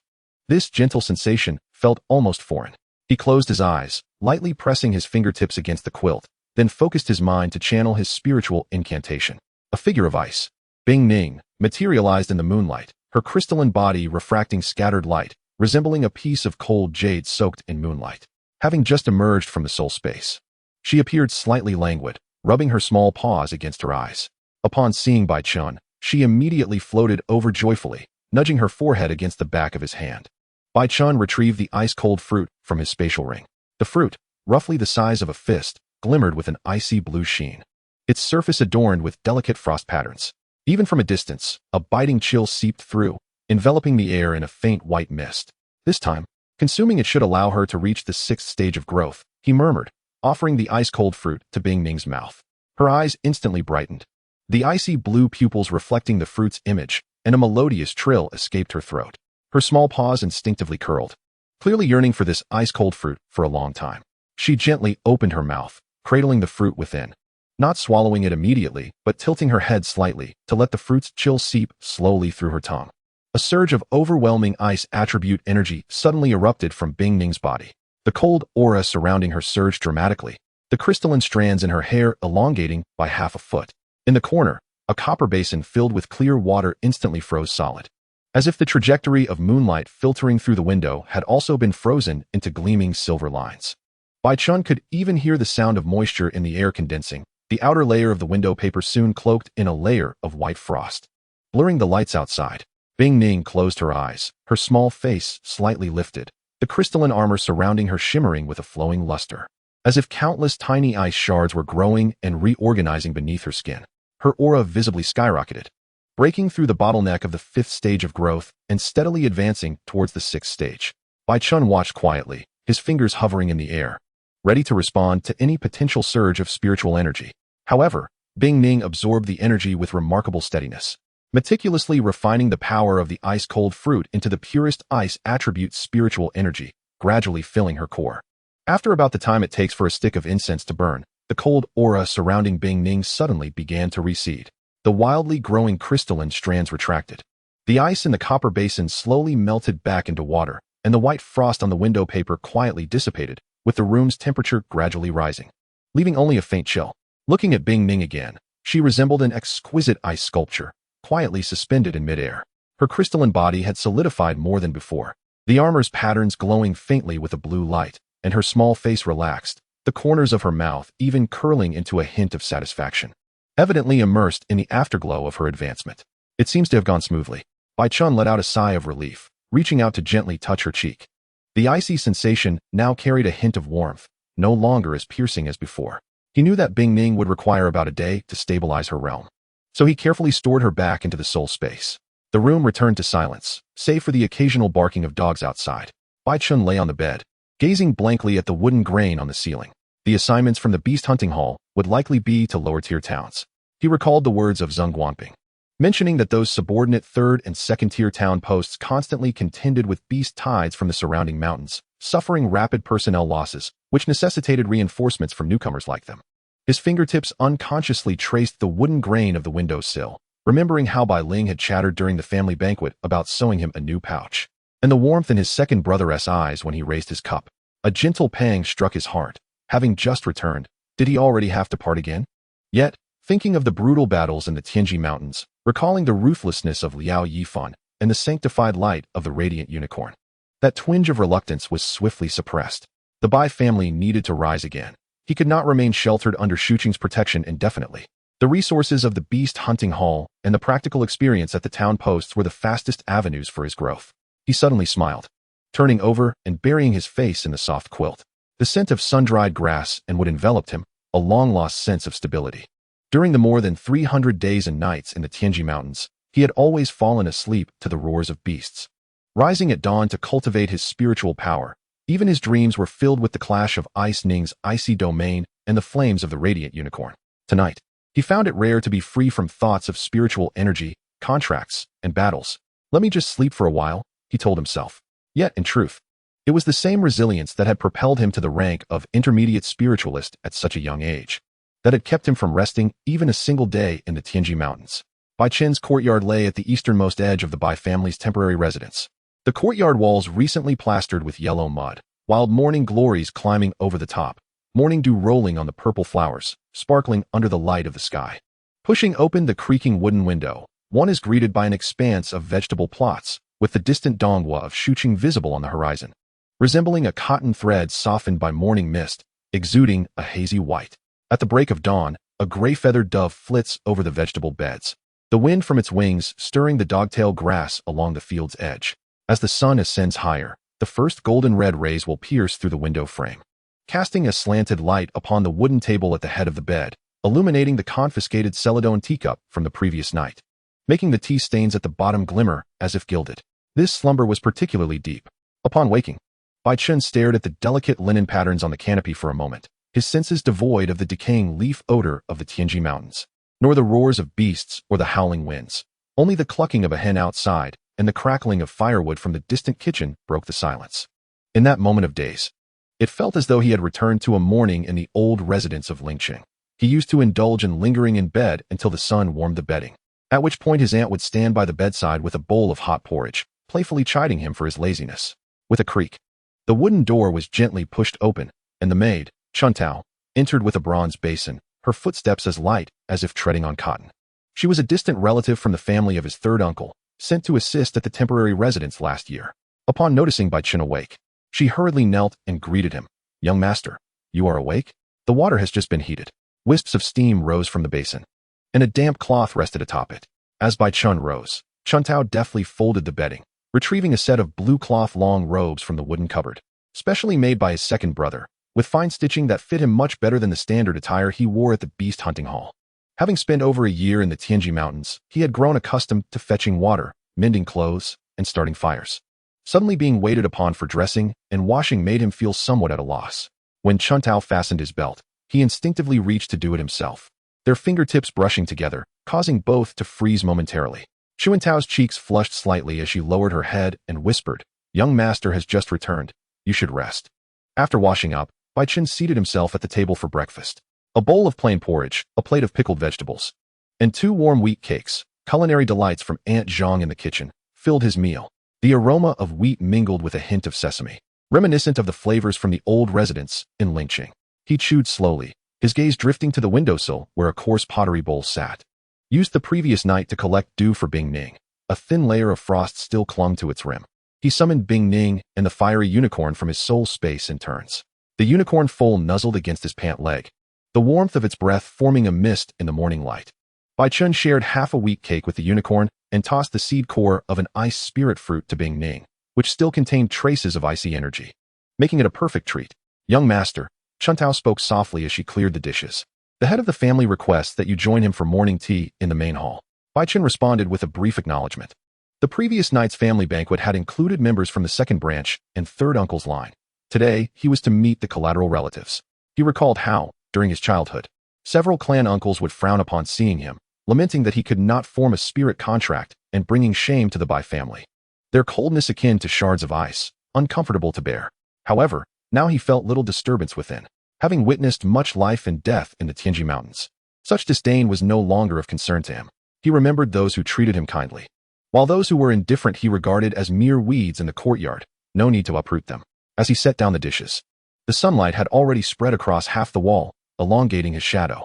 Bai Chen adjusted his clothing and stepped outside, the dew on the wooden threshold still damp. Cool beneath his feet, reminiscent of the bluestone slabs of the old residence in Lingqing. In the Bai family's main hall, the weathered paint on the beams curled at the edges, revealing the dark redwood beneath.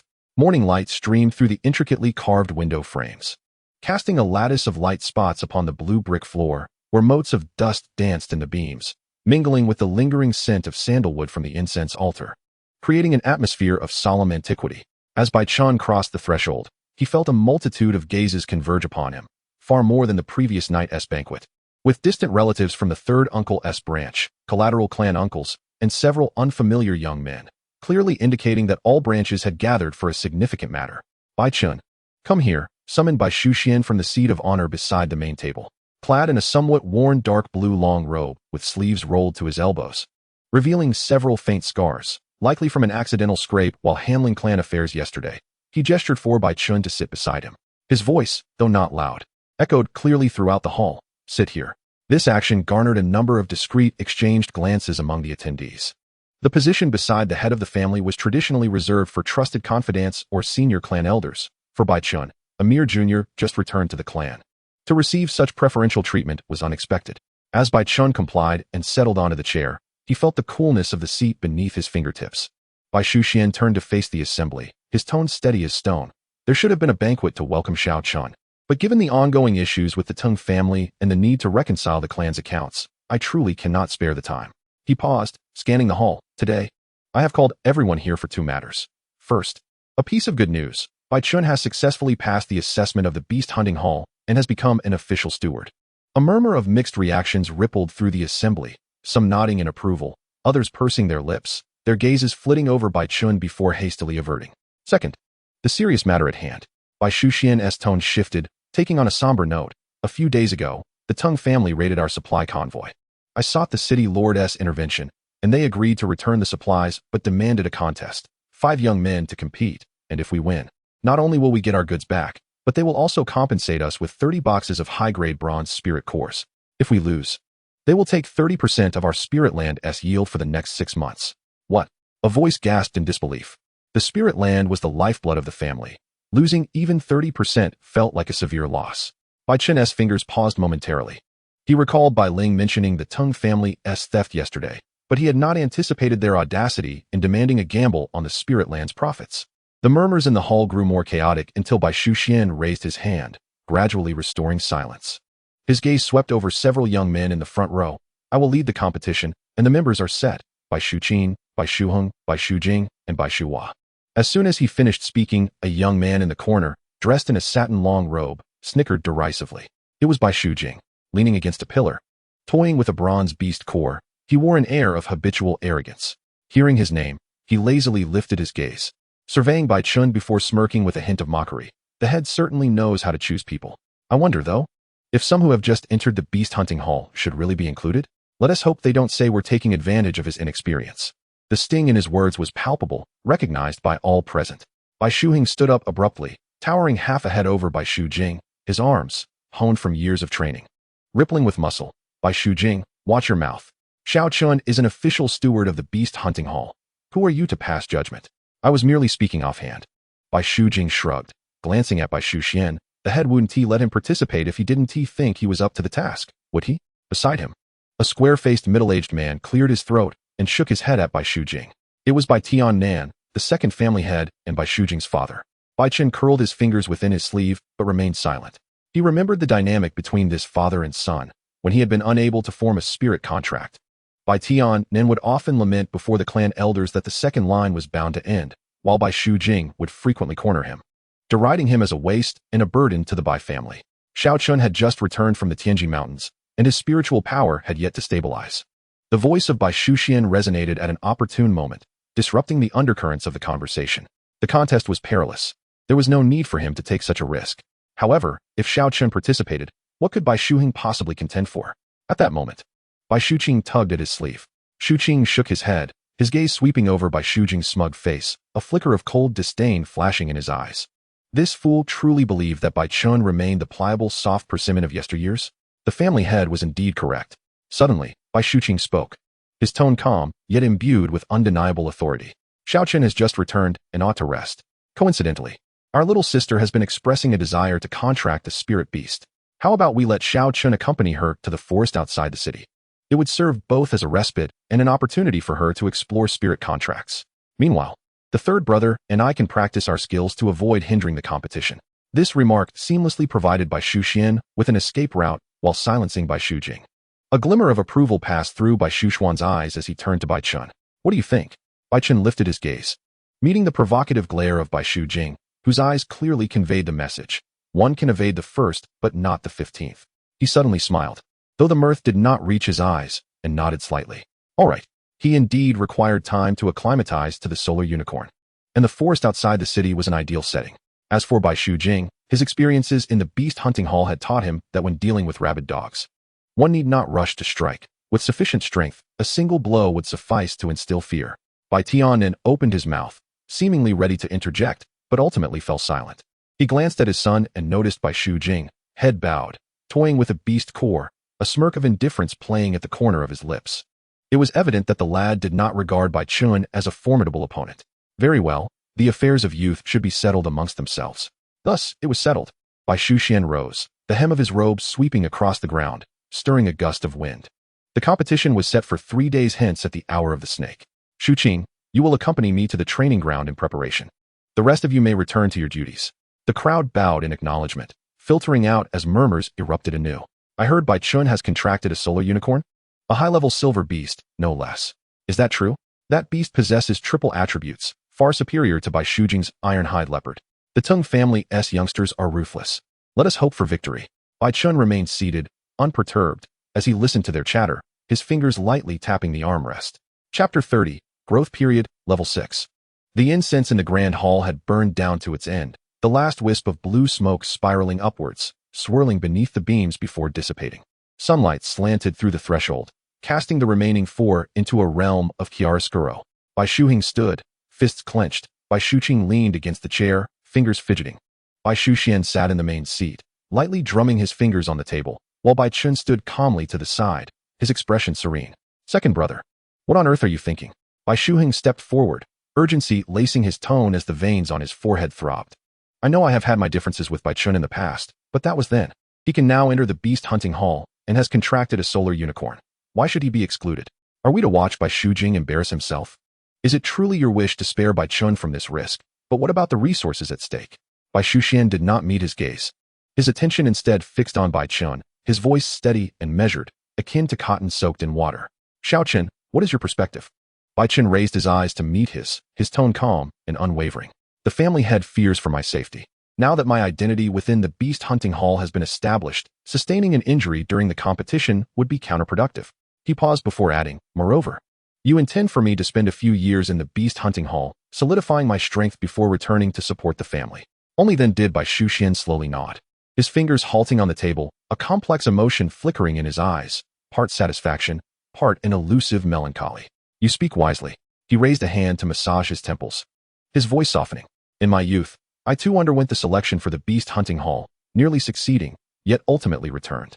In these 4 years, tending to family affairs, I have barely managed to elevate our spirit beasts to the lower ranks of the second tier of low-level silver.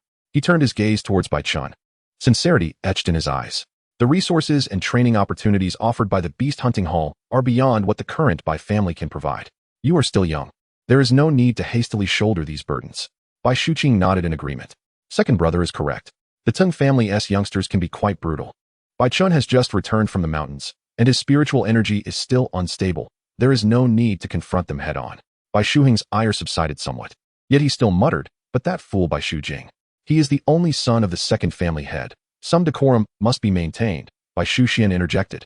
A hint of exasperation in his tone. Bai Tianen still holds some weight within the clan. If we deny even this opportunity, it may breed resentment.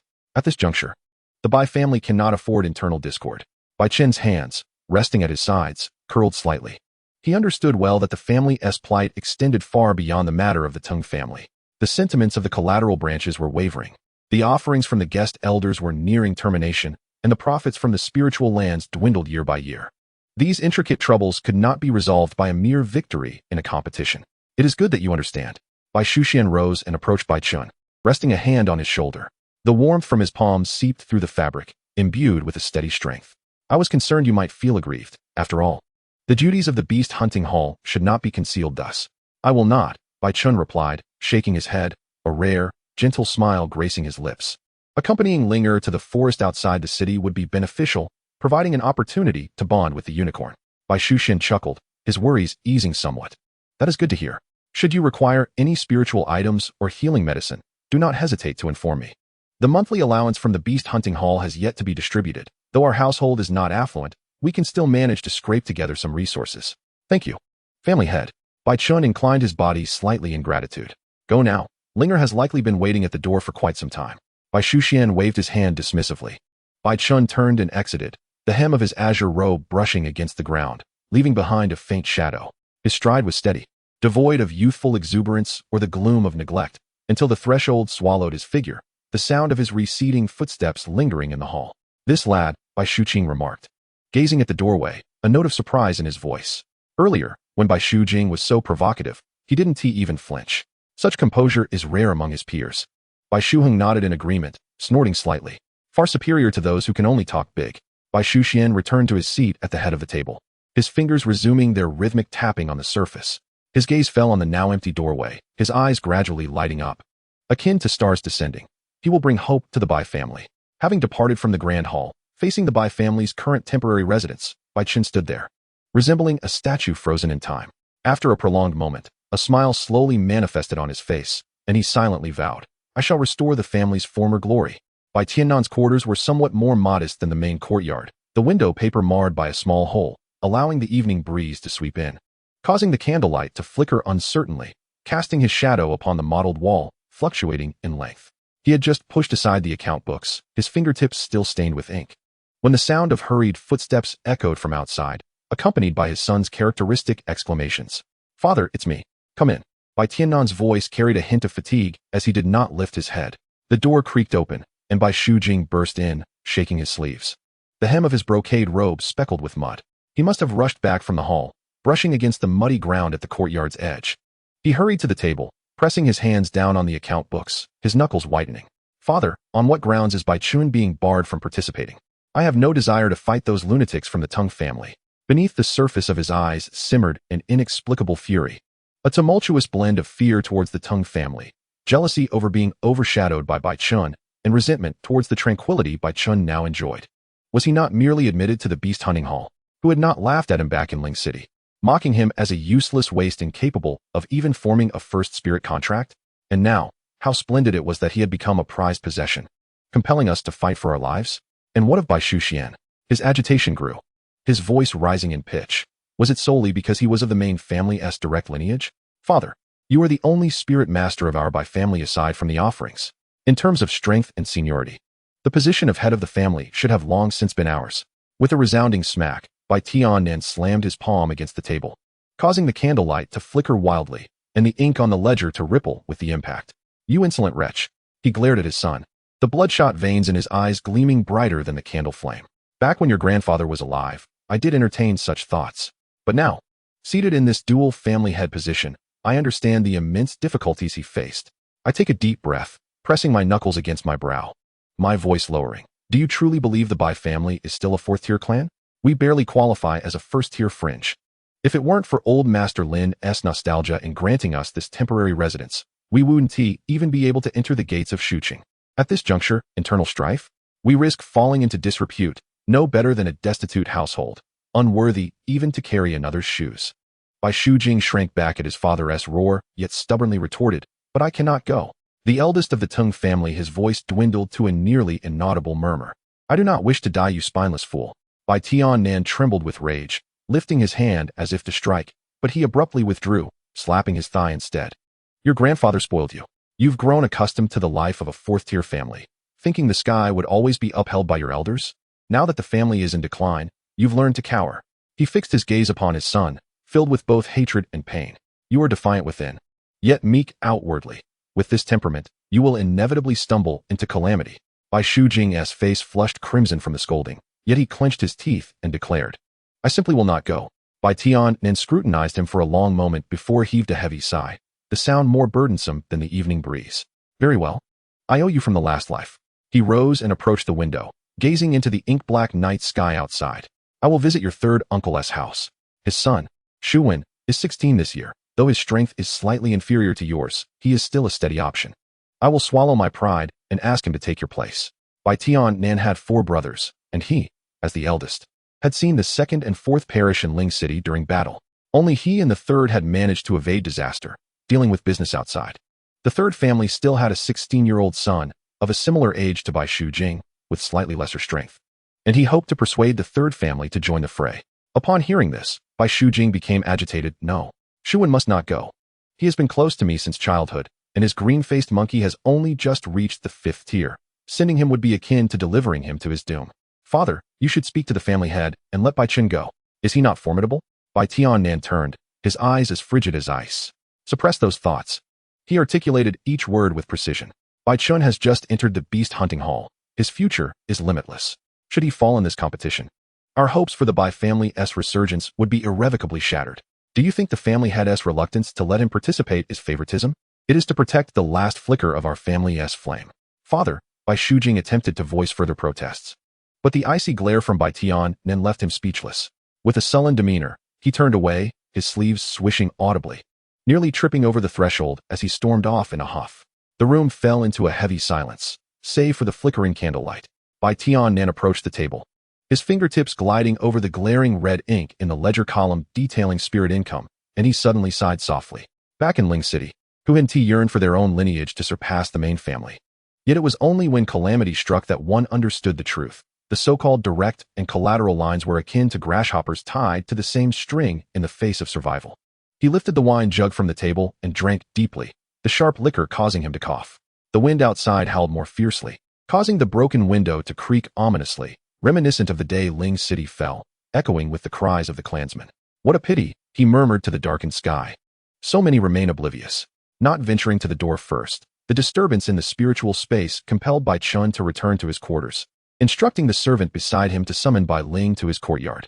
Before long, Bai Ling bounced to the entrance of Bai Chen's courtyard. Brother Chen, the sun is blazing at noon. Why are you still asleep? She stood at the door, knocking while calling out loudly. Inside, Bai Chen slowly opened his eyes, the spirit energy around him gradually dissipating. Beside him, Bing Ning instantly retracted her aura and transformed back into a 4th-tier dark ice spirit. Bai Chen marveled inwardly.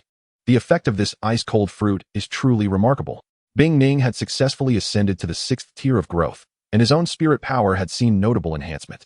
At this pace, in perhaps 3 or 4 months, he would be nearing the rank of an advanced spirit master. Bai Chen rose from his bed and opened the door. Upon doing so, he was greeted by Bai Ling's joyful face, as if she had something particularly delightful to share. Brother Chen, I've been waiting for you for ages. She pouted, feigning indignation. Bai Chen, well aware of this little imp's tendencies, smiled faintly. All right, let us drop the act. I know you too well. Come, let us venture outside the city. At this, Bai Ling's spirit soared, fluttering like a jubilant bird as she closely followed Bai Chen out of the courtyard. However, upon reaching the entrance, they unexpectedly encountered Lin Ju. Bai Chen, I was just looking for you. Come, let us go to the Beast Appraisal Pavilion. Lin Ju said eagerly upon spotting Bai Chen. Not a chance. Brother Chen is mine. Bai Ling interjected, her face flushed with anger, her eyes wide and fierce, as if ready to unleash flames upon Lin Ju. Lin Ju felt a tightening in his chest. Familiar with this little sorceress's fierce temper since childhood, he knew he was no match for her. He quickly raised his hands in surrender. All right. I'm afraid of you. Bai Chen, where are you two headed? Seeing Lin Ju, who had been so imposing in the beast hunting hall, now so flustered, Bai Chen couldn't help but chuckle, explaining, my little sister wishes to contract the first spirit bond. I thought we might venture outside the city to seek our fortunes and see if we can encounter a suitable spirit beast. Lin Zhu's interest peaked immediately, and he slapped Bai Chen's shoulder. Why bother going outside? The quality of spirit beasts there is rather mediocre. Come, let us go to our family's fourth-tier spirit land. The spirit beasts there are top-notch. Upon hearing this, Bai Chen hesitated. A fourth-tier spirit land is an immensely valuable resource for a family. Though the Bai family had once been a fourth-tier clan, they had now allied with the Lin family. Occupying the Lin family's fourth-tier spirit land might provoke discontent among many within the Lin family. Bai Chen, while not overly sensitive to factional disputes and power struggles, still possessed an understanding of such matters as a scion of a noble family. He quickly realized that if he truly accompanied Lin Zhu to the Lin family's fourth-tier spirit land, it could yield unforeseen consequences. Lin Zhu, with a confident smile, remarked, "The Lin and Bai families have always maintained good relations, allies in all matters. Bringing allies into the spirit land is merely a triviality. Moreover, my grandfather learned last night that I secured the top position in this beast hunting hall, surpassing my brother and becoming the heir of this generation. Thus, even if some harbor dissent, they would not dare to voice it lightly." However, Bai Chen remained unmoved, resolutely shaking his head once more. Lin Zhu remained undeterred, continuing to persuade, "It is truly of no concern. You are the second place in this cohort. I spoke to the old man about you yesterday, and he holds you in high regard. Therefore, it is entirely appropriate to bring you to the spirit land." Bai Chen fell silent for a moment, seemingly contemplating Lin Zhu's proposal. Seizing the moment, Lin Zhu added, "Once we emerge from the spirit land, you can accompany me to the Beast Appraisal Pavilion." Upon hearing this, Bai Chen furrowed his brow in confusion and inquired, "What purpose do you have at the Beast Appraisal Pavilion?" Lin Zhu elucidated, "I wish to see if there are any suitable spiritual items for the Storm Spirit. Besides the Dark Thunderhorn Beast, I intend to enhance the Storm Spirit's capabilities during this period, as its current strength has considerable room for improvement, enabling it to assist me more effectively in battle." Bai Chen, after reflecting on this, nodded in agreement. "Indeed, that is a commendable idea. I also wish to visit the Beast Appraisal Pavilion to deal with the Armadillo Beast." Lin Zhu, elated by this, exclaimed eagerly, "Then let us not delay. We shall set off for the spirit land at once." Without waiting for further discussion, he grasped Bai Chen's hand and strode purposefully towards the spirit land. Bai Chen, taken aback, retorted, "If we are going, then let go of my hand. I can walk on my own." With Bai Chen's consent to visit the spirit land, Lin Zhu wore a triumphant smile as they proceeded together. Bai Ling, seeing Bai Chen nod, immediately donned a cheerful expression and eagerly followed behind. The Lin family spirit land is not far from Shuqing, nestled within the dark spirit ridge beyond the city. This mysterious mountain range conceals a fourth-level spirit land established by the Lin family. Extending eastward from the dark spirit ridge is the perilous Broken Forest. Despite the dangers lurking within the Broken Forest, its wealth of spiritual beasts attracts numerous adventurers seeking exploration. Bai Chen had already formulated a plan in his mind. First, he would handle matters at the Beast Appraisal Pavilion, then venture deeper into the Broken Forest.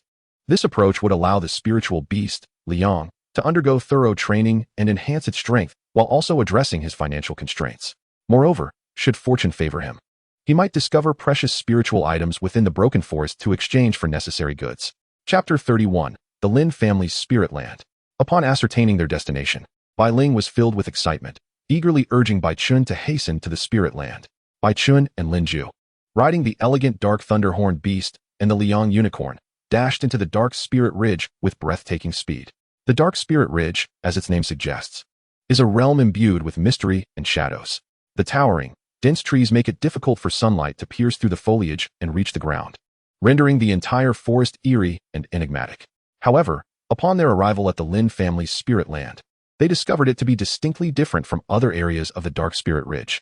The Lin family's spirit land was enveloped in a gentle glow, imparting a sense of tranquility and harmony.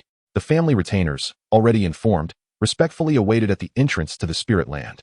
Upon seeing Bai Chen and Lin Zhu's arrival, they promptly stepped forward to greet them and opened the grand gate to the spirit land. "Unbelievable. You have already reached the intermediate spirit practitioner level?" Bai Chen expressed his surprise upon learning of Bai Ling's prowess. It is noteworthy that most individuals awaken their spiritual power around the age of 12, and without diligent cultivation. Achieving the Spirit Master level by 20 is already commendable. Most people's progress stagnates after reaching the Advanced Spirit Master level by 30. Bai Ling's attainment of the Intermediate Spirit Practitioner level at 12 is indeed quite remarkable among her peers. Hearing Bai Chen's praise, a hint of pride illuminated Bai Ling's expression as she responded, "Of course. What kind of spiritual beast do you desire?" I shall do my utmost to select the finest for you. As she spoke, Bai Chen's gaze began to wander around, assessing the spiritual beasts of the Lin family. The Lin family possessed a considerable number of spiritual beasts, yet after inspecting several, Bai Chen felt a tinge of disappointment. Although the variety of spiritual beasts was abundant, their quality appeared rather mediocre, with none that truly captivated him. Brother Chen, I want a dark thunderhorn beast. Bai Ling exclaimed eagerly. While the Dark Spirit Ridge is a second-level spirit land of the Lin family, the strongest spiritual beasts here would not exceed the high silver level. In such a limited spirit land, locating a dark thunderhorn beast would be an arduous task indeed. Bai Chen found himself at a loss for words, uncertain how to respond to Bai Ling's request. Look, there's a spirit cat. I want that one. Just as Bai Chen pondered how to decline Bai Ling's wish, her attention was drawn to another adorable spiritual beast. The spirit cat was entirely snow white, its fur as soft as silk, and its large blue eyes sparkled like gemstones, making it irresistibly charming. Bai Ling, being a young girl, was utterly defenseless against such a delightful creature and was instantly smitten upon sight. She had already expressed this desire numerous times that afternoon. The spirit cat, a high-level bronze, belonged to the wind attribute and was a dexterous-type spiritual beast, currently in its growth phase at the 4th level, showing promising growth potential. Bai Chen quickly assessed a spirit cat perched on a branch. The spirit cat is particularly favored by women, possessing an elegant and beautiful exterior while simultaneously exhibiting fierce control over wind attributes. Its evasion skills and agility often infuriate many spiritual beasts, who ultimately succumb to its pervasive wind-based abilities and are defeated. In dealing with such a spiritual beast, there was no need for ice to intervene. Taking a deep breath, Bai Chen focused his mind and recited the incantation, activating the 3rd spiritual contract. A formidable energy began to coalesce around him, forming a red array. This array resembled a ring of burning flames, gradually manifesting beneath Bai Chen's feet. The runes inscribed within the array shimmered with dazzling light, seemingly resonating with Bai Chen's incantation. At that moment, a wave of scorching heat erupted from the array, accompanied by a piercing roar, as a Liang unicorn, enveloped in flames, slowly materialized. Its flames resembled dancing fiery wings, evoking an overwhelming sense of awe. The Liang unicorn stood amidst the afternoon glow, its form rendered even more radiant by the sunlight. Its cold, deep eyes gazed impassively ahead, exuding an air of authority and inviolability. Bai Chen fixed his gaze upon the Liang unicorn and softly instructed, Liang, refrain from using fire and light skills. The spirit cat is a swift-type spiritual beast, and its speed is exceptional, so be cautious. The Liang unicorn, connected to Bai Chen's soul, nodded slightly in understanding. Although it was currently in its growth phase at the 2nd level, its racial ranking was relatively high, surpassing the spirit cat by 2 tiers. Bai Chen's Liang unicorn possessed a unique talent in fire attributes, yet its beast and light talents were only of average caliber, appearing somewhat slender in comparison. Even some 1st-level growth phase Liang unicorns with outstanding beast talents appeared more robust than his. Bai Chen's training focus was to have the Liang unicorn specialize in fire attributes, fully leveraging its innate advantages in this domain. As the Liang unicorn did not unleash fire skills, its beastly strength was only comparable to that of a 1st-level growth phase, which aligned closely with the spirit cat's power, providing an excellent opportunity to train the Liang unicorn's beastly prowess. As the Liang unicorn gradually took its first steps, its dark eyes immediately locked onto the resting spirit cat. Brother Chun, you are not being fair to Liang. It appears to have just entered its growth phase. Bai Ling immediately defended the Liang unicorn. In her eyes, although the Liang unicorn's racial level was higher than that of the spirit cat, it appeared too frail. Merely a 1st-level growth phase. Rest assured, the Fire Sun can manage. A smile graced Bai Chen's face. Observing Bai Chen's thoughts, Lin Ju casually found a spot to let loose. Bai Ling, filled with skepticism, gazed at Bai Chen as he directed the Fire Sun unicorn to engage in combat with the spirit cat. As the Fire Sun unicorn provoked the spirit cat, the latter unleashed a whirlwind, hurling the unicorn away, causing it to crash heavily to the ground from a great height, which made Bai Ling's heart ache. Generally, a 2nd-tier growth stage Fire Sun unicorn is quite large, and the power of the spirit cat's whirlwind should not easily lift such a creature. However, the diminutive stature of Bai Chen's Fire Sun was starkly apparent. Bai Chen was unconcerned about the unicorn's injuries, as it had become overly reliant on its fire attributes.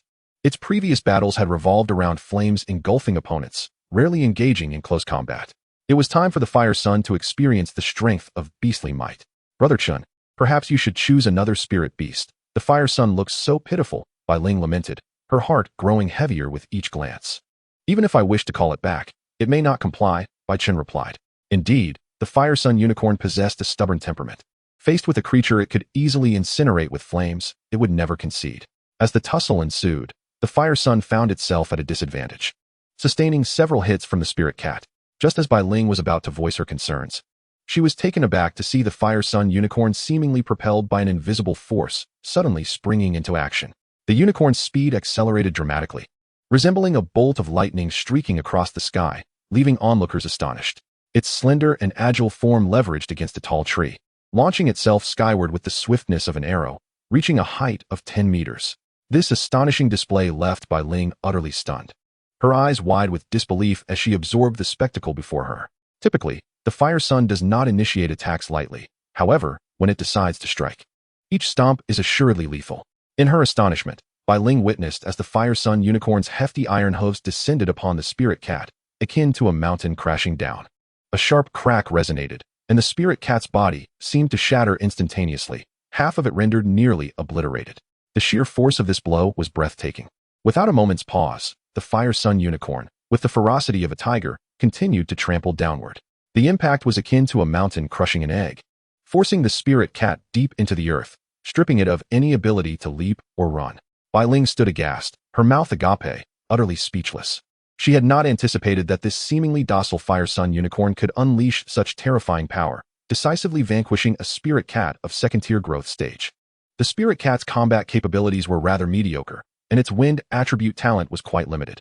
Bai Chen recalled his Fire Sun, yet refrained from delivering a fatal blow, sparing the Spirit Cat from death, though he did not permit Bai Ling to contract it as her companion. Bai Ling appeared to still be lost in the shock of recent events, nodding absent-mindedly, as if still grappling with reality. Throughout the ensuing battles, her jaw remained nearly unhinged. She watched, wide-eyed, in disbelief as Bai Chen's Fire Sun Unicorn continuously evolved and improved in combat. This unicorn seemed tireless, charging forward without hesitation, undeterred by either bronze or silver-tier spirit beasts. With each fierce confrontation, the unicorn's combat skills sharpened and its power escalated. After each victory, it unflinchingly sought out the next, stronger adversary. Brother Chun, your Fire Sun Unicorn is truly becoming more formidable.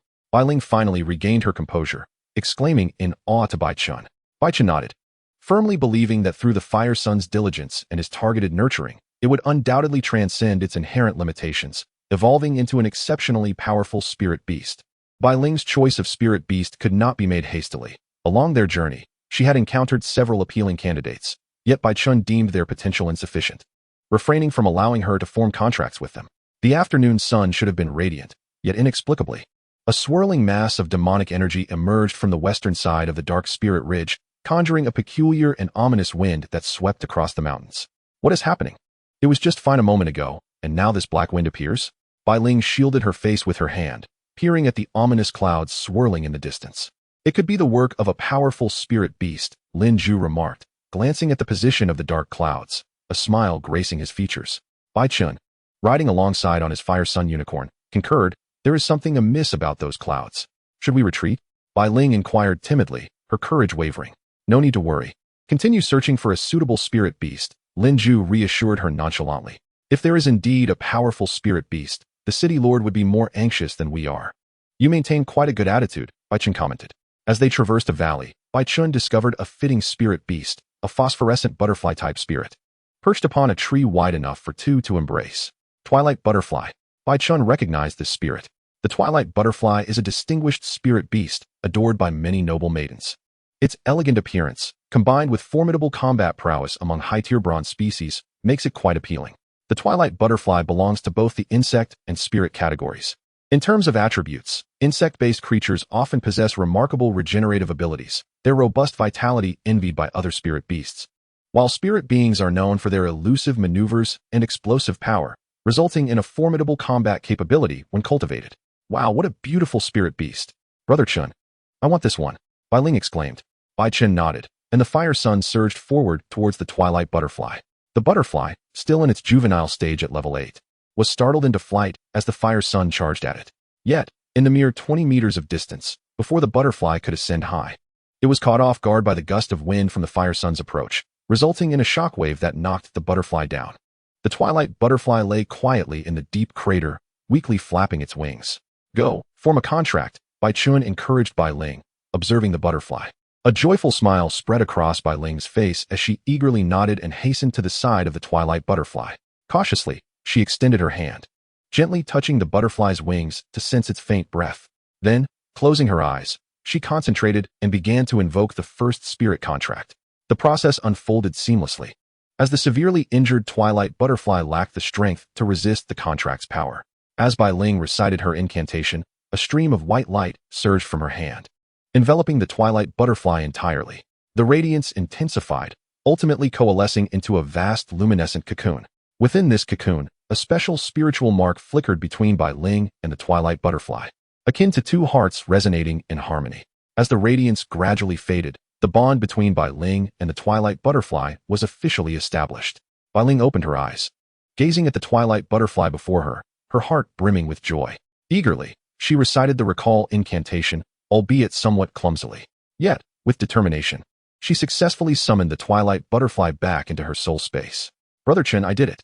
I am a beast master now," Bai Ling exclaimed, soaring towards Bai Chen like a jubilant little bird.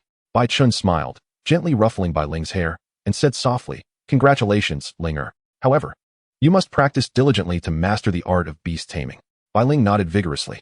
"Brother Chen, can we go to the beast appraisal pavilion now?" she asked excitedly. Bai Chen nodded in agreement and turned to Lin Ju beside him, saying, "Let us go. The contract is successful, and it is time to head to the pavilion." Lin Ju also smiled and nodded, mounting his shadow thunderhorn beast as he walked out alongside Bai Chen.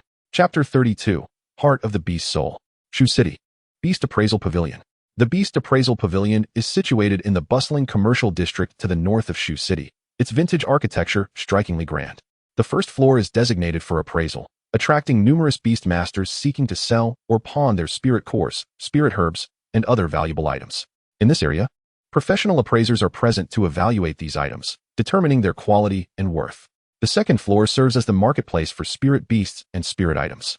Here, spirit beasts are categorized into ornamental and combat types to cater to the diverse needs of clientele.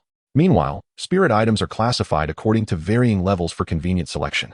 The third floor features spirit tools, encompassing a comprehensive range of offensive and defensive spirit tools, as well as those with unique properties. Regardless of the type, one can find almost any spirit tool here. Finally, the fourth floor is an auction hall, typically reserved for the auctioning of lord-level or higher spirit items and beasts. Such precious items invariably attract the attention of many beast masters, leading to fierce competition. As Bai Chen and his companions entered the Beast Appraisal Pavilion, the evening was drawing near. The pavilion had kindled fish oil candles, casting a warm glow throughout the space. The fish oil, derived from a low-grade bronze spirit beast dwelling by the sea, is widely utilized for making these candles due to its abundance and high oil content. The pavilion was bustling with activity. The bronze area was the most crowded, while the silver area was moderately populated, and the golden area appeared rather desolate with only a few patrons. Lin Ju addressed Bai Chen, "I shall head to the third floor to see if there are suitable spirit items for me. You can handle the White Mountain Armadillo beast first, then come find me. I will also keep an eye out for any suitable items for your Radiant Unicorn." Bai Chen nodded in agreement. After parting ways with Lin Ju, Bai Chen took Bai Ling by the hand and made his way directly to the silver area on the first floor. There were 5 counters in the silver area, each manned by an appraiser clad in a uniform. At that moment, the silver area was not overly crowded, and Bai Chen led Bai Ling to the spirit beast appraisal counter. Before the counter stood 2 burly men, engaged in a transaction involving 2 low-grade silver spirit beasts in their juvenile stage, exuding a fierce aura. Judging by their attire, they seemed to be seasoned practitioners of outdoor training. The appraiser at the spirit beast counter, a man in his 30s, casually scanned the juvenile silver beasts from the spatial ring of the 2 men. "Ah, Wang Long, Wang Hu, these 2 ghost-faced spiders have commendable qualities. Did you manage to catch them all in one go?" The appraiser appeared to be familiar with the 2 men, conversing with a sense of camaraderie. The 2 brothers chuckled in response. "Masterly, you jest. We couldn't possibly catch them all. We were fortunate this time.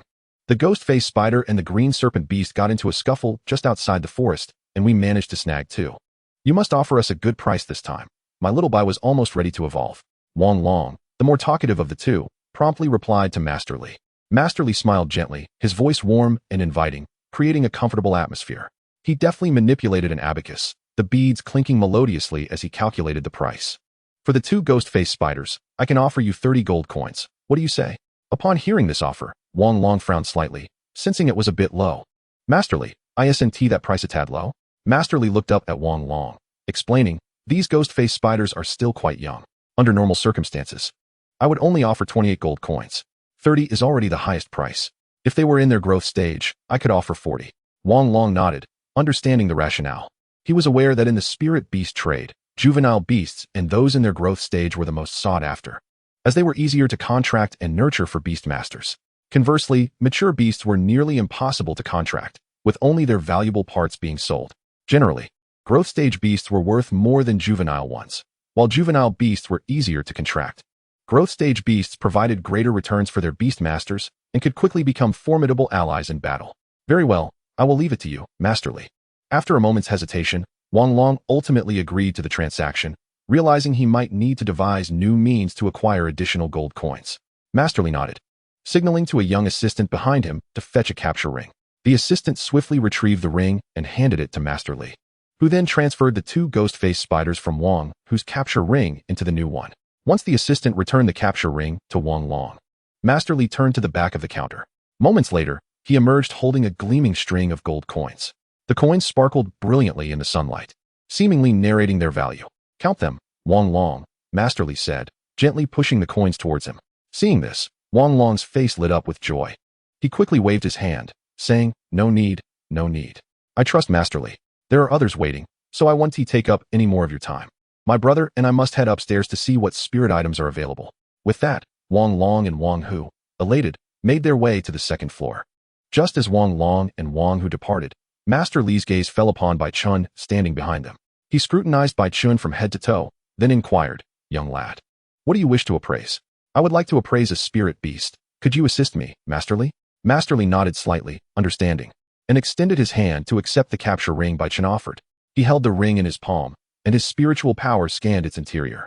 The moment his spiritual force made contact with the spirit beast within the ring, a look of surprise crossed Master Li's mature and composed face as he raised an eyebrow. "Juvenile stage, level 5, a white mountain armadillo beast?" A hint of surprise flickered across the face of Manager Li, not due to the impressive rank of the white mountain armadillo beast, but rather because Bai Chen, at such a tender age, was able to possess and sell a spirit beast of such caliber. It is well known that typically, individuals who own spirit beasts of this level are either scions of prominent families or exceptionally talented youths. In either scenario, it was enough for Manager Li to regard Bai Chen with newfound respect, prompting him to set aside his previous nonchalance. With a careful probe of his spiritual power, Manager Li scrutinized the creature once more. Indeed, the aptitude of this white mountain armadillo beast is commendable, and its innate talents are remarkably distinguished. As he spoke, he began to manipulate his abacus, for the Beast Appraisal Pavilion possessed a specialized pricing standard according to the various stages and species of spirit beasts. After a thorough calculation, Manager Li lifted his gaze to Bai Chen and declared, "According to our pricing standards at the Beast Appraisal Pavilion, 83 gold coins would be a reasonable price for the white mountain armadillo beast. However, considering your impressive capabilities at such a young age, I shall offer it to you for 85 gold coins instead. Young friend, how does that sound?" Upon hearing this, Bai Chen pondered for a moment and then nodded, indicating that the proposed price aligned closely with his expectations. Typically, bronze-level spirit beasts are priced under 10 gold coins, silver-level beasts within 100, while the price for golden-level beasts varies significantly, starting from 1,000 gold coins and above. "Very well," Bai Chen replied readily. Seeing this, Manager Li smiled slightly and turned to a young attendant behind him, instructing, "Go, facilitate the transfer of this white mountain armadillo beast." The attendant complied with a nod. "Young friend, you must be a recent recruit of the Beast Hunting Hall," Manager Li inquired, seizing the opportunity to conjecture about Bai Chen's background while the attendant handled the exchange. Bai Chen nodded in acknowledgement. "Haha, indeed, young friend. You are quite accomplished for your age," Manager Li praised, accepting the gold coins passed to him by the attendant. "A total of 85 gold coins, please verify." Bai Chen received the coins and promptly stored them in his spatial ring, knowing that a force as vast as the Beast Appraisal Pavilion would not resort to any underhanded tactics with such currency. "Young friend, do come to our Beast Appraisal Pavilion next time you have something of value," Manager Li remarked.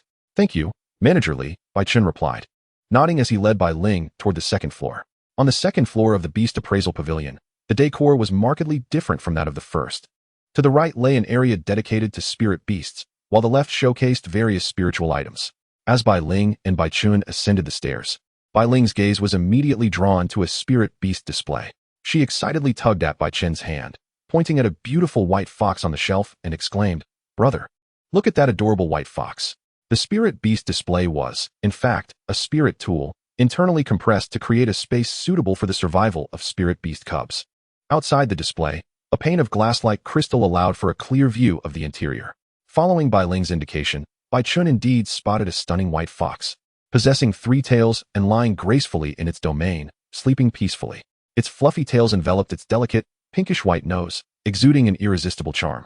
This white fox was a medium silver-grade, 3-tailed spirit fox. Bai Chen approached the display and scrutinized the price tag, which boldly stated 60 gold coins. This price was indeed steep for an ordinary family.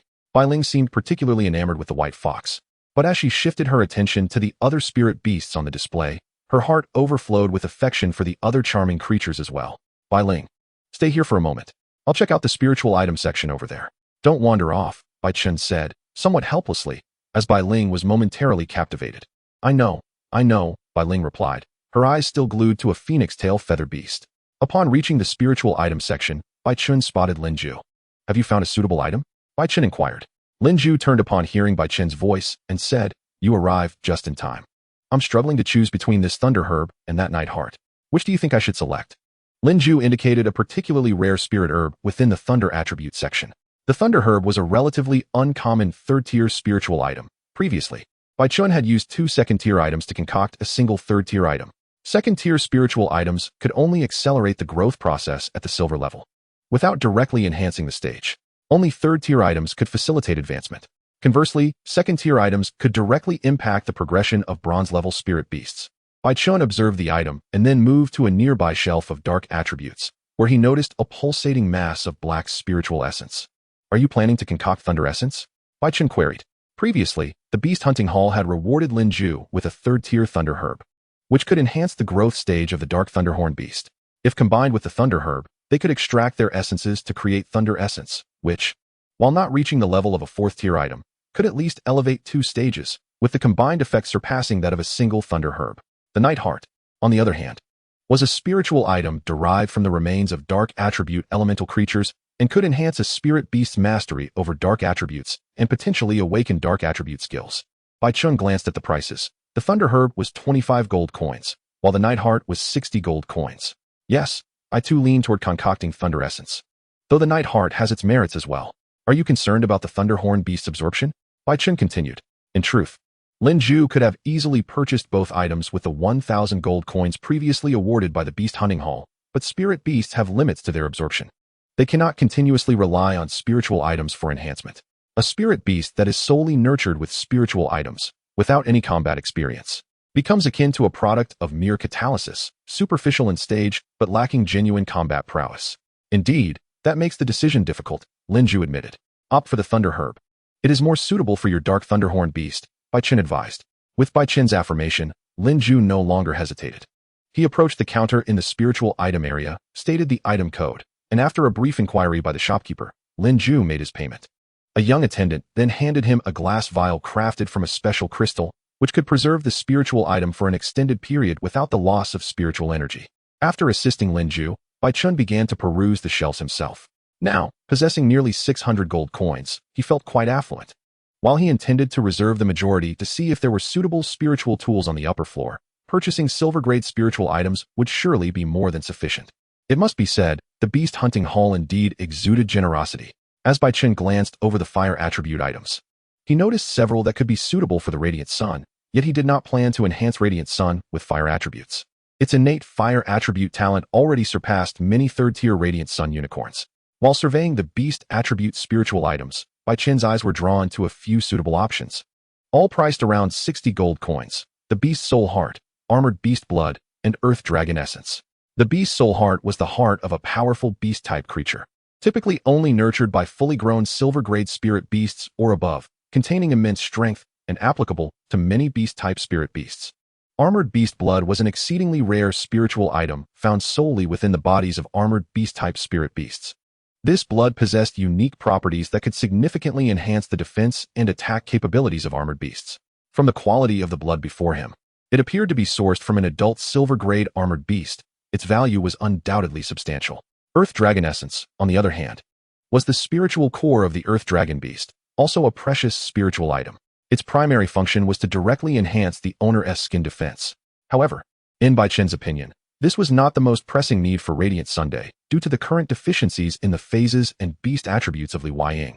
Rather than mere defensive capabilities, Bai Chen swiftly dismissed the option of the Earth Dragon Essence after a moment of contemplation.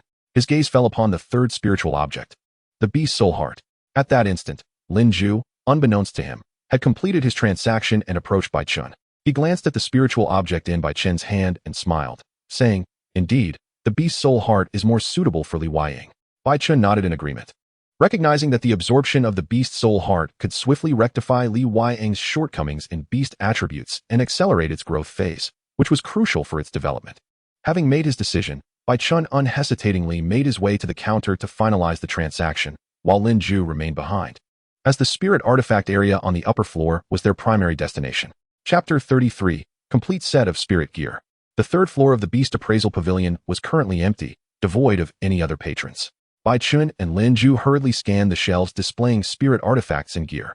However, they found nothing that met their satisfaction, prompting them to proceed to the counter for further inquiry.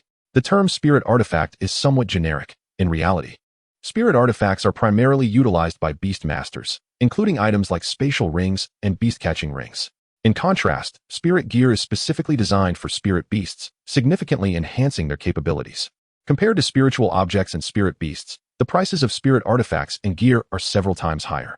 On the third floor, there was only a solitary counter where a man nearing 50 sat leisurely, savoring fragrant tea, completely oblivious to the arrival of Bai Chen and Lin Ju.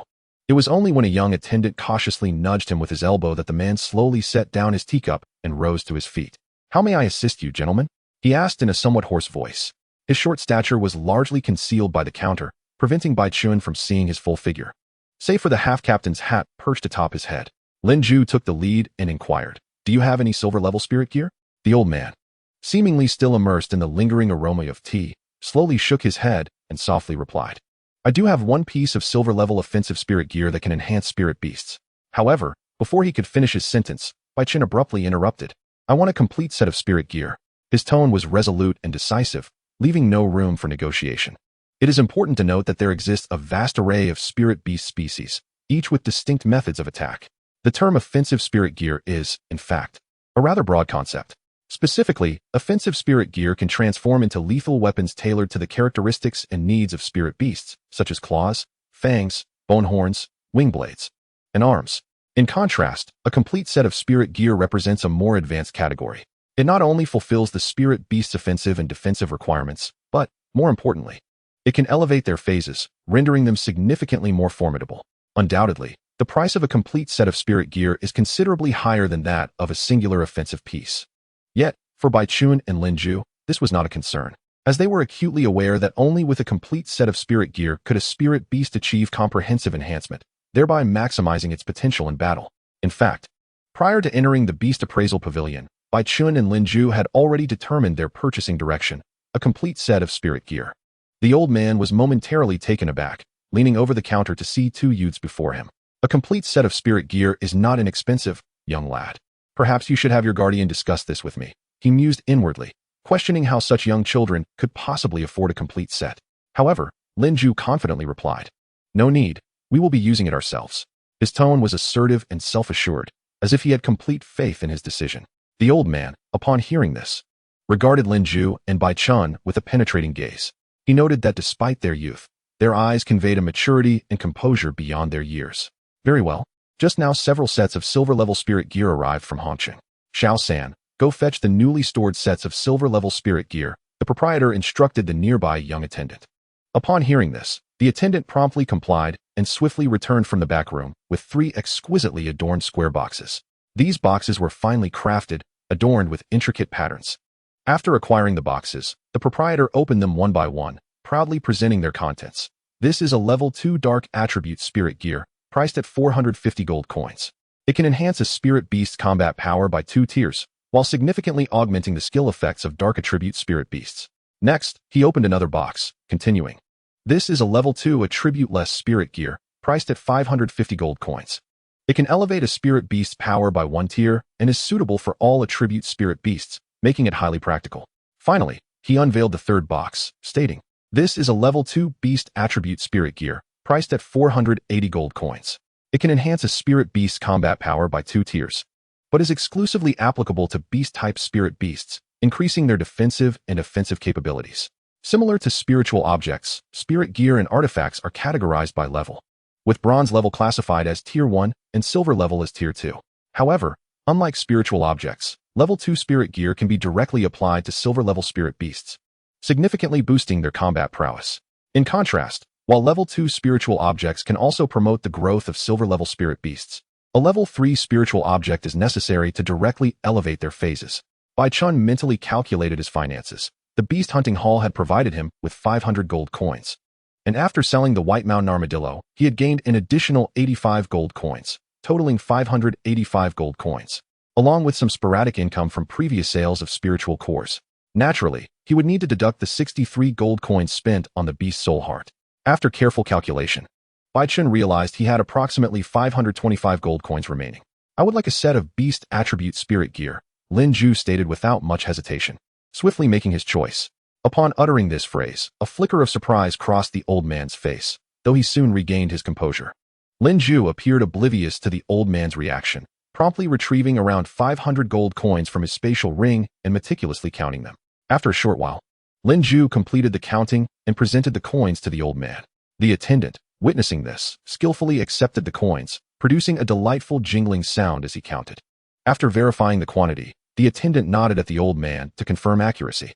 The old man said nothing further and handed the box containing the Beast Attribute Gear to Lin Ju. Inside the box, you will find the usage instructions. The Spirit Gear bears our Beast Appraisal Pavilion's insignia. Should you encounter any issues within 3 days, feel free to return for an exchange. Lin Ju nodded in acknowledgement. "Lend me 25 gold coins," Bai Chen requested after completing his calculations. Without hesitation, Lin Ju produced a handful of coins from his spatial ring. Bai Chen extended his hand to receive them and then retrieved more coins from his own spatial ring. Attribute-less Spirit Gear. The old man gestured for the mistress to count the sum before promptly handing over another box, reiterating the previous phrase. Once the transaction was complete, he returned to his leisurely demeanor. As they departed from the second floor, with Bai Ling still engrossed in observing the spirit beasts, Bai Chen assured Lin Ju that he would repay him swiftly. Lin Ju waved his hand, indicating that there was no rush. Bai Chen remained silent, silently cherishing this bond of friendship. In Shucheng, at the temporary residence of the Bai clan, after parting ways with Lin Ju, Bai Chen returned to his small courtyard. Now well past midnight, he retrieved the spirit equipment and the beast's soul heart from his spatial ring. His entire fortune was encapsulated in these 2 items, and he was eager to witness the surprises they would bring. Chanting an incantation, the crimson runes flickered to life, and the figure of Liang gradually materialized. The moment it appeared, as if aware that this was an enhancement for itself, it affectionately nudged Bai Chen with its head, expressing closeness and trust. Despite the flames engulfing Liang, Bai Chen felt only warmth, devoid of any scorching sensation. All right, no more mischief." Bai Chen chuckled, gently stroking Liang's head, and tenderly said, "Tonight, we shall restore your beast attributes. Now open wide." With that, he delicately tossed the beast's soul heart into Liang's mouth.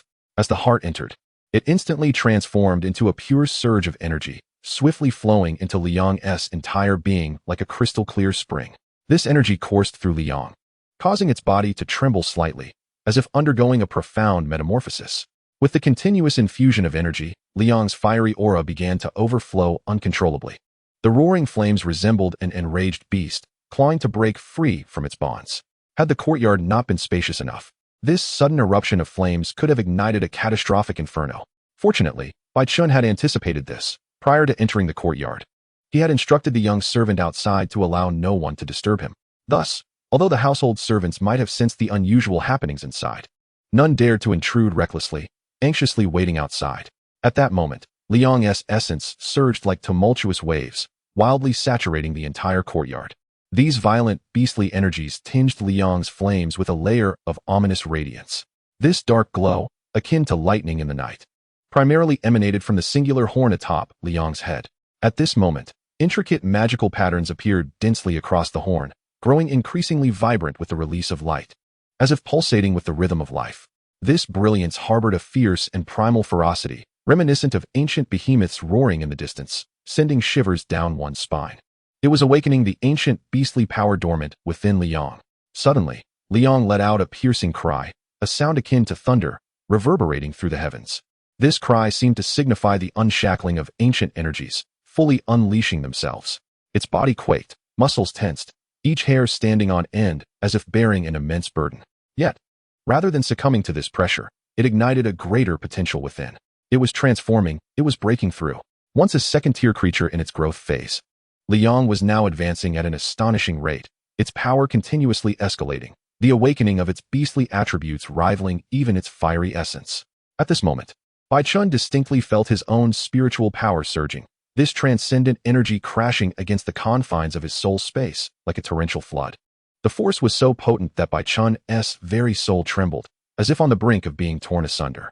However, rather than being overwhelmed by this energy, Bai Chen guided it, allowing it to propel him towards the realm of advanced spirit practitioners. He had never anticipated that Liang, through the power of the beast soul heart, could elevate its strength to such terrifying heights, perfectly attuned to its essence, as if custom-tailored for it. As Liang's aura reached the 5th tier of its growth phase, it gradually subsided, and Bai Chen's spiritual force also began to stabilize. There remained a distance to the advanced spirit practitioner level. Bai Chen estimated that with diligent training for 2 months, he could step into this domain. Liang now stood nearly 2 meters tall, exuding an imposing presence. Its muscles appeared as if meticulously sculpted anew, the musculature around its shoulders bulging like small hills, subtly rising and falling with each breath. Every contour radiated strength. Its thick neck robust, and the texture beneath its mane was vividly defined, as if brimming with explosive energy. Its hooves were heavy, unmistakably capable of crushing any obstacles in its path. Merely gazing upon it evoked an overwhelming sense of impending power. Liang emitted an excited neigh, and Bai Chen, having calmed his own surging spiritual force, realized that his choice had indeed been wise. Liang, now a 5th-tier beast with dual primary attributes, was more than a match for the 6th-tier ice condensation. Bai Chen retrieved the spirit equipment from the box, revealing a shimmering orb of starlight. Prior to the purchase, he had resolved to bestow this spirit equipment upon ice condensation, for with Liang already possessing 2 primary attributes, it would not face significant disadvantages in direct combat. The spirit equipment would merely serve as an enhancement. Ice condensation, being a long-range ice dancer, would find herself powerless in close quarters. Although the ice armor could provide temporary protection from severe damage, defeat was nearly assured once engaged directly.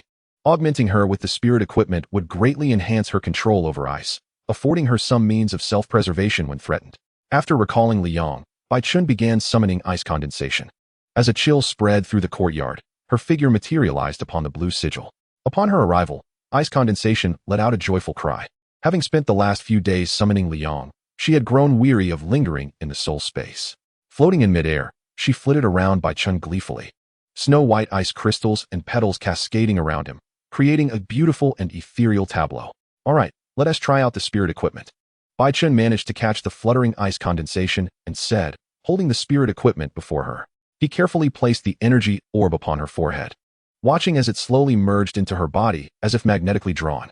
As ice condensation gradually absorbed the energy, her originally translucent form began to emanate sparkling starlight, dazzling like the stars in the night sky. Once the energy orb had completely vanished, a faint layer of starlight enveloped ice condensation.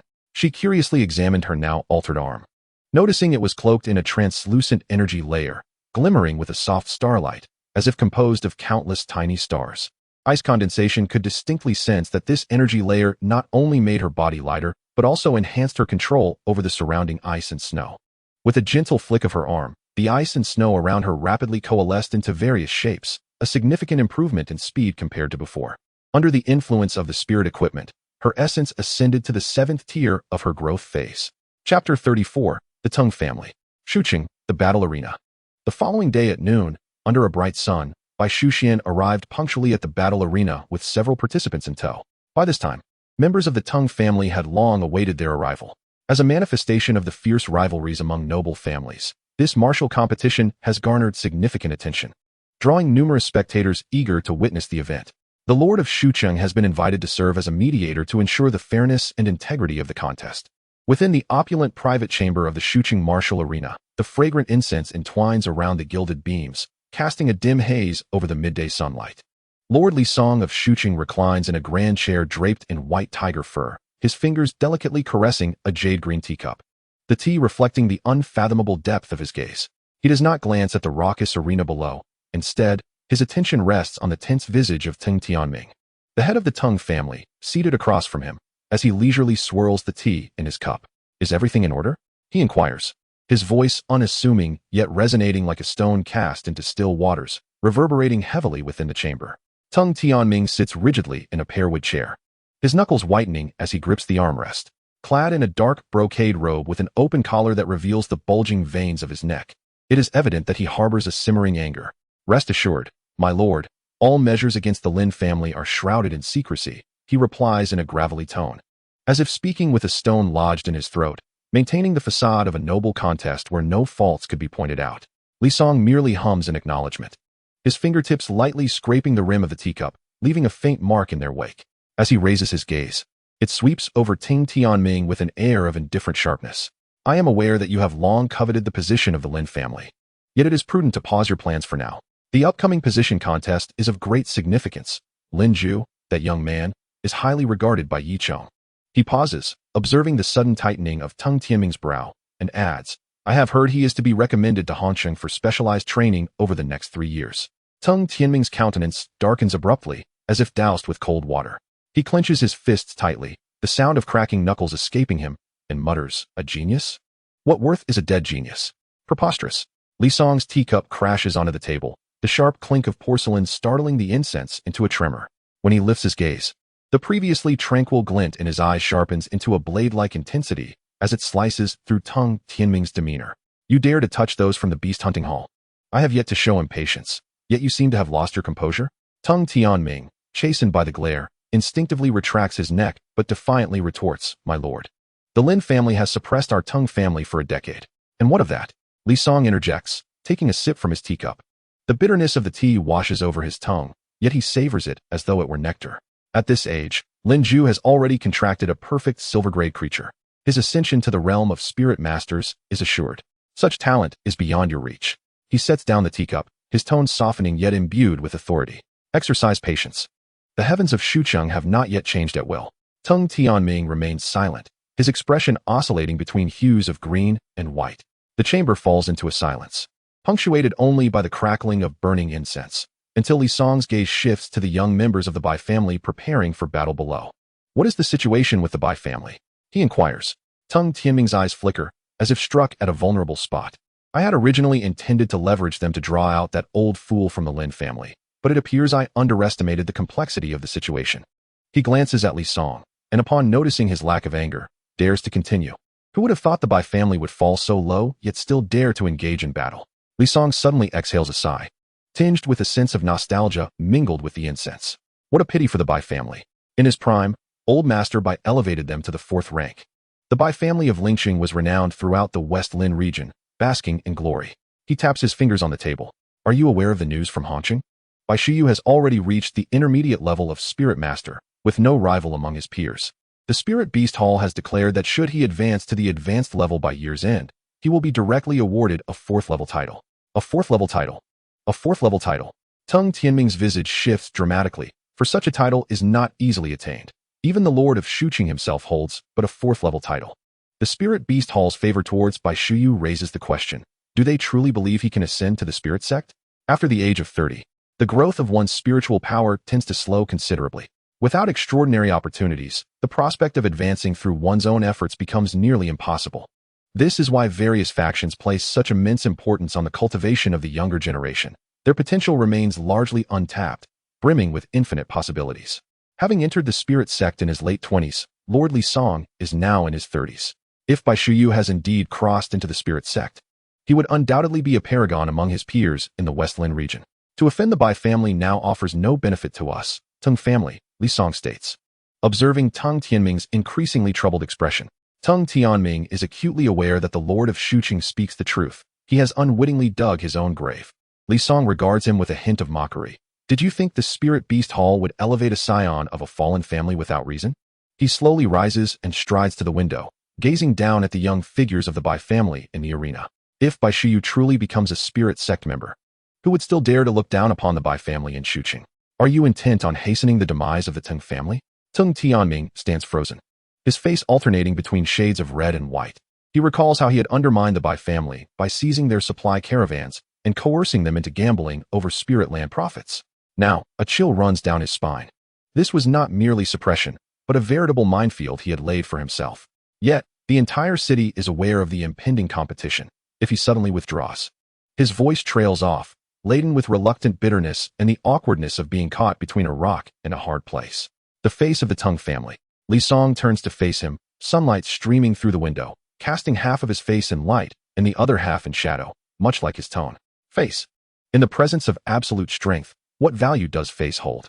He approaches Tang Tianming, placing a firm hand on his shoulder. Return the goods and compensate with some spirit herbs. Simply claim it was a friendly competition and let it conclude there. A faint smile tugs at his lips as he adds, as for the contest below, ensure your young one exercises restraint. Do not escalate matters unnecessarily. With that, he straightens his robe and strides out the door. The flowing fabric of his dark robe sweeps across the ground, stirring the incense in a swirling dance within the chamber. Tang Tianming remains rooted in place, watching the Lord's retreating figure before lowering his gaze to the young members of the Bai family below. His expression fluctuates, as if caught in the relentless interplay of shadows and light from the arena. His fingers continue to tremble, yet clarity dawns within him. This time, he has truly acted in haste. Outside, the drums of the martial arena suddenly resound, causing the window paper to hum with vibration. Tang Tianming takes a deep breath, finally releasing his clenched fists. The sun-drenched earth of the arena radiates heat, carrying a faint scent of charred soil.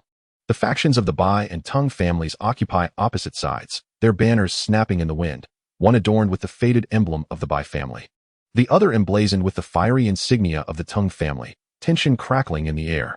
The stands are already filled to capacity with the youth of Shuqing's prominent families, idlers, and merchants, their various expressions hidden beneath the shadows of sun hats. Have you heard? Remarks a young master from the Jin family, fanning himself leisurely while cracking sunflower seeds. The Tang family is dead set on putting the Bai family down this time. Even the Lord has taken notice. A member of the Liu family leans in and whispers. Indeed, back in the day, the Bai family was in its prime in Lingchong, a fourth-rank family of great renown. Now they've fallen to be manipulated by the Tang family. Before he can finish, another companion tugs at his sleeve, urging him to lower his voice. Do you not see the Bai family members standing below? What is there to fear? Another man in simple attire scoffs. Fallen is fallen. I wager on the Tang family's victory. I just placed 10 gold coins on the betting board outside. I beg to differ, remarked a bespectacled scholar, adjusting his glasses. Even a starving camel is larger than a horse. Perhaps the Bai family has some hidden cards up their sleeves. The murmurs rolled over the stands like a rising tide, filled with lamentation, ridicule, and speculation, weighing heavily on the hearts of the Bai family members. Standing at the front of the line, Bai Shuxian felt the dampness of sweat saturating the back of his blue robe. He clenched his fists tightly, his knuckles whitening. Over the past year, he had toiled from dawn until dusk, meticulously tallying accounts and borrowing funds just to barely scrape together the maintenance fees for their spiritual land. After much effort, he had finally managed to help the Bai family establish a foothold in Shuqing. Yet to outsiders, they remained merely a molting phoenix. Brother, you have done remarkably well, Bai Chen said softly, appearing at his side, his voice calm, yet reassuring. Bai Shuxian glanced at him, forcing a smile that lacked warmth, but he said nothing. Suddenly, a commotion arose from the eastern side as the crowd parted like a river. The Tang family had arrived, led by Tang Wuyo, a burly man in his early 20s, who resembled a small mountain. His bulging eyes glinted as he strode forward, lifting his chin toward Bai Shuxian and growling in a voice as rough as gravel. Bai Shuxian, have you figured out how you're going to lose today? He approached closely, sizing up Bai Shuxian with a mocking laugh. Who would have thought that the little brat who once trailed behind Bai Shuyu would one day become the head of the family?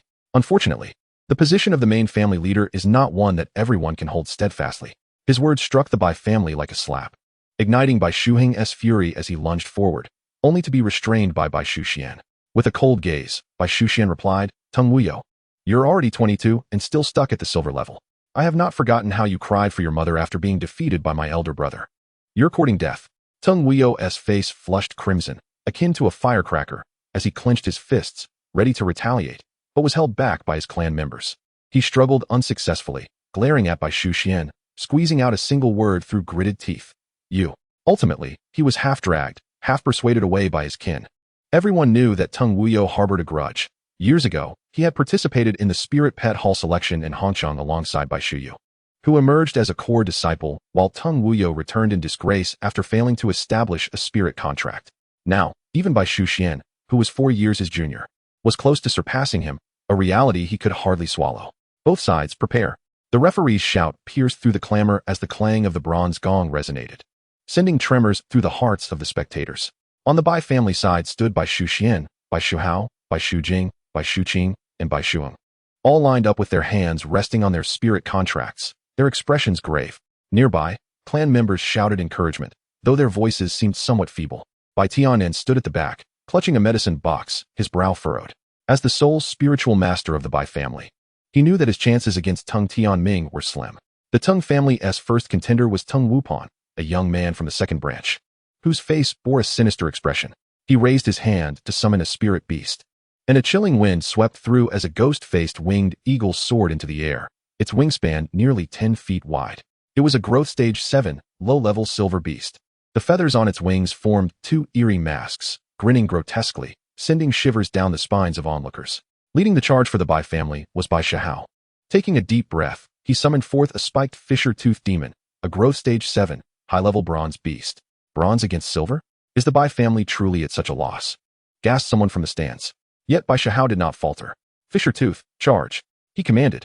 The fisher-toothed demon leaped forward with a roar, its sharp teeth glinting menacingly. However, the ghost-faced winged eagle flapped its wings, conjuring a violent gale that forced the fisher-toothed demon back, unable to close the distance.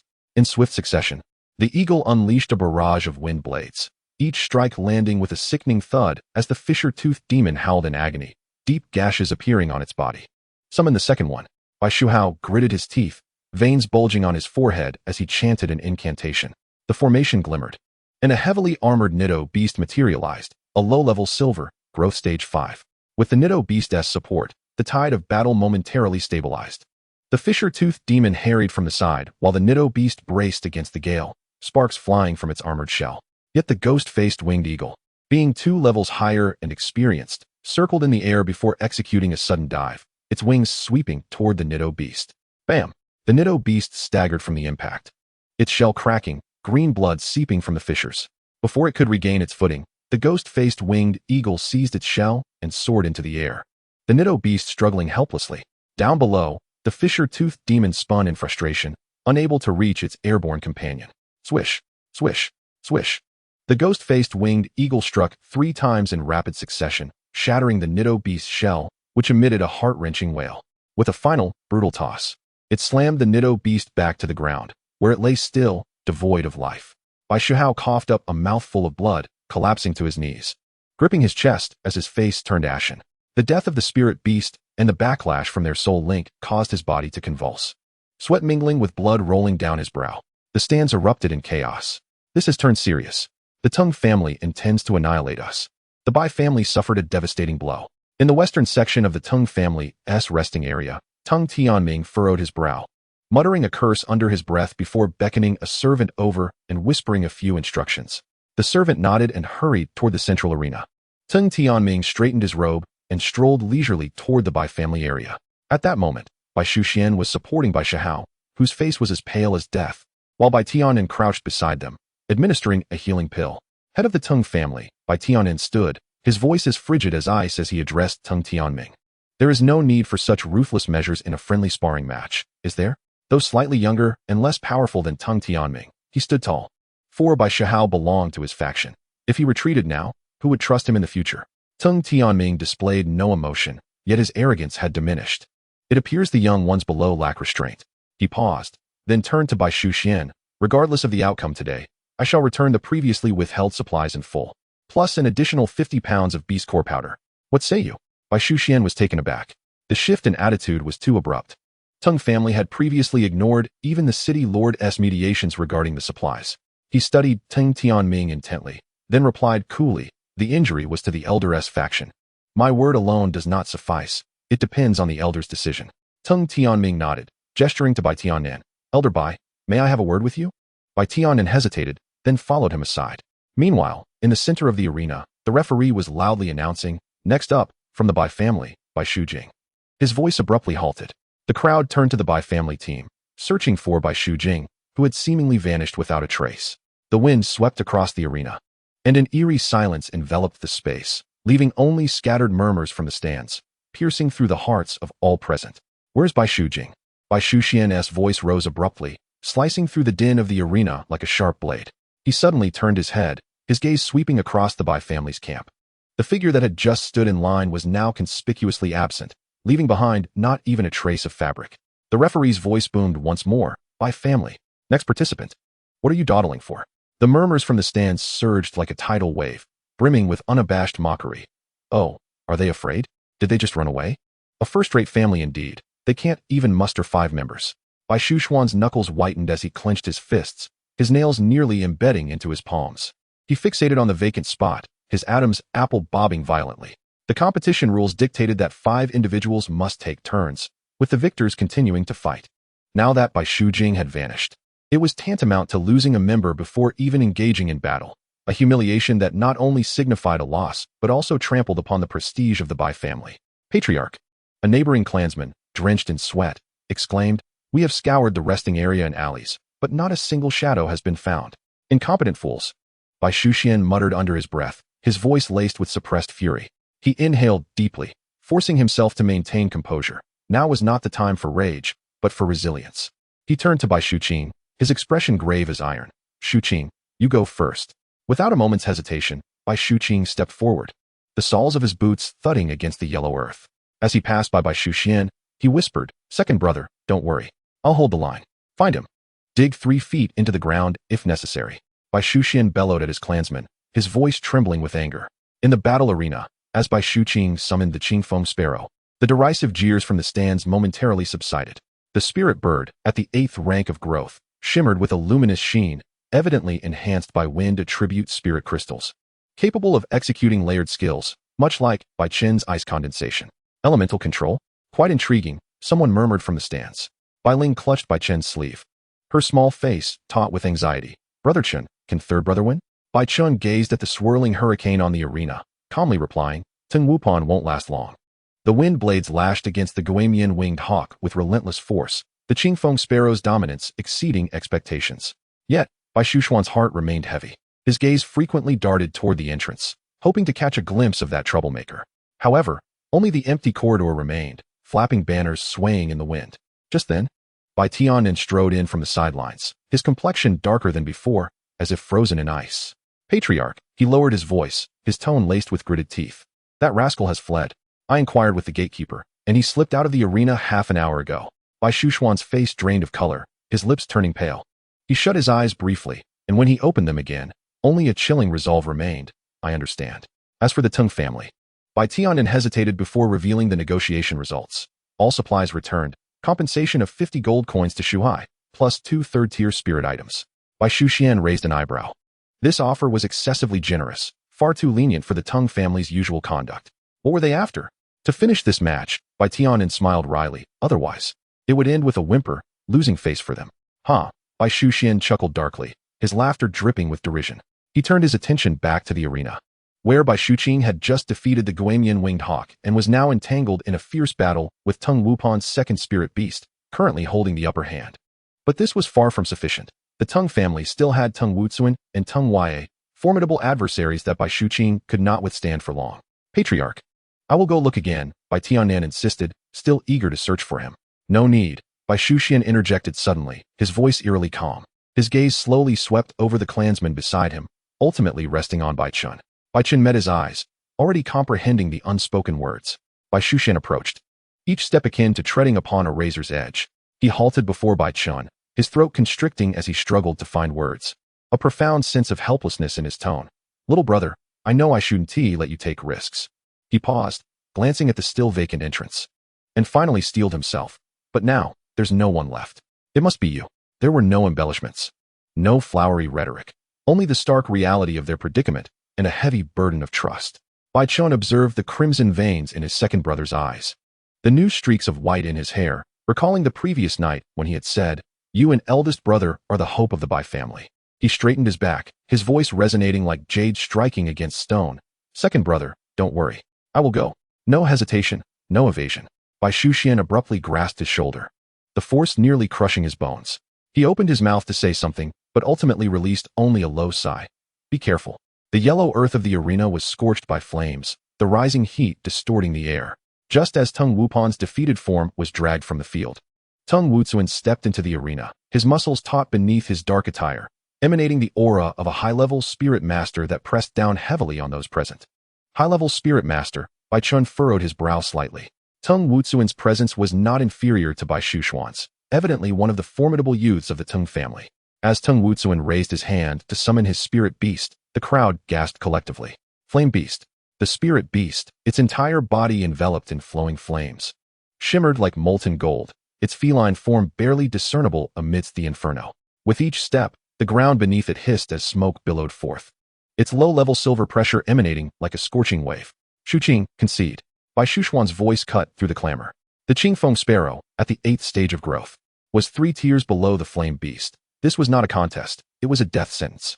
Yet, Bai Xuqing clenched his fists tightly. He looked at the gloating faces in the stands, then back at the tense figures in the Bai family camp, swallowing hard, but ultimately refusing to back down. The Bai family would not concede so easily. Foolishness, Tung Wuzuan scoffed, his fingers twitching. The flame beast lunged forward, its afterimage slicing through the air, trailing a line of fire.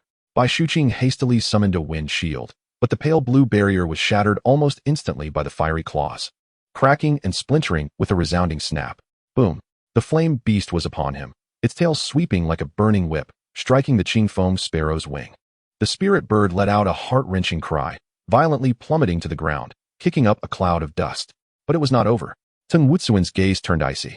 The flame beast unleashed a blade of fire, akin to a red-hot steel knife, precisely cleaving through the Qingfeng Sparrow's outstretched wings. With a sickening squelch, feathers and flesh exploded. The spirit bird's wings drooping at an unnatural angle, convulsing on the ground, its cries growing fainter. I concede.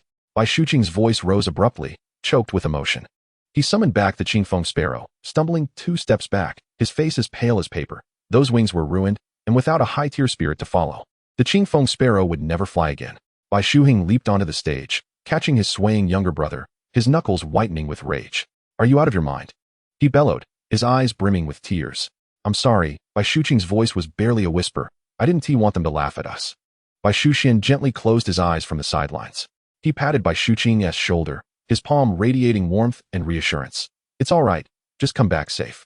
Yet, in the next moment, Bai Xuqing had already turned to leap back onto the stage, his aura swelling with fury. Tung Wuzuan, I will face you. Flashes of light erupted as 2 spirit beasts materialized, an 8th-stage mid-tier silver Gizian demon servant, cloaked in swirling black mist, its ghostly blade gleaming with a chilling light. Alongside a 9th-stage Yanwei, its azure-purple flames flicking like a living serpent, crackling as it burned through the air. 2. Tung Wuzuan arched an eyebrow, and without hesitation, summoned forth his first spirit contract. The moment the fluffy creature landed, its rotund body shivered, and its fluffy white fur exploded outward, revealing the sharp claws concealed beneath. Though its aura, at the 9th tier of growth, was relatively weak, it exuded a fierce determination. As the 4 beasts faced off, the atmosphere erupted into chaos. The black mist of the ghost cloud demon's servant surged forth like a tidal wave, enveloping half of the arena, while the ghostly blade sliced through the air towards the flame beast.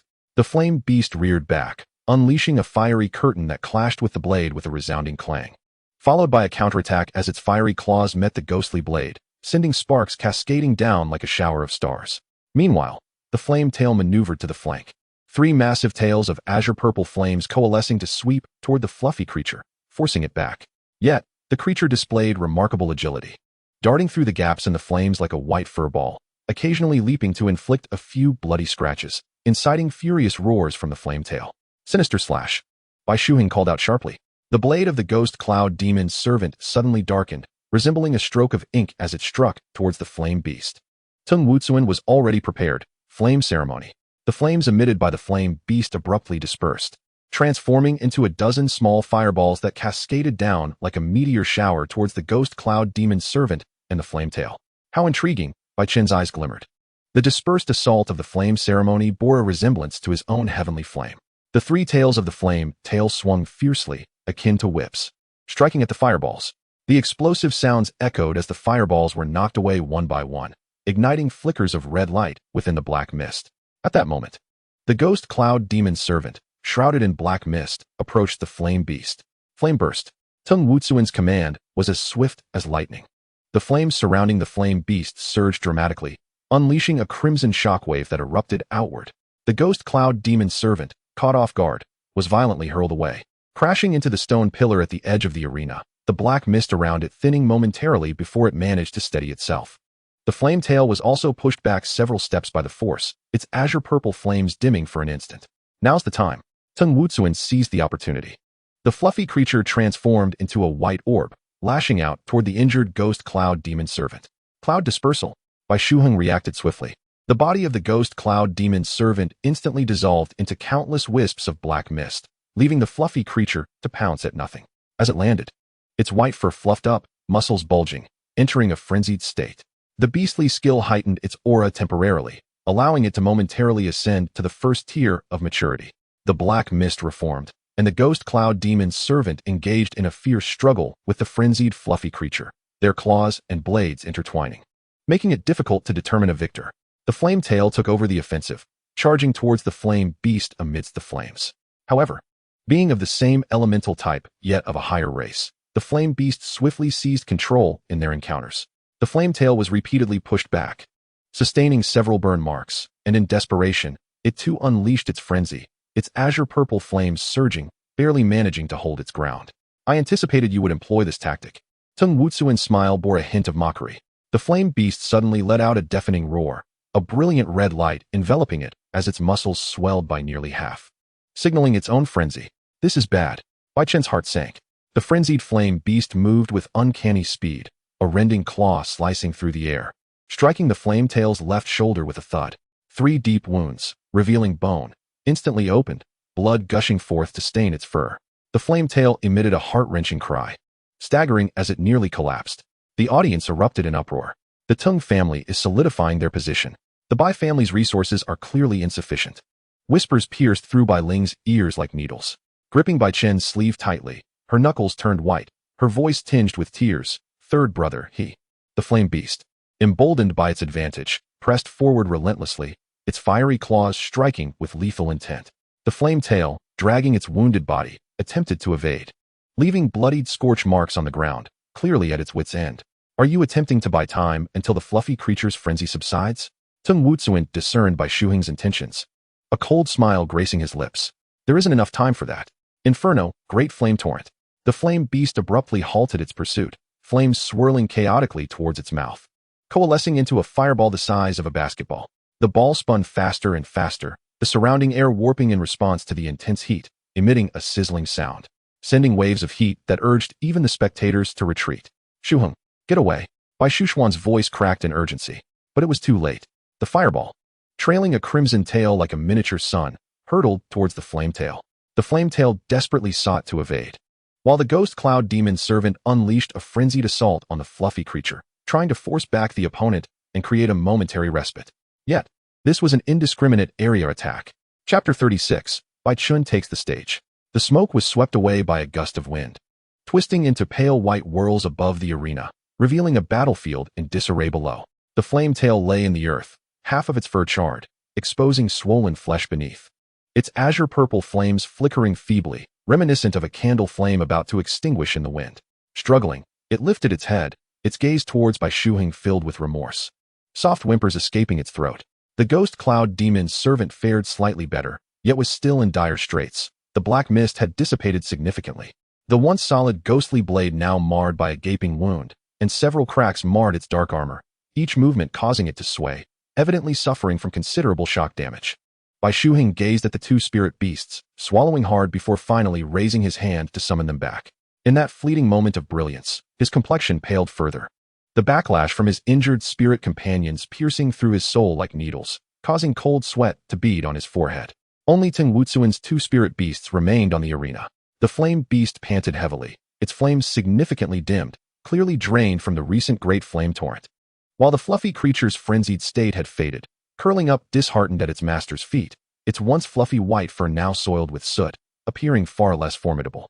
Yet despite this, the ghost cloud demon's servant ultimately succumbed. Another defeat. Murmurs among the audience softened but remained piercing, and the hope for the Bai family seemed utterly bleak. Oh, how glorious the Bai family once was, with Bai Shuyu alone capable of overshadowing the Tung family. Bai Shuheng descended from the arena with heavy steps, each tread akin to walking on shards of glass.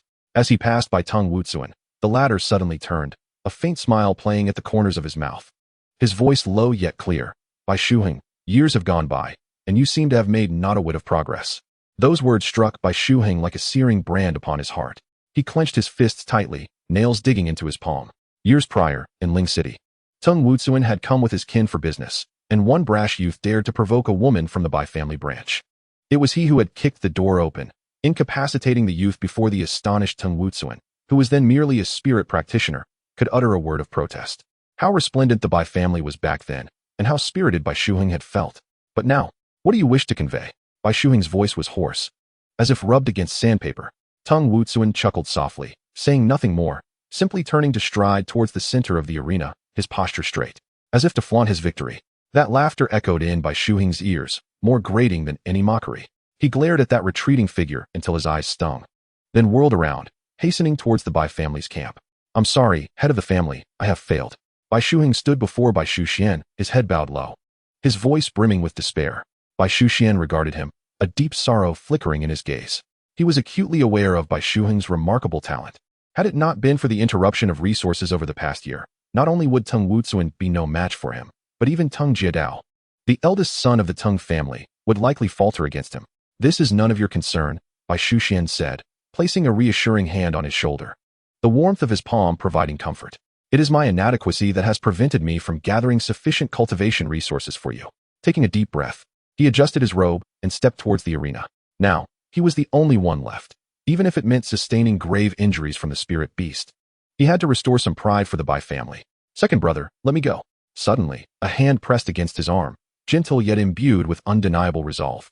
Bai Chen stood behind him, his eyes shining with an intensity akin to tempered steel. I will confront Tung Wuzuan. Absurd. Bai Shuxian hastily shook his head, his voice laced with urgency and anger. Even if Tung Wuzuan has already fought, the flame beast still possesses combat strength. You cannot contend with it. Moreover, there's also Tung Wucai behind him. Once I have battled Tung Wucai, there will be two left for you. I can do it. Bai Chen interrupted him, his voice calm, yet resolute. Second brother, trust me. With that, he did not linger, turning to stride directly towards the arena. The hem of his blue robe sweeping across the ground and stirring up fine dust, his back straight and unwavering, devoid of hesitation. Xiaochen. Bai Shuxian attempted to chase after him, but was halted by a small hand. Bai Ling looked up, her eyes sparkling, her tone imbued with the stubbornness unique to children. Second brother, let Brother Chen go. He is very capable. We must believe in him. You child. Bai Shuxian gazed at his sister's bright eyes, then turned to the figure steadily advancing to the center of the arena. His outstretched hand paused midair, ultimately withdrawing slowly. Tung Wuzuan stood at the center of the arena, his dark attire billowing in the wind, chin slightly raised, an air of arrogance nearly spilling from his gaze. Upon recognizing that Bai Chen had stepped onto the stage, he scoffed, his voice not loud, yet audible enough for those around to hear. Is the Bai family out of capable individuals? Sending a worthless fool who cannot even form a first-level spirit contract to his demise. Ha! Truly that worthless fool. Laughter erupted from the audience, some banging their tables, declaring, I told you the Bai family was doomed. They dare to send such a character into the ring. On the high platform, several family elders shook their heads and whispered to each other. In the days when old Master Bai was alive, the Bai family's youth were so resplendent. Now, if this Bai Chen could win, I would eat this teacup. Bai Chen remained unfazed, standing 3 zhang away from Tung Wuzuan. His gaze was as tranquil as a still pond. The news from the beast hunting hall had not yet spread. He had anticipated such mockery. Recognizing that argument was futile, his fists would serve as the best response. Those who were wise would step aside. Seeing him silent only fueled Tung Wuzuan's arrogance. He ground his foot against the scorched earth. My master has instructed me not to harm your Bai family members. However, my flame beast has a volatile temperament. If it truly injures you, do not blame me for not warning you. No sooner had he finished speaking than the flame beast beside him let out a fierce roar. Despite having expended considerable energy, the pressure of a first-level mature beast surged forth like a tide, igniting sparks from the ground and scorching Bai Chen's blue robe, leaving small charred marks. Just then, a red light ignited at Bai Chen's fingertips. Buzz! A fiery red spirit contract array suddenly unfolded beneath him, its patterns resembling burning vines, swiftly covering half the arena. At the center of the array, a golden red figure leaped forth amidst flames, shaking the ground upon landing. The Sunfire Unicorn. Its mane flowed like molten gold, the spiral horn upon its forehead refracting glimmering light. Although its mature energy level was lower than that of the flame beast, it exuded a more noble pressure. Hiss! The laughter from the audience abruptly ceased. Some gasping in astonishment. The Sunfire Unicorn? A high-level silver type. This aura. At least a mature 5th level. The Bai family has fallen to such depths. Yet they can still procure such a spirit beast for this lad? Tung Wutsuin's smile faltered, jealousy flickering in his eyes as he fixated on the Sunfire Unicorn. Its breed ranking exceeded that of his flame beast. However, a moment later, he scoffed. It must be artificially accelerated, right? With your age? How could you possibly nurture such a spirit pet? He suddenly raised his hand. Fire. Tear it apart. The flame beast let out a low growl. Its somewhat heavy body darting forth, leaving behind a trail of fire. Its claws cut through the air, creating 3 arcs of cold light, and before they even landed, the arena was already gouged with 3 half-foot deep fissures, charred earth, and sparks flying. Just as the claws were about to reach the Sunfire Unicorn, Bai Chen calmly uttered, "Shift." The Sunfire Unicorn's figure suddenly blurred, appearing like a golden-red lightning bolt, instantly materializing behind the flame beast. Its speed was so swift that the movements were indistinguishable, as if it had never moved at all. What? Tung Wutsuin's pupils contracted sharply. Trample. Bai Chen's command followed closely. The iron hooves of the Sunfire Unicorn, imbued with immense power, came crashing down on the back of the flame beast. Crack! A sharp sound echoed, akin to the shattering of bones. As the flame beast let out a wretched howl, its massive body collapsing to the ground, its front claws carving deep gashes into the earth. Roar! In its desperate moment, the flame beast suddenly reared its head, flames erupting around it. This was its final struggle, as all remaining spirit energy coalesced into a circle of crimson shockwaves, surging towards the Sunfire Unicorn with an aura that seemed capable of incinerating all. Light shadow. Bai Chen's voice remained calm as ever. The Sunfire Unicorn's body suddenly split into 3 afterimages, 3 golden-red unicorns galloping neck and neck, their hooves thundering, leaving 3 trails of flowing light across the arena. Yet, the explosion of flames was even quicker. Boom. Flames erupted like a volcanic explosion, instantly engulfing the 3 afterimages. The towering inferno obscured the sky, enveloping the entire arena. Waves of heat forcing the spectators to retreat, the air thick with the scent of char. Rubbish is still rubbish. Tung Wutsuin's maniacal laughter pierced through the flames. Even if the flame beast has lost its strength, it can still easily deal with you. It's over, murmured someone on the high platform, shaking their head. As expected, it was artificially accelerated. It can't withstand the blows. Bai Ling clutched Bai Xuan's sleeve tightly, her knuckles turning white, her face flushed. Brother Chen will never lose. Bai Xuan remained silent, his gaze fixed on the flames, his palms slick with sweat. Just then, a golden-red beam of light suddenly pierced through the inferno. It was a 4-meter-long spear, radiating with a brilliance akin to the sun, the spearhead shimmering with dazzling golden patterns, like a meteor conjured from thin air, instantly piercing through the flame beast's body. Uft! The spearhead, stained with blood, continued its trajectory, skewering into the arena's rocky ground, pinning the flame beast firmly in place. The Sunflower Spear, a high-level silver race skill, unleashing an attack power comparable to a low-level gold. Double attributes. Someone in the audience screamed, realizing that this Sunfire Unicorn possessed both fire and beast attributes. My heavens, what a talent! As the flames gradually receded, the scene on the arena was revealed. The Sunfire Unicorn stood proudly, its mane flickering with flames, its breath somewhat disordered yet still regal. While the flame beast lay pinned to the ground, its flames extinguished, reduced to faint twitches. Tung Wutsuin's laughter abruptly halted, his face paling to a ghostly white as if he had just received a resounding slap. The Bai family wins. The judge's voice trembled ever so slightly. In an instant, the Bai family side erupted in cheers. Bai Ling jumped up, grabbing Bai Xuan's hand and shaking it vigorously, her eyes sparkling like stars. Second brother. Brother Chen won. I told you he could do it. Bai Xuan gazed at the slender figure on the arena, his eyes suddenly stinging with warmth. Memories flooded back of Bai Chen's tranquility during the Beast Hunting Hall assessment, the family's struggles over the past year, and his elder brother's hardships in Hongqing. At this moment, all emotions lodged in his throat, manifesting only as a silent sob. This was not mere luck, it represented the true hope of the Bai family. As Tung Wutsuin descended from the stage and passed by Bai Chen, his voice was as cold as ice. Don't get cocky. I merely overexerted myself. Bai Chen did not respond, instead gently stroking the neck of the blazing sunlight unicorn. Even if the flame beast were in perfect condition, he still had a fighting chance. More than capable of summoning Bing Ning to handle him effortlessly. The referee's voice rang out once more, infused with excitement. Next from the Tung family, Tung Wuyo. A robust figure emerged from below the arena. It was none other than the eldest son of the Tung family. His gaze was sharp as a blade, fixed intently on Bai Chen, a cruel smile playing on his lips. The true battle was only just beginning. Chapter 37. The Shock of the Three Releases. As Tung Wuyo stepped onto the stage, his dark cloak billowed in the wind, revealing the intricately embroidered dark armor beneath. The moment he stood firm, his fingertips pressed forcefully against the ground, and a deep incantation rasped like stone against steel, sending ripples of darkness radiating through the earth, an array of dark attributes. Buzzing. The shadow at the center of the array surged violently, and a spirit beast towering 3 meters rose slowly, the Dark Demon. The Dark Demon, a creature of shadow, was shrouded beneath a hood, from which dark purple mist oozed. A pure manifestation of dark energy that caused the surrounding temperature to plummet and light to appear as if consumed, twisting shadows within a half-foot radius around it. At the first stage of maturity, the crowd gasped in astonishment. Bai Chen, anxiously stomping his feet from below the stage, shouted at Bai Chen, "Xiao Chen, come down. You've already won one match. There's no need to risk it against him. Let me take your place." Yet, Bai Chen seemed deaf to his words, raising his hand instead to connect with the spirit contract. The mane of the blazing sunlight unicorn still flickered with flames, though they were dimmer than before. It tossed its head, hooves carving shallow grooves into the ground, clearly prepared for another battle. Bai Chen's eyes were as sharp as a hawk's, fixed intently on Tung Wuyo, as if attempting to see through him. In response, Tung Wuyo's lips curled into a smirk, mocking Bai Chen's determination. "Look at this boy from the Bai family. He dares to remain in the ring. Don't say I didn't warn you." Tung Wuyo's tone dripped with disdain, clearly taken aback by Bai Chen's persistence.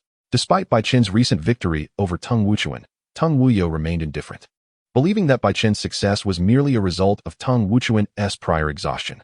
In his eyes, Bai Chen was undoubtedly no match for Tung Wuchuan in terms of true strength. Now, facing a foe of superior ability, Bai Chen's audacity only fueled Tung Wuyo's anger. "It seems I must teach this boy a lesson," Tung Wuyo thought, commanding the Dark Demon to launch a fierce assault on Bai Chen standing in the arena. The Dark Demon emitted a dense aura of dark energy, surging forth like a colossal wave toward Bai Chen. The thick fog of dark energy obscured the arena, enveloping Bai Chen and Tung Wuyo.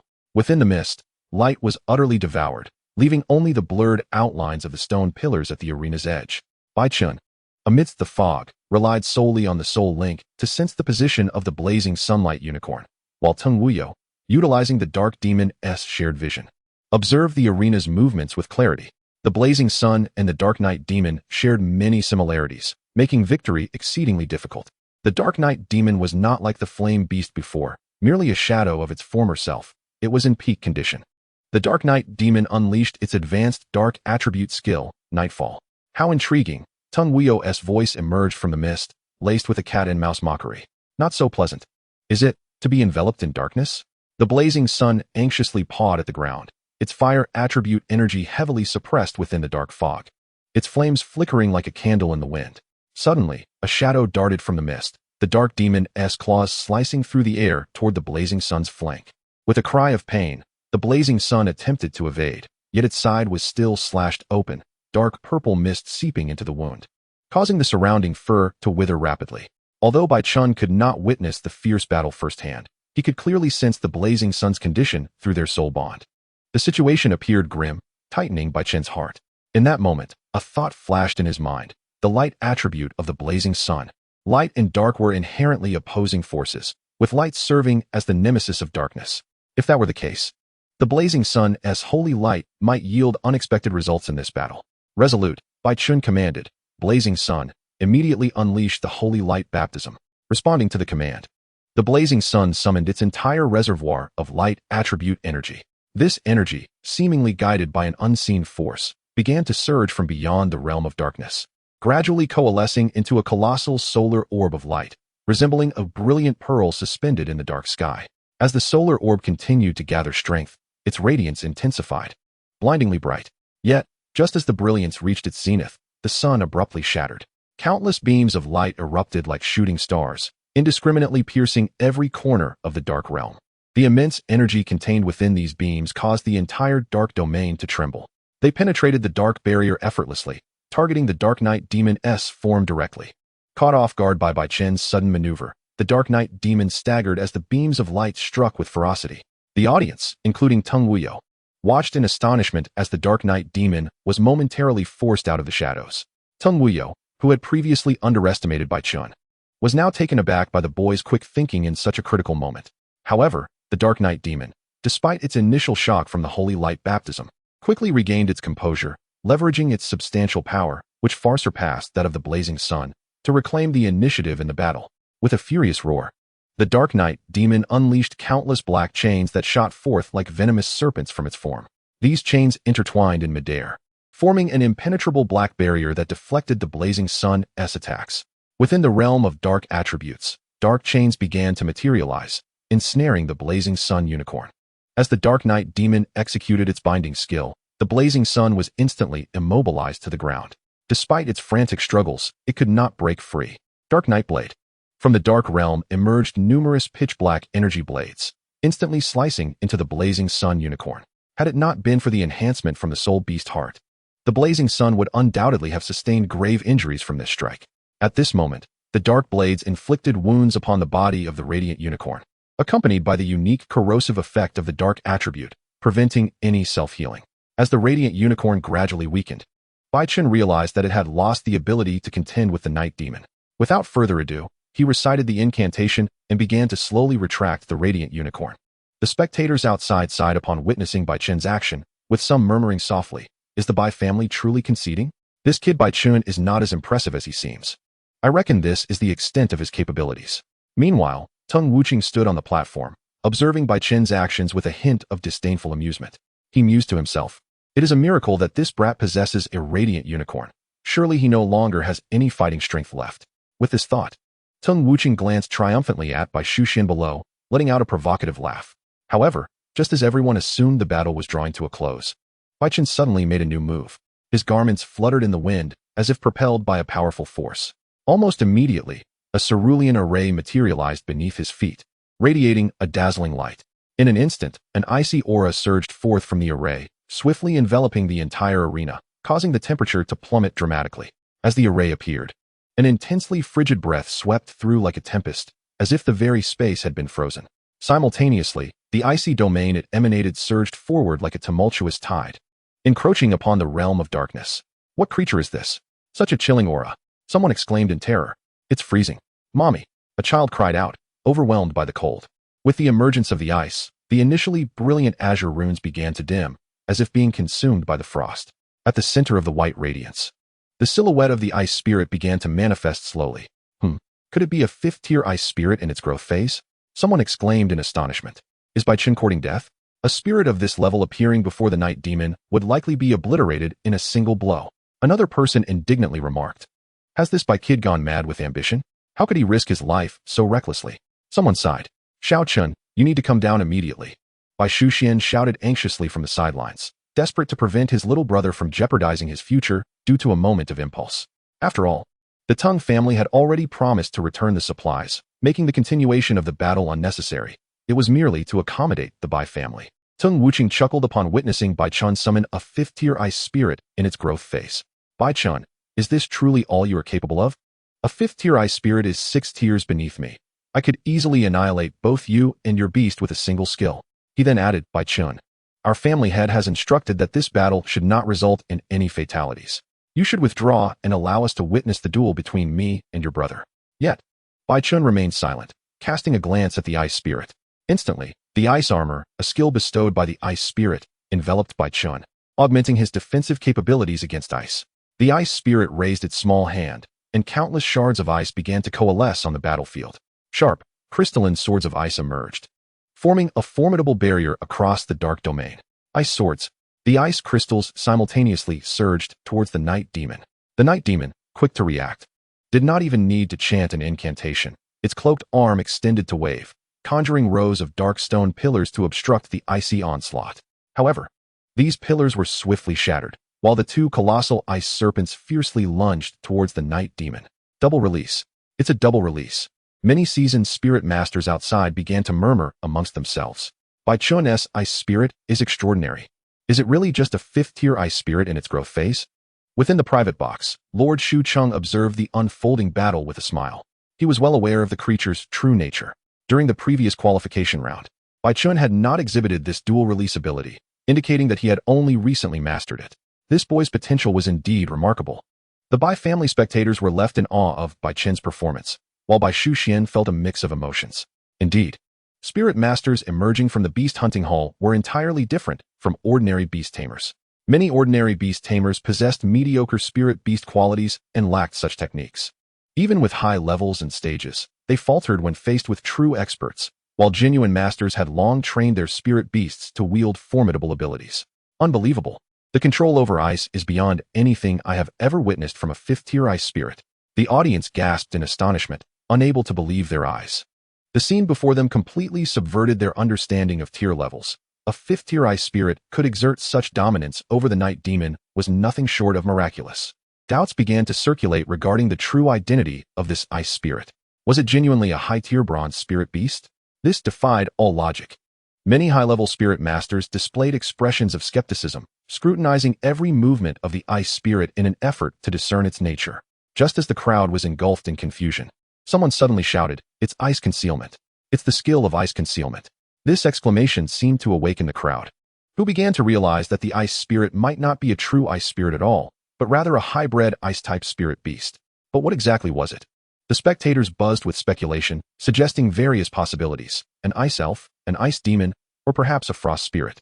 However, before they could fully digest Bai Chen's dual release, a more astonishing spectacle unfolded as the ice spirit unleashed a third skill. This unexpected turn of events left everyone present wide-eyed in disbelief. A fifth-tier spirit beast was capable of consecutively executing 3 skills. Such a feat was unprecedented. Ice crystal chains. The dual release had already left many astounded. Yet Bai Chen's ice spirit had now released a third skill. Ice swords, ice serpents, ice crystal chains. All 3 skills unleashed simultaneously. The ice serpents smashed through the night demon's dark barriers and stone pillars. The frost serpent struck fiercely against the form cloaked in the shadows of the night demon. In the end, 7 or 8 chains of ice, unbeknownst to anyone, emerged from beneath the night demon's body, intertwining in a chaotic dance. Suddenly, they constricted with incredible force, yanking the off-balance night demon down from the air and crashing it to the ground. The scene fell into an eerie silence. Chapter 38, Victory. The battle unfolded rapidly. Before Teng Wuyo could even react, the night demon had already been ensnared within the icy domain created by the crystallized chains. Teng Tianming gazed at Bai Chen, a fleeting glimmer of murderous intent flashing in his eyes, only to be swiftly replaced by an unidentifiable emotion. As a high-level soul master, his primary battle spirit beast was not of the elemental type, and he had yet to reach the third release with elemental spirit beasts. Bai Chen's beast taming talent was no less remarkable than that of his elder brother, Bai Shuyu. Teng Tianming's mind raced as he contemplated the appropriate stance to adopt towards the Bai clan. With a flick of ice condensation's delicate hand, several shards of ice reformed and surged towards the trapped night demon. Should this strike connect, the night demon would likely suffer significant damage. Teng Wuyo, witnessing this scene, felt a jolt of alarm. He understood well the night demon's prowess, and if it could not withstand this attack, the consequences would be dire. Thus, he acted decisively, issuing commands to the night demon without hesitation.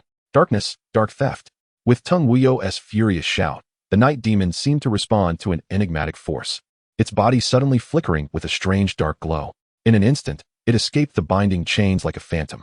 Subsequently, the night demon's form dissipated like smoke, transforming into wisps of dark energy. These shadows swirled violently in the sky, merging into a colossal black vortex. In a heartbeat, the heavens were shrouded in darkness. As if night had fallen, the tendrils of dark energy plummeted like meteors, descending upon the icy realm with a cataclysmic force. Each impact akin to celestial bodies colliding with the earth, resulting in tremendous explosions. The icy domain shattered like fragile glass against this overwhelming power. Each strike of dark energy upon the icy realm melted it swiftly, as if it were snow under a scorching flame. The once solid ice fracturing under the onslaught of the dark energies. Without hesitation, ice condensation unleashed her own frigid aura, continuously infusing this powerful chill into the icy domain. Through her efforts, the icy realm received timely reinforcement.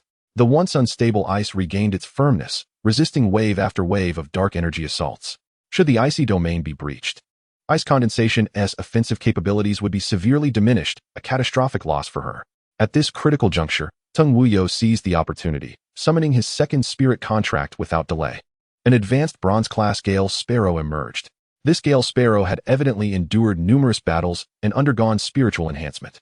Its level was notably high, already reaching the first stage of maturity. Judging by its strength and demeanor, it likely served as Teng Wuyo's primary battle spirit beast in his earlier days.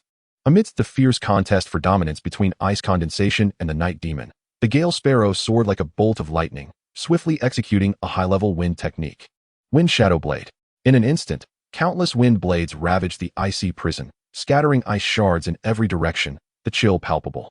Faced with such ferocious onslaught, ice condensation dared not show any complacency. She quickly raised her hands, erecting thick ice walls around herself and Bai Chen, forming a sturdy defensive circle that enveloped them completely. However, the Gale's power was overwhelmingly formidable, relentlessly battering the ice walls, producing a resounding clatter that reverberated throughout the icy domain. Bai Chen's brow knitted tightly, a shadow of grave concern crossing his features. Initially, he believed he could eliminate the night demon while Tung Wuyo was caught off guard. Yet the reality proved far more complex. Under the dual control of Tung Wuyo, Bai Chen found himself distinctly disadvantaged. He began to contemplate strategies, urgently needing to identify a flaw in Tung Wuyo's defenses. Otherwise, escaping this crisis would be exceedingly difficult. Within the fray, Bai Chen was besieged by two spirit beasts, the Gale Sparrow and the Frost Ice Sprite at the same stage. Conversely, the Night Demon was at a higher tier, leaving ice condensation at a significant disadvantage amidst the dual assault. Although bolstered by the icy domain and its defensive properties, the tide of battle began to tilt gradually towards defeat. The Gale Sparrow exhibited remarkable control over its wind attributes, suggesting it had undergone substantial enhancement under Tung Wuyo's guidance, rendering it a formidable opponent. Witnessing this scene, the Bai family members began to worry, fearing that Bai Chen might encounter unforeseen peril in this battle, especially Bai Chu Xian, who recognized Bai Chen's exceptional talent, rivaling that of their elder brother. As the hope for the family's resurgence, he could not bear the thought of any harm befalling Bai Chen. The combat raged on, with ice crystals and wind blades entangled in a fierce struggle. At times, the ice crystals transformed into myriad small swords, stone pillars, and icy spikes, only to be mercilessly obliterated by the wind blades in the next moment. Much of ice condensation's focus was drawn by the Night Demon, whose dark attributes and skills systematically dismantled her icy realm. This predicament proved exceedingly troublesome for ice condensation, compelling her to concentrate her energies on reinforcing the icy domain to withstand the Gale Sparrow's relentless attacks. However, this left her unable to address other fronts, ensnaring her in a vicious cycle. Observing this, Bai Chen's brow furrowed deeply. He realized that in these circumstances, the disadvantages of single control against dual control were magnified exponentially. Initially, he believed he could compensate for this gap through agile maneuvers, but with ice condensation restrained, his strategies became increasingly difficult to execute. Meanwhile, Tung Wuyo noted the shift in Bai Chen's expression, a triumphant smile spreading across his face as he taunted. "What's wrong? Can't find a suitable spirit beast?" This remark deepened the frown on Bai Chen's face. The audience below began to grasp the reason behind Bai Chen's furrowed brow. They murmured among themselves, realizing that the rumors regarding Bai Chen's inability to summon his first spirit contract were indeed true. This implied that, as a spirit master, he should have been capable of dual control, but due to issues with his first spirit contract, he was now limited to single control. At this moment, Bai Chen resembled a spirit master wielding a high-level silver-class spirit beast, his predicament becoming exceedingly dire, while Tung Wuyo had firmly taken the upper hand. The Gale Sparrow's assault intensifying in threat. Though high-altitude attacks were possible, their efficacy diminished at such heights. Thus, Tung Wuyo adjusted the Gale Sparrow's altitude to ensure stability while enhancing its wind-based capabilities. As the height decreased, the potency of the wind techniques surged again, and it was at this moment that the icy domain was breached. Without the icy domain to amplify the Frost Ice Sprite's abilities and restrict their own spirit beasts, Tung Wuyo finally felt a sense of relief. The Gale Sparrow screeched, transforming into a fleeting shadow as it charged towards ice condensation. Wing Slash, a basic attack of the wing type. The wing slash effortlessly cleaved through the ice walls ice condensation had erected, severing them into fragments. With the ice walls removed, the Gale Sparrow swiftly advanced towards ice condensation. At this moment, Bing Ning stood like a statue, unwavering and resolute, showing neither an inclination to evade nor retreat. Observing this scene, many spectators outside the arena shut their eyes in terror, for at such a close range, the Frost Ice Sprite could hardly hope to dodge this lethal strike. Alas, such carelessness! In the face of two formidable spirit beasts, it is ultimately too difficult to withstand. One lamented. It appears that the Frost Ice Sprite is destined to fall, another echoed. Just as the crowd believed the outcome was sealed, a sharp crack resonated through the air, and to their astonishment, the body of the Frost Ice Sprite began to shatter, with Bai Chen also being severed at the waist. This spectacle was utterly astounding, Bai Xuan's eyes widened in disbelief. He could never have anticipated that Teng Wuyo would resort to such brutality even when holding such an advantage. The Bai family, witnessing this, erupted in outrage, resolutely vowing that even if it meant exhausting their entire family's resources, they would make the Teng family pay a heavy price for this atrocity. However, at the very moment of the strike, Teng Wuyo's brow furrowed tightly. He had not expected this blow to completely overpower Bai Chen, let alone sever both him and his spirit beast in half, resulting in their bodies shattering like glass. This bizarre scene left everyone present in shock, their gazes fixed on the shattered ice mirror, momentarily at a loss for words. The ice mirror, akin to an ice wall, had a unique property. It projected distant reflections. It was then that Teng Wuyo realized the gravity of the situation. Since it was an ice mirror, where were Bai Chen and the Frost Ice Sprite? Quickly, Teng Wuyo discerned their location, positioned behind the Dark Night Demon and the Clear Wind Sparrow. Bai Chen and Bing Ning had somehow reached this vantage point. It seemed that the previous ice mirror and the ice barrier had all served as a ruse, while Bai Chen and Bing Ning had been secretly preparing their skills. Slowdown Array, Frost Giant Blade. The two advanced skills were unleashed in quick succession. In an instant, the Slowdown Array suppressed the Dark Night Demon and the Clear Wind Sparrow, coupled with the residual delaying effects of the previous ice domain. Frost seeped into the bodies of the Dark Night Demon and the Clear Wind Sparrow, their blood beginning to freeze, their spiritual power likewise stifled. The movements and reaction times of the two spirit beasts plummeted, reduced to scarcely 30% of their original capacity. They could only watch helplessly as the Frost Giant Blade bore down upon them. The imposing Frost Giant Blade loomed like a chilling streak of light, magnifying in the eyes of the Dark Night Demon and the Clear Wind Sparrow. No, Teng Wuyo cried out in alarm. If this skill landed on them, it could very well cost him a spirit beast. Before Teng Wuyo could utter another word, the Frost Giant Blade sliced past the Dark Night Demon and the Clear Wind Sparrow, crashing into the protective barrier at the arena's edge. The barrier was cleaved open, necessitating the referee to hastily channel spiritual energy to mend the breach. Meanwhile, the cloak of the Dark Night Demon was torn asunder, revealing the figure beneath. Two robust arms, often seen extending from beneath the cloak, were now exposed. The left wing of the Clear Wind Sparrow was severed by the Frost Giant Blade, eliciting a pained cry as it plummeted from the air, crashing into the ground and creating a deep crater. A hushed silence fell over the spectators, their disbelief palpable as the tide of battle shifted so dramatically in an instant. At this moment, Teng Wuyo's side had lost all fighting capability. The Clear Wind Sparrow gravely injured upon the ground, while the Dark Night Demon was left in a state of utter depletion, likely incapable of enduring even a single attack from the Frost Ice Sprite. In this moment, Teng Wuyo's heart was heavy with despair. Both spirit beasts were in dire condition. Particularly with the Clear Wind Sparrow, Teng Wuyo dared not be careless, swiftly summoning both it and the Dark Night Demon back into the spirit beast space. His face flushed crimson, veins protruding as he lamented, "Carelessness. Carelessness. How could we have lost?" Following Teng Wuyo's defeat, the Teng family was reduced to merely two individuals of average strength who could still fight. When the referee announced the Teng family's defeat, the previously silent audience erupted into fervent discussion, awakening from the shock of the dramatic turn of events. Has the Teng family truly fallen this way? It seems almost unreal. Bai Chen is astonishingly powerful. Where has he been this past year to undergo such a transformation? After all, they had once been a fourth-tier family, even in their decline. Their younger generation still commanded respect. What a farce the Teng family is. Just a paper tiger. I wasted so much gold betting on them. It's infuriating. One disgruntled spectator began to voice his grievances over his lost wager. "Hey, brother, I bet on the Teng family with you. You owe me money." Another chimed in. "Go away, stop bothering me.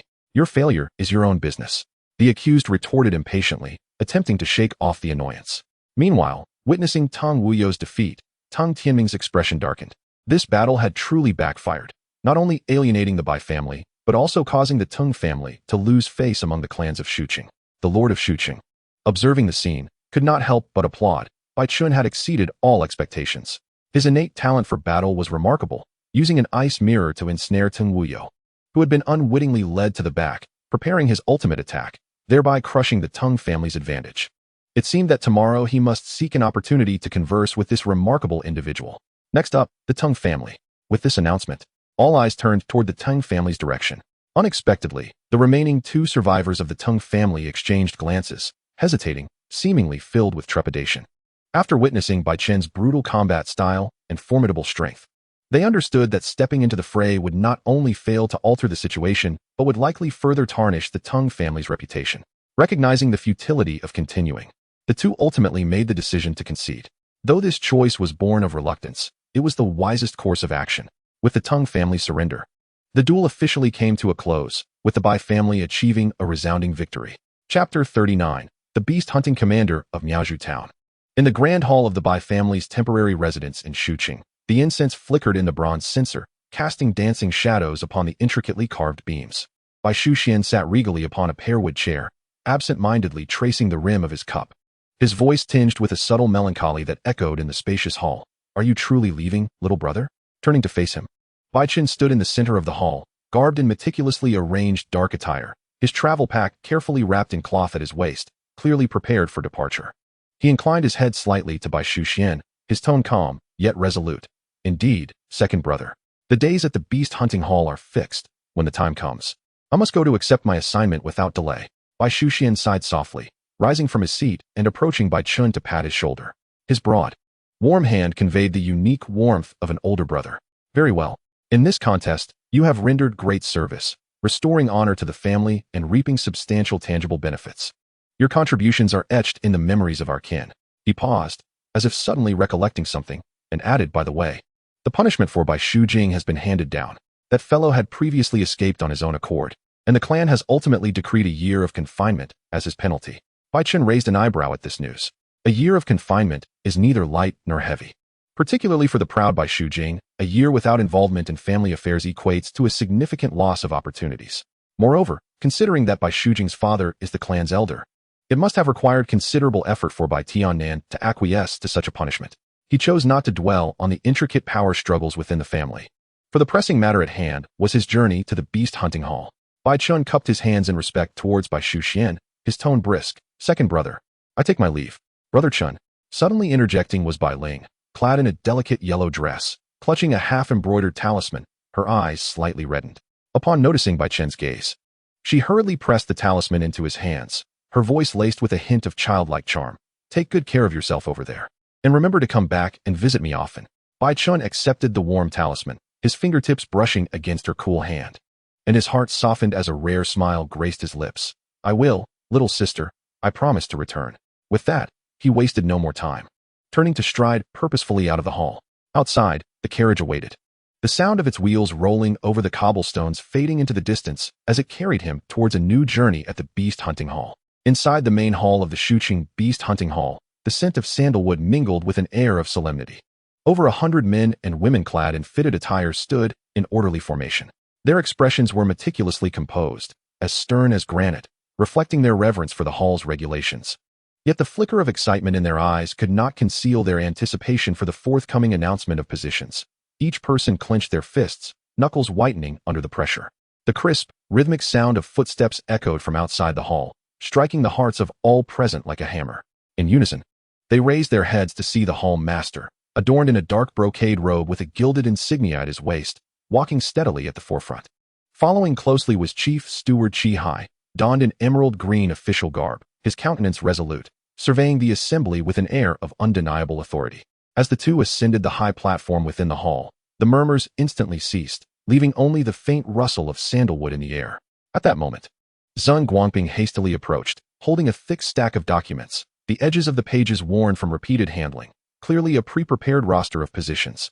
He presented the documents to the hall master, bowing respectfully before taking his place at the side, his eyes cast downward, refraining from any semblance of impertinence. The hall master raised a hand, his fingertips lightly tapping the documents, and spoke in a deep voice. "Ladies and gentlemen, have you had sufficient time over the past 3 days to settle your personal affairs?" Indeed, a thunderous chorus of agreement erupted from below, tinged with barely contained excitement. Some instinctively straightened their backs, while others subtly adjusted their stances, even holding their breaths in anticipation.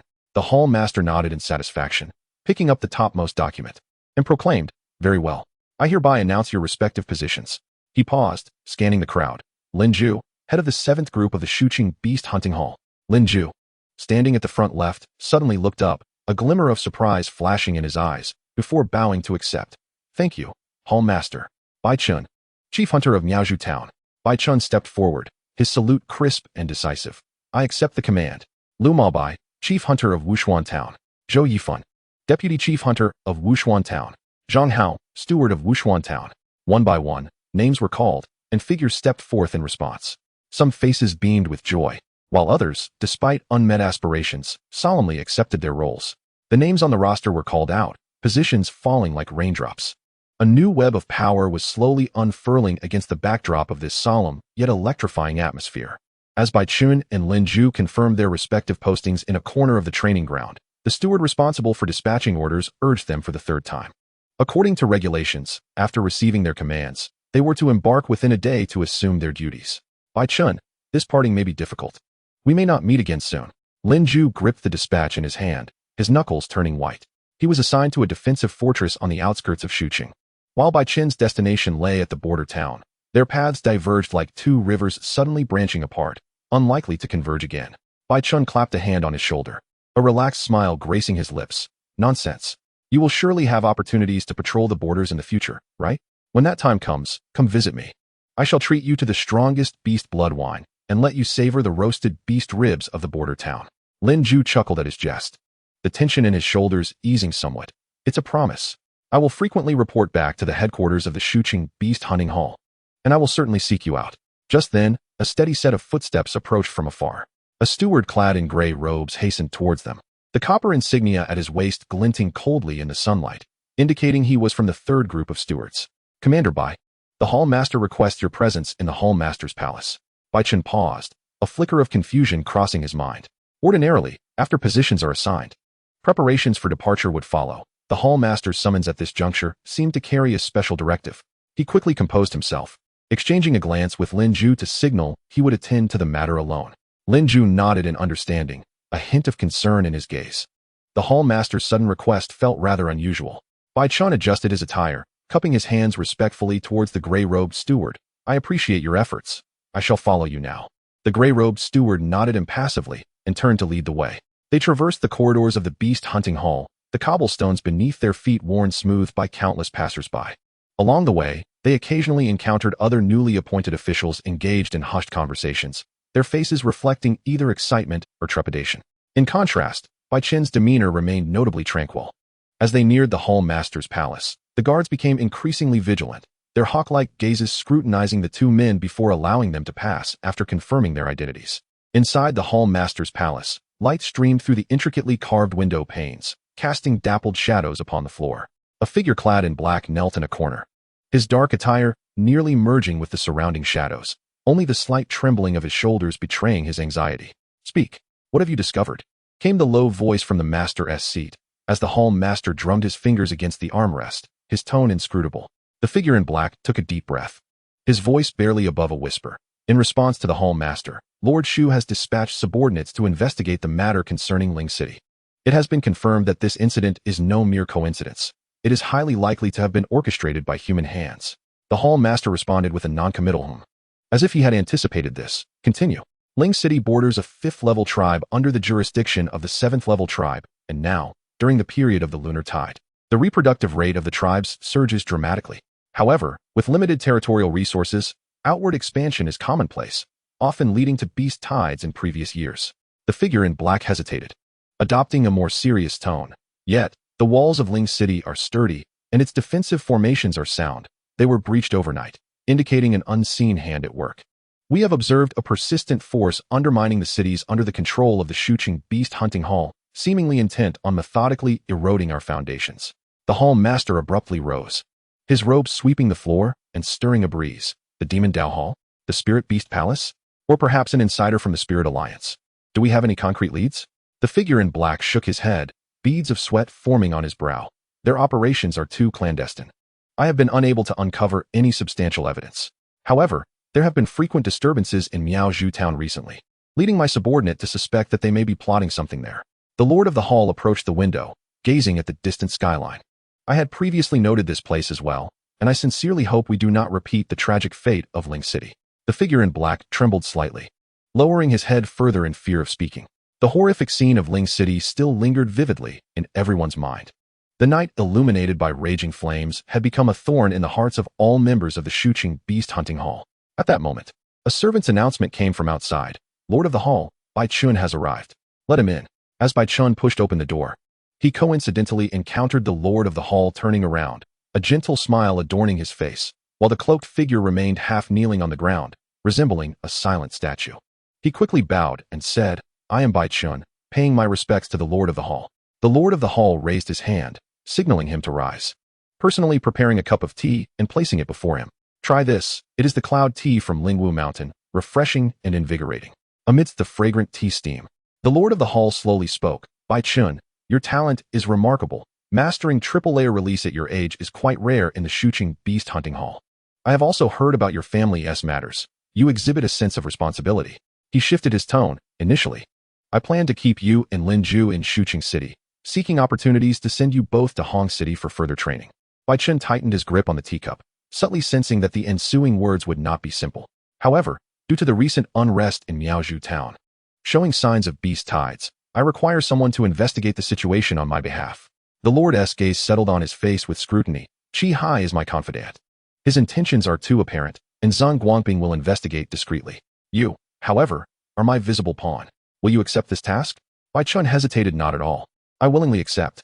He recalled the ruins of Ling City, the tribe members who perished in the beast tide, and a flame ignited in his eyes.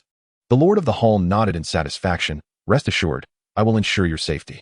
Additionally, Xucheng has not been peaceful lately, while you are in Miaozhou town. Remain vigilant." He paused before adding, "The power dynamics in Xucheng are intricate. The city lord is appointed by the Spirit Alliance. Although our Xucheng Beast Hunting Hall is allied with the Spirit Alliance, we are also engaged in mutual checks and balances. The surface may seem cordial, yet the covert struggles have never ceased. As you act outside, do not become embroiled in these conflicts." Saying this, a purple crystal flew from his sleeve, hovering before Bai Chen, with a gentle glow circulating within. This is a voice spirit stone, inscribed with Zhang Guanping's seal, which you can use to contact him in case of emergencies. Bai Chen received the voice spirit stone, feeling a warm sensation upon grasping it. The inscribed seal radiated a peculiar energy. He tightened his grip on the stone and replied solemnly, "I shall obey. Go, and while in Miaozhou town, conduct yourself as a typical general. There is no need to rush your inquiries." The Lord of the Hall waved his hand, his tone calm.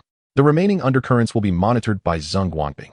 You need only to maintain your position, and that will be a significant achievement." Bai Chen bowed respectfully, turning to exit the hall with measured steps. The heavy doors creaked shut behind him. Only after Bai Chen's footsteps faded away completely did the half-kneeling figure in black dare to lift his head slowly, his voice tinged with hesitation, though Bai Chen possesses talent. "The matters concerning Miaozhou town are extensive. Any misstep could alert the enemy. Can he truly bear this heavy responsibility?" The Lord of the Hall strolled to the window, pushing open half of the ornately carved wooden window, directing his gaze towards the direction Bai Chen had departed. The sunlight outside filtered through the clouds, casting shifting shadows across his face, and a profound smile suddenly graced his lips. Talent is merely a foundation. However, the sharpest blades in this world are often forged from hatred. He lightly tapped the windowsill, his voice lowering. He is one of the few who survived the calamity in Ling City. Pausing briefly, a flicker of complexity crossed his eyes. Hatred can drive a person into madness, yet it can also forge unyielding resolve. I am curious to see if this young man can harness this power without succumbing to the mire of vengeance, transforming it instead into a blade for resolution. The cloaked figure bowed his head silently, refraining from further comment. He understood the Lord's intentions. Compared to the shrewd and conspicuous Qi Hai, Bai Chen's fresh and untainted visage made him more apt for infiltration. And that latent hatred was precisely the driving force the Lord required. The Lord of the Hall turned to the figure, abruptly shifting the topic. "By the way, when you report to Lord Shu about the situation in Ling City and Miaozhou town, take Linju with you." The cloaked figure paused. "Linju? Yes. That child is composed and possesses decent talent. He is a malleable asset." The Lord approached his main seat, his fingers tracing the ornate armrest. "Let Lord Shu also take notice. If he favors Linju and nurtures him, he could become a pillar of the Beast Hunting Hall in the future." The cloaked figure promptly responded, "Understood." No sooner had the words left his lips than a spiritual beast, akin to a droplet of ink, enveloped the cloaked figure, instantly vanishing into the shadows of the hall, leaving behind only a faint ripple in the air. The Lord of the Hall resumed his seat, his fingers rhythmically tapping the sandalwood armrest, producing a soft, distinct sound in the vast hall. He closed his eyes, his brow furrowed, as if untangling a complex chessboard. The ruins of Ling City, the disturbances in Miaozhou town, the lurking forces at play, along with Bai Chen and Linju, two newly placed pieces on the board. Moments later, he opened his eyes, their depth akin to a profound abyss. as if he had pierced through myriad barriers to gaze upon Miaozhu town.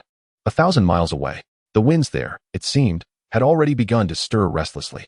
An unvoiced contest was quietly unfolding, coinciding with Bai Chen's steps, setting the stage for what was to come.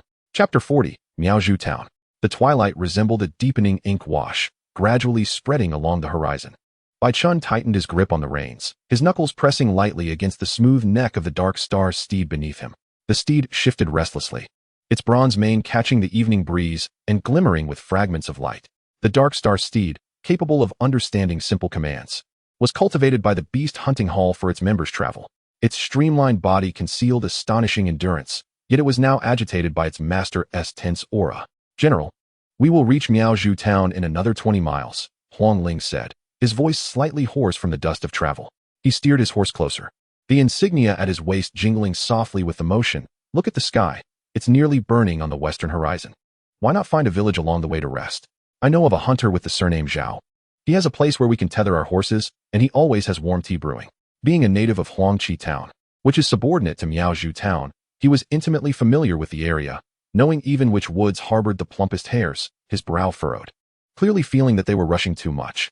Bai Chen did not look back, his gaze traversing the undulating hills towards the faint smoke rising in the distance. That was the direction of Miaozhu town, but further south lay Ling City, once bustling with life, now reduced to ruins haunted by wandering spiritual beasts, their cries occasionally carried by the wind to the borders. He swallowed hard. "No need." Bai Chen's voice was cooler than the evening breeze. Before the words fully left his lips, he firmly squeezed his legs against the dark star steed's flank. This was not a casual prompt, but a deliberate, forceful nudge. The dark star steed let out a sharp whinny in pain, its forehooves suddenly launching into the air. The bronze figure shot forward like a lightning bolt, instantly tearing through the formation of the convoy. The dust kicked up, obscuring the vision of those who followed closely behind. Huang Ling watched the swiftly diminishing figure with a resigned sigh. He wiped the dust from his face, revealing his sun-darkened cheeks, then turned to the trailing group. "The general is in a hurry. We should catch up." Immediately, the team stirred with sounds of movement. 5 young individuals clad in the uniforms of the Beast Hunting Hall stood with their backs straightened, distinguished as the Armée de la Armée of this qualifying tournament. The silver badges at their waists glimmered coldly in the twilight. Following closely behind them were 10 others, lacking the formal insignia, yet their footsteps were laden with urgency. These were the defeated warriors from the tournament, reluctant to depart quietly, willing to serve as auxiliary personnel, each stride a testament to their inner struggle. "Brothers, let us push forward." Huang Ling brandished his whip, the tip cracking sharply in the air. "The commander has ordered us to reach Miaozhu town before sunset. Once we arrive, I shall treat everyone to the strongest liquor, and we will feast on a pot of spirit beast meat." "Yes, Deputy Commander." 16 voices harmonized, brimming with youthful fervor and resilience. The dark star steeds seemed to resonate with this fervor, quickening their pace, their hooves striking the gravel road in a rhythmic cadence. As the sun gradually sank towards the horizon, casting elongated shadows that fractured into golden dust in the stirred-up earth, Bai Chen's figure receded to a mirrored, while the trailing group surged forward like a taut string, advancing relentlessly towards the solitary town perched at the border. Nightfall in Miaozhu town enveloped the landscape with a heavier shroud than elsewhere. Inside the main hall of the town magistrate's office, candlelight flickered in brass lamps, casting a dim glow that revealed the yellowed corners of the old border map hanging on the wall. "Old Xing, I heard the Beast Hunting Hall has dispatched a new commander," spoke a man dressed in a dark, fitted outfit. A short dagger embedded with beast bones at his waist, he was the deputy magistrate. Having just returned from patrolling the western city, his face was still speckled with dust, his voice resonating with the roughness characteristic of the frontier. The middle-aged man, known as Xing Shui, lounged in a grand chair, his fingers absently grooming the mane of a bloodthirsty hound at his feet. The creature, entirely black with bared fangs, emitted low growls, yet appeared docile under Old Xing's care. "What new commander?" Old Xing scoffed, his fingertip brushing against the hound's ear. "I fear he is merely here for a cursory visit, a fleeting figure seeking glory. Look at these esteemed individuals of the Beast Hunting Hall. Do they regard our Miaozhu town as anything but a stepping stone? They linger for a year or so, gather enough merit, and then move on to larger cities like Shu City or Huangqi town. Unlike us, who must endure a lifetime in this forsaken place, guarding a border that could be trampled by spirit beasts at any moment. If you ask me, they are far less loyal than my hound." "Humph. The recent unrest in the border's first-tier towns is troubling," a steady voice suddenly interrupted from the shadows. The town magistrate had appeared from behind a screen, holding a string of sandalwood prayer beads, his fingers leisurely stroking them. Just days ago, we received news that the watchtower in Haishi town was partially uprooted by spirit beasts. Sending in new personnel at this time, could it be a routine transfer? Old Xing's sarcasm softened, yet he remained obstinate. What significance does it hold? It's simply a change of faces, nothing more.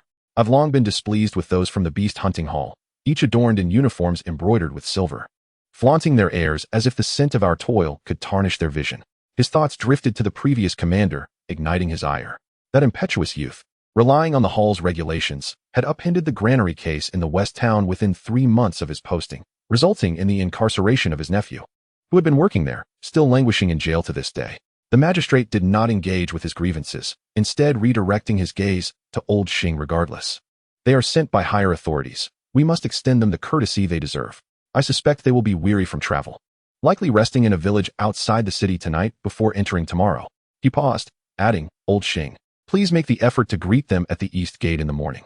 Humph, they certainly carry themselves with a grandiosity, Old Xing muttered, a low grunt escaping his nostrils as the hound, seemingly attuned to its master's displeasure, bared its teeth at the door. The deputy magistrate, who had remained silent until now, quietly filled cups with tea. The gentle clinking of porcelain resonated in the air as the steaming liquid poured into the celadone cups, the rising vapors clouding his expression. You are still too impatient, the magistrate finally remarked, his gaze fixed on Old Xing, his fingers momentarily halting on the beads. The individuals have yet to arrive. Do not rush to conclusions. Before he could finish, a sudden, urgent knocking echoed from outside, accompanied by a servant's frantic shouts. Sir, sir, urgent news to report. What is all this commotion? The magistrate's voice steadied, the candlelight casting faint shadows across his face. The door swung open, and the servant, flushed and breathless, clutched a piece of dark iron insignia, the emblem of the beast hunting hall glinting coldly in the candlelight. Reporting to you, sir. The East City gate has been locked, but a group has arrived, claiming to be the new commander from Shu City. They have presented their transfer orders and insignia, and we have verified that the cloud pattern seal on the dark iron insignia is authentic. However, the city gate is closed, and we dared not release them without your permission. A heavy silence fell in the main hall. Old Xing's derision froze on his face, instinctively grasping the restless hound. The deputy magistrate paused, droplets of tea splattering onto the table as he jolted at the sudden news. The magistrate's fingers tightened around the prayer beads, and after a moment of contemplation, he spoke slowly. Understood. Guide them to the side hall, and treat them well. I shall arrive shortly. Yes, the servant responded, retreating, the gust of his departure causing the candlelight to flicker wildly. Quite the swift arrival, Old Xing muttered under his breath, slamming his palm on the hound's back, which let out a thunderous growl. Let us see what this new commander is made of, daring to storm into the city at night. Wait, the magistrate called out, his gaze heavy as he scanned the room. Observe first, do not act impulsively. Everything hinges on my cue. Old Xing hesitated, sensing the magistrate's seriousness, and begrudgingly fell silent, though the hound continued to fidget restlessly at his feet.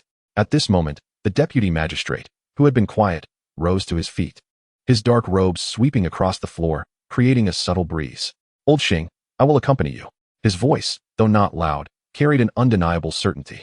More eyes can only bring clearer insight. Old Xing shot him a glance, but said nothing, merely nodding towards the side hall. The hound darted ahead, a dark streak like lightning, with Old Xing and the deputy magistrate following closely behind. The footsteps of the trio and their canine companion faded into the corridor, leaving the flickering candlelight to dance alone in the expansive main hall. The mist in the hall resembled the border winds that had seeped through the cracks of the door, swirling with a gritty scent of earth between the beams. The candlelight swayed in the gust, casting the shadows of the gathered figures on the mottled blue bricks, flickering and shifting. Huang Ling could no longer contain his irritation, a sharp sound escaping his lips as his teacup slammed onto the table, splattering cold tea. He had been stifled by the journey, and now, witnessing the other party's delay, his frustration surged. Your esteemed leader certainly carries a heavy air of authority. We have been waiting for nearly a stick of incense, and still, no sign of him? He stood abruptly, the insignia at his waist colliding with the table's edge, producing a sharp, resonant sound. The servant, who had been poised to refill the teapot, startled at the outburst, causing scalding tea to spill onto his sleeve. He hastily waved his hands. And no, I wouldn't dare, sir. Our lord shall arrive momentarily. As you know, the border has been tumultuous of late, and the town magistrate and several officials have just returned from patrolling the western city, not even catching their breath. Huang Ling let out a cold snort, turning her face away and choosing silence, her fingertips incessantly caressing the token, impatience evident in her gaze. Meanwhile, Bai Chen remained still, his fingers gripping the teacup. His eyes lost in the curling steam as if oblivious to the surrounding commotion. The tea before him had long grown cold, yet he continued to sip it slowly. His profile appearing particularly serene under the candlelight, only the occasional movement of his eyes betraying a subtle scrutiny. At that moment, steady footsteps echoed from the end of the corridor, growing nearer. A middle-aged man clad in black entered first, his broad shoulders and sturdy frame suggesting strength. A long black iron sword hanging at his waist, its scabbard intricately engraved with beastly patterns, a clear sign of someone accustomed to wielding a blade. Following closely was a man in dark attire, his sleeves rolled up to his elbows, revealing muscular forearms adorned with faint, old scars. "Thank you for your patience." The man in dark attire spoke first, his voice resonant and hearty. "I am the deputy lord of Miaozhou town, Wang Feng. Welcome, esteemed guest from afar." Only then did Bai Chen slowly set down his teacup and rise to his feet.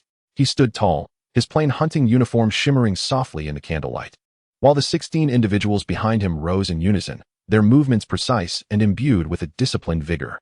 "Thank you, my lord," Bai Chen offered a slight nod, his voice soft yet distinctly audible to all present. "Ah, there is no need for such formality." Wang Feng waved his hand dismissively, stepping aside to reveal the man in black behind him. "This is our border town commander, Xing Shui." Xing Shui merely cast a sidelong glance at Bai Chen, remaining silent. His eyes drawn to a corner of the side hall where his bloodthirsty hound, Wolf Fong, should have been resting, only to remember belatedly that he had left the beast outside. "Bai Chen," he simply introduced himself, meeting Xing Shui's gaze with calm resolve. Upon hearing the name, Wang Feng frowned slightly, as if recalling it from somewhere, yet unable to place it. He chose not to pursue the matter further, redirecting his attention to Huang Ling. "My lord, I am Huang Ling." She stepped forward, clasping her hands in salute. "Huang Ling." Wang Feng's eyes brightened, revealing genuine surprise. "Could you be the grandson of the esteemed elder Huang from Huangqi town?" Huang Ling nodded, her demeanor steady and composed. "Indeed." Upon learning of Huang Ling's lineage, Wang Feng's enthusiasm noticeably increased. The others behind Bai Chen took turns introducing themselves. The 5 attendants spoke clearly, while the 10 auxiliary personnel, though somewhat reserved, exuded a tenacity that was hard to overlook. Wang Feng acknowledged each name, occasionally engaging in brief conversations with familiar ones, gradually easing the atmosphere. At that moment, applause suddenly echoed from the back of the side hall, accompanied by a gentle voice. "Excellent, excellent. Truly worthy of the young talents from Shu City." Everyone turned to see a middle-aged man in a dark blue official robe gracefully stepping forward. His gaunt face bore the marks of age, and fine lines framed his eyes. He was Zhang Yi, the town master of Miaozhou town. In his hand, he held a string of somewhat worn sandalwood prayer beads, producing a soft clinking sound as he walked. "Greetings, my lord." The assembled crowd bowed in unison, even the usually impassive Xing Shui reluctantly bending slightly. Zhang Yi waved his hand, his gaze sweeping over the crowd before landing on Bai Chen, a mix of scrutiny and warmth in his expression. "I am Zhang Yi. I had hoped to converse with you at length, but the hour grows late." He paused, smiling. "I have arranged accommodations for you all. You must be weary from your journey. Tomorrow morning, I shall personally host a welcome banquet for everyone. How does that sound, Commander Bai?" Bai Chen nodded. "I defer to the town master's arrangements." "Very well," Zhang Yi replied, satisfied, raising his voice. Shaolin, a servant waiting outside, hurried in. "At your service." Led Commander Bai and the esteemed guests to their quarters. "Yes." Shaolin bowed and gestured for Bai Chen to follow. "This way, please, Master Bai." Bai Chen nodded and stepped out, followed closely by the others. As their footsteps faded into the distance, only Zhang Yi, Wang Feng, and Xing Shui remained in the hall, the flickering candlelight casting their shadows on the walls in a dance of light and dark, none daring to break the silence. Chapter 41. The high officials of the town. As night deepened, the windows of the guest room were covered with semi-translucent paper, filtering the moonlight into a hazy white glow. The copper incense burner on the table emitted thin wisps of sandalwood smoke, swirling in the stillness, mingling with the barely perceptible chill in the air, gradually filling the space between the beams. Bai Chen sat cross-legged on the bed, his eyes gently closed, surrounded by a faint aura of soul energy. Unlike ordinary individuals who succumb to slumber, he utilized the tranquility of the night to circulate his inner energy. The threads of spiritual essence flowing through his meridians and coalescing in his mind, each cycle rendering his soul power more substantial. At the foot of the bed, a translucent ice-blue figure spun in circles out of boredom, his spirit companion, Bing Ning. Now reaching the 6th stage of growth, it appeared more agile than before, surrounded by delicate ice crystals that fell silently to the ground. This summer's heat was particularly oppressive, with even the wind feeling warm during the day. Yet, With Bing Ning by his side, the room remained refreshingly cool. The ice crystals danced around it, occasionally colliding with the table leg, producing a crisp chime. The sole embellishment in the quiet of the night. Bai Chen caught a glimpse of the ice mist rising as Bing Ning twirled, a warmth flooding his heart. He sensed the energy within Bing Ning stirring restlessly, on the cusp of reaching the 7th stage of growth, while the fiery sun spirit, which had recently broken through, was still solidifying its realm, likely needing more time to catch up. Lost in thought, the fluctuations of his soul power momentarily stilled. He realized he must first familiarize himself with the fundamental conditions of Miaozhu Town. The intelligence provided by the beast hunting hall left him uneasy, as several nearby small towns had recently suffered attacks from spirit beasts, although there were no large-scale casualties. The remnants of devoured livestock and the fearful accounts of the villagers exuded an unsettling aura. The hall master seemed to regard this matter with great importance, suggesting that it was not as simple as it appeared. The position of commander, while akin to that of a leader, bore its own nuances. The border commander focused primarily on military defense, monitoring the restless beast hordes, whereas the commander had to oversee military discipline and record the enforcement actions of local town masters. Any violations could be reported directly to the beast hunting hall. However, Bai Chen harbored no interest in the bureaucratic paperwork or regulations. His mind was consumed with the pressing question of the current state of the beast tide on the front lines and whether hidden dangers lurked in the attacked villages and towns. Perhaps his troubled thoughts stirred his soul energy, causing a latent killing intent to surge within him. Sensing her master's emotional shift, Bing Ning halted her spinning. Her ice-blue eyes flashing with a sharpness, the icy aura around her suddenly intensifying. In an instant, the temperature within the room plummeted, fine ice patterns forming on the walls. The chilling air carrying an oppressive aura that felt as if it could freeze the very atmosphere. Enough, Bai Chen exclaimed suddenly, opening his eyes. He gently tapped his fingers on his knee, dispelling the nearly uncontrolled killing intent. He shook his head at Bing Ning, who understood and retracted her aura. The ice patterns gradually melting away, leaving only a lingering coolness in the air. He closed his eyes once more, taking a deep breath as the rich scent of sandalwood intertwined with the crispness of ice at his nostrils. Internally focusing on his dantian, he observed that the glow of his soul energy had solidified further since the previous night. Soon, he would be on the threshold of becoming a high-level spiritualist.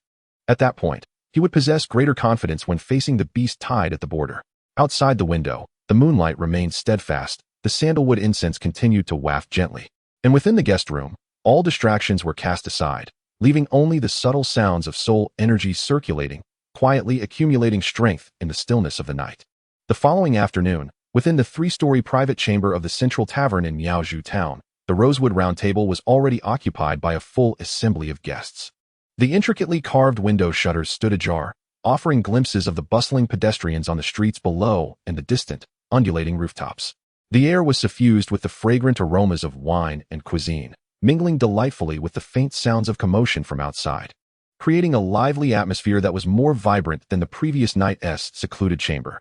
Evidently, the town's mayor, Zhang Yi, had meticulously orchestrated this banquet, as the table was adorned with a plethora of exquisite dishes, while the jade-green wine pot emitted steam from its potent contents.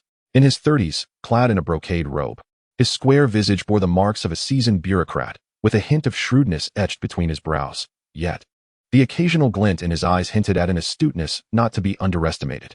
To his left sat the imposing border commander, Xing Shi, whose broad shoulders and robust physique betrayed years of martial prowess. Opposite him was the deputy mayor, Wang Feng, whose pallor echoed the signs of distress observed by Bai Chen the day prior. A faint scar was visible on his wrist when he raised his hand, a testament to past trials. Additionally, 2 dignified elders clad in silk, the heads of the esteemed Liu and Zhao families, graced the gathering. They sat with a composed demeanor, their smiles concealing the weight of authority born from their long-standing positions, their gazes rendering the atmosphere palpably tense. Bai Chen occupied the seat beside the host, his eyes discreetly surveying the assembly. Zhang Yi's aura exuded a profound yet restrained spiritual force, suggesting he was at least of low-level spirit master caliber. As for whether he had contracted a golden-tier spirit beast, that remained shrouded in mystery. Xing Shi radiated a fierce presence from years of combat with spirit beasts, while Bai Chen sensed a formidable beastly energy tethered to him, likely from a fully grown high-level silver-tier spirit beast. Wang Feng's fluctuating aura indicated a compromised spirit contract affecting his strength, yet he was by no means an inept contender, comparable to Xing Shi. The 2 family heads, on the other hand, displayed a steady and formidable spiritual presence, clearly at the high-level spirit master echelon. With the arrival of the esteemed Commander Bai, who had not been properly welcomed the previous night, Zhang Yi rose first, raising his wine cup and proclaiming, "I shall self-punish with 3 cups to express my apologies." He then tilted his head back, downing the wine in one swift motion, the cup resounding against the table with a decisive thud. Indeed, Mayor Zhang is a man of forthrightness, came the immediate response from the Liu and Zhao family heads, while several young attendants behind Bai Chen echoed their approval. Although these attendants belonged to the lower tier of the Beast Hunting Hall, they recognized Bai Chen's authoritative stature as the town commander, which necessitated their compliance with the decorum of the occasion. "There is no need for such grand gestures, my lord," Bai Chen interjected, rising to pour himself a drink. "It was our party that hastened our journey and caused last night's disturbance. This cup is my toast to you." He followed suit with 3 quick drinks, the fiery liquid sliding down his throat, deftly subdued by his spiritual energy.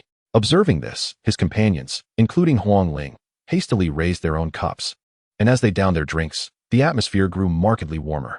"Haha, Commander Bai is indeed a promising young talent from the Beast Hunting Hall." Zhang Yi clapped his hands in hearty laughter, sincerity evident in his tone. "At this rate, in a few years, I might find myself relying on you, Commander Bai."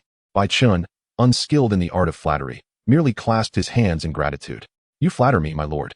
Noticing Bai Chen's awkwardness, Huang Ling quickly stepped in to smooth over the moment, raising his cup and stating, "Such words from Mayor Zhang are unwarranted. My grandfather often remarks that among the territories overseen by Commander Huang Qi, none exhibit as much dedication and responsibility as you, Mayor Zhang. This cup is my tribute to you for your unwavering support of Miaozhu Town over the years." He raised his cup high, downing it with a flourish yet maintaining decorum. "Excellent. A sharp-tongued young lad indeed." Zhang Yi was thoroughly entertained, drinking deeply from his own cup, and the convivial atmosphere in the private chamber grew ever more amicable, with laughter and tales of local curiosities flowing freely. As the wine circulated and the merriment continued, Bai Chen set his cup down, shifting the conversation. "My lord Zhang, what is the current state of affairs surrounding Miaozhu Town?" Zhang Yi's smile faltered momentarily before he sighed. "To speak candidly, Commander Bai, our jurisdiction encompasses 3 towns and 34 villages. Previously, only the vicinity of Wu Town experienced sporadic spirit beast incursions. However, since the fall of Ling City, the situation has deteriorated." Xing Shui interjected, his tone growing somber. "Now, all 3 towns are besieged by spirit beast attacks, and the frequency is increasing. This past year, I've been shuttling daily between the 3 towns, and if it weren't for the summons from the Beast Hunting Hall, I wouldn't be able to sit here today." His weary gaze swept the room, revealing a blend of fatigue and resignation. Upon hearing Ling City, Bai Chen's grip on his wine cup tightened, his knuckles whitening as he inadvertently left a shallow mark on its rim. The city's downfall was a wound etched deep within him, and its mention stirred a latent fury that threatened to erupt. He inhaled deeply, striving to quell the tumult within. "By the way, my lord Zhang," Bai Chen continued, regaining his composure, "I recall that Miaozhu Town has a direct inspection corps from the Beast Hunting Hall. According to protocol, there are 5 military units in total, 3 under the direct command of the first-level general, 1 under the mayor's jurisdiction, and the final unit being the inspection corps dispatched by the Beast Hunting Hall, which I should rightfully oversee as the town commander." Zhang Yi hesitated for a moment, surprise flickering in his eyes. "Commander Bai, are you not inclined to familiarize yourself with Miaozhu Town's affairs first?" "To speak candidly, I am not well versed in city defense and administrative matters," Bai Chen replied, meeting his gaze with unwavering determination. "As for any minor actions you may have taken in private, I can choose to overlook them. After all, upon 2 clear harbors no fish, I have no intention of opposing anyone." His forthrightness bordered on rudeness, causing Zhang Yi's smile to falter.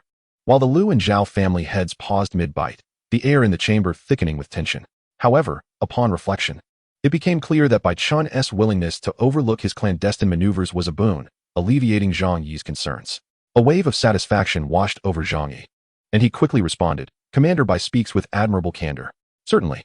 Coincidentally, Commander Xing is scheduled to inspect the military defenses in Mingtown tomorrow. If you are interested, it would be prudent for you to accompany him." "Thank you for the arrangement, my lord Zhang," Bai Chen nodded, adding, "However, I will leave one attendant here, not for supervision, but merely for the sake of relaying messages. What do you think?" "That is only proper. That is only proper." Zhang Yi readily agreed, the weight on his shoulders visibly lifting. Bai Chen then turned to the 5 attendants present, stating firmly, "Lai Qin, you shall remain with 2 auxiliary personnel." A long-haired woman promptly stood, dressed in simple yet elegant attire, her cool demeanor unmistakable. Lai Qin, hailing from Luyang Town, had excelled in the preliminary rounds, showcasing strength far surpassing that of ordinary attendants. "Yes, Commander," she replied crisply, her voice clear and assertive. With arrangements finalized, Bai Chen felt a sense of relief wash over him, raising his cup once more. During the remainder of the banquet, he contributed occasionally, yet mostly listened intently, cataloging the nuances in Zhang Yi's, Xing Shui's, and others' tones, their subtle tests and guardedness. These local power players, each with their own motives, maintained a facade of harmony in his presence, and Bai Chen was content to ride the current, as long as he could hasten to the front lines. The intricacies of their interactions could remain unexamined for the time being. As the sun dipped lower in the sky, the revelry of the banquet began to wane, approaching its conclusion. In the mayor's study, sandalwood incense burned vigorously in a bronze censer, the smoke swirling through the open window, weaving its way along the sandalwood shelves, casting delicate shadows at the feet of three seated figures, Mayor Zhang Yi, Deputy Mayor Wang Feng, and Border Commander Xing Shui, who now surrounded the octagonal table. The joviality of the earlier feast replaced by a heavy silence. Zhang Yi absent-mindedly twirled the lid of his teacup, leisurely scraping away the foam that rose to the surface, the delicate bubbles swirling in the verdant tea. He was the first to break the silence, his voice low and measured. "What are your thoughts on Bai Chen's remarks during the banquet?" Xing Shui's bushy brows knitted into a frown as he slammed his palm onto the table, causing the teacups to rattle, a mere greenhorn. Instead of staying in the city to gain some experience, insists on venturing to the borders for reconnaissance? He huffed derisively, clearly unimpressed, as if he believed that an attack by spiritual beasts was akin to a leisurely market stroll. "I doubt he has even caught a glimpse of a high-tier spiritual beast. What do you think? What is the upper management thinking, sending such a reckless youth to serve as the commander?" Zhang Yi remained silent, merely lifting the teapot to pour the amber-hued tea into a delicate white porcelain cup, his movements fluid and graceful, as if Xing Shui's ire had no bearing on him. The fragrance of tea mingled with the scent of sandalwood, soothing some of the agitation in the room. Wang Feng, seated nearby, still bore a sickly pallor, yet suddenly chuckled a couple of times, his laughter laced with an inexplicable eeriness. "If he wishes to investigate, then let him." He tapped his temple with his knuckles, the wrinkles at the corners of his eyes tightening. "My eyes cannot see him, and he should not expect to glimpse what he ought not. Now that this towering figure is no longer watching over us, perhaps our tasks can proceed smoothly." He paused, recalling Bai Chen's offhand remark that certain covert actions could be overlooked, and a deeper smile crept across his lips. "Initially, I feared he would be like his predecessors, a troublesome stickler for rules. However, it seems he is merely a straightforward warrior, fixated solely on the beast horde at the front lines. Such a person is the easiest to manage." Zhang Yi finally raised the teacup to his lips, taking a sip. The scalding tea slid down his throat. Yet he maintained a stoic expression. "Whether man or ghost, time will reveal all." With those words, silence once again enveloped the study. The sandalwood continued to waft. The wind still stirred, yet the thoughts of the three men were ensnared like pebbles wrapped in fog, each lost in their own calculations. Xing Shui pondered the potential dangers at the borders, fearing Bai Chen might expose his own secrets of being coerced. Wang Feng contemplated how to expedite the dealings with the Liu family while Bai Chen was away from the city, and Zhang Yi gazed out at the encroaching dusk, his fingertips gently caressing the teacup, his eyes concealing a profound depth that even his companions could not fathom. No one spoke further. Only the fragrances of tea and sandalwood intertwined in the stillness, creating an invisible web that enveloped the room in a suffocating embrace. Chapter 42. Wei Tong. The intoxicating scent of wine lingered in the intricately carved corridor as Bai Chen stood beside the crimson-painted pillars, watching the last few guests fade into the moonlit doorway. The banquet hall, once vibrant with clinking glasses, now lay in disarray, with maidservants tiptoeing around to collect shattered porcelain. A silver wine jug lay toppled on the table, amber liquid trickling down the edges, pooling into small puddles on the bluestone floor. "Commander," Lai Qin's voice called from behind, slightly husky from the wine. She held a half-eaten almond pastry, her thoughts during the feast having been occupied with observing the guests, only now realizing her hunger. Bai Chen turned, the moonlight cascading over his shoulders, tinting the edges of his dark robe silver. He toyed with a jade pendant, his fingers tracing the cloud patterns intricately carved upon it, a parting gift from the temple's priest. "Did you take note of the guests at the table?" Lai Qin nodded, shoving the pastry into her sleeve, her expression suddenly serious. "Town Master Zhang Yi, Deputy Town Master Wang Feng, as well as Zhao Qingzong, the head of the Zhao family, and Lu Rubai, the head of the Lu family. Particularly Lu Rubai, her gaze towards you was rather unsettling." And she raised her glass 3 times with an air of probing. Bai Chen raised an eyebrow in approval. He had initially intended to assign this task to Huang Ling. But given Huang Ling's position as deputy commander, it would inevitably arouse suspicion among the higher-ups. After careful consideration, he chose Bai Chen instead. Suddenly lowering his voice, he instructed, "From today onward, keep a close watch on those four. Document their residences, frequently visited tea houses, and even any clandestine meetings they partake in." Bai Chen's eyelashes fluttered, her fingers tightening around her sleeve. Her throat constricted. "But Commander, Zhang Yi is likely a low-tier spiritual master, while Wang Feng and the head of the Zhao family are both high-ranking spiritual warriors. Lu Rubai, although appearing gentle, is rumored to be on the verge of becoming a spiritual master herself." "I understand your concerns," Bai Chen interrupted, "but let us not forget that few among us can contend with these high-ranking individuals. The Beast Hunting Hall has sent us primarily for training." He produced a purple sound transmission spirit stone from his pocket. The surface, covered in intricate patterns, was now slightly warm to the touch. "I contacted Deputy Steward moments ago using this." Before he could finish, faint footsteps echoed from the shadowed end of the corridor, accompanied by a surge of dark spiritual energy that obscured the already dimming light. Bai Chen spun around, a green array materializing beneath her feet. "Friend." Bai Chen pressed a hand on her shoulder, halting her from summoning a spirit beast. A man clad in a gray short tunic stepped forth from the shadows. His appearance so ordinary that he could disappear into a crowd, yet his eyes shone with an extraordinary brightness, as if harboring two flickering flames. Accompanying him was a high-tier silver nocturnal bat. Judging by the overwhelming aura he exuded, he was in the mature stage. He knelt before Bai Chen, placing his right hand over his left chest. "I am Wei Tong, dispatched by Lord Zhang, awaiting the commander's orders." Bai Chen felt a shiver at the barely discernible spiritual energy emanating from him, not the fierce radiance typical of spiritual warriors, but rather a deep, tranquil force lying beneath the skin, occasionally releasing a pulse of energy that caused the lanterns in the corridor to tilt slightly. A high-ranking spiritual warrior. Bai Chen's voice was soft yet distinctly clear to Bai Chen. "Wei Tong will assist you in managing any potential troubles in the coming days," Bai Chen assured.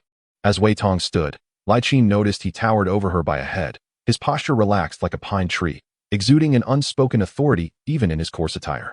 He turned to Bai Chen, his gaze calm and unwavering. "The safety of Steward Lai is my sole responsibility. Should danger arise, simply crush this jade talisman." He handed her a greenish jade token, upon which was inscribed a small character for Zhang. Bai Chen accepted the talisman, her fingertips brushing against the cool jade. "Wei Gu need not follow me at all times." She composed herself, retrieving a folded sheet of plain paper from her sleeve. "This is a map detailing the residences of the four individuals, provided by Brother Huangling. The Liu family resides in the southern section of Rouge Alley, the Zhao family in Ginkgo Court on West Street, while both the Town Master and Deputy Town Master are located at the Town Master's office." Bai Chen observed the two as they conferred in hushed tones before turning toward the end of the corridor. The night breeze lifted his robe, and from afar, the sound of a watchman striking the hour echoed 3 times, indicating it was now the 3rd watch of the night. He gazed toward the direction of Miaozhu Town, where the night sky was painted orange by clusters of lanterns, resembling a roaring fire. Lu Rubai's tattoo peeking from her sleeve as she raised her glass. Wang Feng's fingers swirling the wine glass. Zhao Qingzong's veiled apprehension while glancing at Lu Rubai. And Zhang Yi's ring adorned with a pigeon blood ruby, an emblem exclusive to the Town Master. These fragments pieced together in his mind, gradually revealing a vague outline. He produced the purple sound transmission spirit stone once more, infusing it with spiritual energy, causing the surface to glow with a soft lavender light. "Are they here?" Zhang Guangping's voice came through, roughened by the battlefield, faint sounds of spirit beasts roaring in the background. "They have arrived," Bai Chen replied, gazing at the waning crescent moon. "I have some concerns regarding Lu Rubai and Deputy Town Master Wang Feng. I have sent Bai Chen and Wei Tong to keep an eye on them." "Excellent. I have some leads as well," came Zhang's voice, a pause following. "Be cautious regarding the military patrols in Ming Town. A fallen genius is still merely a genius." Bai Chen remained silent, reflecting on his brief interaction with Commander Xing. Although his words had been brusque, they suggested a man unwilling to tolerate nonsense, a true judge of character, who would discern the truth in due time. On the following morning, Bai Chen prepared to depart. She donned a moon-white cloth skirt and styled her long hair into a simple bun, securing it with a wooden hairpin. Wei Tong had long awaited her beneath the old locust tree at the alley's entrance, holding a food box containing soy milk. Resembling an ordinary vendor heading to the morning market, the morning market of the Liu family bustled with life as Bai Chen accepted a warm bowl of soybean milk, the gentle heat radiating through her fingertips. Each day at dawn, Lu Rumei would venture to the aroma-laden Wenxiang building for morning tea, accompanied only by 2 maidservants. Wei Tong nodded, his gaze sweeping over the bustling pedestrians at the alley's entrance. Farmers bearing vegetable-laden shoulder poles passed by, their bamboo baskets glistening with dew, while flower sellers showcased roses still shrouded in morning mist. Porters, clad in simple attire, gathered by the tea stall, animatedly discussing the previous night's banquet held at the temple. Amidst this lively scene, no one took notice of the man in gray. The two of them strolled into the Rouge Alley, the cobblestone path slick with dew, creaking beneath their steps. The walls on either side were entwined with climbing roses, delicate pink petals occasionally drifting down to rest upon Bai Chen's skirt. The sign of Wenxiang building swayed gently in the morning breeze, the gilded characters of Wenxiang worn and faded with time. Seated by the window on the second floor, Bai Chen whispered, her peripheral vision catching a fleeting glimpse of a pale yellow figure behind the window frame. She had arrived. Wei Tong followed her gaze and spotted Lu Rumei sitting by the window, idly toying with a string of beeswax prayer beads. Today, she wore a lotus-pink dress, her gold hairpin replaced by a pearl hairpiece, exuding a more homely charm than she had at last night's feast. Two maidservants stood behind her. One, awkwardly reaching for a dish of pickled vegetables.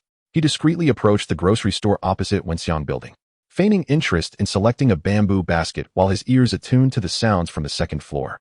Lu Rumei's voice, soft and tender, mingled with the din of the crowd, occasionally punctuated by words like broken city spirit.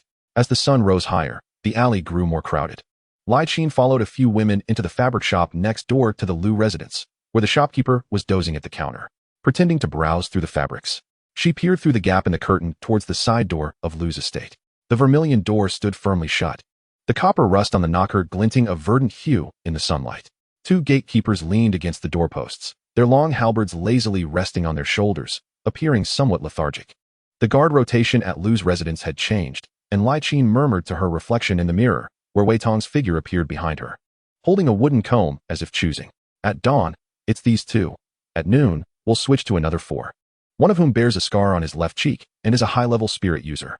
Wei Tong set down the wooden comb and lightly tapped the counter 3 times with his fingertips. This was their agreed-upon signal, indicating the confirmation of the target's defensive layout. Bai Chen picked up a piece of indigo fabric, paid for it, and as she turned to exit the shop, she chanced upon the side door of Lu's estate, swinging open. A young servant in a blue robe rushed out, clutching a letter sealed with red wax. Wei Gu. Pursue him, Bai Chen instructed Wei Tong, her voice whisked away by the bustling street sounds. Wei Tong hesitated for a moment before seamlessly blending into the crowd. Like a drop of water merging into the sea, Bai Chen stood at the fabric shop's entrance, observing the young servant veer into another alley. Catching a fleeting glimpse of Wei Tong's gray figure at the corner before it vanished entirely, she took a deep breath, the air thick with the mingling scents of rouge, oil cakes, and the ordinary hustle of the marketplace. Yet beneath this commonplace facade lay currents known only to them. Chapter 43, The Border Guards. Meanwhile, Bai Chen had followed Xing Shui onto the road to Mingtown. The sound of the onqing horse-drawn carriage rolling over the cobblestones gradually gave way to the crunch of wheels traversing gravel. As the scenery outside transformed from pavilions and towers to sprawling farmlands, eventually leading to gently rising hills. Xing Shui sat opposite him, perusing a weathered military treatise. Its sheepskin cover polished to a sheen, the corners curling in waves. The military defenses of Mingtown were rebuilt 3 years ago. He abruptly closed the book, tapping his knuckles against the carriage wall. Can you guess the average age of the border guard stationed there? Bai Chen gazed out at the beacon towers passing by. Their rammed earth summits overgrown with wild grass, fluttering flags still discernible against the wind, the characters spelling out Mingtown Army faintly visible. Given the state of these beacon towers, they must be manned by a group of young soldiers. A glimmer of approval flickered in Xing Shui's eyes. They are primarily in their 20s to 30s, the eldest being merely 28, while the youngest has just turned 14, similar to the age of those in the capital. He paused, his tone growing somber. Last winter in Wuzhen, we faced a fierce assault from spirit beasts, and we lost many seasoned veterans. We had no choice but to recruit fresh blood from various places. The Wuzhen army even lost its structure and has only recently been reformed. As the onqing carriage crested the last ridge, the outline of Mingtown finally came into view. The gray-black city walls snaked along the ridge like a slumbering giant, and beyond the crenellations, a sea of heads could be discerned. At the city gate, the drawbridge lay down, with several soldiers clad in bronze armor inspecting the passers-by. The copper studs on their armor glinting coldly in the sunlight. Let us disembark, Xing Shui announced as he leapt from the carriage, stirring up a cloud of dust. His dark iron armor was significantly more substantial than that of the soldiers, adorned with shoulder plates etched with soaring eagles, signifying his rank. Bai Chen followed suit. and as his feet touched the ground, he was enveloped by a wave of heat. The wind in Ming Town carried a gritty texture, stinging against his skin. Upon seeing Xing Shuyi, the gate soldiers instantly knelt, their armor clanging in unison. "Salute, Commander." No need for formalities, Xing Shuyi waved his hand. "Take me to inspect the defenses." As they passed through the city gate, Bai Chen was struck by a pungent smell of blood, not fresh, but rather the stale scent of congealed blood seeping through the cracks of the stones, mingled with sweat, horse manure, and pine oil, creating a unique aroma that characterized the border town's military camp. The houses lining the streets were low and sturdy, their doors and windows reinforced with thick iron sheeting. The walls marred by scars from blades and strikes, with the deepest gashes measuring nearly half a foot wide. Remnants of claw marks from spirit beasts still visible along the edges. Last year, Ling City fell, and the nearby Xuan Yuan Leopard second-tier tribe. Bai Chen noted, aware that Xing Shuyi's gaze had followed his. The wolf spider tribe beneath the Xuan Yuan Leopard is tough-skinned and resilient. Ordinary blades cannot penetrate. Ultimately, 3 high-level Beast Tamers sacrificed themselves in a mutual demise with the wolf spider to resolve the matter. A second-tier tribe wields the collective strength of a second-rank noble house. And while the Xuan Yuan Leopard is a spirit beast of moderate silver rank, the leader of the tribe must possess the combat power equivalent to a lower-tier golden beast. As for a first-tier tribe like the wolf spider, it likely boasts strength comparable to a high-tier silver beast. They walked down the main street, occasionally encountering soldiers rushing past. Upon seeing Xing Shuyi, they would promptly halt and salute, their movements precise and sharp. Most of these young men stood tall, their skin bronzed by the wind and sun. Yet their eyes gleamed with an astonishing brightness, akin to tempered steel. "Where is Captain Zhang?" Xing Shuyi inquired of a soldier polishing his longbow by the roadside. The soldier scrambled to his feet, flustered. "Commander, Captain is training at the West City Wall." The training ground beneath the West City Wall spanned at least 2 football fields. The yellow earth compacted hard and firm, marked with intersecting white lines delineating various training zones. Over 100 soldiers were practicing, divided into several teams for mock combat drills, each accompanied by different spirit beasts, their forms flickering in the sunlight: grass spirits, scale-armored lizards, and greystone mice. "Are they all Beast Tamers?" Bai Chen asked, somewhat surprised. Initially, he had assumed only a small fraction of the border guards were Beast Tamers, not realizing they were entirely comprised of them. Ming Town is on the front lines. Only those with genuine skill can hold the fort. However, not all are Beast Tamers. A portion consists of regular soldiers stationed over in the East City. Xing Shuyi ascended the observation platform and picked up a telescope resting there. The lenses, crafted from special crystal, enabled him to discern the expressions of soldiers 100 meters away. "Look at that team." The young man there, named Li Sanshur, is 23 years old and carries a third-stage iron-tooth beast. Just last month, he single-handedly killed a red-scale beast. Bai Chen followed his gaze and beheld a tall, slender young man skillfully maneuvering an iron-tooth beast, recklessly charging through the ranks of the opposing team. His adversary, a stout and compact fellow, commanded a clear-wind sparrow, which had also breached the formation led by Li Sanshur, resulting in a lively exchange between the two. The one controlling the clear-wind sparrow was named Wang Meng, aged 24, who had recently ascended to the rank of advanced spiritualist. Xing Shuyi lowered his binoculars, noting that both were the elite of this place. And with another 2 years of training, they could aspire to challenge the spiritualist level. Bai Chen observed that the Beast Tamers of the border troops employed a straightforward and unembellished style in their control of spiritual beasts. Their techniques characterized by bold and expansive movements, evidently honed through the crucible of real combat. Among them stood a striking woman clad in red, who, instead of summoning a spiritual beast, wielded twin swords with remarkable dexterity. Her blades danced like flames, her movements as agile as a swallow. Each evasion perfectly timed to elude her opponent's strikes, while her sword tips consistently pinpointed their vulnerabilities. This was Su Yin, age 21. And there was a note of pride in Xing Shuyi's voice as he spoke of her, an orphan rescued by the patrol team at the tender age of 12. She had risen to become the captain of the 3rd Squad, having recently broken through to the rank of low-level spiritualist. Her spiritual companion was a wind falcon, renowned for its unparalleled reconnaissance abilities within the entire camp. As if to underscore her prowess, Su Yin suddenly disarmed her opponent, sending his helmet clattering to the ground and revealing a sweat-drenched head. Laughter erupted around them, yet she remained unfazed, sheathing her sword and standing at attention, offering a crisp military salute toward the observation platform. Under the sun, the bronze medal on her shoulder glimmered, its edges smoothed from frequent handling. Bai Chen was suddenly reminded of the exquisite dishes and luxurious garments from the previous night's banquet. At the banquet table in Miaozhou town, people had delicately picked up birds' nest with silver chopsticks, discussing which family's silk was the smoothest, while here, young soldiers clutched their rations with calloused hands. Their armor splattered with the blood and grime of demonic beasts. Their spiritual energy fluctuations were remarkably stable. These young men, Bai Chen remarked softly, though merely at the bronze level, possess a refinement that surpasses many of their peers, akin to iron that has been forged repeatedly. The youths of Tianji Mountain were the most promising talents selected from all the towns under the control of Xuqing.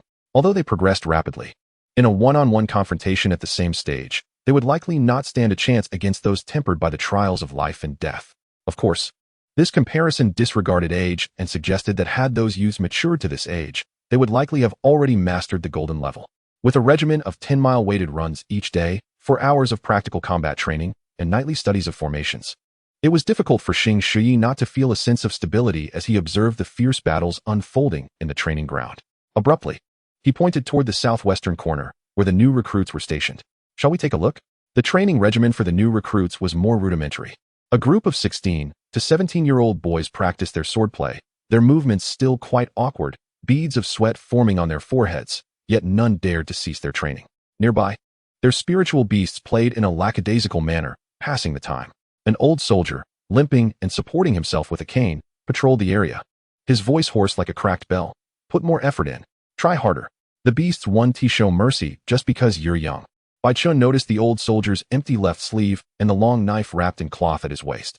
The scabbard bore no adornment but exuded an ominous chill, clearly stained with the blood of many battles. This was Zhao Laoshuan, and Xing Shuyi's tone softened as he explained that he had once been a silver-level Beast Tamer. But a year ago, while covering the retreat of new recruits, all 3 of his spiritual beasts had perished, and he had lost an arm to a demonic beast. His rank now reduced to advanced bronze. Due to his advanced age, the spiritual contract that should have healed within a year had yet to mend. At that moment, Zhao Laoshuan turned to see Xing Shuyi on the observation platform and immediately straightened his back, hoarsely commanding, "Everyone, focus. The commander is watching." Instantly, the movements of the boys synchronized, the sound of swords clashing resonating like a sudden downpour. Bai Chen comprehended Xing Shuyi's intention in bringing him here. These young men were the foundation safeguarding this land. Concurrently, his wariness toward Xing Shuyi diminished significantly. The golden glow of the setting sun gradually faded from the window panes as Bai Chen returned to this concealed dwelling, stepping gingerly into the thickening twilight. The room was lit by a solitary, diminutive oil lamp, casting a dim light under which she spread out several sheets of plain paper. Dipping her wolf hair brush into a specially formulated ink, she began to compile intelligence gathered from several external attendants. The brush glided across the paper, leaving behind faint lines that would only become visible when treated with the special revealing water from the beast hunting hall. Lu Rubii was spotted meeting an unidentified individual in a conical hat on the 3rd floor of the southern tea house at the hour of Chun, and a letter handed over at parting was swiftly dispatched to the northern warehouse by a dedicated courier. Zhao Qingzong appeared at Jufeng Bank at 3:15 noon, dismissing those around him before withdrawing 5,000 taels of silver, which was then carried into a carriage by 4 burly guards. Zhang Yi had remained in the study of the western villa since the hour of Yin, not making an appearance all day, with his lunch even being delivered by a servant. Wang Feng's ebony carriage departed through the eastern gate at the hour of high, the tracks leading westward directly toward the garrison at Mingtown.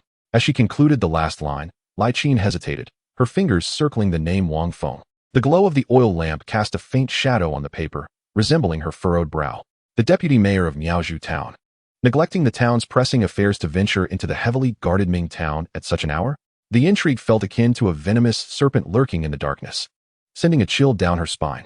While she pondered, a sudden series of knocks echoed from outside, 3 long and 2 short, with a precise rhythm. Bai Chen promptly extinguished the oil lamp and reached for the short blade hidden beneath the table, while her azure-feathered bird quietly chanted wind spells, ready to unleash a fierce tempest should the situation turn dire. It was only after confirming that the presence and signal of the person outside matched perfectly that she cautiously unlatched the door, simultaneously recalling the bird's ability. The moment the door cracked open, a shadow slipped inside like a weasel, carrying with it the scent of the wild grass. Wei Tong swiftly shut the door behind him, his gray short coat dusted with numerous dry yellow grass clippings, and a dark stain on his left sleeve shimmered ominously in the dim light, revealing a faint hint of blood. Beside him, the night bat appeared listless, evidently having endured a fierce battle. "The northern warehouse is suspicious," he murmured, retreating slightly behind the door. "Though it seems lax from the outside, it actually conceals 2 sentinels. I had to employ some tricks to take them down with sleeping medicine." I intended to sneak into the warehouse to uncover its secrets, but just as I scaled the courtyard wall, I was discovered. The guards at the entrance were actually intermediate spiritualists, and I had to exert considerable effort to eliminate them. As he spoke, a fit of violent coughing seized him, and when he pressed his hand to his chest, fresh droplets of blood seeped through his fingers. Bai Chen offered him a cup of warm water, and he gulped it down twice before recovering his composure, his eyes sparkling with disbelief. But the boxes piled in the warehouse, none of them contained ordinary goods. I caught a glimpse in the moonlight, and it was all spiritual crystals. Over 100 boxes. Chapter 44, Ambushed. The setting sun bled crimson, casting a deep ochre hue upon the western walls of Ming Town. Xing Shui stood beside the battlements, his rough palm gliding over the time-worn bricks, his gaze sweeping across the undulating blue-green mountains beyond the city. The autumn wind swept through, stirring the withered grass and debris atop the walls, lifting the hem of his dark cloak to reveal the long knife adorned with dark red tassels at his waist. Commander, the western defensive line has been fortified, and the new watchtowers have been properly arranged. It will take a high-level silver to breach our defenses. The voice of the vice commander resounded behind him, tinged with fatigue. He referred to the higher silver rank as fully grown spirit beasts, which, at their age, was essentially what everyone possessed. Xing Shi nodded, and as he turned, the solemnity that had graced his visage during contemplation had considerably softened, replaced by the commanding authority typical of a leader. Dispatch orders to intensify patrols tonight. Particularly at the rocky outcrop in the northwest corner, there have been persistent reports from the townsfolk regarding strange noises. Understood. The vice commander was about to take his leave when a sudden clatter of hooves echoed from below the city walls, startling several pigeons perched atop the battlements into flight. A soldier from the reconnaissance camp dismounted hastily, nearly stumbling in his urgency. He raised a red signal flag, shouting towards the city walls, "Urgent military report. Hefeng village is under attack by spirit beasts. The reconnaissance unit has already rushed to assist and requests immediate reinforcements." Xing Shui's countenance darkened instantly, his eyes now as cold as tempered steel. Hefeng village? It's barely 30 miles from here. How could it be assailed so suddenly? His eyes narrowed, as if a thought had struck him. He spun around abruptly, his voice rising sharply. "Elite guards, accompany me at once." "Hold on, Commander," a voice called from the stairway, and Bai Chen ascended the battlements with measured steps. Following him was Huang Ling, clad in battle attire and armed with 2 short daggers, scanning the surroundings with a vigilant gaze. They had just been reconciling military supplies in the camp when the commotion outside had compelled them to rush over. "Why, Commander?" Xing Shui frowned, urgency pressing upon him. "I have no time for idle chatter."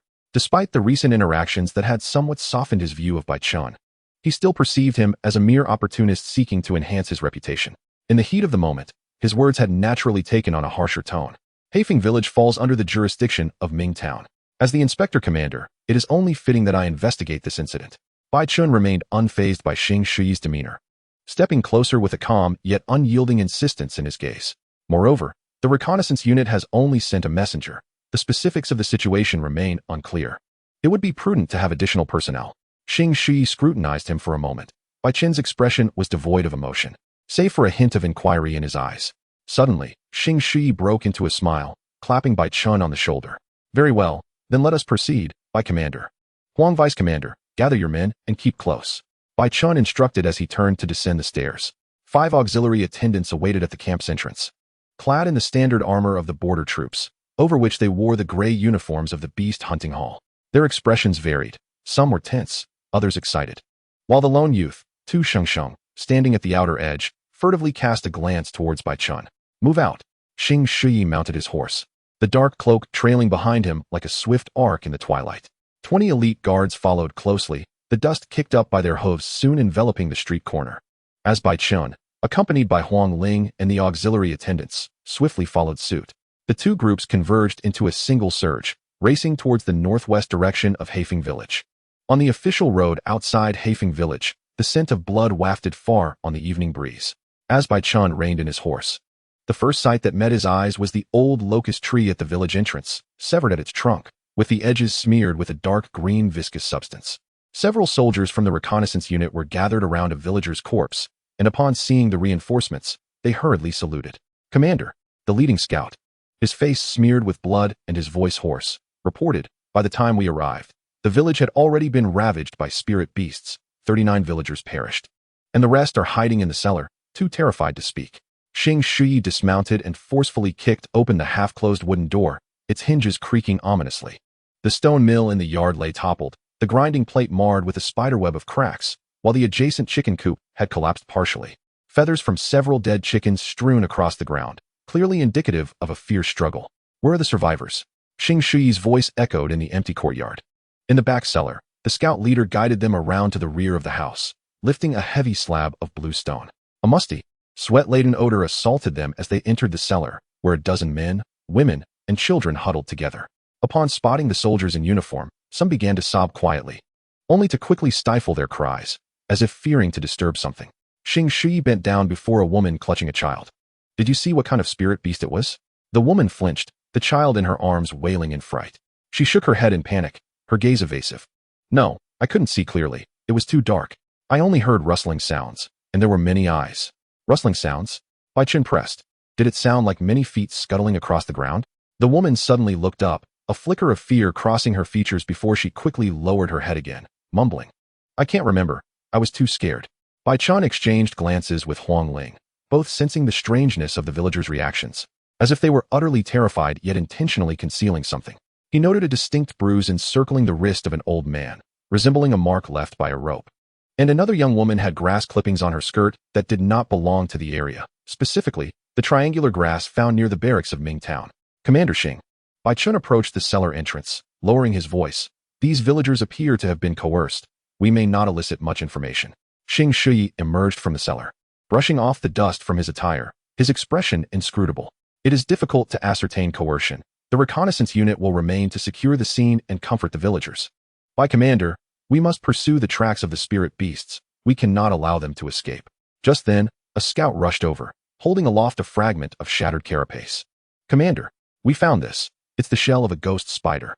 The shell was a dark brown, edged with sharp barbs, its surface intricately patterned, unmistakably characteristic of the low-tier spirit beast, the ghost spider.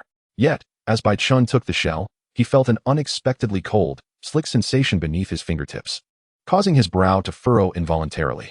The shells of ghost spiders were typically dry and hard, never this moist. Pursue. Xing Shuyi commanded decisively, mounting his horse. The party followed the direction marked by the scouts for approximately 3 miles until the darkness of night fully enveloped them. Moonlight filtered through the sparse clouds, casting bizarre shadows of trees that resembled lurking behemoths. Suddenly, Huang Ling called out, "Be cautious." No sooner had the words left his mouth than a cacophony of rustling erupted from the woods on either side, and countless pairs of eerie green lanterns appeared from the darkness. In an instant, hundreds of ghost spiders surged forth from the trees and underbrush. They were the size of basin lids, their dark brown shells glistening in the moonlight, with long, slender legs covered in black bristles. As they opened and closed their pincers, highly corrosive slime dripped down, etching small craters into the ground. Observing their growth stage, most appeared to be at levels 5 or 6, with only a few having reached maturity. These are medium-tier bronze-ranked ghost spiders. Huang Ling exclaimed as 3 of the creatures lunged forward. Abominable beasts. Xing Shuyi bellowed. Dismounting swiftly, an arcane sigil sprang to life, and with a deafening howl, a massive black wolf materialized from the diagram. This beast had 2 heads, blood-red eyes, and measured nearly 3 yards in length, its limbs thick as pillars, while its ebony mane billowed in the night breeze. Upon its emergence, it charged directly at the swarm of ghost spiders, both heads simultaneously unleashing beams of black death light, obliterating the spiders in its path. An advanced silver rank, 8-tiered, 2-headed fearsome wolf. Huang Ling gasped, recognizing the might of a leader from a secondary town. However, Bai Chen had no time for astonishment. An ice-blue sigil flickered into existence, and a figure of ice-blue radiance appeared before them. Ice congeal, ice domain, ice seal. The crystalline voice of Bing Ning rang out as her delicate, alabaster hand gently tapped, reciting an ancient ice incantation. A frigid aura emanated from her, causing the ground to instantaneously encase itself in a thick layer of ice. Several of the leading ghost spiders found themselves ensnared within the frozen embrace, struggling momentarily before succumbing to stillness. However, the sheer multitude of ghost spiders was overwhelming. Those behind swiftly surged forward, trampling over the remains of their fallen comrades, their numerous legs and claws striking the icy surface with a jarring, teeth-gritting clatter. Auxiliary guardians, form a formation, Huang Ling shouted, positioning himself back-to-back with 5 other guardians, forming a protective circle as they summoned their spirit beasts to tenuously fend off the relentless assault of the ghost spiders. During this period, the auxiliary guardian spirit beasts, nourished by the ordinary resources of the beast hunting hall, had generally attained a combat level equivalent to high-tier bronze of the 4th stage, while Huang Ling himself had reached a formidable strength at the 9th stage of high-tier bronze. On the other side, Xing Shi's two-headed fear wolf rampaged as though in an uninhabited realm, its dual heads alternating in vicious bites, indiscriminately sweeping away foes and swiftly clearing a space. Xing Shi himself wielded a long blade, deftly maneuvering beside the two-headed fear wolf, intermittently employing spiritual techniques to augment its ferocious attacks. Yet, Bai Chen sensed a subtle nuance in Xing Shi's demeanor. Although he consistently directed the two-headed fear wolf to eradicate the ghost spiders, he maintained a deliberate distance, as if meticulously orchestrating the flow of battle.